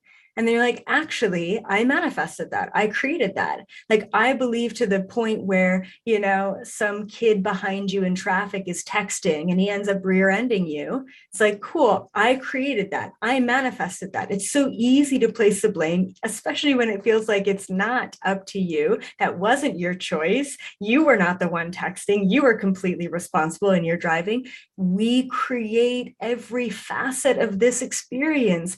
And when we start to hone into all of the aspects of this and take full responsibility for it, that's when life and reality start to open up and unfold, and you start to really see how magical and powerful you are. It's very easy to take responsibility for all the good things, very difficult to take responsibility for all the crappy things. And when we start to do that, we start to bring the power back. It's not the kid who is texting. It's not the government. It's not your parents from childhood. It's not even your ancestral lives. line. It's not the galactics. It's not your spirit guides. It's you. It's always been you. It's not even your identity or your identifiers. It's you. And when you start to recognize that you are the center of your individual reality, and by taking that responsibility, you then also take the responsibility to co-create the collective reality on this planet. I mean, it's game over, right? I mean, you take full power back into this present moment. And so cutting through the chaos, manifesting your dream reality by setting the highest vibrational intentions and taking responsibility for every element of your reality is so, so, so needed and so important right now at this time for everyone. We could all use the reminder, myself included. And I guess, where do people find me? ElizabethApril.com is a great start, and I've got a lot of offerings, but I'm super excited about the Cosmic Society membership. It is a safe place. It is a completely censorship-free place. It is not linked to Patreon or Instagram or YouTube. So basically, at the point in time when they kick me off of all of that, or all of that shuts down, we still have a community that is free of any sort of control or censorship. So that's what I'm super, super excited about. And, you know, talking about free offerings, everyone can join for free today and be connected to that community of people all over the world and view downloads and content and other things that are on there. So once again, thank you so much, Deborah, for having me on, and Neil and Scott and everyone who's kind of come together and made this possible. Of course, all the panelists and everyone who's watching. I super, super appreciate being a part of this community. And you're muted still. Yep. Sorry, I'm not used to meeting during this. Incredible. You're an incredible being, and it gives me hope for where we're going, because I know you're going to be here. And all those that you are teaching and training now to continue to move this all forward at such a high level. So love you very much. And the Twin Ray. You get to hit the last ball out of the park here with what you want to bring through that can be a gift to all the people that are here with us now and all the people on the replay. What is the most important thing that we can focus on that you can share right now, and then share your beautiful offerings while I post information in the chat room. Thank you, beloved. Well, all the panelists have shared so much that, of course, we second all of what has already been said, and we want to add that this time right now, it is imperative to allow forgiveness into your heart. It is imperative to bring in the frequency of that love that'll bring you to your knees when you feel it. It is the kind of love that cannot be, it is not tangible, and yet it is so palpable. It is undescribable, and it is so humbling. There is a calling for humility right now in the world. There is a calling for recognizing that, yes, of course, you're all created beings, and humbling yourselves enough to be able to pick up the power and bring it in. Because this is not a place of entitlement anymore. This is a place where the universe is opening and saying, show us your heart, show me what you really are and what you're really here for. And you have to unwind all of the wounds that are wrapped around your DNA to do that. And that's what the wounds are. They are wound. And as you begin to unwind them, you begin to see that even though there's the perception that something or someone has injured you or harmed you or created something that is displeasing for the ego to experience, it is invaluable to know that there is no need for forgiveness at all. For when you truly forgive, forgiveness is pain that never existed. It is an inner standing of the perfection and the divinity of all things that have ever occurred in your entire life stream to bring you where you are right now, where everyone is right now as a grand collective. Yeah, and then being courageous to go deep within yourself. That is really the mark of the one that is chosen. For you choose to walk this noble path. And when you walk it through your heart, with your heart, as your heart, the only thing that can save you right now is not someone or something, but is what you already are as love. That is what is so needed right now on this planet. Love will instantly shift the reality, the matrix, the timeline. All of that will shift immediately for you when you choose love. And as simple as it is, you have to learn what love is. We're not talking about this romantic, emotional feeling of, oh, I love you, you love me because you give me something that makes me feel good. No, we're talking about the brutality of completely accepting all things, but having the power to make new choices. Being compassionate to every single being on this planet because there's only one being here. And being so within yourself that you're willing to give everything, give it all up, for it never was yours to begin with. Give it all up. So whatever you can sacrifice, which means make sacred, which is the portal that we're in right now, the holy portal of the sacrifice, no matter what stones are thrown at you, no matter what is pushed at you, metaphorically and potentially not, what has happened to you, you must accept it all with love. For if you can't love every single aspect of the spectrum of your reality, you do not know yourself. In order to know yourself, you must love yourself unconditionally. To know God, you must love God. To love God is to know God. You have to do that if you choose to really experience anything that we're talking about. That's the foundation. Without that foundation, it's quicksand. You're gone and you come back. And again, it's this matrix of reincarnation. Without that foundation, everything that we've talked about cannot be grounded in. Yeah. It's like inviting something so beautiful to come into a dark hole and live there for the rest of your life. No, you have to make it inviting. You have to make space in order to let God in and to let God out. And so we're asking you to make space. And that piece of forgiveness, you are the source of that. It's not something that you have to go do. You don't have to do it. It does it through you.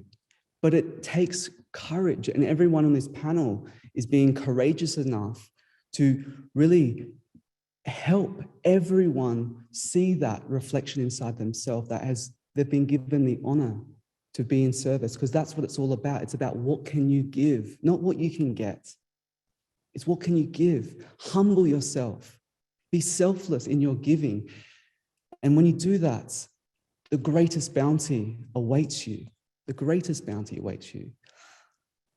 We have something that we've wanted to share is a free path of divine love.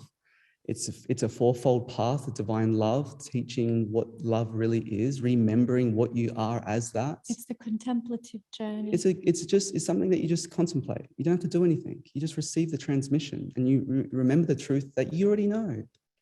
Service, divine service, being of service. That's what this world needs right now. We need to come together in a unified manner and be agents of change, be agents of love, be the love that we already are, and actually do that in every single moment.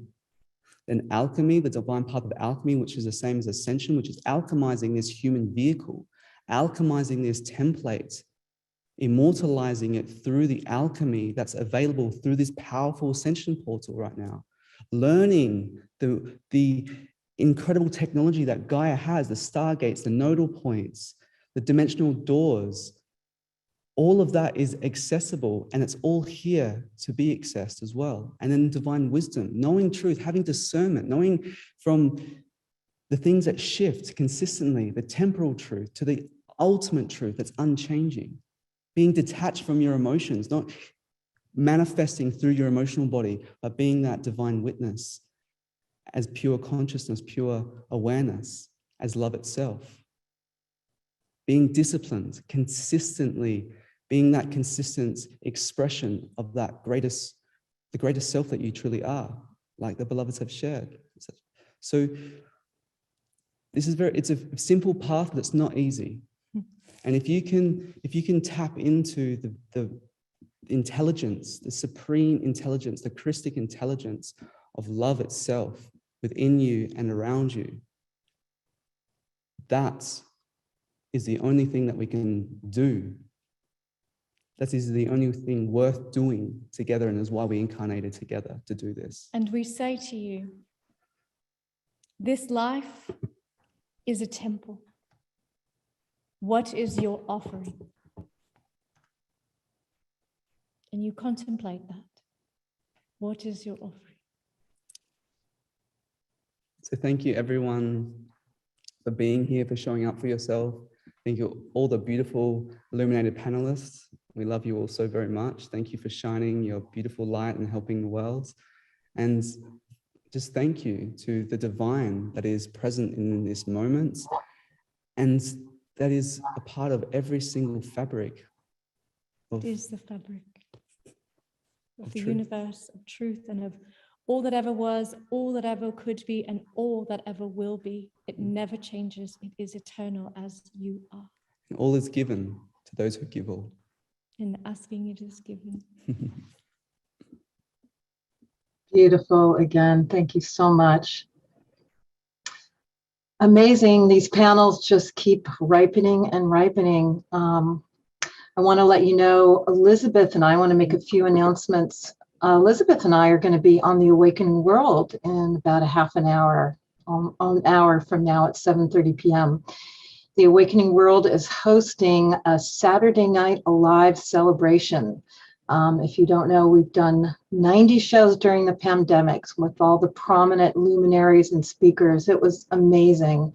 And we're going to have a reunion. The Twin Rays will be on tomorrow night. And tonight we'll have Elizabeth, April, Pato Baton, and Antoinette. Alan Steinfeld is going to be there, Cornflower. Tomorrow we're going to have Marianne Williamson, Neil Donald Walsh, Gary Zukoff, Matt Kahn, Marcy Shimoff, and then we have a Sunday morning. So I'm going to put that link in the chat room so you can join us, and there's a promo code to join. I've also been putting in the Ascension tips that Meg and I wrote, which are really wonderful. There are 45 stages of ascension that we're all going through, and it just helps to clarify and point out all the different things that are happening that's promoting ascension. So I'm going to post all that in the chat room again. And I just like us to pause for a moment and really drop in, like the Twin Rays started to do, with deep gratitude, and drop into our hearts and just have a moment of silence where we really feel each other. We connect with each other on a deep heart, multidimensional spirit level, because we're all here together. We've all received such an amazing transmission, not only from these amazing teachers, but from our guidance and ourselves that was activated by all that they said, the remembering that was shared, that's happening now, because we all know this. We're just remembering and waking up at this time to play again at this next level, at this highly activated level. And so much gratitude that we can come together like this and raise our consciousness and our frequency and open our hearts, and then take all this good energy and help spread it into the world, because the world is asking for our love and our light. And like popcorn, it starts popping and spreading all over, pop, pop, pop, as all the world awakens. And we know it is so, and we know it is done. Like Elizabeth said, we've already won. That was Sandra. So you can feel all this energy here together. It's so powerful. And it's so beautiful and so much love. This is what it is about. So much love. So thank you all. Thank Neil. Thank everyone. Thank you so much, everybody. Beautiful. Very beautiful. Thank you, Deborah, for your dedication to transformation, to light, to bringing in truth.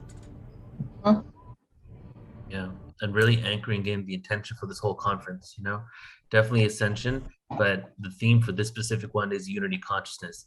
And like to add to that, healing the divide, realizing that we are one family, you know, and all of these divisions, these belief systems that we adopt are just that, just these ideologies that we've adopted, we've been indoctrinated with, we've been born with different things, but now is the time for us to come together, because together in numbers, we have the energy and the frequency to create a collective shift on this planet. So I'm really hopeful. You know, just recently, just to add something more before we close this out officially, I read an article the other day that through scientific studies, I guess, right, they've realized that humans are hardwired for hope, you know, and I feel that ultimately all of us want love and to be loved, right? And that's why I have so much hope for humanity. We inherently aren't evil. We aren't bad. We don't want bad things on each other. And a lot of times when we act that out is because we have that lack of love.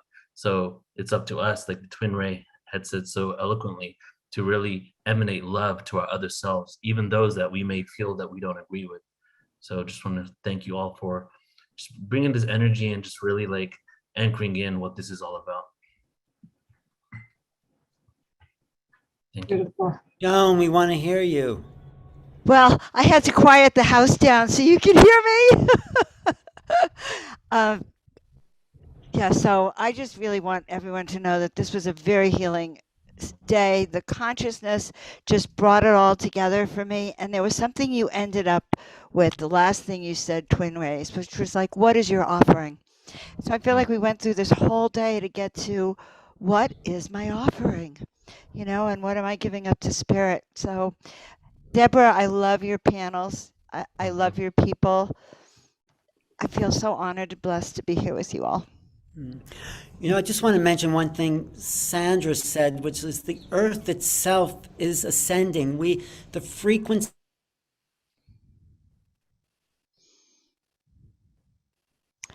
Alan's internet chopped up for a second. You never know if it's yours or his. But it's going to come back. It's going to come back all day. There we go, Alan. Yeah. You cut out for a second, brother. Oh, sorry. We're going into the unknown, and the earth is taking us with it if we want to. So that's the key. These earth bodies is moving at a new frequency. So. And so are we, which is so exciting because there's so many of us. The energies just gets bigger and larger and larger. It's just such massive.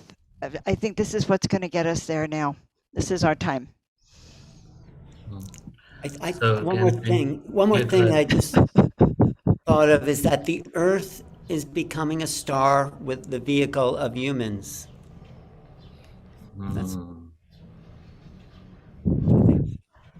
Thank you again to all the panelists. Deborah, you're amazing. And we've had some discussions, everybody. We're really going to be cultivating a whole entire aspect of Portal to Ascension that is specifically next level ascension teaching. So you can look forward to that. And really just expanding all the awareness that, you know, that we've been putting out there in the world. So Deborah, thank you so much. Elizabeth, Twin Ray, Sandra, Meg, love you all. Twin Rays. Thank you, Deborah, for all that you do. Yeah, I'll see you soon, Alan. Thanks. Yes. I love how you all work together. We are all intertwined It on this is. journey. Deborah said it's very incestuous. Like Neil is there with Sheree. We're just intermingling. This is community. This is global community, non-local community. It's obvious. It's a demonstration. So, thanks. What an incredible day. So Thank you all so much for being a part of this day with us. And this is only day one, everybody. So we set the foundation for the next couple days of this conference where we're going to even go deeper. I feel like today, a lot of times, you know, when I create the schedule, I put people where I feel I need to put them without really having any direction. But then when it actually manifests, I realize that it happened exactly the way it was supposed to. And today I feel we did a lot of spiritual foundation, really just the inspiration, the hope, and the emotional component of it. And then tomorrow and the next day, we're going even deeper. We're going to explore some ancient sites, some deep esoterics, and then of course talk about some extraterrestrial experiences, UFOs. So I'm really excited for what's to come. How about you, brother? You're muted. I'm not sure which brother you were talking to, but I guess it's me. It has to be, well, I guess it's there are me. two. There he goes Well, again. He got frozen. Well, I'm excited about tomorrow. I have 2 presentations tomorrow. It's like food. It's like food for nourishing an awakening part of myself. So it's all good, and I'm hungry for some food. So yeah, thank you. I loved your presentation, by the way, Alan. So well done. Thank you. Somebody said to me on the chat that, oh, I'm old school because I didn't do enough technology inserts with the, but that's okay. I try not to let judgment bother me, but what are you going to do? It happens sometimes, but you know, we're pretty good with this technology, and I'm grateful for it. I'm grateful for tomorrow. I think we're going to have a fantastic day. I'm going to share some of my art tomorrow morning, Alan, just to let you know, and some other things tomorrow afternoon too. So how to step into the miraculous and use your intuition and your inner knowing. That is creativity. This is what Neil's creative platform and canvas is, PortalToAscension. That's where he shines, and Deborah and, you know, her ascension studies. I always tell Deborah it needs to be a book that everyone can look at this, the tip for ascension and all the interviews and the levels and levels you start to work through in this work there. Deborah, very excited. Yeah, I'm getting ready to split myself like the twin rays do, so I can do all that at the same time. So I can see it. I can see it. Mm-hmm. Well, it's so great to be non-local and connected and part of a community. We're all just pieces of the puzzle. We're coming together to create a beautiful tapestry, and it's just beautiful to witness it all blossom. You know, from my research, at the beginning of every zodiac age, there is a new energy that comes on the planet. In the past, it's been all these other religions. 2,000 years ago, Christianity. You can go back and back and back every couple of thousand years. There's a new religion, right? Even when Moses came down from Mount Sinai, he didn't cast the people away. He was basically telling them, you're worshiping the old zodiac, the bull. Even Hinduism came from the Taurus with the cow cults. So just by evidence of our history, we are now at the precipice of a new energy on this planet. The old frequencies, the past religions that got corrupted, a lot of them, and became organized religions, are on their way out. And we are at what I like to call the age of non-dogmatic spirituality, you know, completely transcending, you know, being organized and coming from a place that can be corrupted, or something that is universal, that connects us all, right? So the evidence is out there that we are definitely in this upturning consciousness, and this is the beginning phase. It's just like in the beginning days when the apostles were going around the planet spreading this awareness. This is the new energy. Now we're doing it online through webinars and bringing in the new frequencies just from this information here. And it's truly just beautiful to see that, just see this flourish and connect with all these individuals worldwide that have the same passion to really assist in the shift that is happening on the planet right now. All right, so let's how about we talk about the schedule for tomorrow, guys? Yeah, that's what I was going to ask you. Let's get people excited about, because we're lifting. Oh, see you guys, Mr. Twin. Thank you, Sandra. Thanks, all of you. Thank you. Deborah, see you soon. Yep. All right. Back where we started. All right. 2 days ago, was it? No, hasn't been 2 days yet. Feels like it, huh? Well, that was a long day. That's like how many hours? That's like what, 10 hours we just did or something. Yeah, I'm gonna also bring Rob on because Good. I think he's here. Rob, yeah, if you want to come on, brother, come on and make some comments here. But it doesn't seem that long because each moment was fresh and new. So I just made a joke, but that's not true. It really was refreshing. It was. It was there was a lot of energy too. I felt a lot of healing.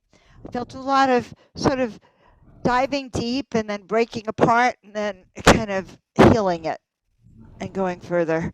Well, each person is so excited about what they're sharing, and each one is a piece of the bigger picture. It's like you can almost fit them in somewhere and make a mosaic of the process that we're in, from the physical to the psychological to the ET to the creative. There's all pieces of this dynamic puzzle. I love it. Well, we've been doing it for thousands of years. We are expert at this. Well, just doing it in the physical now. All right. All right. So what's happening tomorrow? Let's do it. Okay. So tomorrow, Saturday, we're going to go live at the same time. So 9:30 a.m. Pacific, 12:30 Eastern. And we're going to start off with introduction with all the MCs once again, 30 minutes, setting the energy for the day. And then after that, we have Joan of Angels, who is going to be doing. And what are you doing for the first part, Joan? I'm going to be showing my art and how the art and the Ascension went hand in hand. Beautiful. And then we have Kathy Mason, who you're interviewing. Do you want to maybe tell everybody a little bit about Kathy? Well, just so you know about Kathy, Kathy is Conscious Business Zone.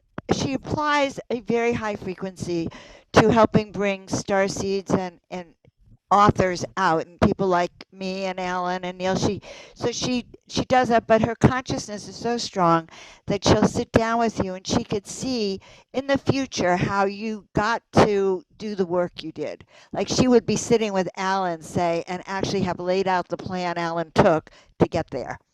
So really, yes, so she did it with me, and she introduced me to my 14th dimensional being who was sitting here, and now he's sitting here. We're together. So very powerful. Who's this person? Kathy Mason. Kathy Mason. Meet her And tomorrow. she's going to be on first guest tomorrow. She's on after Joan, 10:30. After Joan, right. Right. Yes. Great. And then following Kathy, we have Robert Schwartz, who is a speaker that was on. If you guys have not checked out the After Death Communication and Near Death Experiencer conference that we did a few weeks ago, I recommend you do it. That was free. It's going to be aired on YouTube soon. We just did it on Zoom, and he was on that event. I found him from the Near Death Experiencer annual epic big conference that they do, that I've been producing through PortalToAscension over the last 2 years. And so he's going to be speaking about near death experiences and his research on that, which is going to be pretty insightful. Then following that, we have Tarek Bibi, who's also been on PortalToAscension a couple times, but never had a slot for presentations, only come for like 5 to 10 minutes before. And he did some hip hop, conscious hip hop once. He did a little download at one time. So this time he has a good 40-minute slot. He's going to share his passion, just what he does. And he also is a support for other conscious content creators, other people that are out there doing this work. He provides support, whether it's practical third-dimensional support or spiritual support or coaching even, to really help people embody what their purpose is on this planet. So he's going to be here. That's at 12:10 Pacific tomorrow. And then following him is Geraldine Orozco. And Alan, you want to speak on Geraldine? Geraldine is a fantastic person. She has dropped into some peace within herself. So her vibration is always one of calm, relax, and yet she weaves this with her interdimensional ET program that she's a part of the ET hybrid program. But she's one of the few people that feels at home in both worlds, the human and the ET. So she is really a bridge for a lot of us. And she also has ideas about lineages and bloodlines and genetic evolution, morphogenetic fields. And she's developing that knowledge. So it's always a wealth of information for me. this point, I know he'll be right back. Right, we know he'll be back. But he doesn't even know he went. Well, that is the funny part. I'm Alan, back. we love This, you. this You're is back. the hotel Wi-Fi I'm using, which is not very good. You must have a better hotel you're at, Neil, because this hotel just keeps cutting out on me. So, what are you going to do? But anyway, I said Geraldine is someone I always continue to learn from. So I'm excited. Thank you. Oh yeah, we're gonna do a whole mystery school weekend retreat with Geraldine on Portal to Ascension by the end of this year, which is gonna be like 16 hours of Geraldine, right? Whoa. Because she has so much info. We just need to go deeper into it. All right, then we have Joan you're gonna do your presentation at that point. So what are you doing for your presentation? Well, you're supposed to say wonderful things about me in this moment. Okay. Well, I was gonna wait for tomorrow to say that, but I'll say it right now. I mean, I said it in the beginning too, that my amazing friend Joan of Angels is gonna be presenting tomorrow, and I will tell you something about Joan, that she has probably been the one individual that has assisted me in coming to terms with my own traumas and my own limiting belief systems over a period of 10 years now. Definitely more active in the last 8 years, where I would say that I definitely owe a lot to her for me to have owned who I am as an individual. And, just doing Portal to Ascension in itself, she's been a huge support, and which is why you see her all the time, is because I keep my best friends really close. And so that's Joan. And what are you going to present tomorrow? So I'm working on it now, but really on developing your rebel gene. Okay, the rebel DNA and coming to terms with that part of us. Beautiful. Altering the timelines with it. Nice. I can't wait for that. Well, I can't either. It's so complicated. Okay, and then following Joan, we have Carolyn Corey. And Alan, do you want to speak on her? Carolyn Corey is an excellent filmmaker. She's also very connected to the ET phenomenon. But her new movie is called A Tear, not a tear. I always was saying a tear in the sky, where she tracks with high quality equipment the appearance of UFOs in the sky, and she tracks them on radar, visibly infrared, and then she sees this field that appears, and it's a brand new scientific discovery. And William Shatner's in the film, and Michio Kaku. It's a really well done movie, and it's based on science, and that's Carolyn's strong point, and it really is worth seeing because she is making a discovery right in front of the audience in the film. So, yep, and she will also be at a live conference in a year and 1 week from now in San Diego. She's done a lot with Portal to Ascension, so she'll be there as well. You can catch her in person. Then after that, we have Emily Gosh Harris, who is the co-host of the podcast with Brooklyn Rain, who you saw earlier today, just a few speakers ago. And Emily is the way I got connected to Brooklyn, because I was following Emily on Instagram and truly just loved everything she was sharing. And then I even checked out her podcast with Mary Rodwell. So I hit her up and said, hey, do you want to be on this conference? Then in exchange, she had me on her podcast. And just read a little bit from her bio here, just so you know who she is. She is an intuitive guide, multidimensional business mentor, here to help humanity reconnect to the divine gifts, remember what it feels like to love themselves unconditionally, and return to unity consciousness. So 100% in alignment with what we're about at Portal to Ascension. And then following Emily is a dude called Neil Gore, and that is myself. So I'll be doing a presentation, and I'm going to give, there's a few presentations that I'm going to ask you guys tomorrow to choose from. In order to tell, like in the morning, to see what kind of energy is flowing for the day and what you guys want to hear from me. So I'll be right after Emily, and then following Emily we have Phil Gruber. And Alan, you always do the intros for Phil. Do you feel up to doing another one?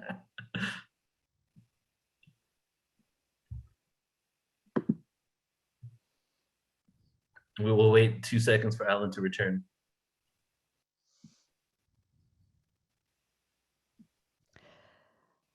This time he may not return. There we go. All right. So I was saying, Phil Gruber, brother, do you want to do the intro for Phil?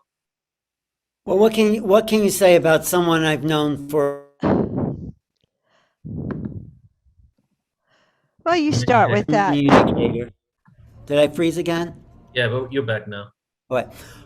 He's a fantastic communicator, and I don't know where he gets this information from, but it always blows me away because it's so out there and makes so much sense, and he connects the dots in ways that open doors to people's reality that they haven't thought about before. So I'm always looking forward to what Phil has to say. Me too. And then we have Yvonne Smith. And Joan, who's Yvonne Smith? Oh, yeah. So Yvonne Smith is an ET regressionist. She does hypnotherapy, past life, and ET. And I actually had 2 wonderful ET regressions with her that really did change my life. So she's going to have a lot of information to share. I think she has several books she's also written. And we haven't had her on the platform for quite a while, I don't think. She's never been on PortalToAscension. I've been attempting to get her on for around 8 years. Oh, good. So we succeeded this year. Okay, Yeah, good. She's great. Yeah. She's very passionate about the whole ET abduction phenomena. She learned from one of the best. I think she was a student at Bud Hopkins, who I interviewed in that clip I showed. Bud was one of the original people to, I think he was the first maybe to use hypnosis to understand the abduction phenomena. And then I think Yvonne was working with him or studied with him, and now she's doing incredible work in that field. So She is. And she has her own experience, her groups. Exactly. And yes. So I think everyone's going to love her. Yes, and then the final presenter for tomorrow, which is there's a whole other day after that. So the final presenter for tomorrow is Laura Eisenhower, and she's going to be doing a presentation on galactic astrology and also tuning into our galactic heritage, tracking our lineage to Earth. So that's going to be pretty amazing. That's how we're going to close the day out tomorrow. Just one other mention is a friend of mine that I've just connected with now. Alan and I just had dinner with him a couple of days ago. His name is Verdar Luz. He's going to be coming on during a 10-minute segment sometime tomorrow and just dropping some astrological alignment info. We had some of that today, but we're going to have a little more tomorrow, just to really anchor in the fact that there's so many alignments going on this weekend, right? Passover, Ishtar's Day, the full moon, the astrological alignment with Jupiter. So there's so much energy, and we definitely are tapping into it. And I feel that that energy is in alignment with everything that we're sharing here today. So he's going to come on, just give us like a 10-minute download on what exactly is happening in the cosmos. Great. No, I liked him. Full of energy, that guy. Full of intense energy. So, yeah, he'll be great. Yep. All right. Okay, So you want to show any upcoming events? Or yeah, let me do that. And then we're gonna close out with poetry night, everybody. So as you're in the room, you can stick around, you can phase out during poetry night, or you can stay for the whole thing. And I've just put together, in the last like 20 minutes, I put together a little presentation of all the poems from my first album, which is in mastering right now. And this isn't the hip hop album, this is the spoken word album. And I have different albums coming out. This one's called Planet Earth, so all the songs about the Earth experience. And then I have like one on like specifically on intergalactic, beings. But this album that's coming out is all I hired a composer to create classical music behind all of my poetry, and he made it custom for my poetry, right? So I'm going to do everything a cappella, but that's what is going to be coming out very, very soon. I just spoke to him yesterday. He's in the last phases of creating the album. But yeah, let's show some upcoming events really quick. Okay, Neil, if I have to leave, it means because I'm trying to get on that other show. Okay. Sounds good, bro. Okay, great to see you, Joan. Blessing. See you tomorrow, soon. Oh, wait, we'll have to see for the Marina workshop. She's amazing. Just talk about that, Neil. Yeah, so this one is Make Contact with Extraterrestrials workshop with Marina. We had to postpone it before, so if you saw this before and thought it was over, it still hasn't happened yet. So if you want to sign up for that, that's going to happen next week.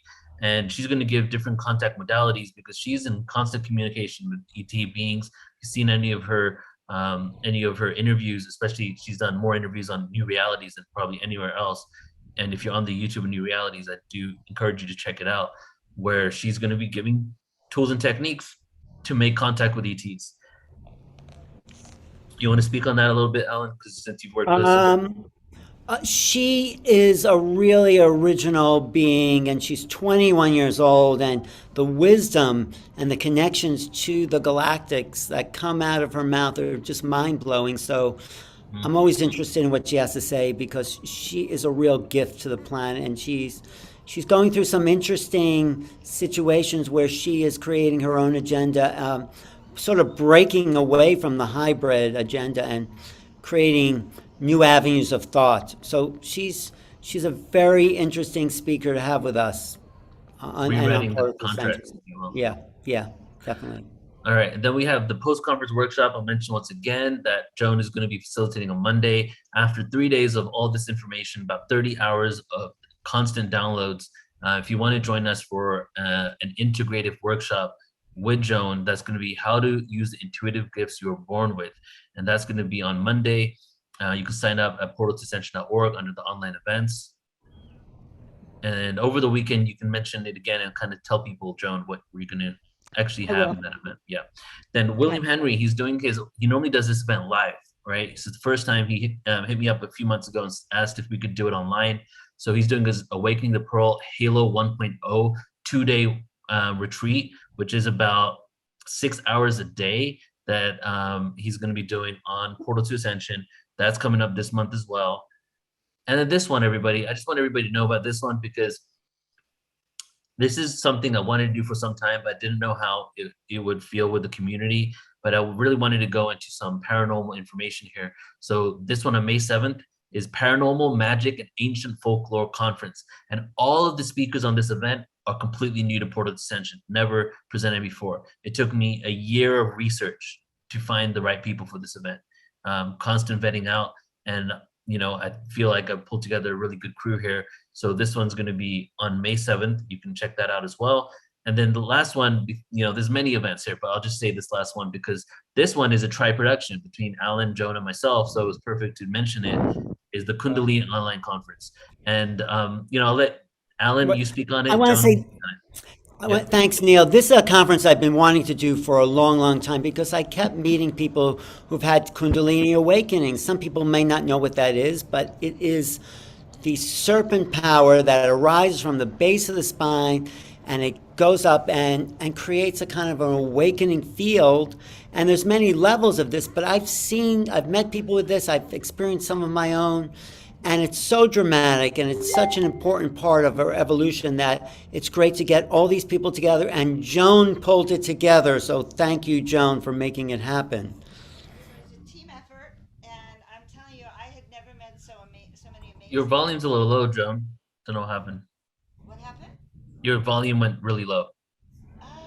Oh, really? Yeah, Alan, maybe mute yourself. Maybe it's something to do with that. You know what happened? I know what happened. Okay, can you hear me now? Uh-huh. Yes, Okay, you're good. I had to rip off that headset. It just wasn't doing it good. So we have some amazing speakers on this, some very big names. And I think at the last moment, we even got Barbara Hand-Cloud. She's going to be here. But we also have Val Tignini is going to be speaking on Sunday. I saw Val have her Kundalini awakening. It was fantastic. She was bouncing off the floor, and it's like she came alive in an hour. She went from being one person to being in this awakened, incredible being. So, yeah. It's going to be very exciting to have her. And Larissa Stowe, people don't know, Larissa Stowe's music emerged out of this Kundalini. And Barbara Hand-Cloud, you mentioned, wrote a book called Astrology and Kundalini. Kai Shante has had years of Kundalini awakening. My friend Saria Erickson had a massage one day and a kind of chiropractic manipulation, and boom, suddenly the energies went out, and I saw her actually become this divine being. Right, we were at a meditation, and she just tuned into that energy, and boom. Anastasia is a beautiful woman who has lots of energy. Dorothy Walters writes poetry, Neil, from that Kundalini place.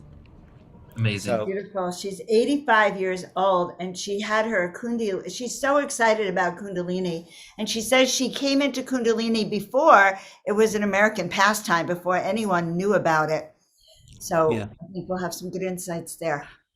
And I love the way this came together because I don't even know if you remember, Alan, because just in the last year and a half, or even more, you just throw out titles to me at the end of every amazing event we do. You're like, oh, this event was so great, we should do one on this, you know? Yeah. And I listen to everything you say and I put it in my spreadsheet right at the bottom for a day for it to happen.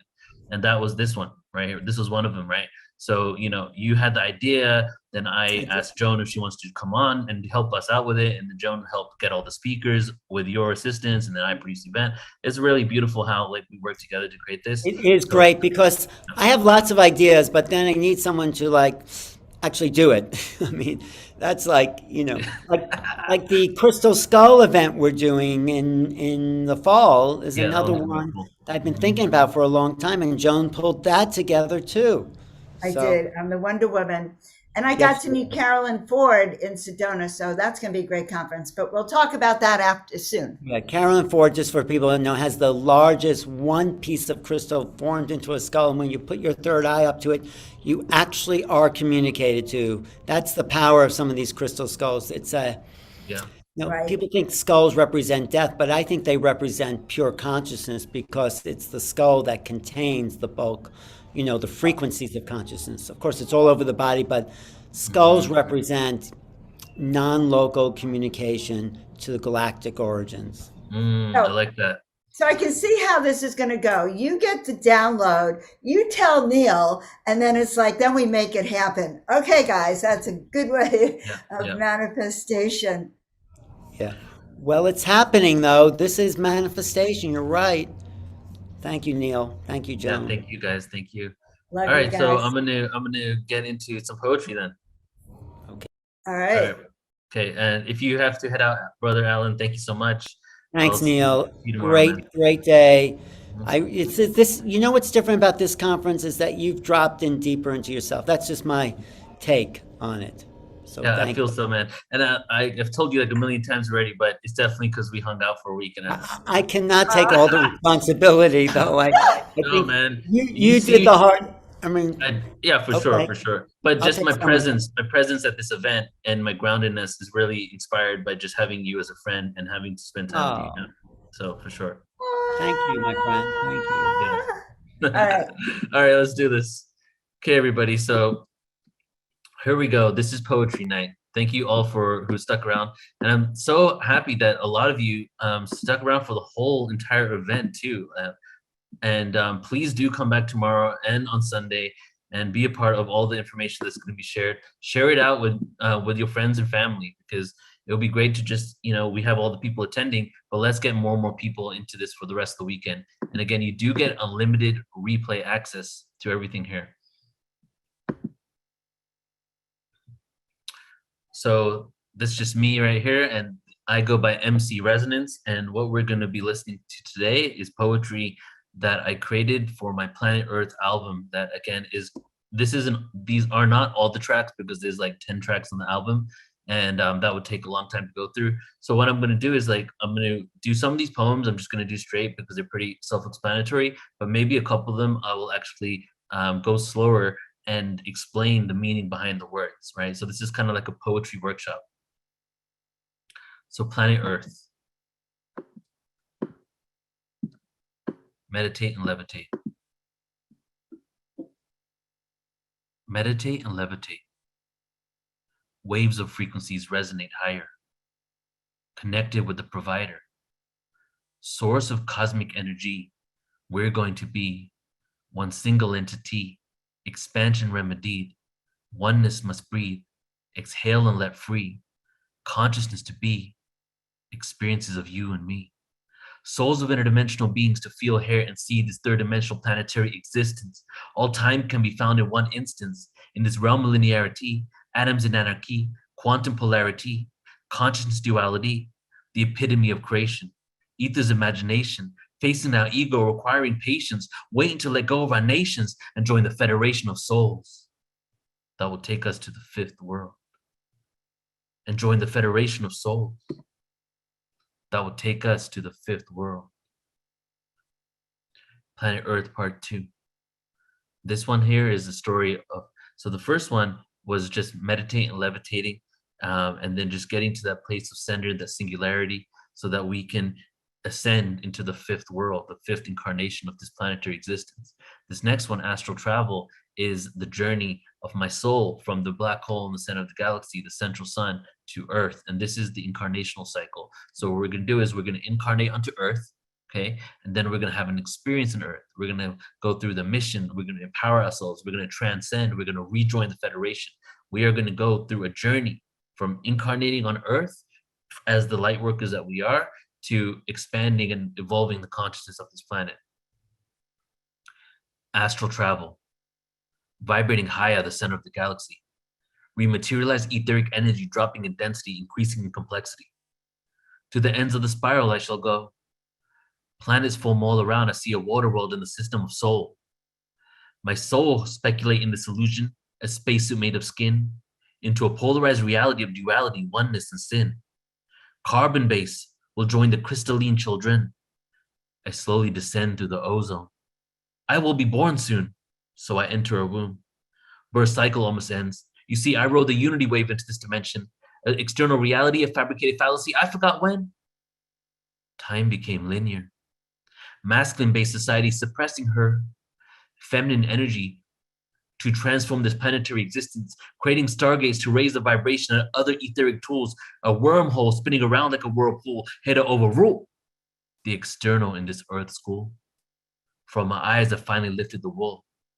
I reincarnated onto this planet, November 17th, 1982. I reincarnated onto this planet, November 17th, 1982.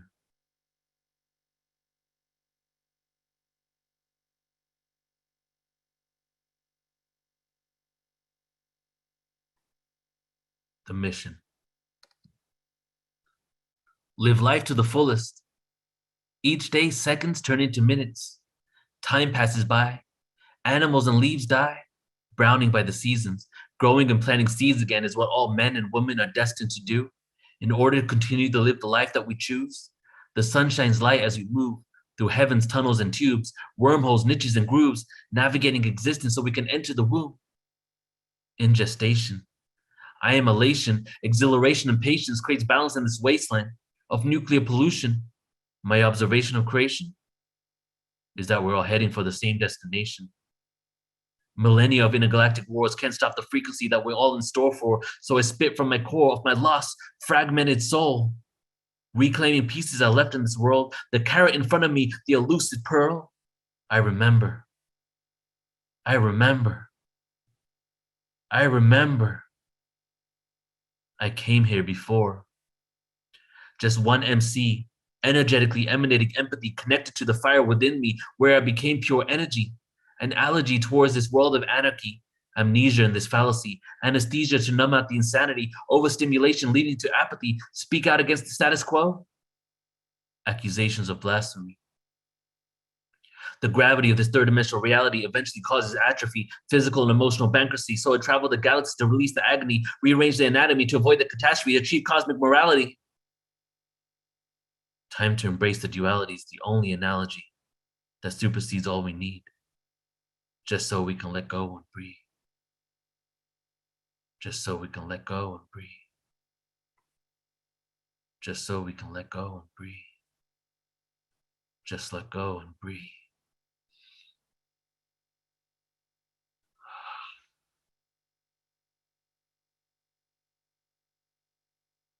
Five sensory being. The sun shines brightly. Solar flare activity creating cycles of lucid dreams.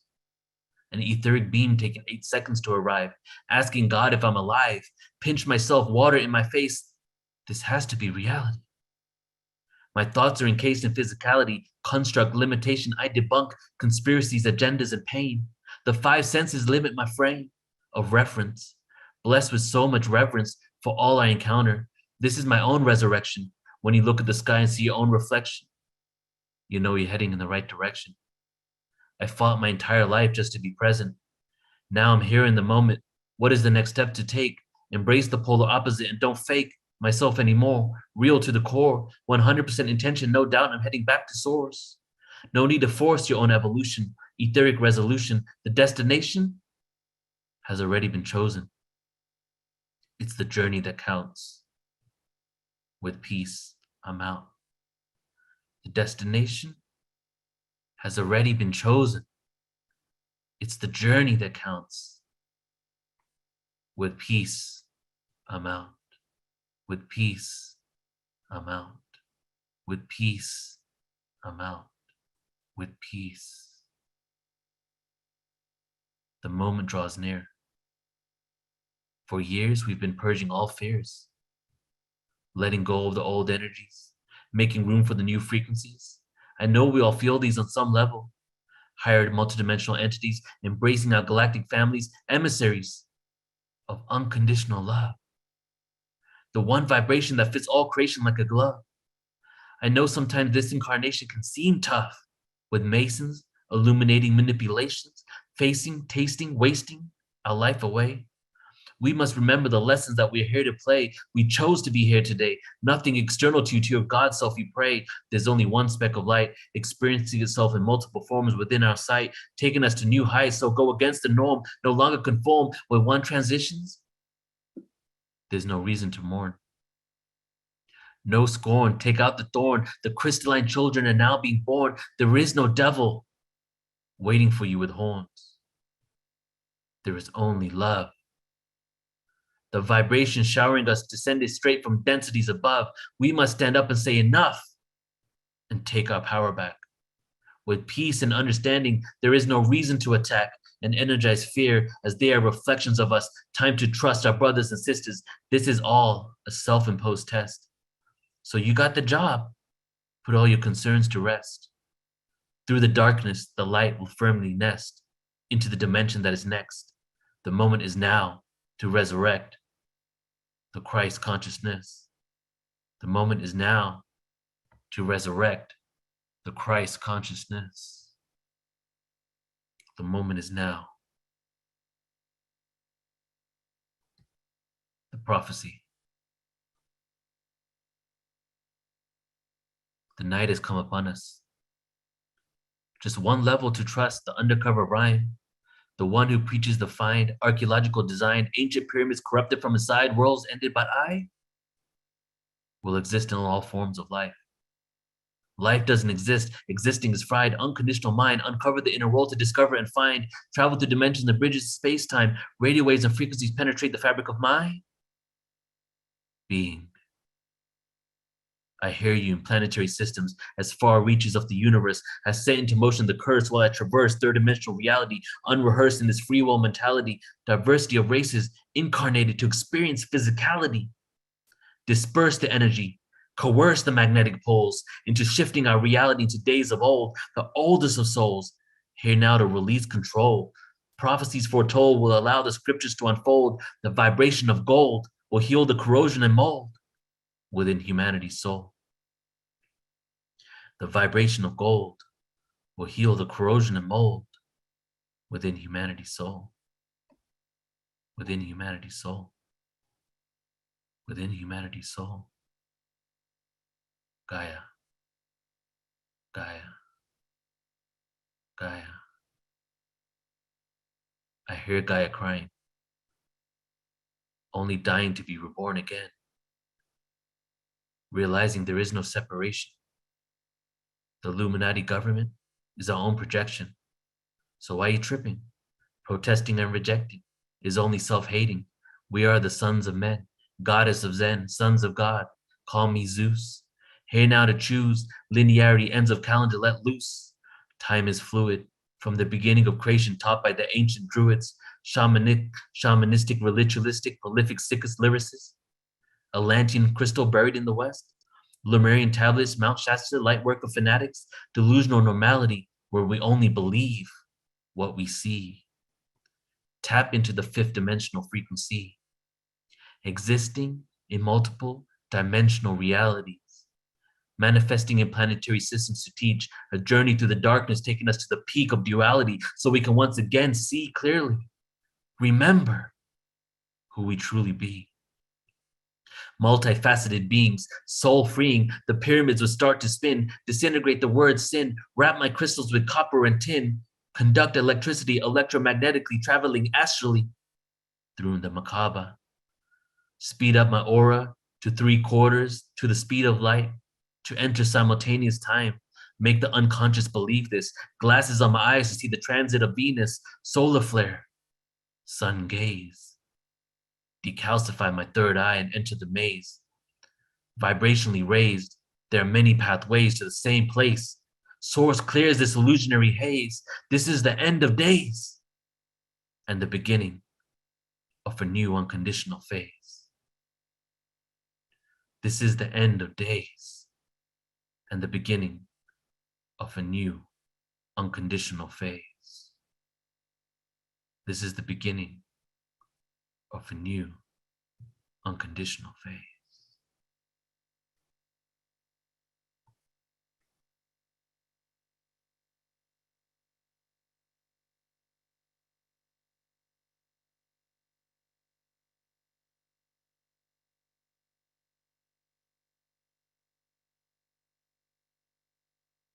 It's time for humanity to wake up.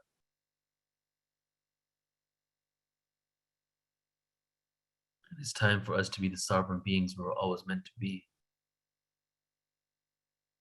To reclaim our sovereignty, to take care of our planet, to live from our hearts. The moment is now.